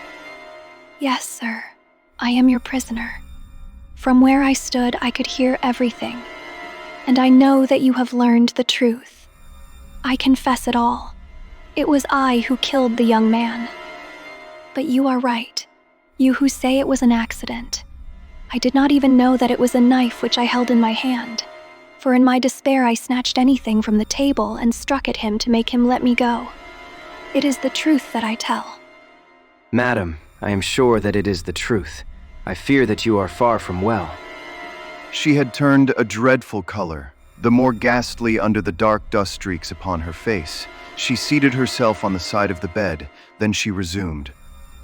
I have only a little time here, but I would have you to know the whole truth. I am this man's wife. He is not an Englishman. He is a Russian. His name I will not tell. For the first time, the old man stirred. God bless you, Anna. God bless you. Why should you cling so hard to that wretched life of yours, Sergius? It has done harm to many and good to none, not even to yourself. However, it is not for me to cause the frail thread to be snapped before God's time. I have enough already upon my soul since I crossed the threshold of this cursed house, but I must speak, or I shall be too late. I have said, gentlemen, that I am this man's wife. He was 50 and I a foolish girl of 20 when we married. It was in a city of Russia, a university. I will not name the place. God bless you, Anna. We were reformers, revolutionists, nihilists, you understand. He and I, and many more. Then there came a time of trouble. A police officer was killed. Many were arrested.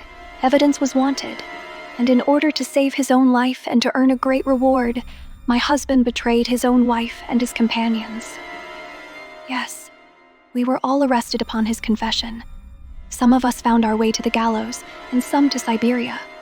I was among these last, but my term was not for life. My husband came to England with his ill-gotten gains and has lived in quiet ever since, knowing well that if the Brotherhood knew where he was, not a week would pass before justice would be done. The old man reached out a trembling hand and helped himself to a cigarette. I am in your hands, Anna. You were always good to me. I have not yet told you the height of his villainy. Among our comrades of the order, there was one who was the friend of my heart. He was noble, unselfish, loving, all that my husband was not. He hated violence. We were all guilty, if that is guilt, but he was not. He wrote forever dissuading us from such a course. These letters would have saved him. So would my diary, in which, from day to day, I had entered both my feelings towards him and the view which each of us had taken. My husband found and kept both diary and letters. He hid them, and he tried hard to swear away the young man's life. In this he failed, but Alexis was sent a convict to Siberia, where now, at this moment, he works in a salt mine. Think of that. You villain, you villain. Now, at this very moment, Alexis, a man whose name you are not worthy to speak, works and lives like a slave, and yet I have your life in my hands, and I let you go. You were always a noble woman, Anna. She had risen, but she fell back again with a little cry of pain. I must finish. When my term was over, I set myself to get the diary and letters, which, if sent to the Russian government, would procure my friend's release. I knew that my husband had come to England. After months of searching, I discovered where he was. I knew that he still had the diary, for when I was in Siberia, I had a letter from him once, reproaching me and quoting some passages from its pages. Yet I was sure that, with his revengeful nature, he would never give it to me of his own free will. I must get it for myself. With this object, I engaged an agent from a private detective firm who entered my husband's house as a secretary. It was your second secretary, Sergius, the one who left you so hurriedly. He found that papers were kept in the cupboard, and he got an impression of the key. He would not go farther. He furnished me with a plan of the house, and he told me that in the forenoon the study was always empty, as the secretary was employed up here. So at last I took my courage in both hands, and I came down to get the papers for myself. I succeeded, but at what a cost. I had just taken the paper and was locking the cupboard when the young man seized me. I had seen him already that morning. He had met me on the road, and I had asked him to tell me where Professor Coram lived, not knowing that he was in his employ. Exactly. The secretary came back and told his employer of the woman he had met. Then, in his last breath, he tried to send a message that it was she, the she whom he had just discussed with him. You must let me speak. When he had fallen, I rushed from the room, chose the wrong door, and found myself in my husband's room. He spoke of giving me up. I showed him that if he did so, his life was in my hands. If he gave me to the law, I could give him to the Brotherhood. It was not that I wished to live for my own sake, but it was that I desired to accomplish my purpose. He knew that I would do what I said, that his own fate was involved in mine. For that reason, and for no other, he shielded me. He thrust me into that dark hiding place, a relic of old days, known only to himself. He took his meals in his own room, and so was able to give me part of his food. It was agreed that when the police left the house, I should slip away by night and come back no more. But in some way, you have read our plans. She tore from the bosom of her dress a small packet. These are my last words. Here is the packet which will save Alexis. I confide it to your honor and to your love of justice. Take it. You will deliver it at the Russian embassy now. I have done my duty, and... Stop her. He had bounded across the room and had wrenched a small file from her hand. Too late. Too late. I took the poison before I left my hiding place. My head swims. I am going. I charge you, sir, to remember the packet. A simple case, and yet, in some ways, an instructive one. It hinged from the outset upon the Pince-Nez. But for the fortunate chance of the dying man having seized these, I am not sure that we could ever have reached our solution. It was clear to me, from the strength of the glasses, that the wearer must have been very blind and helpless when deprived of them. When you asked me to believe that she walked along a narrow strip of grass without once making a false step, I remarked, as you may remember, that it was a noteworthy performance. In my mind, I set it down as an impossible performance, save in the unlikely case that she had a second pair of glasses. I was forced, therefore, to consider seriously the hypothesis that she had remained within the house. On perceiving the similarity of the two corridors, it became clear that she might very easily have made such a mistake, and in that case, it was evident that she must have entered the professor's room. I was keenly on the alert, therefore, for whatever would bear out this supposition, and I examined the room narrowly for anything in the shape of a hiding place. The carpet seemed continuous and firmly nailed, so I dismissed the idea of a trapdoor. There might well be a recess behind the books. As you are aware, such devices are common in old libraries. I observed that books were piled on the floor at all other points, but that one bookcase was left clear. This, then, might be the door. I could see no marks to guide me, but the carpet was of a dun color which lends itself very well to examination. I therefore smoked a great number of those excellent cigarettes, and I dropped the ash all over the space in front of the suspected bookcase. It was a simple trick, but exceedingly effective. I then went downstairs, and I ascertained in your presence, Watson, without your perceiving the drift of my remarks, that Professor Coram's consumption of food had increased, as one would expect when he is supplying a second person. We then ascended to the room again when, by upsetting the cigarette box, I obtained a very excellent view of the floor, and was able to see quite clearly from the traces upon the cigarette ash that the prisoner had in our absence come out from her retreat. Well, Hopkins, here we are at Charing Cross, and I congratulate you on having brought your case to a successful conclusion. You are going to headquarters, no doubt. I think, Watson, you and I will drive together to the Russian embassy.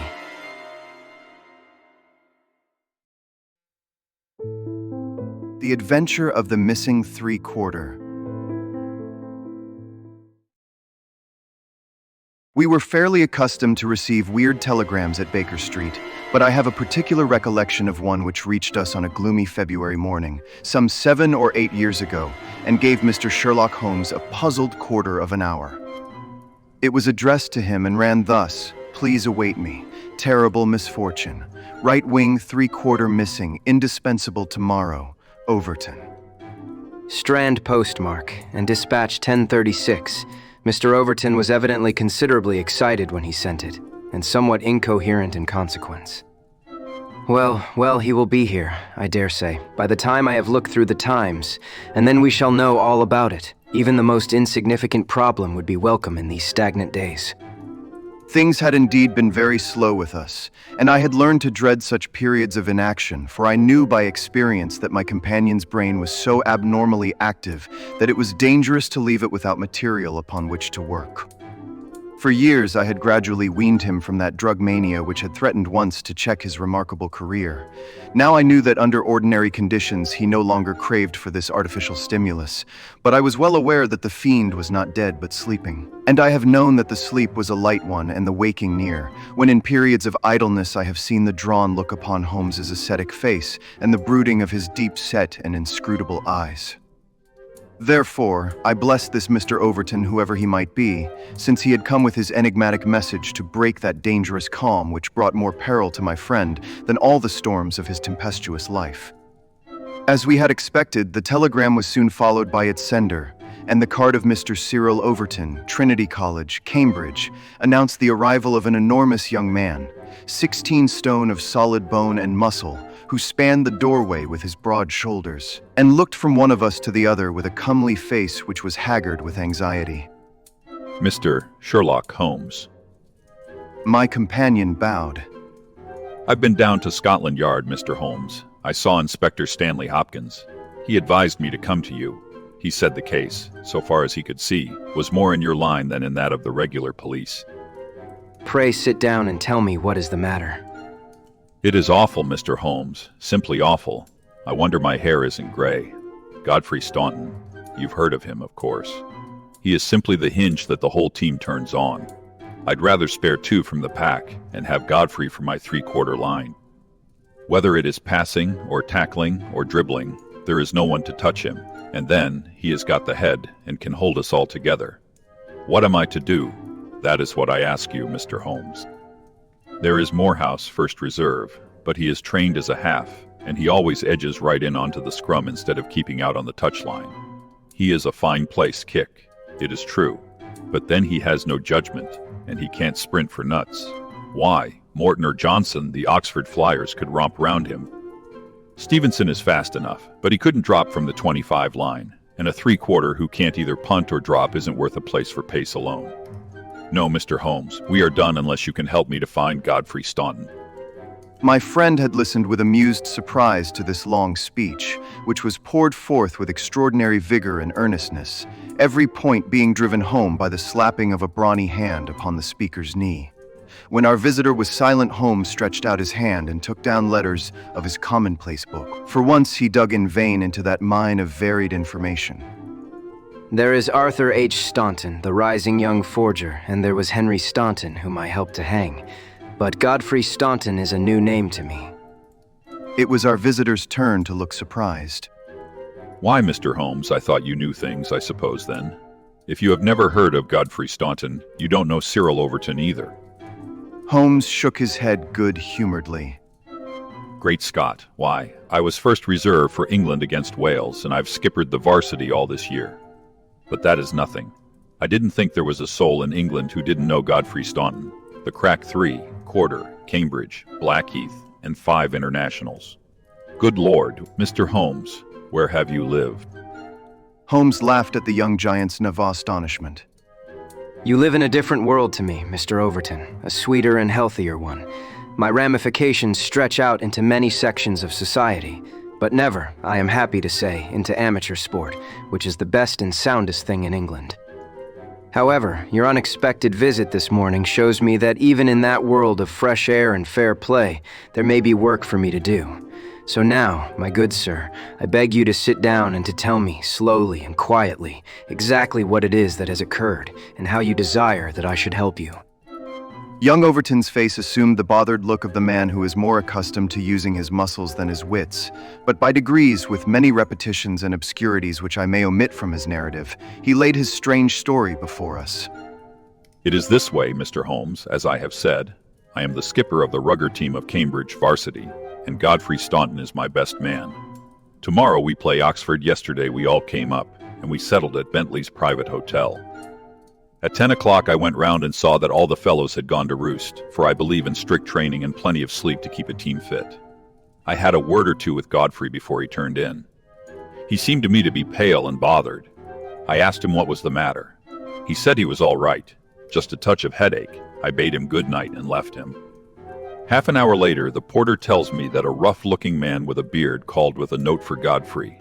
He had not gone to bed, and the note was taken to his room. Godfrey read it and fell back in a chair as if he had been pole-axed. The porter was so scared that he was going to fetch me, but Godfrey stopped him, had a drink of water, and pulled himself together. Then he went downstairs, said a few words to the man who was waiting in the hall, and the two of them went off together. The last that the porter saw of them, they were almost running down the street in the direction of the Strand.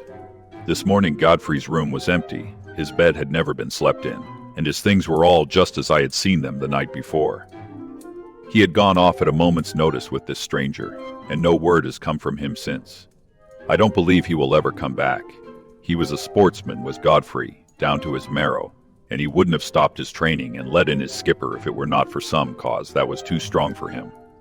No, I feel as if he were gone for good, and we should never see him again. Sherlock Holmes listened with the deepest attention to this singular narrative. What did you do? I wired to Cambridge to learn if anything had been heard of him there. I have had an answer. No one has seen him. Could he have got back to Cambridge? Yes, there is a late train quarter past 11. But, so far as you can ascertain, he did not take it. No, he has not been seen. What did you do next? I wired to Lord Mount James. Why to Lord Mount James? Godfrey is an orphan, and Lord Mount James is his nearest relative, his uncle, I believe. Indeed. This throws new light upon the matter. Lord Mount James is one of the richest men in England. So I've heard Godfrey say. And your friend was closely related? Yes, he was his heir, and the old boy is nearly 80 cram full of gout, too. They say he could chalk his billiard cue with his knuckles. He never allowed Godfrey a shilling in his life, for he is an absolute miser, but it will all come to him right enough. Have you heard from Lord Mount James? Number. What motive could your friend have in going to Lord Mount James? Well, something was worrying him the night before, and if it was to do with money, it is possible that he would make for his nearest relative, who had so much of it, though from all I have heard, he would not have much chance of getting it. Godfrey was not fond of the old man. He would not go if he could help it. Well, we can soon determine that. If your friend was going to his relative, Lord Mount James, you have then to explain the visit of this rough-looking fellow at so late an hour, and the agitation that was caused by his coming. I can make nothing of it. Well, I have a clear day, and I shall be happy to look into the matter. I should strongly recommend you to make your preparations for your match without reference to this young gentleman. It must, as you say, have been an overpowering necessity which tore him away in such a fashion, and the same necessity is likely to hold him away. Let us step round together to the hotel, and see if the porter can throw any fresh light upon the matter. Sherlock Holmes was a past master in the art of putting a humble witness at his ease, and very soon, in the privacy of Godfrey Staunton's abandoned room, he had extracted all that the porter had to tell. The visitor of the night before was not a gentleman, neither was he a working man. He was simply what the porter described as a medium-looking chap, a man of 50, beard grizzled, pale face, quietly dressed. He seemed himself to be agitated. The porter had observed his hand trembling when he had held out the note. Godfrey Staunton had crammed the note into his pocket. Staunton had not shaken hands with the man in the hall. They had exchanged a few sentences, of which the porter had only distinguished the one word, time. Then they had hurried off in the manner described. It was just 10:30 by the hall clock. Let me see. You are the day porter, are you not? Yes, sir. I go off duty at 11. The night porter saw nothing, I suppose. No, sir. One theater party came in late. No one else. Were you on duty all day yesterday? Yes, sir. Did you take any messages to Mr. Staunton? Yes, sir. One telegram. Ah, that is interesting. What o'clock was this? About 6. Where was Mr. Staunton when he received it? Here, in his room. Were you present when he opened it? Yes, sir. I waited to see if there was an answer. Well, was there? Yes, sir. He wrote an answer. Did you take it? No, he took it himself. But he wrote it in your presence. Yes, sir. I was standing by the door, and he with his back turned at that table. When he had written it, he said, "All right, porter, I will take this myself." What did he write it with? A pen, sir. Was the telegraphic form one of these on the table? Yes, sir. It was the top one. Holmes rose. Taking the forms, he carried them over to the window and carefully examined that which was uppermost. It is a pity he did not write in pencil. As you have no doubt frequently observed, Watson, the impression usually goes through a fact which has dissolved many a happy marriage. However, I can find no trace here. I rejoice, however, to perceive that he wrote with a broad-pointed quill pen, and I can hardly doubt that we will find some impression upon this blotting pad. Ah, yes, surely this is the very thing. He tore off a strip of the blotting paper and turned towards us the following hieroglyphic. Hold it to the glass. That is unnecessary. The paper is thin, and the reverse will give the message. Here it is. So that is the tail end of the telegram which Godfrey Staunton dispatched within a few hours of his disappearance. There are at least 6 words of the message which have escaped us, but what remains, "Stand by us for God's sake," proves that this young man saw a formidable danger which approached him, and from which someone else could protect him. Us, mark you. Another person was involved. Who should it be but the pale-faced, bearded man who seemed himself in so nervous a state? What, then, is the connection between Godfrey Staunton and the bearded man, and what is the third source from which each of them sought for help against pressing danger? Our inquiry has already narrowed down to that. We have only to find to whom that telegram is addressed, I suggested. Exactly, my dear Watson. Your reflection, though profound, had already crossed my mind. But I dare say it may have come to your notice that, counterfoil of another man's message, there may be some disinclination on the part of the officials to oblige you. There is so much red tape in these matters. However, I have no doubt that with a little delicacy and finesse the end may be attained. Meanwhile, I should like in your presence, Mr. Overton, to go through these papers which have been left upon the table. There were a number of letters, bills, and notebooks, which Holmes turned over and examined with quick, nervous fingers and darting, penetrating eyes. Nothing here, by the way. I suppose your friend was a healthy young fellow, nothing amiss with him. Sound as a bell. Have you ever known him ill? Not a day. He has been laid up with a hack, and once he slipped his kneecap, but that was nothing. Perhaps he was not so strong as you suppose. I should think he may have had some secret trouble. With your assent, I will put 1 or 2 of these papers in my pocket, in case they should bear upon our future inquiry. One moment, cried a querulous voice, and we looked up to find a queer little old man jerking and twitching in the doorway. He was dressed in rusty black, with a very broad-brimmed top hat and a loose white necktie, the whole effect being that of a very rustic parson or of an undertaker's mute.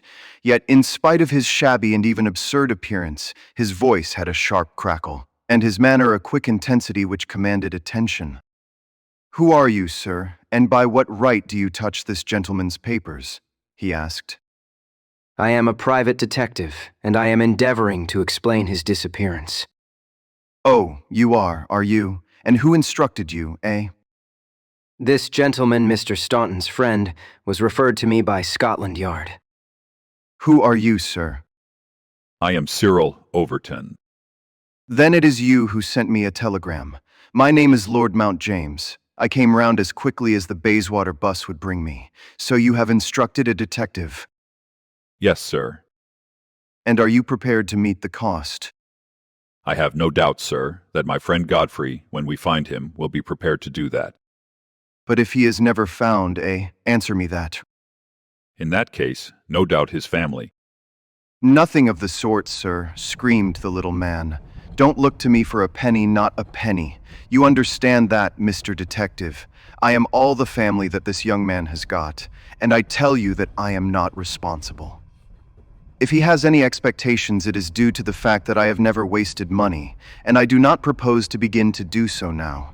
As to those papers with which you are making so free, I may tell you that in case there should be anything of any value among them, you will be held strictly to account for what you do with them. Very good, sir. May I ask, in the meanwhile, whether you have yourself any theory to account for this young man's disappearance? No, sir, I have not. He is big enough and old enough to look after himself, and if he is so foolish as to lose himself, I entirely refuse to accept the responsibility of hunting for him. I quite understand your position. Perhaps you don't quite understand mine. Godfrey Staunton appears to have been a poor man. If he has been kidnapped, it could not have been for anything which he himself possesses. The fame of your wealth has gone abroad, Lord Mount James, and it is entirely possible that a gang of thieves have secured your nephew in order to gain from him some information as to your house, your habits, and your treasure. The face of our unpleasant little visitor turned as white as his neckcloth. Heavens, sir, what an idea. I never thought of such villainy. What inhuman rogues there are in the world. But Godfrey is a fine lad, a staunch lad. Nothing would induce him to give his old uncle away. I'll have the plate moved over to the bank this evening. In the meantime, spare no pains, Mr. Detective. I beg you to leave no stone unturned to bring him safely back. As to money, well, so far as a fiver or even a tenner goes, you can always look to me. Even in his chastened frame of mind, the noble miser could give us no information which could help us, for he knew little of the private life of his nephew. Our only clue lay in the truncated telegram, and with a copy of this in his hand, Holmes set forth to find a second link for his chain. We had shaken off Lord Mount James, and Overton had gone to consult with the other members of his team over the misfortune which had befallen them. There was a telegraph office at a short distance from the hotel. We halted outside it. It is worth trying, Watson. Of course, with a warrant we could demand to see the counterfoils, but we have not reached that stage yet. I don't suppose they remember faces in so busy a place. Let us venture it. I am sorry to trouble you, but there is some small mistake about a telegram I sent yesterday. I have had no answer, and I very much fear that I must have omitted to put my name at the end. Could you tell me if this was so? The young woman turned over a sheaf of counterfoils. What o'clock was it? She asked. A little after 6. Whom was it to? Holmes put his finger to his lips and glanced at me. The last words in it were, "For God's sake." I am very anxious at getting no answer. The young woman separated one of the forms. This is it. There is no name, said she, smoothing it out upon the counter. Then that, of course, accounts for my getting no answer. Dear me, how very stupid of me, to be sure. Good morning, miss, and many thanks for having relieved my mind. He chuckled and rubbed his hands when we found ourselves in the street once more. Well, I asked. We progress, my dear Watson. We progress. I had 7 different schemes for getting a glimpse of that telegram, but I could hardly hope to succeed the very first time. And what have you gained? A starting point for our investigation. He hailed a cab. King's Cross Station. We have a journey then, I asked. Yes, I think we must run down to Cambridge together. All the indications seem to me to point in that direction. Tell me, I asked, as we rattled up Gray's Inn Road, have you any suspicion yet as to the cause of the disappearance? I don't think that among all our cases I have known one where the motives are more obscure. Surely you don't really imagine that he may be kidnapped in order to give information against his wealthy uncle. I confess, my dear Watson, that does not appeal to me as a very probable explanation. It struck me, however, as being the one which was most likely to interest that exceedingly unpleasant old person. It certainly did that, but what are your alternatives? I could mention several. You must admit that it is curious and suggestive that this incident should occur on the eve of this important match, and should involve the only man whose presence seems essential to the success of the side. It may, of course, be a coincidence, but it is interesting. Amateur sport is free from betting, but a good deal of outside betting goes on among the public, and it is possible that it might be worth someone's while to get at a player as the ruffians of the turf get at a racehorse. There is one explanation. A second very obvious one is that this young man really is the heir of a great property, however modest his means may at present be, and it is not impossible that a plot to hold him for ransom might be concocted. These theories take no account of the telegram.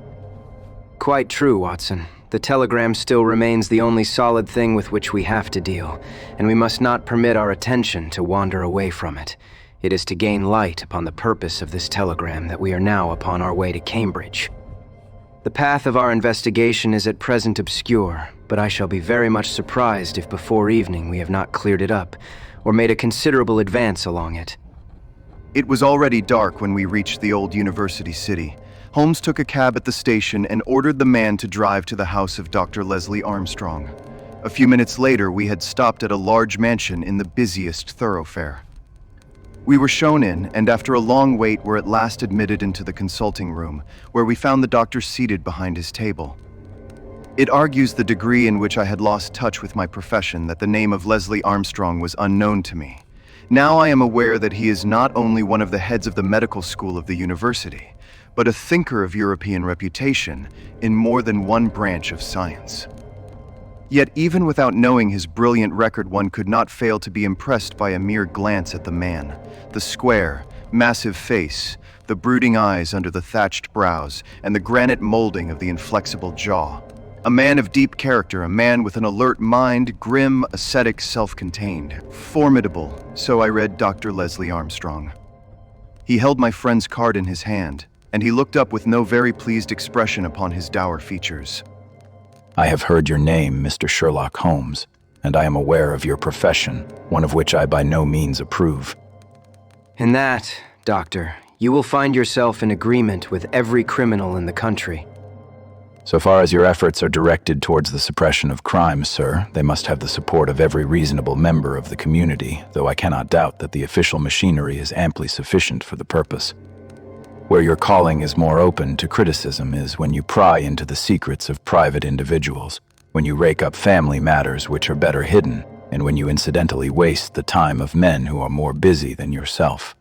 At the present moment, for example, I should be writing a treatise instead of conversing with you. No doubt, Doctor, and yet the conversation may prove more important than the treatise.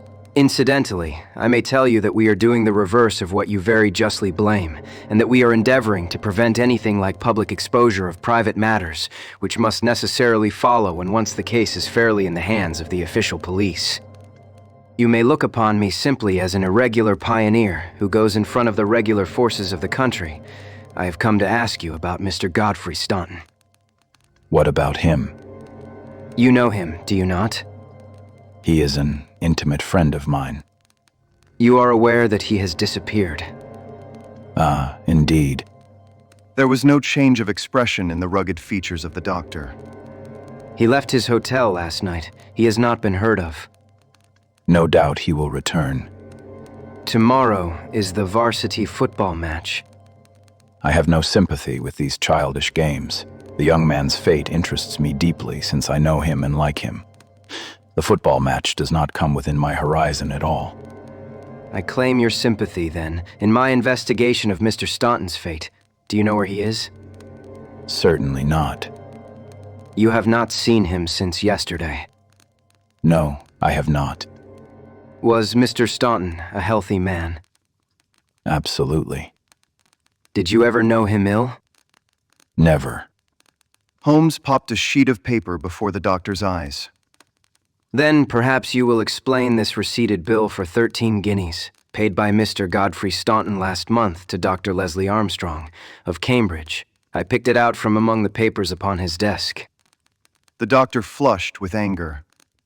I do not feel that there is any reason why I should render an explanation to you, Mr. Holmes.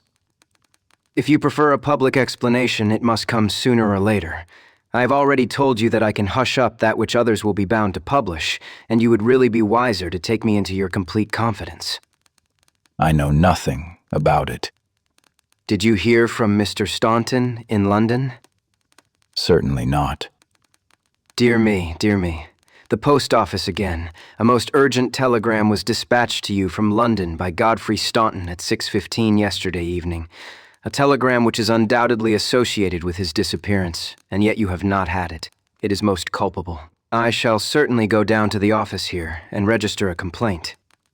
Dr. Leslie Armstrong sprang up from behind his desk, and his dark face was crimson with fury.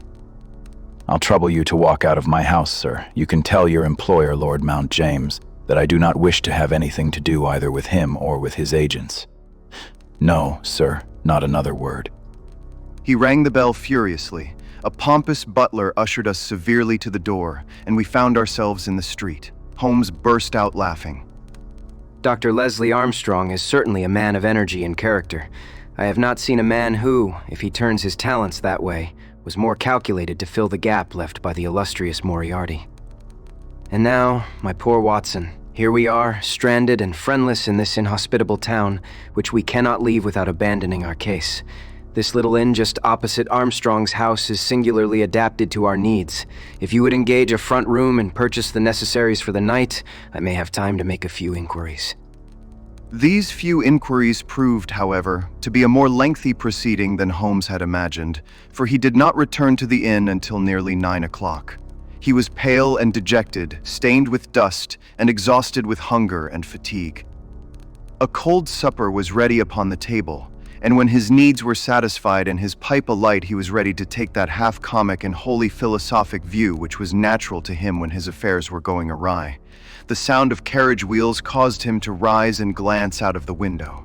A brougham and pair of greys, under the glare of a gas lamp, stood before the doctor's door. It has been out 3 hours, started at 6:30, and here it is back again. That gives a radius of 10 or 12 miles, and he does it once, or sometimes twice, a day.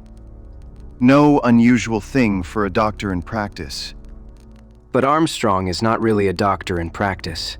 He is a lecturer and a consultant, but he does not care for general practice, which distracts him from his literary work. Why, then, does he make these long journeys, which must be exceedingly irksome to him, and who is it that he visits? His coachman. My dear Watson, can you doubt that it was to him that I first applied? I do not know whether it came from his own innate depravity or from the promptings of his master, but he was rude enough to set a dog at me. Neither dog nor man liked the look of my stick, however, and the matter fell through, and further inquiries out of the question. All that I have learned I got from a friendly native in the yard of our own inn. It was he who told me of the doctor's habits and of his daily journey. At that instant, to give point to his words, the carriage came round to the door. Could you not follow it? Excellent, Watson. You are scintillating this evening. The idea did cross my mind. There is, as you may have observed, a bicycle shop next to our inn. Into this I rushed, engaged a bicycle, and was able to get started before the carriage was quite out of sight. I rapidly overtook it, and then, keeping at a discreet distance of 100 yards or so, I followed its lights until we were clear of the town. We had got well out on the country road when a somewhat mortifying incident occurred. The carriage stopped, the doctor alighted, walked swiftly back to where I had also halted, and told me in an excellent sardonic fashion that he feared the road was narrow, and that he hoped his carriage did not impede the passage of my bicycle. Nothing could have been more admirable than his way of putting it. I at once rode past the carriage, and keeping to the main road, I went on for a few miles, and then halted in a convenient place to see if the carriage passed. There was no sign of it, however, and so it became evident that it had turned down one of several side roads which I had observed. I rode back, but again saw nothing of the carriage, and now, as you perceive, it has returned after me.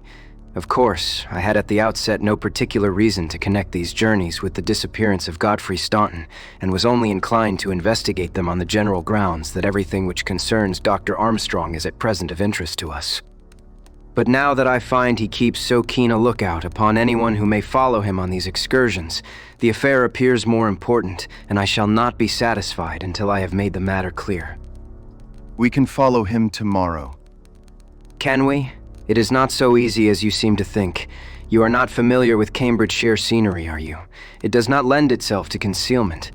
All this country that I passed over tonight is as flat and clean as the palm of your hand, and the man we are following is no fool, as he very clearly showed tonight.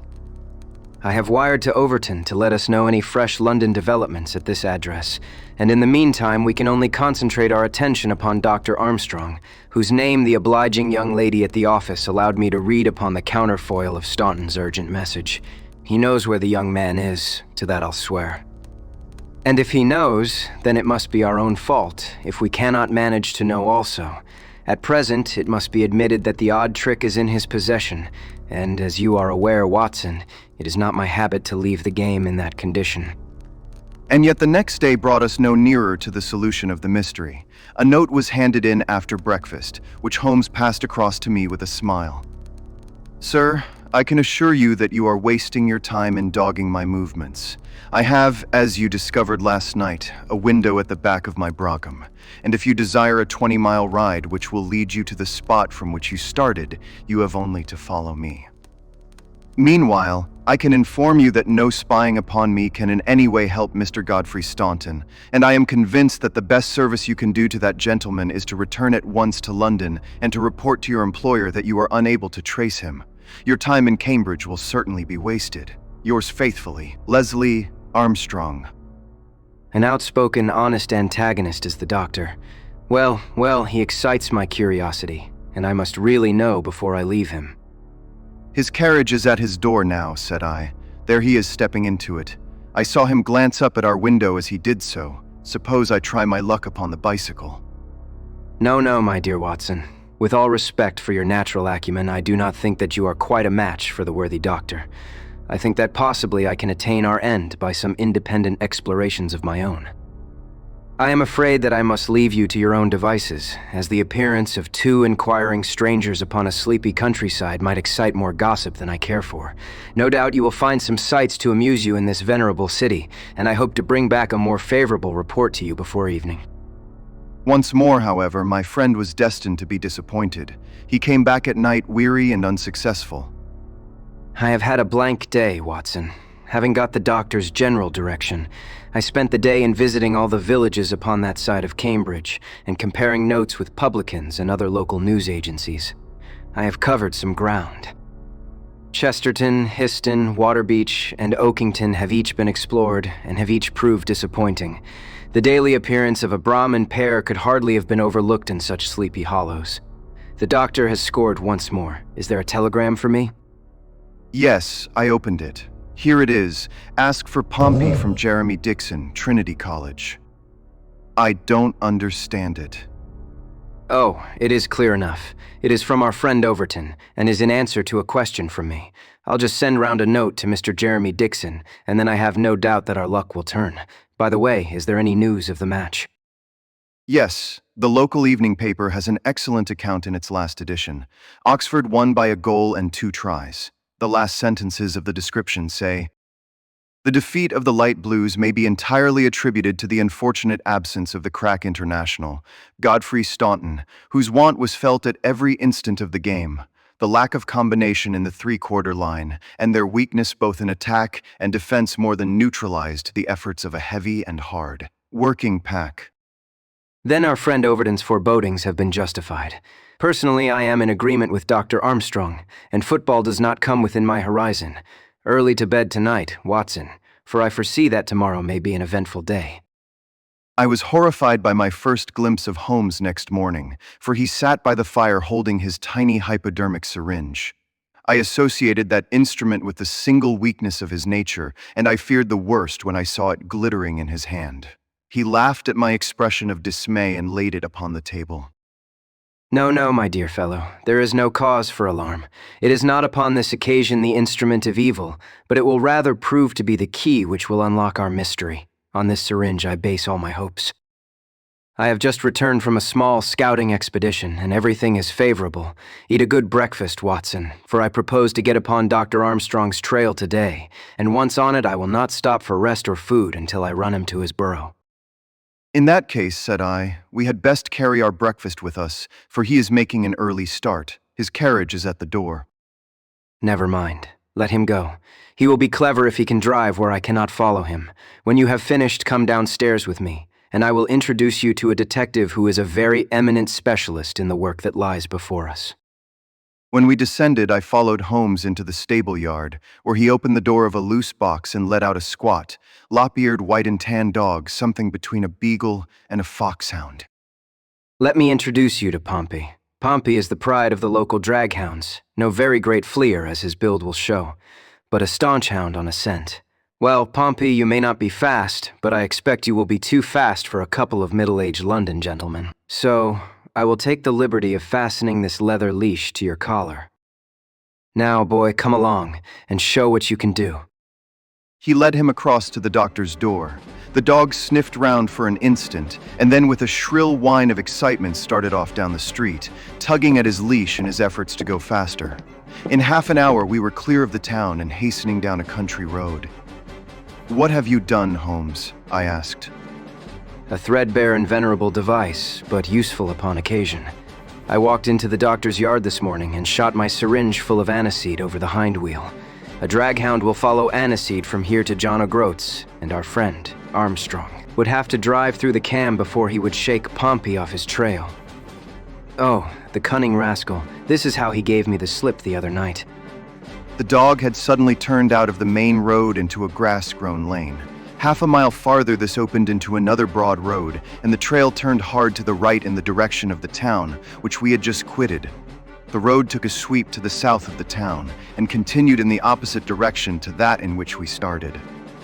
This detour has been entirely for our benefit, then. No wonder that my inquiries among those villagers led to nothing. The doctor has certainly played the game for all it is worth, and one would like to know the reason for such elaborate deception. This should be the village of Trumpington to the right of us, and by Jove, here is the brougham coming round the corner. Quick, Watson, quick, or we are done. He sprang through a gate into a field, dragging the reluctant Pompey after him. We had hardly got under the shelter of the hedge when the carriage rattled past. I caught a glimpse of Dr. Armstrong within, his shoulders bowed, his head sunk on his hands, the very image of distress. I could tell by my companion's graver face that he also had seen. I fear there is some dark ending to our quest. It cannot be long before we know it. Come, Pompey. Ah, it is the cottage in the field. There could be no doubt that we had reached the end of our journey. Pompey ran about and whined eagerly outside the gate, where the marks of the brougham's wheels were still to be seen. A footpath led across to the lonely cottage. Holmes tied the dog to the hedge, and we hastened onward. My friend knocked at the little rustic door and knocked again without response. And yet the cottage was not deserted, for a low sound came to our ears, a kind of drone of misery and despair which was indescribably melancholy. Holmes paused irresolute, and then he glanced back at the road which he had just traversed. A brougham was coming down it, and there could be no mistaking those gray horses. By Jove, the doctor is coming back, that settles it. We are bound to see what it means before he comes. He opened the door and we stepped into the hall. The droning sound swelled louder upon our ears until it became one long, deep wail of distress. It came from upstairs. Holmes darted up, and I followed him. He pushed open a half-closed door, and we both stood appalled at the sight before us. A woman, young and beautiful, was lying dead upon the bed. Her calm, pale face, with dim, wide-open blue eyes, looked upward from amid a great tangle of golden hair. At the foot of the bed, half sitting, half kneeling, his face buried in the clothes, was a young man whose frame was racked by his sobs. So absorbed was he by his bitter grief that he never looked up until Holmes's hand was on his shoulder. Are you Mr. Godfrey Staunton? Yes, I am. But you are too late. She is dead. The man was so dazed that he could not be made to understand that we were anything but doctors who had been sent to his assistance.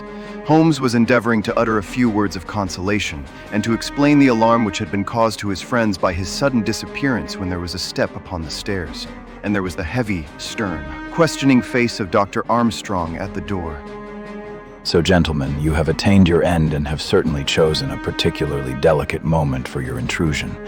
I would not brawl in the presence of death, but I can assure you that if I were a younger man, your monstrous conduct would not pass with impunity.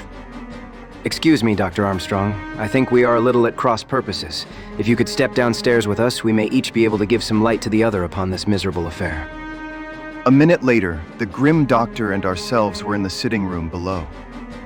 Well, sir, I wish you to understand, in the first place, that I am not employed by Lord Mount James, and that my sympathies in this matter are entirely against that nobleman. When a man is lost, it is my duty to ascertain his fate. But having done so, the matter ends so far as I am concerned. And so long as there is nothing criminal, I am much more anxious to hush up private scandals than to give them publicity. If, as I imagine, there is no breach of the law in this matter, you can absolutely depend upon my discretion and my cooperation in keeping the facts out of the papers. Dr. Armstrong took a quick step forward and wrung Holmes by the hand. you are a good fellow. I had misjudged you. I thank heaven that my compunction at leaving poor Staunton all alone in this plight caused me to turn my carriage back and so to make your acquaintance. Knowing as much as you do, the situation is very easily explained. A year ago, Godfrey Staunton lodged in London for a time and became passionately attached to his landlady's daughter, whom he married. She was as good as she was beautiful, and as intelligent as she was good. No man need be ashamed of such a wife. But Godfrey was the heir to this crabbed old nobleman, and it was quite certain that the news of his marriage would have been the end of his inheritance.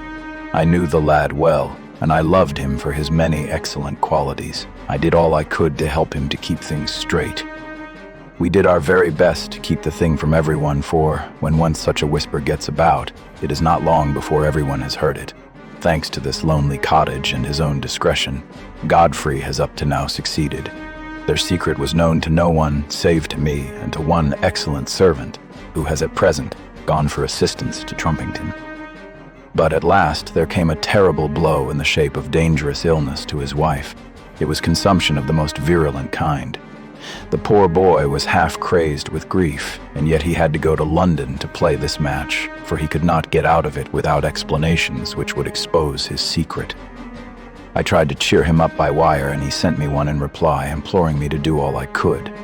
This was the telegram which you appear in some inexplicable way to have seen. I did not tell him how urgent the danger was, for I knew that he could do no good here. But I sent the truth to the girl's father, and he very injudiciously communicated it to Godfrey. The result was that he came straight away in a state bordering on frenzy, and has remained in the same state, kneeling at the end of her bed, until this morning death put an end to her sufferings. That is all, Mr. Holmes, and I am sure that I can rely upon your discretion and that of your friend. Holmes grasped the doctor's hand, Come, Watson. and we passed from that house of grief into the pale sunlight of the winter day.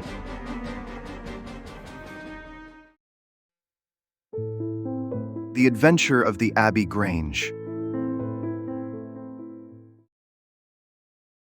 It was on a bitterly cold and frosty morning towards the end of the winter of '97 that I was awakened by a tugging at my shoulder. It was Holmes. The candle in his hand shone upon his eager, stooping face and told me at a glance that something was amiss. Come, Watson, come. The game is afoot, not a word. Into your clothes and come. 10 minutes later, we were both in a cab and rattling through the silent streets on our way to Charing Cross Station.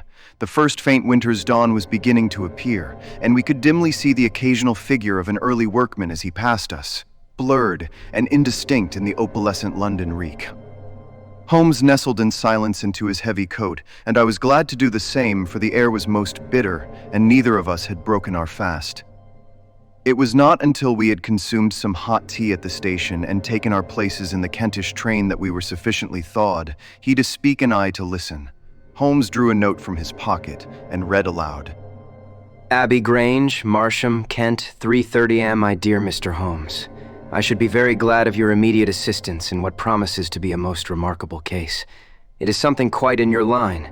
Except for releasing the lady, I will see that everything is kept exactly as I have found it, but I beg you not to lose an instant, as it is difficult to leave Sir Eustace there. Yours faithfully, Stanley Hopkins. Hopkins has called me in 7 times, and on each occasion his summons has been entirely justified.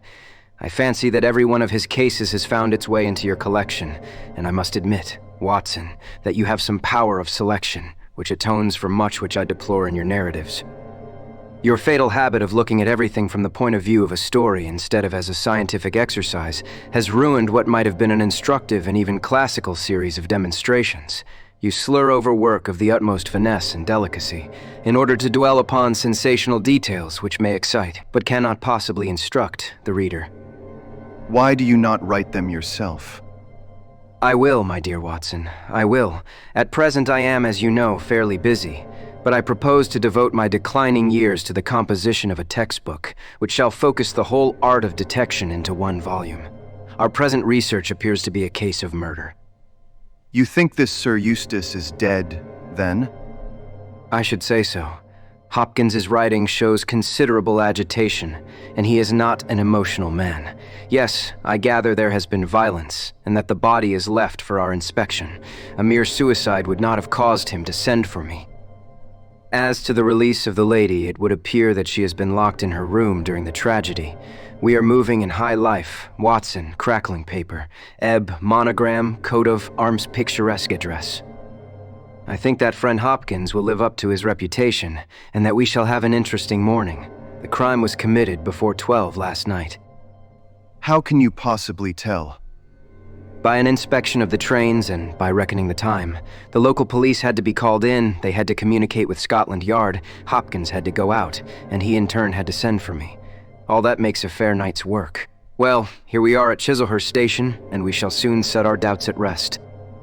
A drive of a couple of miles through narrow country lanes brought us to a park gate, which was opened for us by an old lodge keeper, whose haggard face bore the reflection of some great disaster. The avenue ran through a noble park between lines of ancient elms, and ended in a low, wide-spread house, pillared in front after the fashion of Palladio. The central part was evidently of a great age and shrouded in ivy, but the large windows showed that modern changes had been carried out, and one wing of the house appeared to be entirely new. The youthful figure and alert, eager face of Inspector Stanley Hopkins confronted us in the open doorway. I am very glad you have come, Mr. Holmes, and you too, Dr. Watson. But indeed, if I had my time over again, I should not have troubled you. For since the lady has come to herself, she has given so clear an account of the affair that there is not much left for us to do. You remember that Lewisham gang of burglars? What, the three Randalls? Exactly. The father and two sons, it is their work. I have not a doubt of it. They did a job at Sydenham a fortnight ago and were seen and described. Rather cool to do another so soon and so near, but it is they, beyond all doubt. It is a hanging matter this time. Sir Eustace is dead, then? Yes, his head was knocked in with his own poker. Sir Eustace Brackenstall, the driver tells me. Exactly one of the richest men in Kent, Lady Brackenstall, is in the morning room. Poor lady, she has had a most dreadful experience. She seemed half dead when I saw her first. I think you had best see her and hear her account of the facts. Then we will examine the dining room together. Lady Brackenstall was no ordinary person. Seldom have I seen so graceful a figure, so womanly a presence, and so beautiful a face. She was a blonde, golden-haired, blue-eyed, and would no doubt have had the perfect complexion which goes with such coloring, had not her recent experience left her drawn and haggard. Her sufferings were physical as well as mental, for over one eye rose a hideous, plum-colored swelling, which her maid, a tall, austere woman, was bathing assiduously with vinegar and water. The lady lay back exhausted upon a couch, but her quick, observant gaze as we entered the room, and the alert expression of her beautiful features, showed that neither her wits nor her courage had been shaken by her terrible experience. She was enveloped in a loose dressing, gown of blue and silver, but a black sequin-covered dinner dress lay upon the couch beside her. I have told you all that happened, Mr. Hopkins. Could you not repeat it for me? Well, if you think it necessary, I will tell these gentlemen what occurred. Have they been in the dining room yet? I thought they had better hear your ladyship's story first. I shall be glad when you can arrange matters. It is horrible to me to think of him still lying there. She shuddered and buried her face in her hands. As she did so, the loose gown fell back from her forearms. Holmes uttered an exclamation. You have other injuries, madam. What is this? Two vivid red spots stood out on one of the white, round limbs. She hastily covered it. It is nothing. It has no connection with this hideous business tonight. If you and your friend will sit down, I will tell you all I can. I am the wife of Sir Eustace Brackenstall. I have been married about a year. I suppose that it is no use my attempting to conceal that our marriage has not been a happy one. I fear that all our neighbors would tell you that, even if I were to attempt to deny it. Perhaps the fault may be partly mine. I was brought up in the freer, less conventional atmosphere of South Australia, and this English life, with its proprieties and its primness, is not congenial to me. But the main reason lies in the one fact, which is notorious to everyone, and that is that Sir Eustace was a confirmed drunkard. To be with such a man for an hour is unpleasant. Can you imagine what it means for a sensitive and high-spirited woman to be tied to him for day and night? It is a sacrilege, a crime, a villainy to hold that such a marriage is binding. I say that these monstrous laws of yours will bring a curse upon the land. God will not let such wickedness endure. For an instant she sat up, her cheeks flushed and her eyes blazing from under the terrible mark upon her brow. Then the strong, soothing hand of the austere maid drew her head down onto the cushion, and the wild anger died away into passionate sobbing. At last she continued, I will tell you about last night. You are aware, perhaps, that in this house all the servants sleep in the modern wing. This central block is made up of the dwelling rooms, with the kitchen behind and our bedroom above. My maid, Teresa, sleeps above my room. There is no one else, and no sound could alarm those who are in the farther wing. This must have been well known to the robbers, or they would not have acted as they did. Sir Eustace retired about 10:30. The servants had already gone to their quarters. Only my maid was up, and she had remained in her room at the top of the house until I needed her services. I sat until after 11 in this room, absorbed in a book. Then I walked round to see that all was right before I went upstairs. It was my custom to do this myself, for, as I have explained, Sir Eustace was not always to be trusted. I went into the kitchen, the butler's pantry, the gun room, the billiard room, the drawing room, and finally the dining room. As I approached the window, which is covered with thick curtains, I suddenly felt the wind blow upon my face and realized that it was open. I flung the curtain aside and found myself face to face with a broad-shouldered elderly man who had just stepped into the room. The window is a long French one, which really forms a door leading to the lawn.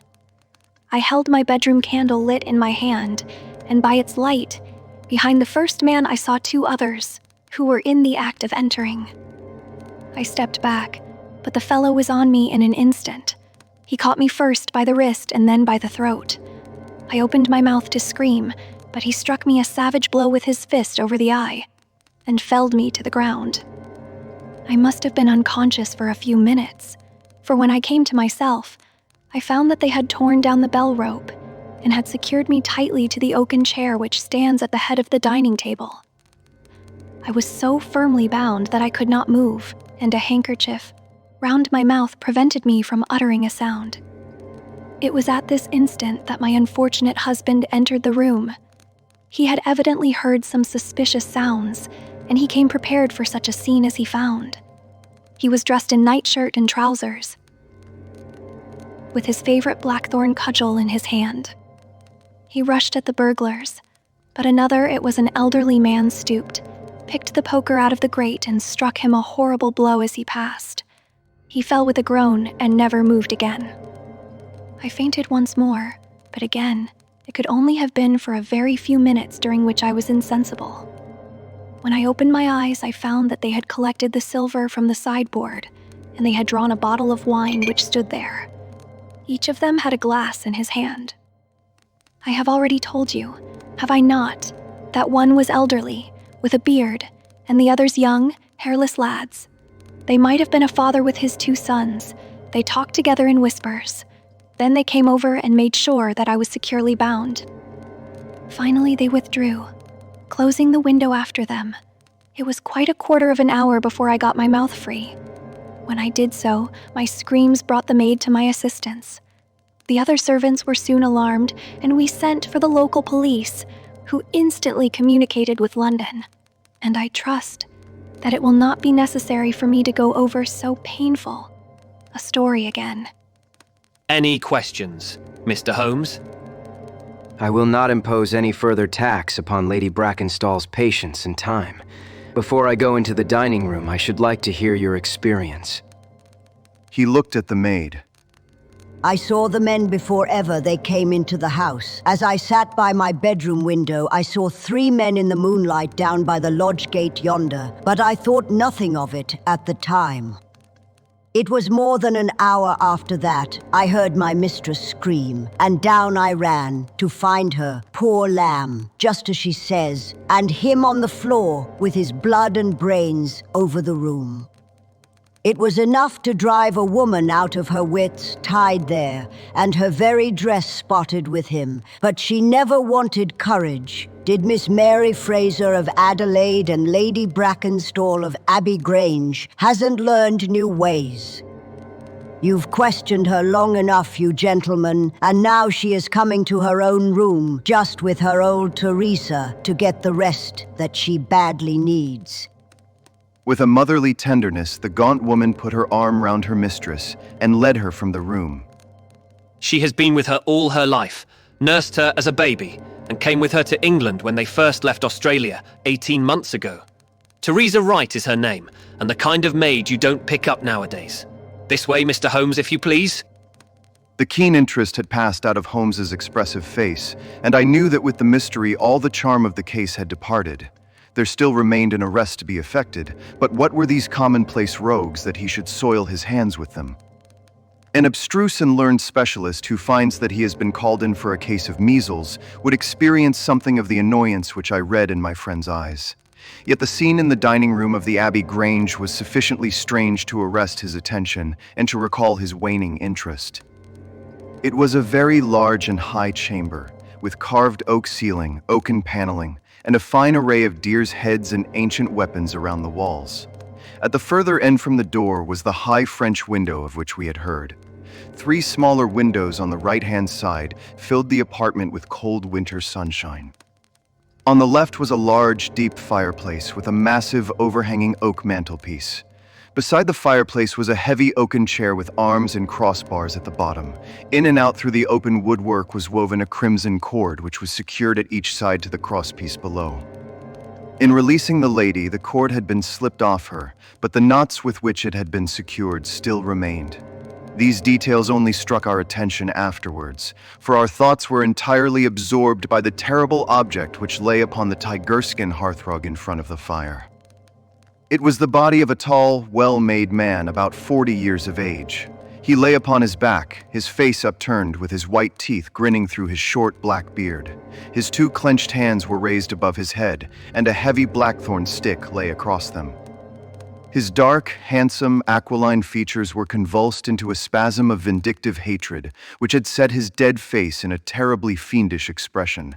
He had evidently been in his bed when the alarm had broken out, for he wore a foppish, embroidered nightshirt, and his bare feet projected from his trousers. His head was horribly injured, and the whole room bore witness to the savage ferocity of the blow which had struck him down. Beside him lay the heavy poker, bent into a curve by the concussion. Holmes examined both it and the indescribable wreck which it had wrought. He must be a powerful man, this elder Randall. Yes, I have some record of the fellow, and he is a rough customer. You should have no difficulty in getting him. Not the slightest. We have been on the lookout for him, and there was some idea that he had got away to America. Now that we know that the gang are here, I don't see how they can escape. We have the news at every seaport already, and a reward will be offered before evening. What beats me is how they could have done so mad a thing, knowing that the lady could describe them, and that we could not fail to recognize the description. Exactly. One would have expected that they would silence Lady Brackenstall as well. They may not have realized that she had recovered from her faint. That is likely enough. If she seemed to be senseless, they would not take her life. What about this poor fellow, Hopkins? I seem to have heard some queer stories about him. He was a good-hearted man when he was sober, but a perfect fiend when he was drunk, or rather when he was half drunk, for he seldom really went the whole way. The devil seemed to be in him at such times, and he was capable of anything. From what I hear, in spite of all his wealth and his title, he very nearly came our way once or twice. There was a scandal about his drenching a dog with petroleum and setting it on fire. Her ladyship's dog, to make the matter worse, and that was only hushed up with difficulty. Then he threw a decanter at that maid, Teresa Wright. There was trouble about that. On the whole, and between ourselves, it will be a brighter house without him. What are you looking at now? Holmes was down on his knees, examining with great attention the knots upon the red cord with which the lady had been secured. Then he carefully scrutinized the broken and frayed end, where it had snapped off when the burglar had dragged it down. When this was pulled down, the bell in the kitchen must have rung loudly. No one could hear it. The kitchen stands right at the back of the house. How did the burglar know no one would hear it? How dared he pull at a bell rope in that reckless fashion? Exactly, Mr. Holmes, exactly. You put the very question which I have asked myself again and again. There can be no doubt that this fellow must have known the house and its habits. He must have perfectly understood that the servants would all be in bed at that comparatively early hour, and that no one could possibly hear a bell ring in the kitchen. Therefore, he must have been in close league with one of the servants. Surely that is evident. But there are 8 servants, and all of good character. Other things being equal, one would suspect the one at whose head the master threw a decanter, and yet that would involve treachery towards the mistress to whom this woman seems devoted. Well, the point is a minor one, and when you have Randall, you will probably find no difficulty in securing his accomplice. The lady's story certainly seems to be corroborated, if it needed corroboration by every detail which we see before us. He walked to the French window and threw it open. There are no signs here, but the ground is iron hard, and one would not expect them. I see that these candles in the mantelpiece have been lighted. Yes, it was by their light and that of the lady's bedroom candle that the burglars saw their way about. And what did they take? Well, they did not take much, only half a dozen articles of plate off the sideboard. Lady Brackenstall thinks that they were themselves so disturbed by the death of Sir Eustace that they did not ransack the house, as they would otherwise have done. No doubt that is true, and yet they drank some wine, I understand. To steady their nerves. Exactly. These 3 glasses upon the sideboard have been untouched, I suppose. Yes, and the bottle stands as they left it. Let us look at it. Halloa, what is this? The 3 glasses were grouped together, all of them tinged with wine, and one of them containing some dregs of beeswing. The bottle stood near them, 2/3 full, and beside it lay a long, deeply stained cork. Its appearance and the dust upon the bottle showed that it was no common vintage which the murderers had enjoyed. A change had come over Holmes's manner. He had lost his listless expression, and again I saw an alert light of interest in his keen, deep-set eyes. He raised the cork and examined it minutely. How did they draw it? Hopkins pointed to a half-open drawer. In it lay some table linen and a large corkscrew. Did Lady Brackenstall say that screw was used? No, you remember that she was senseless at the moment when the bottle was opened. Quite so. As a matter of fact, that screw was not used. This bottle was opened by a pocket screw, probably contained in a knife, and not more than 1.5 inches long. If you will examine the top of the cork, you will observe that the screw was driven in 3 times before the cork was extracted. It has never been transfixed. This long screw would have transfixed it and drawn it up with a single pull. When you catch this fellow, you will find that he has one of these multiplex knives in his possession. Excellent. But these glasses do puzzle me, I confess. Lady Brackenstall actually saw the 3 men drinking, did she not? Yes, she was clear about that. Then there is an end of it. What more is to be said? And yet, you must admit that the 3 glasses are very remarkable, Hopkins. What? You see nothing remarkable. Well, let it pass. Perhaps when a man has special knowledge and special powers like my own, it rather encourages him to seek a complex explanation when a simpler one is at hand. Of course, it must be a mere chance about the glasses. Well, good morning, Hopkins. I don't see that I can be of any use to you, and you appear to have your case very clear. You will let me know when Randall is arrested, and any further developments which may occur. I trust that I shall soon have to congratulate you upon a successful conclusion. Come, Watson. I fancy that we may employ ourselves more profitably at home. During our return journey, I could see by Holmes's face that he was much puzzled by something which he had observed. Every now and then, by an effort, he would throw off the impression and talk as if the matter were clear, but then his doubts would settle down upon him again.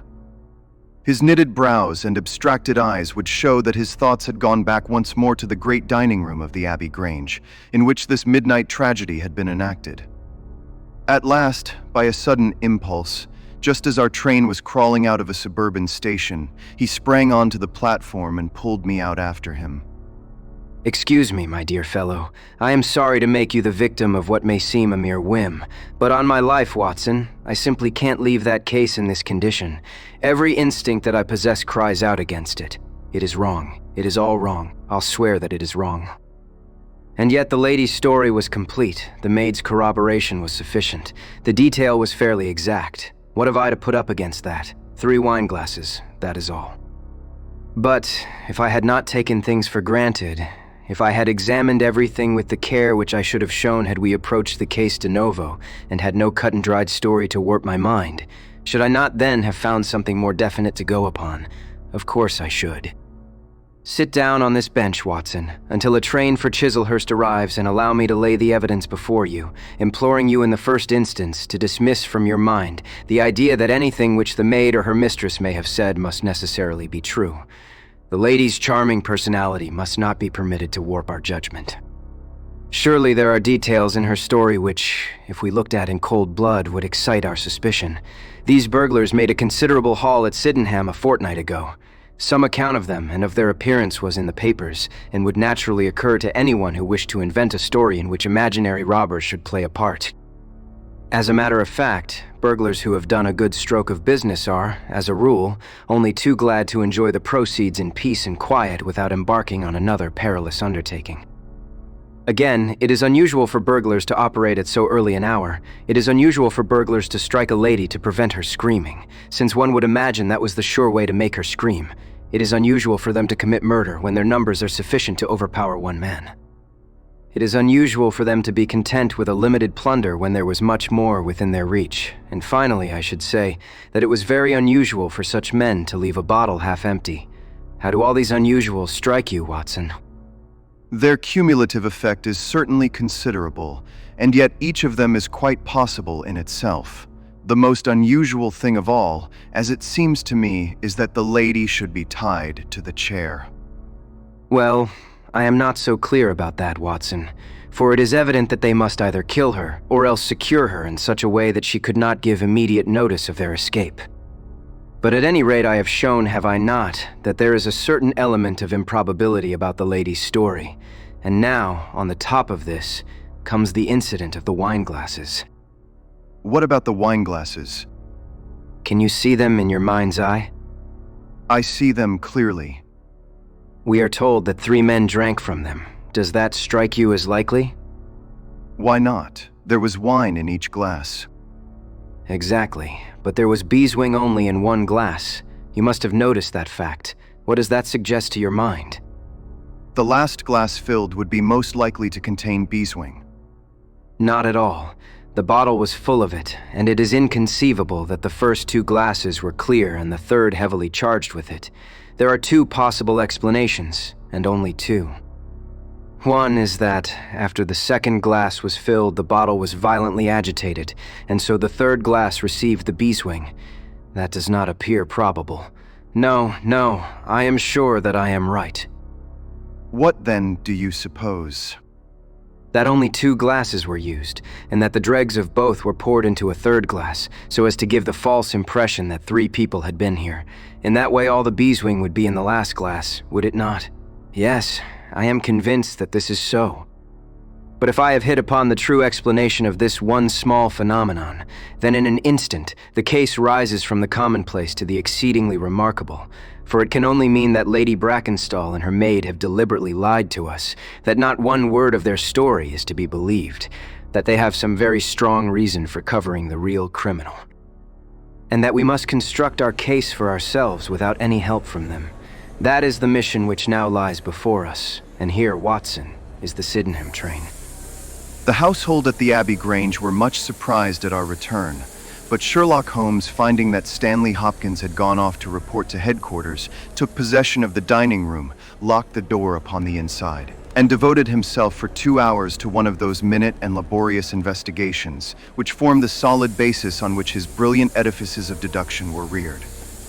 Seated in a corner like an interested student who observes the demonstration of his professor, I followed every step of that remarkable research. The window, the curtains, the carpet, the chair, the rope, each in turn was minutely examined and duly pondered. The body of the unfortunate baronet had been removed, and all else remained as we had seen it in the morning. Finally, to my astonishment, Holmes climbed up onto the massive mantelpiece. Far above his head hung the few inches of red cord which were still attached to the wire. For a long time he gazed upward at it, and then in an attempt to get nearer to it, he rested his knee upon a wooden bracket on the wall. This brought his hand within a few inches of the broken end of the rope, but it was not this so much as the bracket itself which seemed to engage his attention. Finally, he sprang down with an ejaculation of satisfaction. It is all right, Watson. We have got our case one of the most remarkable in our collection. But dear me, how slow-witted I have been, and how nearly I have committed the blunder of my lifetime. Now, I think that with a few missing links, my chain is almost complete. You have got your men. Man, Watson, man. Only one, but a very formidable person. Strong as a lion witnessed the blow that bent that poker. 6'3" in height, active as a squirrel, dexterous with his fingers. Finally, remarkably quick-witted, for this whole ingenious story is of his concoction. Yes, Watson, we have come upon the handiwork of a very remarkable individual. And yet, in that bell rope, he has given us a clue which should not have left us a doubt. Where was the clue? Well, if you were to pull down a bell rope, Watson, where would you expect it to break? Surely at the spot where it is attached to the wire. Why should it break 3 inches from the top, as this one has done? Because it is frayed there. Exactly. This end, which we can examine, is frayed. He was cunning enough to do that with his knife. But the other end is not frayed. You could not observe that from here, but if you were on the mantelpiece, you would see that it is cut clean off without any mark of fraying whatever. You can reconstruct what occurred. The man needed the rope. He would not tear it down for fear of giving the alarm by ringing the bell. What did he do? He sprang up on the mantelpiece, could not quite reach it, put his knee on the bracket, you will see the impression in the dust, and so got his knife to bear upon the cord. I could not reach the place by at least 3 inches from, which I infer that he is at least 3 inches a bigger man than I. Look at that mark upon the seat of the oaken chair. What is it? Blood. Undoubtedly it is blood. This alone puts the lady's story out of court. If she were seated on the chair when the crime was done, how comes that mark? No, she was placed in the chair after the death of her husband. I'll wager that the black dress shows a corresponding mark to this. We have not yet met our Waterloo, Watson, but this is our Marengo, for it begins in defeat and ends in victory. I should like now to have a few words with the nurse, Teresa. We must be wary for a while, if we are to get the information which we want. She was an interesting person, this stern Australian nurse, taciturn, suspicious, ungracious. It took some time before Holmes's pleasant manner and frank acceptance of all that she said thawed her into a corresponding amiability. She did not attempt to conceal her hatred for her late employer. Yes, sir, it is true that he threw the decanter at me. I heard him call my mistress a name, and I told him that he would not dare to speak so if her brother had been there. Then it was that he threw it at me. He might have thrown a dozen if he had but left my bonny bird alone. He was forever ill-treating her, and she too proud to complain. She will not even tell me all that he has done to her. She never told me of those marks on her arm that you saw this morning, but I know very well that they come from a stab with a hatpin. The sly devil, God forgive me that I should speak of him so, now that he is dead. But a devil he was, if ever one walked the earth. He was all honey when first we met him, only 18 months ago, and we both feel as if it were 18 years. She had only just arrived in London. Yes, it was her first voyage. She had never been from home before. He won her with his title and his money and his false London ways. If she made a mistake, she has paid for it, if ever a woman did. What month did we meet him? Well, I tell you, it was just after we arrived. We arrived in June and it was July. They were married in January of last year. Yes, she is down in the morning room again, and I have no doubt she will see you. But you must not ask too much of her, for she has gone through all that flesh, and blood will stand. Lady Brackenstall was reclining on the same couch, but looked brighter than before. The maid had entered with us, and began once more to foment the bruise upon her mistress's brow. I hope that you have not come to cross-examine me again. No, I will not cause you any unnecessary trouble, Lady Brackenstall, and my whole desire is to make things easy for you, for I am convinced that you are a much-tried woman. If you will treat me as a friend and trust me, you may find that I will justify your trust. What do you want me to do? To tell me the truth. Mr. Holmes. No, Lady Brackenstall. It is no use. You may have heard of any little reputation which I possess. I will stake it all on the fact that your story is an absolute fabrication.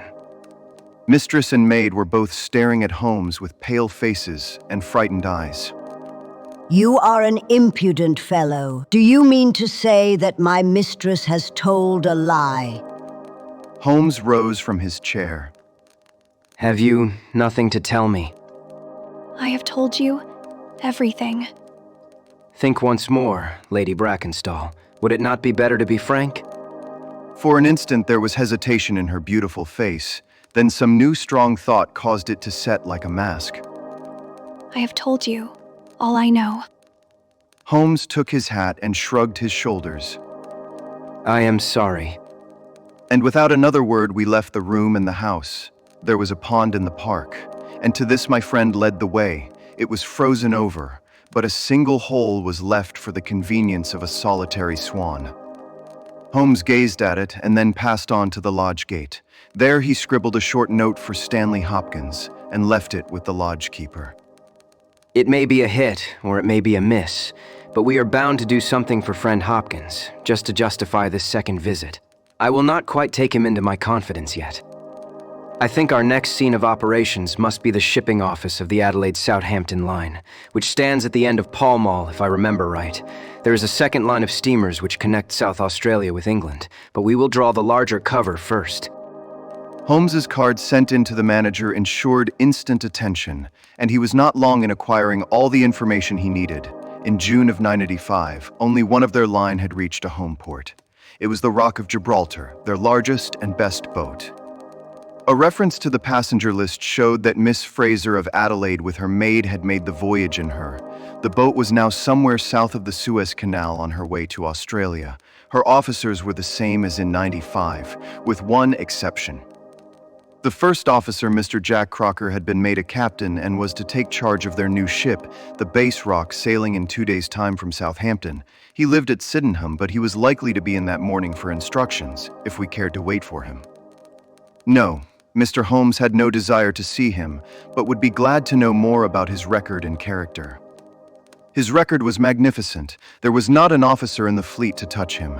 As to his character, he was reliable on duty, but a wild, desperate fellow off the deck of his ship, hot-headed, excitable, but loyal, honest, and kind-hearted. That was the pith of the information with which Holmes left the office of the Adelaide-Southampton Company. Thence he drove to Scotland Yard, but instead of entering, he sat in his cab with his brows drawn down, lost in profound thought.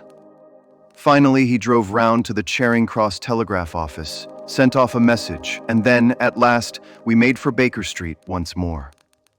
No, I couldn't do it, Watson. Once that warrant was made out, nothing on earth would save him. Once or twice in my career, I feel that I have done more real harm by my discovery of the criminal than ever he had done by his crime. I have learned caution now, and I had rather play tricks with the law of England than with my own conscience. Let us know a little more before we act.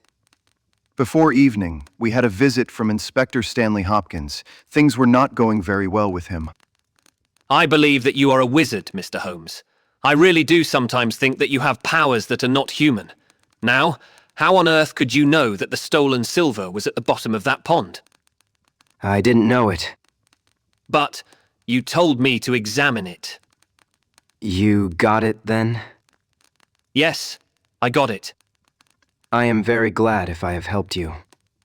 But you haven't helped me. You have made the affair far more difficult. What sort of burglars are they who steal silver and then throw it into the nearest pond? It was certainly rather eccentric behavior. I was merely going on the idea that if the silver had been taken by persons who did not want it, who merely took it for a blind, as it were, then they would naturally be anxious to get rid of it. But why should such an idea cross your mind? Well, I thought it was possible. When they came out through the French window, there was the pond with one tempting little hole in the ice right in front of their noses. Could there be a better hiding place? Ah, a hiding place, that is better. Yes, I see it all now. It was early. There were folk upon the roads. They were afraid of being seen with the silver, so they sank it in the pond, intending to return for it when the coast was clear. Excellent, Mr. Holmes. That is better than your idea of a blind. Quite so. You have got an admirable theory. I have no doubt that my own ideas were quite wild, but you must admit that they have ended in discovering the silver. Yes, sir, yes. It was all your doing, but I have had a bad setback. A setback? Yes, Mr. Holmes. The Randall gang were arrested in New York this morning. Dear me, Hopkins. That is certainly rather against your theory that they committed a murder in Kent last night. It is fatal, Mr. Holmes. Absolutely fatal. Still, there are other gangs of 3 besides the Randalls, or it may be some new gang of which the police have never heard. Quite so, it is perfectly possible. What, are you off? Yes, Mr. Holmes. There is no rest for me until I have got to the bottom of the business. I suppose you have no hint to give me. I have given you one. Which? Well, I suggested a blind. But why, Mr. Holmes, why? Ah, that is the question, of course. But I commend the idea to your mind. You might possibly find that there was something in it. You won't stop for dinner. Well, goodbye, and let us know how you get on. Dinner was over, and the table cleared before Holmes alluded to the matter again. He had lit his pipe and held his slippered feet to the cheerful blaze of the fire. Suddenly he looked at his watch. I expect developments, Watson. When? Now, within a few minutes.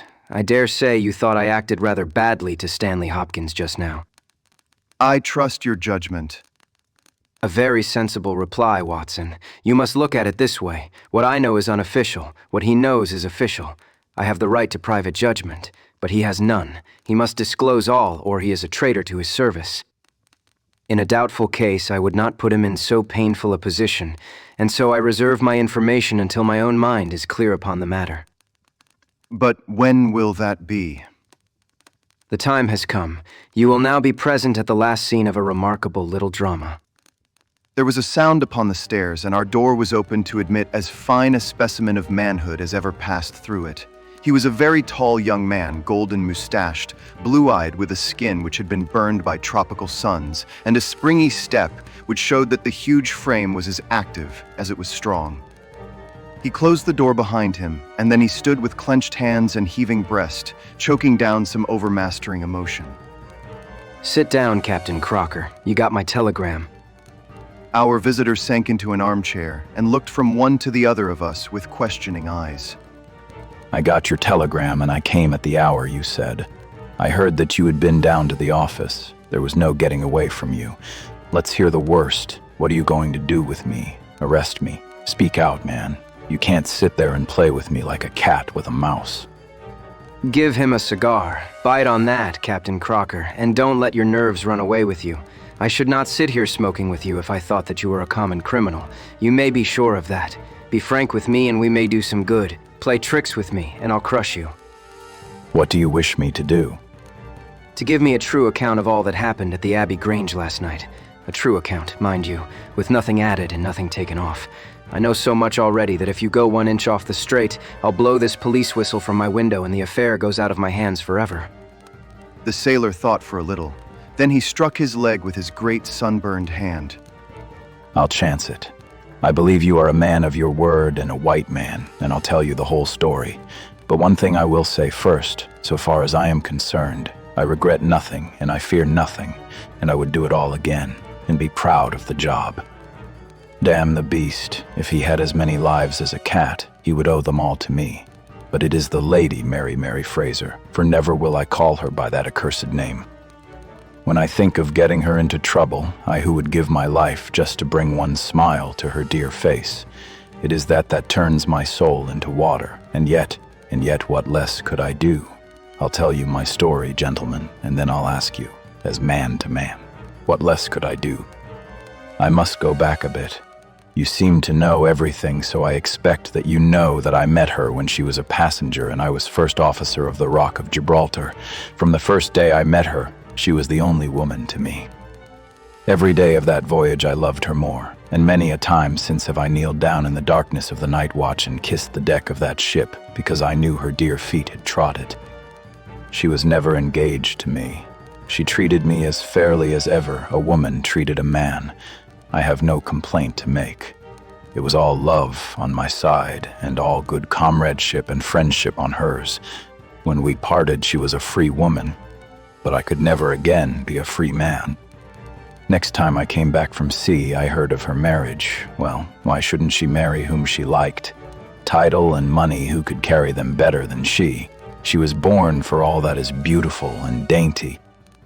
I didn't grieve over her marriage. I was not such a selfish hound as that. I just rejoiced that good luck had come her way and that she had not thrown herself away on a penniless sailor.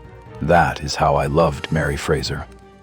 Well, I never thought to see her again, but last voyage I was promoted, and the new boat was not yet launched, so I had to wait for a couple of months with my people at Sydenham. One day out in a country lane, I met Teresa Wright, her old maid. She told me all about her, about him, about everything. I tell you, gentlemen, it nearly drove me mad. This drunken hound, that he should dare to raise his hand to her, whose boots he was not worthy to lick. I met Teresa again, then I met Mary herself, and met her again. Then she would meet me no more. But the other day I had a notice that I was to start on my voyage within a week, and I determined that I would see her once before I left. Teresa was always my friend, for she loved Mary and hated this villain almost as much as I did. From her I learned the ways of the house. Mary used to sit up reading in her own little room downstairs. I crept round there last night and scratched at the window. At first she would not open to me, but in her heart I know that now she loves me, and she could not leave me in the frosty night. She whispered to me to come round to the big front window, and I found it open before me, so as to let me into the dining room. Again I heard from her own lips things that made my blood boil, and again I cursed this brute who mishandled the woman I loved. Well, gentlemen, I was standing with her just inside the window, in all innocence, as God is my judge, when he rushed like a madman into the room, called her the vilest name that a man could use to a woman, and welted her across the face with the stick he had in his hand. I had sprung for the poker, and it was a fair fight between us. See here on my arm where his first blow fell. Then it was my turn, and I went through him as if he had been a rotten pumpkin. Do you think I was sorry? Not I. It was his life or mine, but far more than that, it was his life or hers, for how could I leave her in the power of this madman? That was how I killed him. Was I wrong? Well then, what would either of you gentlemen have done if you had been in my position? She had screamed when he struck her, and that brought old Teresa down from the room above. There was a bottle of wine on the sideboard, and I opened it and poured a little between Mary's lips, for she was half dead with shock. Then I took a drop myself. Teresa was as cool as ice, and it was her plot as much as mine. We must make it appear that burglars had done the thing. Teresa kept on repeating our story to her mistress while I swarmed up and cut the rope of the bell. Then I lashed her in her chair and frayed out the end of the rope to make it look natural, else they would wonder how in the world a burglar could have got up there to cut it. Then I gathered up a few plates and pots of silver to carry out the idea of the robbery, and there I left them with orders to give the alarm when I had a quarter of an hour's start.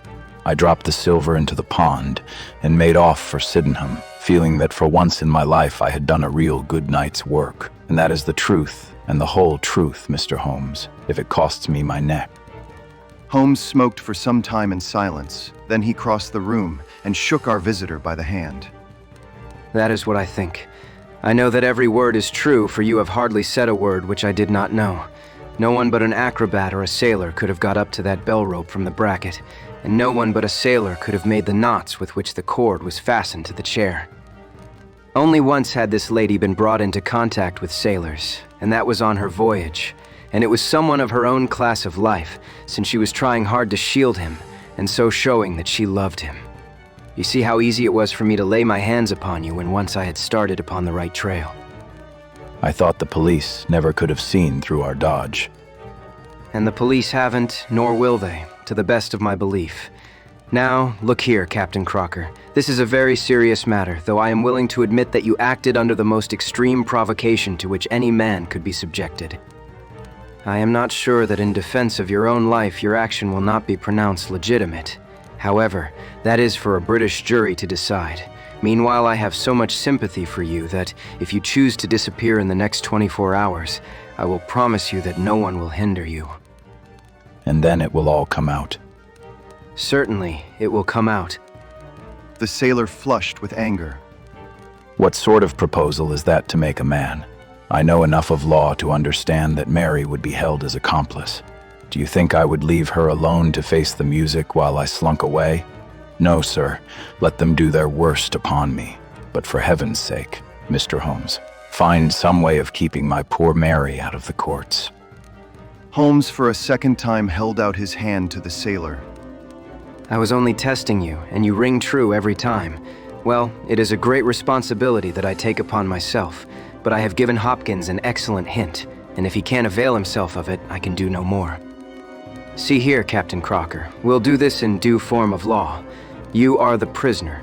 Watson, you are a British jury, and I never met a man who was more eminently fitted to represent one. I am the judge. Now, gentlemen of the jury, you have heard the evidence. Do you find the prisoner guilty or not guilty? Not guilty, my lord. Vox populi, vox dei. You are acquitted, Captain Crocker.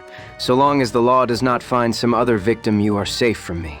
Come back to this lady in a year, and may her future and yours justify us in the judgment which we have pronounced this night.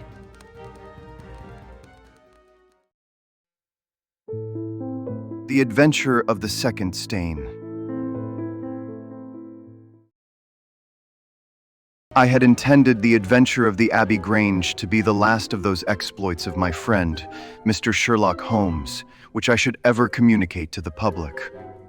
This resolution of mine was not due to any lack of material, since I have notes of many hundreds of cases to which I have never alluded, nor was it caused by any waning interest on the part of my readers in the singular personality and unique methods of this remarkable man. The real reason lay in the reluctance which Mr. Holmes has shown to the continued publication of his experiences. So long as he was in actual professional practice, the records of his successes were of some practical value to him. But since he has definitely retired from London and betaken himself to study and bee farming on the Sussex Downs, notoriety has become hateful to him, and he has peremptorily requested that his wishes in this matter should be strictly observed. It was only upon my representing to him that I had given a promise that the adventure of the second stain should be published when the times were ripe, and pointing out to him that it is only appropriate that this long series of episodes should culminate in the most important international case which he has ever been called upon to handle. That I at last succeeded in obtaining his consent, that a carefully guarded account of the incident should at last be laid before the public. If in telling the story I seem to be somewhat vague in certain details, the public will readily understand that there is an excellent reason for my reticence. It was then, in a year, and even in a decade, that shall be nameless, that upon one Tuesday morning in autumn we found two visitors of European fame within the walls of our humble room in Baker Street. The one, austere, high-nosed, eagle-eyed, and dominant, was none other than the illustrious Lord Bellinger, twice Premier of Britain. The other, dark, clear-cut, and elegant, hardly yet of middle age and endowed with every beauty of body and of mind, was the Right Honourable Trelawney Hope, Secretary for European Affairs, and the most rising statesman in the country. They sat side by side upon our paper-littered settee, and it was easy to see from their worn and anxious faces that it was business of the most pressing importance which had brought them. The Premier's thin, blue-veined hands were clasped tightly over the ivory head of his umbrella, and his gaunt, ascetic face looked gloomily from Holmes to me. The European secretary pulled nervously at his mustache and fidgeted with the seals of his watch chain. When I discovered my loss, Mr. Holmes, which was at 8 o'clock this morning, I at once informed the Prime Minister. It was at his suggestion that we have both come to you. Have you informed the police? No, sir, we have not done so, nor is it possible that we should do so. To inform the police must, in the long run, mean to inform the public. This is what we particularly desire to avoid. And why, sir? Because the document in question is of such immense importance that its publication might very easily, I might almost say probably, lead to European complications of the utmost moment. It is not too much to say that peace or war may hang upon the issue. Unless its recovery can be attended with the utmost secrecy, then it may as well not be recovered at all, for all that is aimed at by those who have taken it is that its contents should be known. I understand. Now, Mr. Trelawney Hope, I should be much obliged if you would tell me exactly the circumstances under which this document disappeared. That can be done in a very few words, Mr. Holmes. The letter, for it was a letter from a foreign potentate, was received 6 days ago. It was of such importance that I have never left it in my safe, but have taken it across each evening to my house in Whitehall Terrace and kept it in my bedroom in a locked dispatch box. It was there last night. Of that I am certain. I actually opened the box while I was dressing for dinner and saw the document inside. This morning it was gone. The dispatch box had stood beside the glass upon my dressing table all night. I am a light sleeper, and so is my wife. We are both prepared to swear that no one could have entered the room during the night. And yet, I repeat that the paper is gone. What time did you dine? 7:30. How long was it before you went to bed? My wife had gone to the theater. I waited up for her. It was 11:30 before we went to our room. Then, for 4 hours, the dispatch box had lain unguarded. No one is ever permitted to enter that room save the house, maid in the morning, and my valet, or my wife's maid during the rest of the day. They are both trusty servants who have been with us for some time. Besides, neither of them could possibly have known that there was anything more valuable than the ordinary departmental papers in my dispatch box. Who did know of the existence of that letter? No one in the house. Surely your wife knew. No, sir. I had said nothing to my wife until I missed the paper this morning. The Premier nodded approvingly. I have long known, sir, how high is your sense of public duty. I am convinced that in the case of a secret of this importance, it would rise superior to the most intimate domestic ties. The European secretary bowed. You do me no more than justice, sir. Until this morning, I have never breathed one word to my wife upon this matter. Could she have guessed? No, Mr. Holmes, she could not have guessed, nor could anyone have guessed. Have you lost any documents before? No, sir. Who is there in England who did know of the existence of this letter? Each member of the cabinet was informed of it yesterday, but the pledge of secrecy which attends every cabinet meeting was increased by the solemn warning which was given by the Prime Minister. Good heavens, to think that within a few hours I should myself have lost it.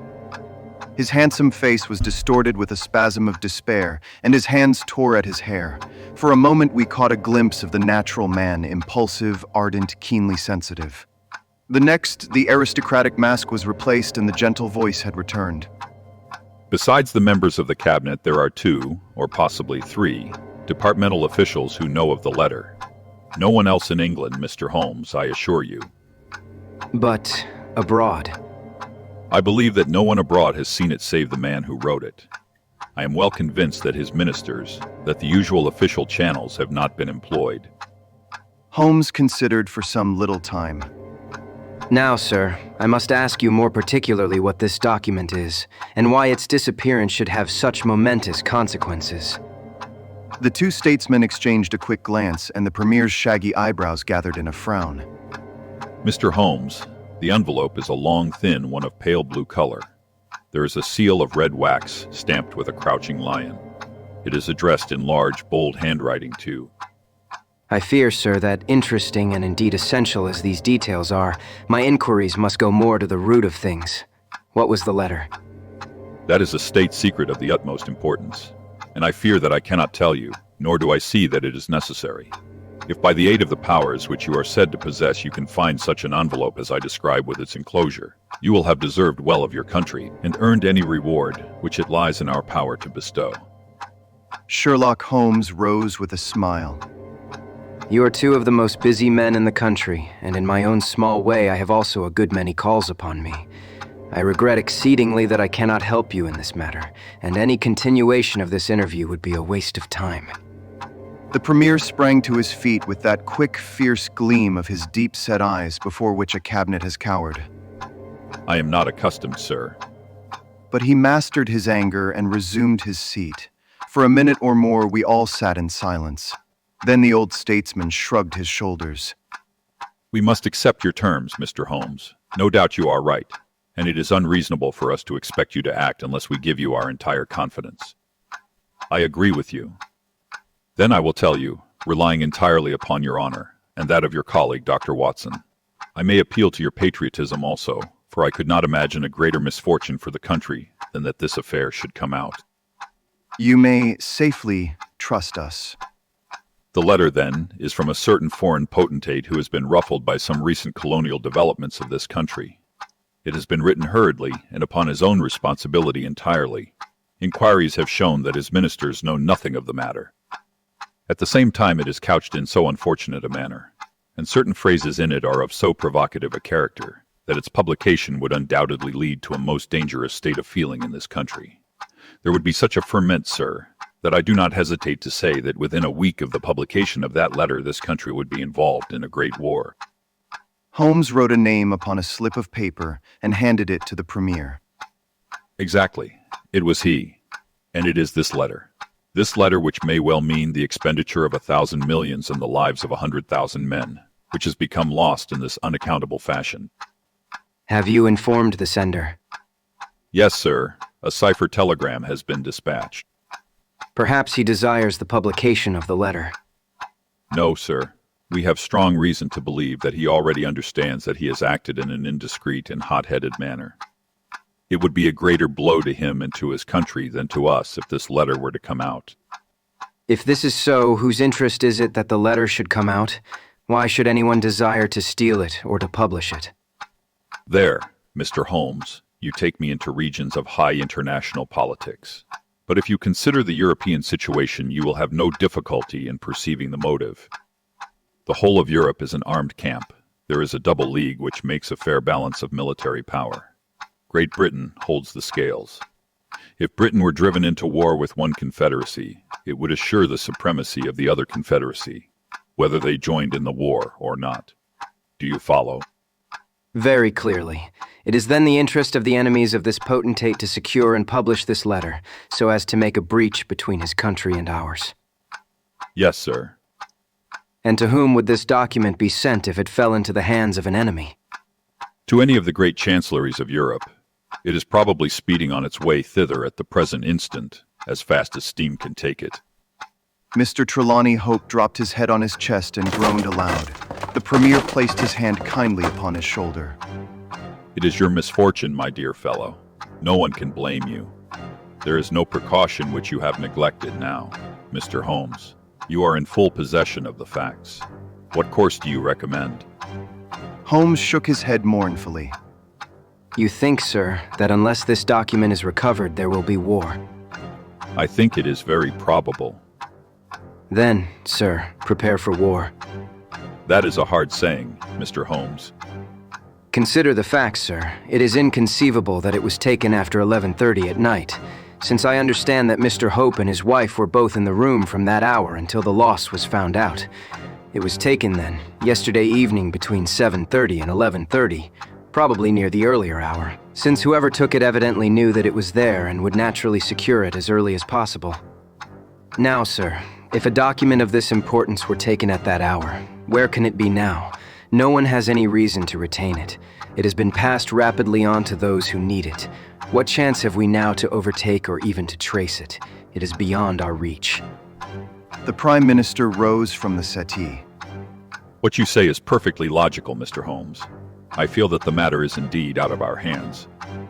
Let us presume, for argument's sake, that the document was taken by the maid or by the valet. They are both old and tried servants.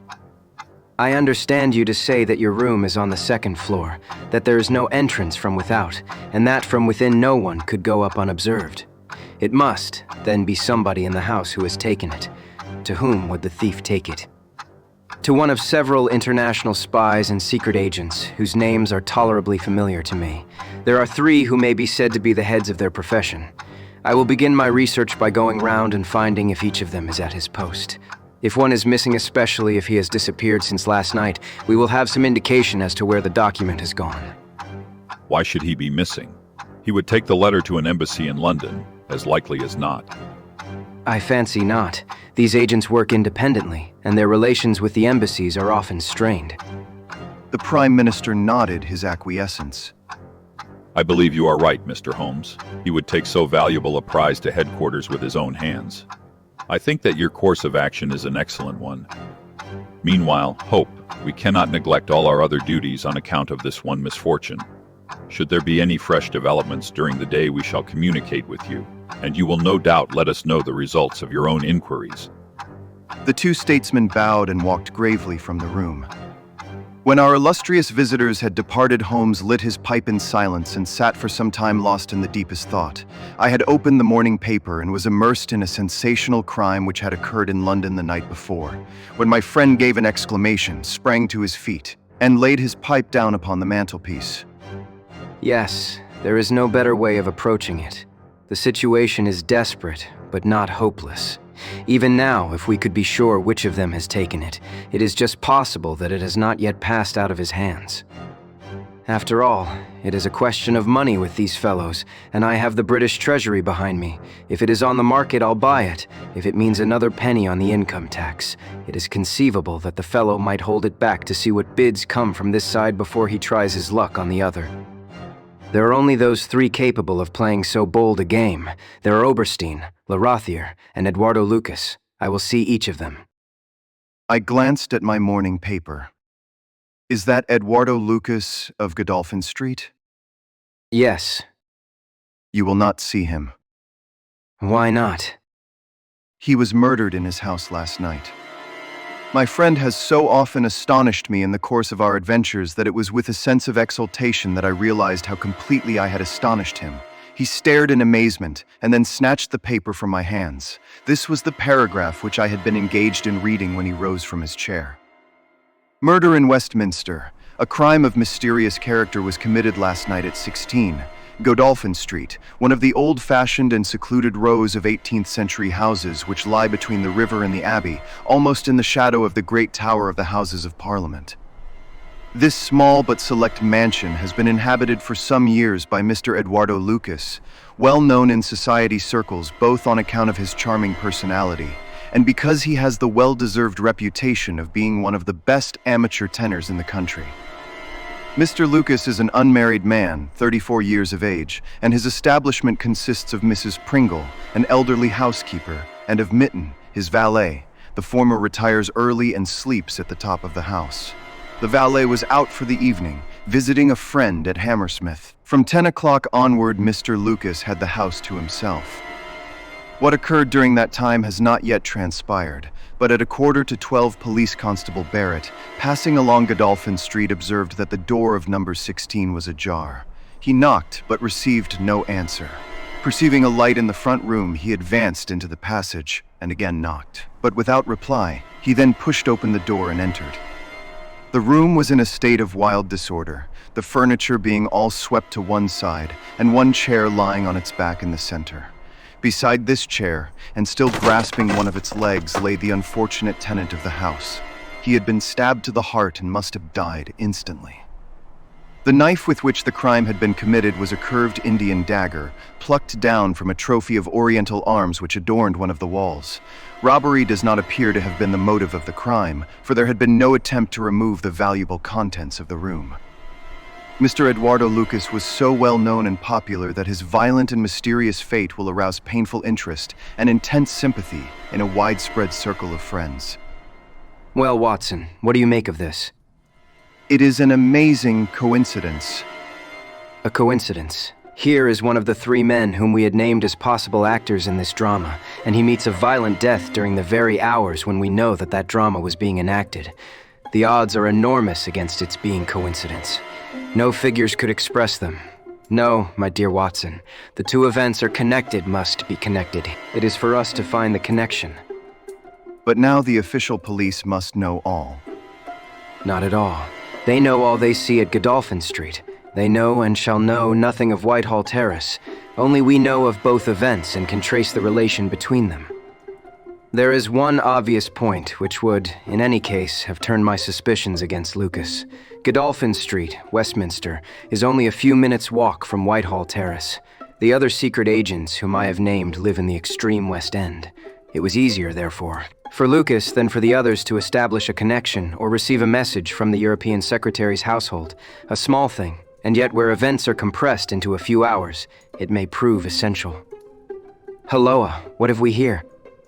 Mrs. Hudson had appeared with a lady's card upon her salver. Holmes glanced at it, raised his eyebrows, and handed it over to me.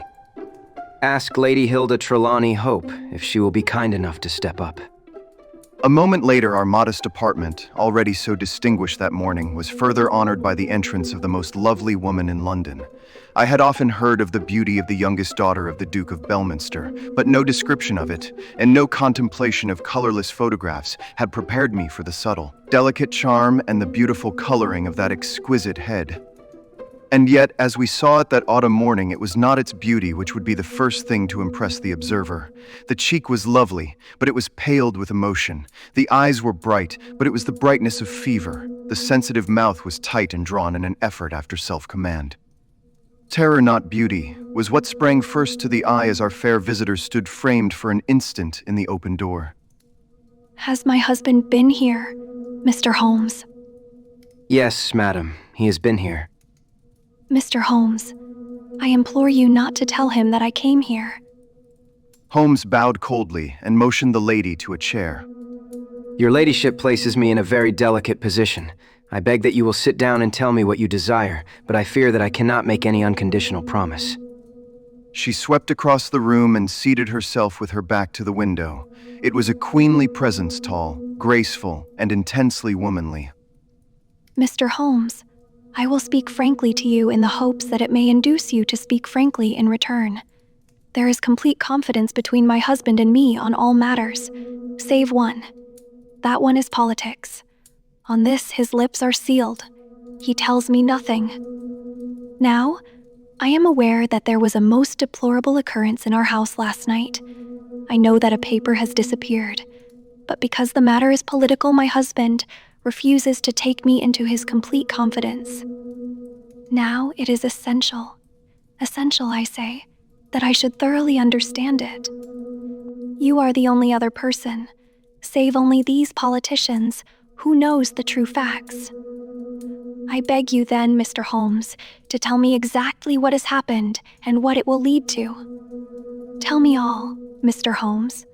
Let no regard for your client's interests keep you silent, for I assure you that his interests, if he would only see it, would be best served by taking me into his complete confidence. What was this paper which was stolen? Madam, what you ask me is really impossible. She groaned and sank her face in her hands. You must see that this is so, madam. If your husband thinks fit to keep you in the dark over this matter, is it for me, who has only learned the true facts under the pledge of professional secrecy, to tell what he has withheld? It is not fair to ask it. It is him whom you must ask. I have asked him. I come to you as a last resource, but without your telling me anything definite. Mr. Holmes, you may do a great service if you would enlighten me on one point. What is it, madam? Is my husband's political career likely to suffer through this incident? Well, madam, unless it is set right, it may certainly have a very unfortunate effect. She drew in her breath sharply as one whose doubts are resolved. One more question, Mr. Holmes. From an expression which my husband dropped in the first shock of this disaster, I understood that terrible public consequences might arise from the loss of this document. If he said so, I certainly cannot deny it. Of what nature are they? Nay, madam, there again you ask me more than I can possibly answer. Then I will take up no more of your time. I cannot blame you, Mr. Holmes, for having refused to speak more freely, and you on your side will not, I am sure, think the worse of me because I desire, even against his will, to share my husband's anxieties. Once more, I beg that you will say nothing of my visit. She looked back at us from the door, and I had a last impression of that beautiful haunted face, the startled eyes and the drawn mouth. Then she was gone. Now, Watson, the fair sex is your department. What was the fair lady's game? What did she really want?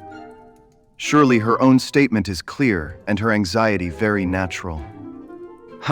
Think of her appearance, Watson. Her manner, her suppressed excitement, her restlessness, her tenacity in asking questions. Remember that she comes of a caste who do not lightly show emotion. She was certainly much moved. Remember also the curious earnestness with which she assured us that it was best for her husband that she should know all. What did she mean by that? And you must have observed, Watson, how she maneuvered to have the light at her back. She did not wish us to read her expression. Yes, she chose the one chair in the room. And yet, the motives of women are so inscrutable. You remember the woman at Margate whom I suspected for the same reason. No powder on her nose that proved to be the correct solution. How can you build on such a quicksand? Their most trivial action may mean volumes, or their most extraordinary conduct may depend upon a hairpin or a curling tongs. Good morning, Watson. You are off. Yes, I will while away the morning at Godolphin Street with our friends of the regular establishment. With Eduardo Lucas lies the solution of our problem, though I must admit that I have not an inkling as to what form it may take. It is a capital mistake to theorize in advance of the facts. Do you stay on guard, my good Watson, and receive any fresh visitors. I'll join you at lunch if I am able. All that day and the next Holmes was in a mood which his friends would call taciturn and others morose. He ran out and ran in, smoked incessantly, played snatches on his violin, sank into reveries, devoured sandwiches at irregular hours, and hardly answered the casual questions which I put to him. It was evident to me that things were not going well with him or his quest. He would say nothing of the case, and it was from the papers that I learned the particulars of the inquest and the arrest with the subsequent release of John Mitten, the valet of the deceased. The coroner's jury brought in the obvious willful murder, but the parties remained as unknown as ever. No motive was suggested. The room was full of articles of value, but none had been taken. The dead man's papers had not been tampered with.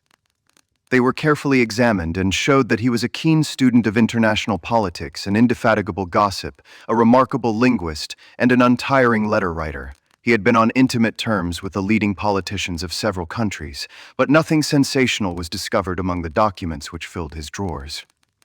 As to his relations with women, they appeared to have been promiscuous but superficial. He had many acquaintances among them, but few friends, and no one whom he loved. His habits were regular, his conduct inoffensive. His death was an absolute mystery and likely to remain so. As to the arrest of John Mitten, the valet, it was a counsel of despair as an alternative to absolute inaction. But no case could be sustained against him. He had visited friends in Hammersmith that night. The alibi was complete. It is true that he started home at an hour which should have brought him to Westminster before the time when the crime was discovered, but his own explanation that he had walked part of the way seemed probable enough in view of the fineness of the night. He had actually arrived at 12 o'clock and appeared to be overwhelmed by the unexpected tragedy. He had always been on good terms with his master. Several of the dead man's possessions, notably a small case of razors, had been found in the valet's boxes, but he explained that they had been presents from the deceased, and the housekeeper was able to corroborate the story. Mitten had been in Lucas's employment for 3 years. It was noticeable that Lucas did not take Mitten on the continent with him. Sometimes he visited Paris for 3 months on end, but Mitten was left in charge of the Godolphin Street house. As to the housekeeper, she had heard nothing on the night of the crime. If her master had a visitor, he had himself admitted him. So for 3 mornings the mystery remained, so far as I could follow it in the papers. If Holmes knew more, he kept his own counsel. But as he told me that Inspector Lestrade had taken him into his confidence in the case, I knew that he was in close touch with every development. Upon the 4th day, there appeared a long telegram from Paris which seemed to solve the whole question. A discovery has just been made by the Parisian police which raises the veil which hung round the tragic fate of Mr. Eduardo Lucas, who met his death by violence last Monday night at Godolphin Street, Westminster. Our readers will remember that the deceased gentleman was found stabbed in his room, and that some suspicion attached to his valet, but that the case broke down on an alibi. Yesterday, a lady who has been known as M.M. Henri Fournay, occupying a small villa in the Rue Austerlitz, was reported to the authorities by her servants as being insane. An examination showed she had indeed developed mania of a dangerous and permanent form. On inquiry, the police have discovered that M.E. Henri Fournay only returned from a journey to London on Tuesday last, and there is evidence to connect her with the crime at Westminster. A comparison of photographs has proved conclusively that M. Henri Fournay and Eduardo Lucas were really one and the same person, and that the deceased had for some reason lived a double life in London and Paris. M.E.F. Fournay, who is of Creole origin, is of an extremely excitable nature, and has suffered in the past from attacks of jealousy which have amounted to frenzy. It is conjectured that it was in one of these that she committed the terrible crime which has caused such a sensation in London. Her movements upon the Monday night have not yet been traced, but it is undoubted that a woman answering to her description attracted much attention at Charing Cross Station on Tuesday morning by the wildness of her appearance and the violence of her gestures. It is probable, therefore, that the crime was either committed when insane or that its immediate effect was to drive the unhappy woman out of her mind. At present, she is unable to give any coherent account of the past, and the doctors hold out no hopes of the re-establishment of her reason. There is evidence that a woman who might have been me Fournay was seen for some hours upon Monday night watching the house in Godolphin Street. What do you think of that, Holmes? My dear Watson, you are most long-suffering, but if I have told you nothing in the last 3 days, it is because there is nothing to tell. Even now, this report from Paris does not help us much. Surely it is final as regards the man's death. The man's death is a mere incident, a trivial episode in comparison with our real task, which is to trace this document and save a European catastrophe.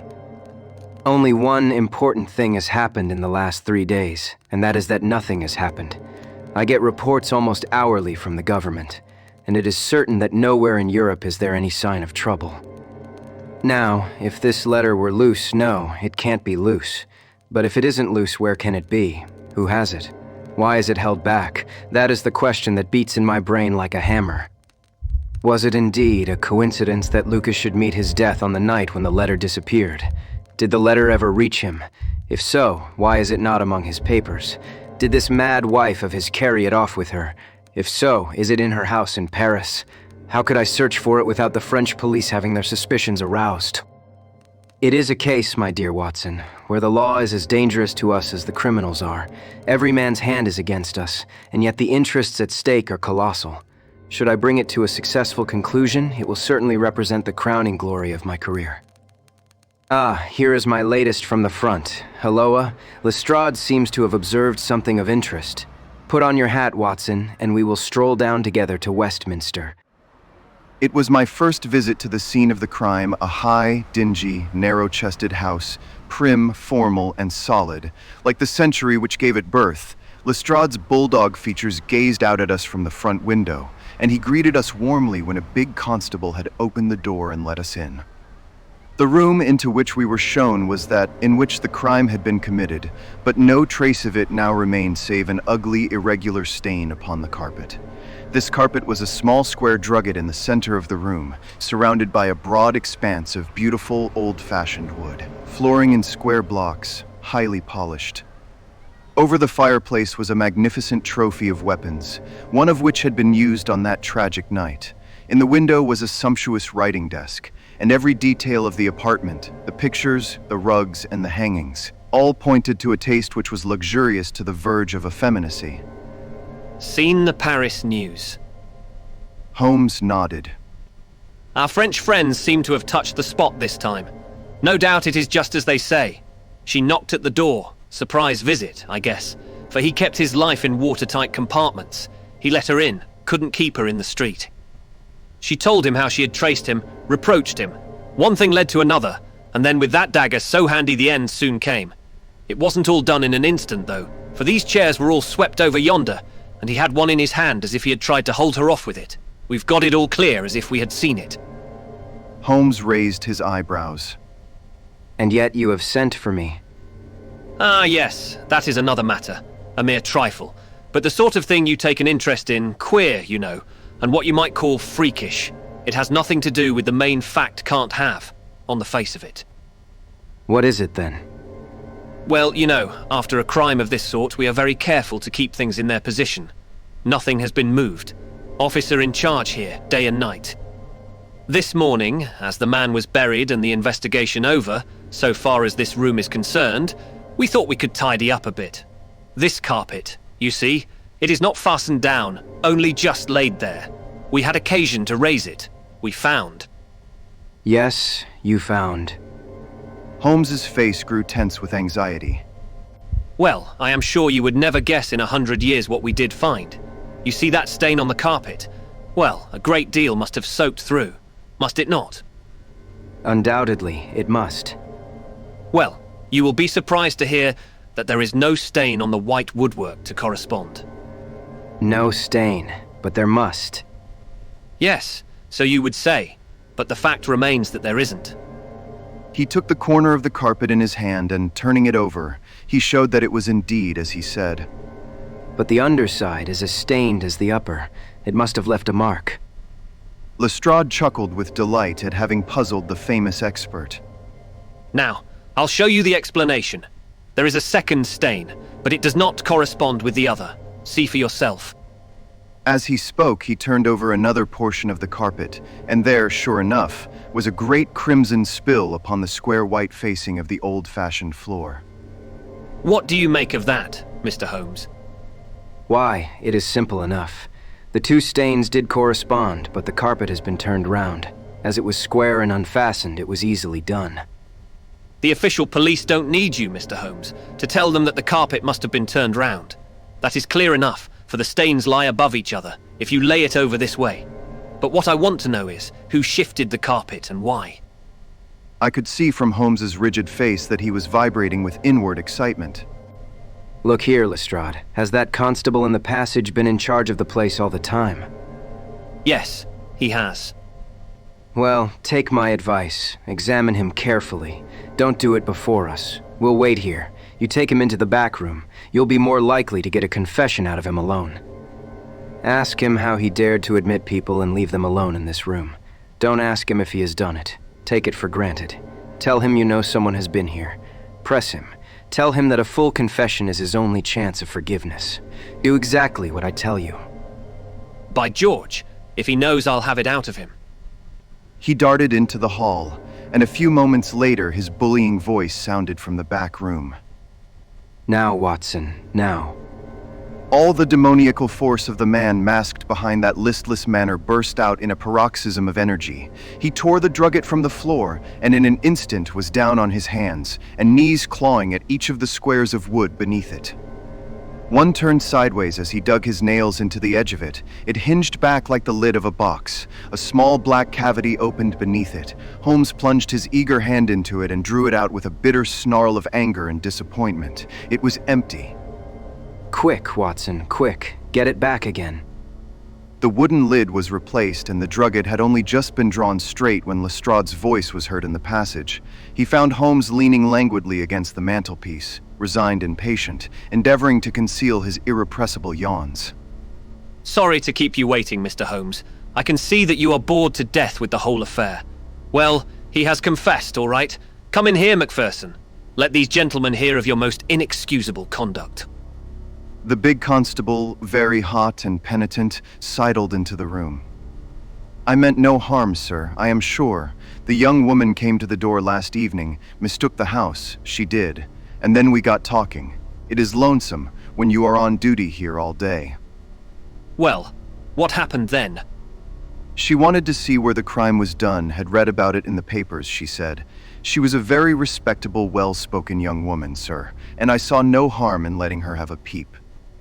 When she saw that mark on the carpet, down she dropped on the floor and lay as if she were dead. I ran to the back and got some water, but I could not bring her to. Then I went round the corner to the ivy plant for some brandy, and by the time I had brought it back, the young woman had recovered and was off ashamed of herself, I dare say, and dared not face me. How about moving that drugget? Well, sir, it was a bit rumpled, certainly, when I came back. You see, she fell on it, and it lies on a polished floor with nothing to keep it in place. I straightened it out afterwards. It is a lesson to you that you can't deceive me, Constable Macpherson. No doubt you thought that your breach of duty could never be discovered, and yet a mere glance at that drugget was enough to convince me that someone had been admitted to the room. It is lucky for you, my man, that nothing is missing, or you would find yourself in Queer Street. I am sorry to have called you down over such a petty business, Mr. Holmes, but I thought the point of the second stain not corresponding with the first would interest you. Certainly, it was most interesting. Has this woman only been here once, Constable? Yes, sir, only once. Who was she? Don't know the name, sir. Was answering an advertisement about typewriting and came to the wrong number. Very pleasant, genteel young woman, sir. Tall, handsome? Yes, sir, she was a well-grown young woman. I suppose you might say she was handsome. Perhaps some would say she was very handsome. "Oh, officer, do let me have a peep," says she. She had pretty coaxing ways, as you might say, and I thought there was no harm in letting her just put her head through the door. How was she dressed? Quiet, sir, a long mantle down to her feet. What time was it? It was just growing dusk at the time. They were lighting the lamps as I came back with the brandy. Very good. Come, Watson. I think that we have more important work elsewhere. As we left the house, Lestrade remained in the front room, while the repentant constable opened the door to let us out. Holmes turned on the step and held up something in his hand. The constable stared intently. "Good Lord, sir." Holmes put his finger on his lips, replaced his hand in his breast pocket, and burst out laughing as we turned down the street. Excellent. Come, friend Watson. The curtain rings up for the last act. You will be relieved to hear that there will be no war, that the Right Honorable Trelawney Hope will suffer no setback in his brilliant career, that the indiscreet sovereign will receive no punishment for his indiscretion, that the Prime Minister will have no European complication to deal with, and that with a little tact and management upon our part, nobody will be a penny the worse for what might have been a very ugly incident. My mind filled with admiration for this extraordinary man. You have solved it. Hardly that, Watson. There are some points which are as dark as ever, but we have so much that it will be our own fault if we cannot get the rest. We will go straight to Whitehall Terrace and bring the matter to a head. When we arrived at the residence of the European Secretary, it was for Lady Hilda Trelawney, Hope that Sherlock Holmes inquired. We were shown into the morning room. Mr. Holmes, this is surely most unfair and ungenerous upon your part. I desired, as I have explained, to keep my visit to you a secret, lest my husband should think that I was intruding into his affairs. And yet, you compromise me by coming here, and so showing that there are business relations between us. Unfortunately, madam, I had no possible alternative. I have been commissioned to recover this immensely important paper. I must therefore ask you, madam, to be kind enough to place it in my hands. The lady sprang to her feet, with the color all dashed in an instant from her beautiful face. Her eyes glazed, she tottered. I thought that she would faint. Then, with a grand effort, she rallied from the shock, and a supreme astonishment and indignation chased every other expression from her features. You insult me, Mr. Holmes. Come, madam, it is useless. Give up the letter. She darted to the bell. The butler shall show you out. Do not ring, Lady Hilda. If you do, then all my earnest efforts to avoid a scandal will be frustrated. Give up the letter and all will be set right. If you will work with me, I can arrange everything. If you work against me, I must expose you. She stood grandly defiant, a queenly figure, her eyes fixed upon his as if she would read his very soul. Her hand was on the bell, but she had forborne to ring it. You are trying to frighten me. It is not a very manly thing, Mr. Holmes, to come here and browbeat a woman. You say that you know something. What is it that you know? Pray sit down, madam. You will hurt yourself there if you fall. I will not speak until you sit down. Thank you. I give you 5 minutes, Mr. Holmes. One is enough, Lady Hilda. I know of your visit to Eduardo Lucas, of your giving him this document, of your ingenious return to the room last night, and of the manner in which you took the letter from the hiding place under the carpet. She stared at him with an ashen face and gulped twice before she could speak. You are mad, Mr. Holmes. You are mad. He drew a small piece of cardboard from his pocket. It was the face of a woman cut out of a portrait. I have carried this because I thought it might be useful. The policeman has recognized it. She gave a gasp, and her head dropped back in the chair. Come, Lady Hilda. You have the letter. The matter may still be adjusted. I have no desire to bring trouble to you. My duty ends when I have returned the lost letter to your husband. Take my advice and be frank with me. It is your only chance. Her courage was admirable. Even now she would not own defeat. I tell you again, Mr. Holmes, that you are under some absurd illusion. Holmes rose from his chair. I am sorry for you, Lady Hilda. I have done my best for you. I can see that it is all in vain. He rang the bell. The butler entered. Is Mr. Trelawney Hope at home? He will be home, sir, at 1:45. Holmes glanced at his watch. Still, 1/4 of an hour. Very good. I shall wait. The butler had hardly closed the door behind him when Lady Hilda was down on her knees at Holmes's feet, her hands outstretched, her beautiful face upturned and wet with her tears. Oh, spare me, Mr. Holmes. Spare me. For heaven's sake, don't tell him. I love him so. I would not bring one shadow on his life, and this, I know, would break his noble heart. Holmes raised the lady. I am thankful, madam, that you have come to your senses even at this last moment. There is not an instant to lose. Where is the letter? She darted across to a writing desk, unlocked it, and drew out a long blue envelope. Here it is, Mr. Holmes. Would to heaven I had never seen it. How can we return it? Quick, quick. We must think of some way. Where is the dispatch box? Still, in his bedroom. What a stroke of luck. Quick, madam, bring it here. A moment later, she had appeared with a red flat box in her hand. How did you open it before? You have a duplicate key. Yes, of course you have. Open it. From out of her bosom, Lady Hilda had drawn a small key. The box flew open. It was stuffed with papers. Holmes thrust the blue envelope deep down into the heart of them, between the leaves of some other document. The box was shut, locked, and returned to the bedroom. Now we are ready for him. We have still 10 minutes. I am going far to screen you, Lady Hilda. In return, you will spend the time in telling me frankly the real meaning of this extraordinary affair.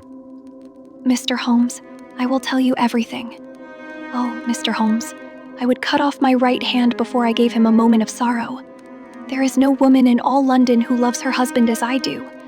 And yet if he knew how I have acted, how I have been compelled to act, he would never forgive me. For his own honor stands so high that he could not forget or pardon a lapse in another. Help me, Mr. Holmes. My happiness, his happiness, our very lives are at stake. Quick, madam. The time grows short. It was a letter of mine, Mr. Holmes. An indiscreet letter written before my marriage. A foolish letter. A letter of an impulsive, loving girl. I meant no harm, and yet he would have thought it criminal. Had he read that letter, his confidence would have been forever destroyed. It is years since I wrote it. I had thought that the whole matter was forgotten. Then at last I heard from this man, Lucas, that it had passed into his hands, and that he would lay it before my husband. I implored his mercy. He said that he would return my letter if I would bring him a certain document, which he described in my husband's dispatch box. He had some spy in the office who had told him of its existence. He assured me that no harm could come to my husband. Put yourself in my position, Mr. Holmes. Take your husband into your confidence. I could not, Mr. Holmes. I could not. On the one side seemed certain ruin. On the other, terrible as it seemed to take my husband's paper, still in a matter of politics, I could not understand the consequences.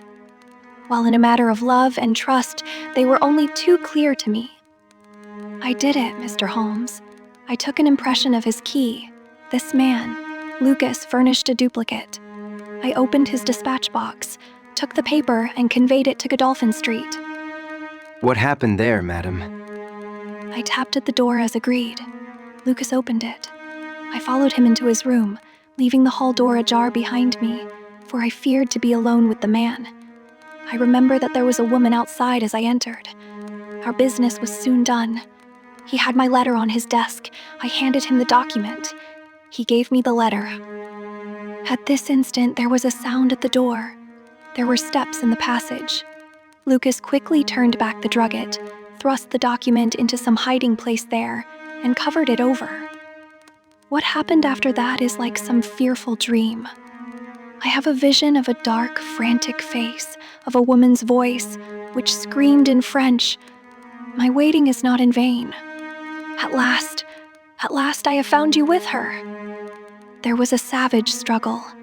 I saw him with a chair in his hand. A knife gleamed in hers. I rushed from the horrible scene, ran from the house, and only next morning in the paper did I learn the dreadful result. That night I was happy, for I had my letter, and I had not seen yet what the future would bring. It was the next morning that I realized that I had only exchanged one trouble for another. My husband's anguish at the loss of his paper went to my heart. I could hardly prevent myself from there and then kneeling down at his feet and telling him what I had done. But that again would mean a confession of the past. I came to you that morning in order to understand the full enormity of my offense.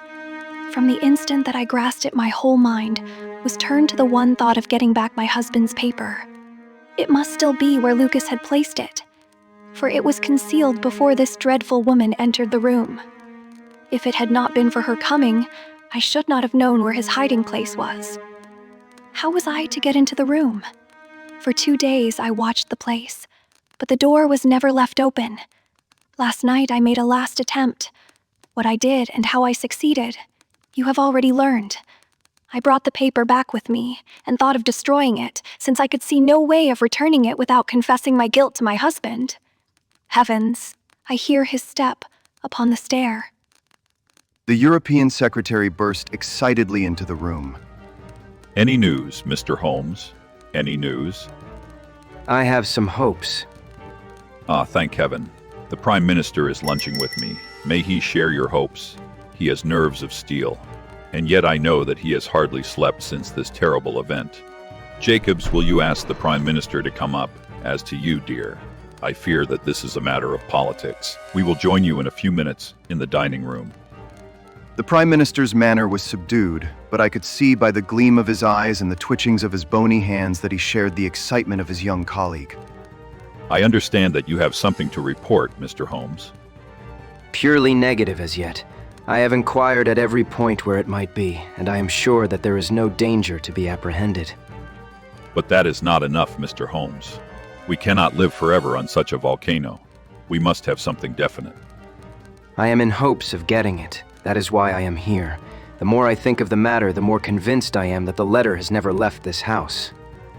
Mr. Holmes. If it had, it would certainly have been public by now.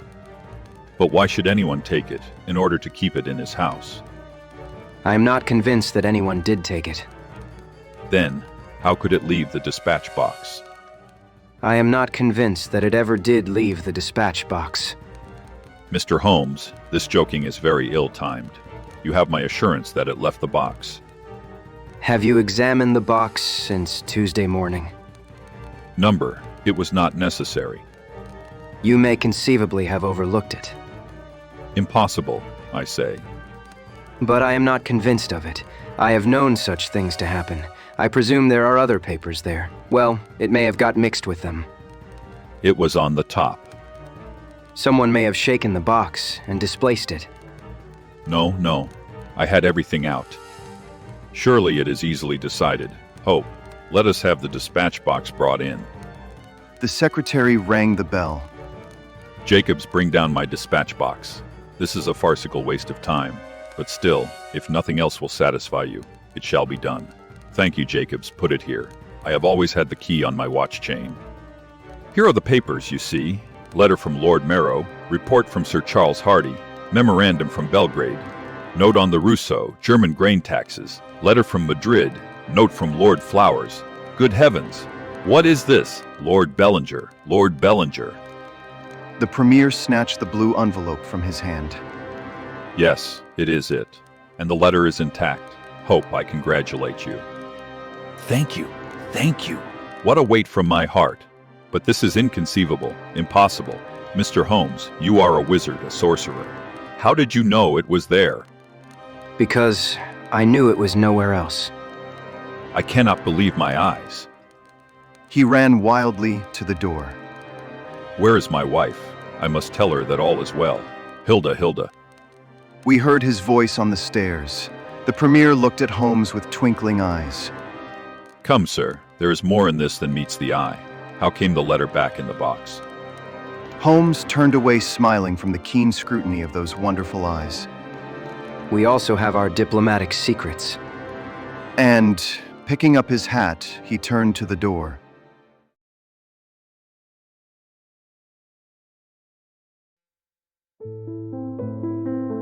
You have been listening to The Return of Sherlock Holmes by Arthur Conan Doyle, a cinematic audiobook production by the Audio Cinema. For more audio cinema productions, visit app.theaudiocinema.com.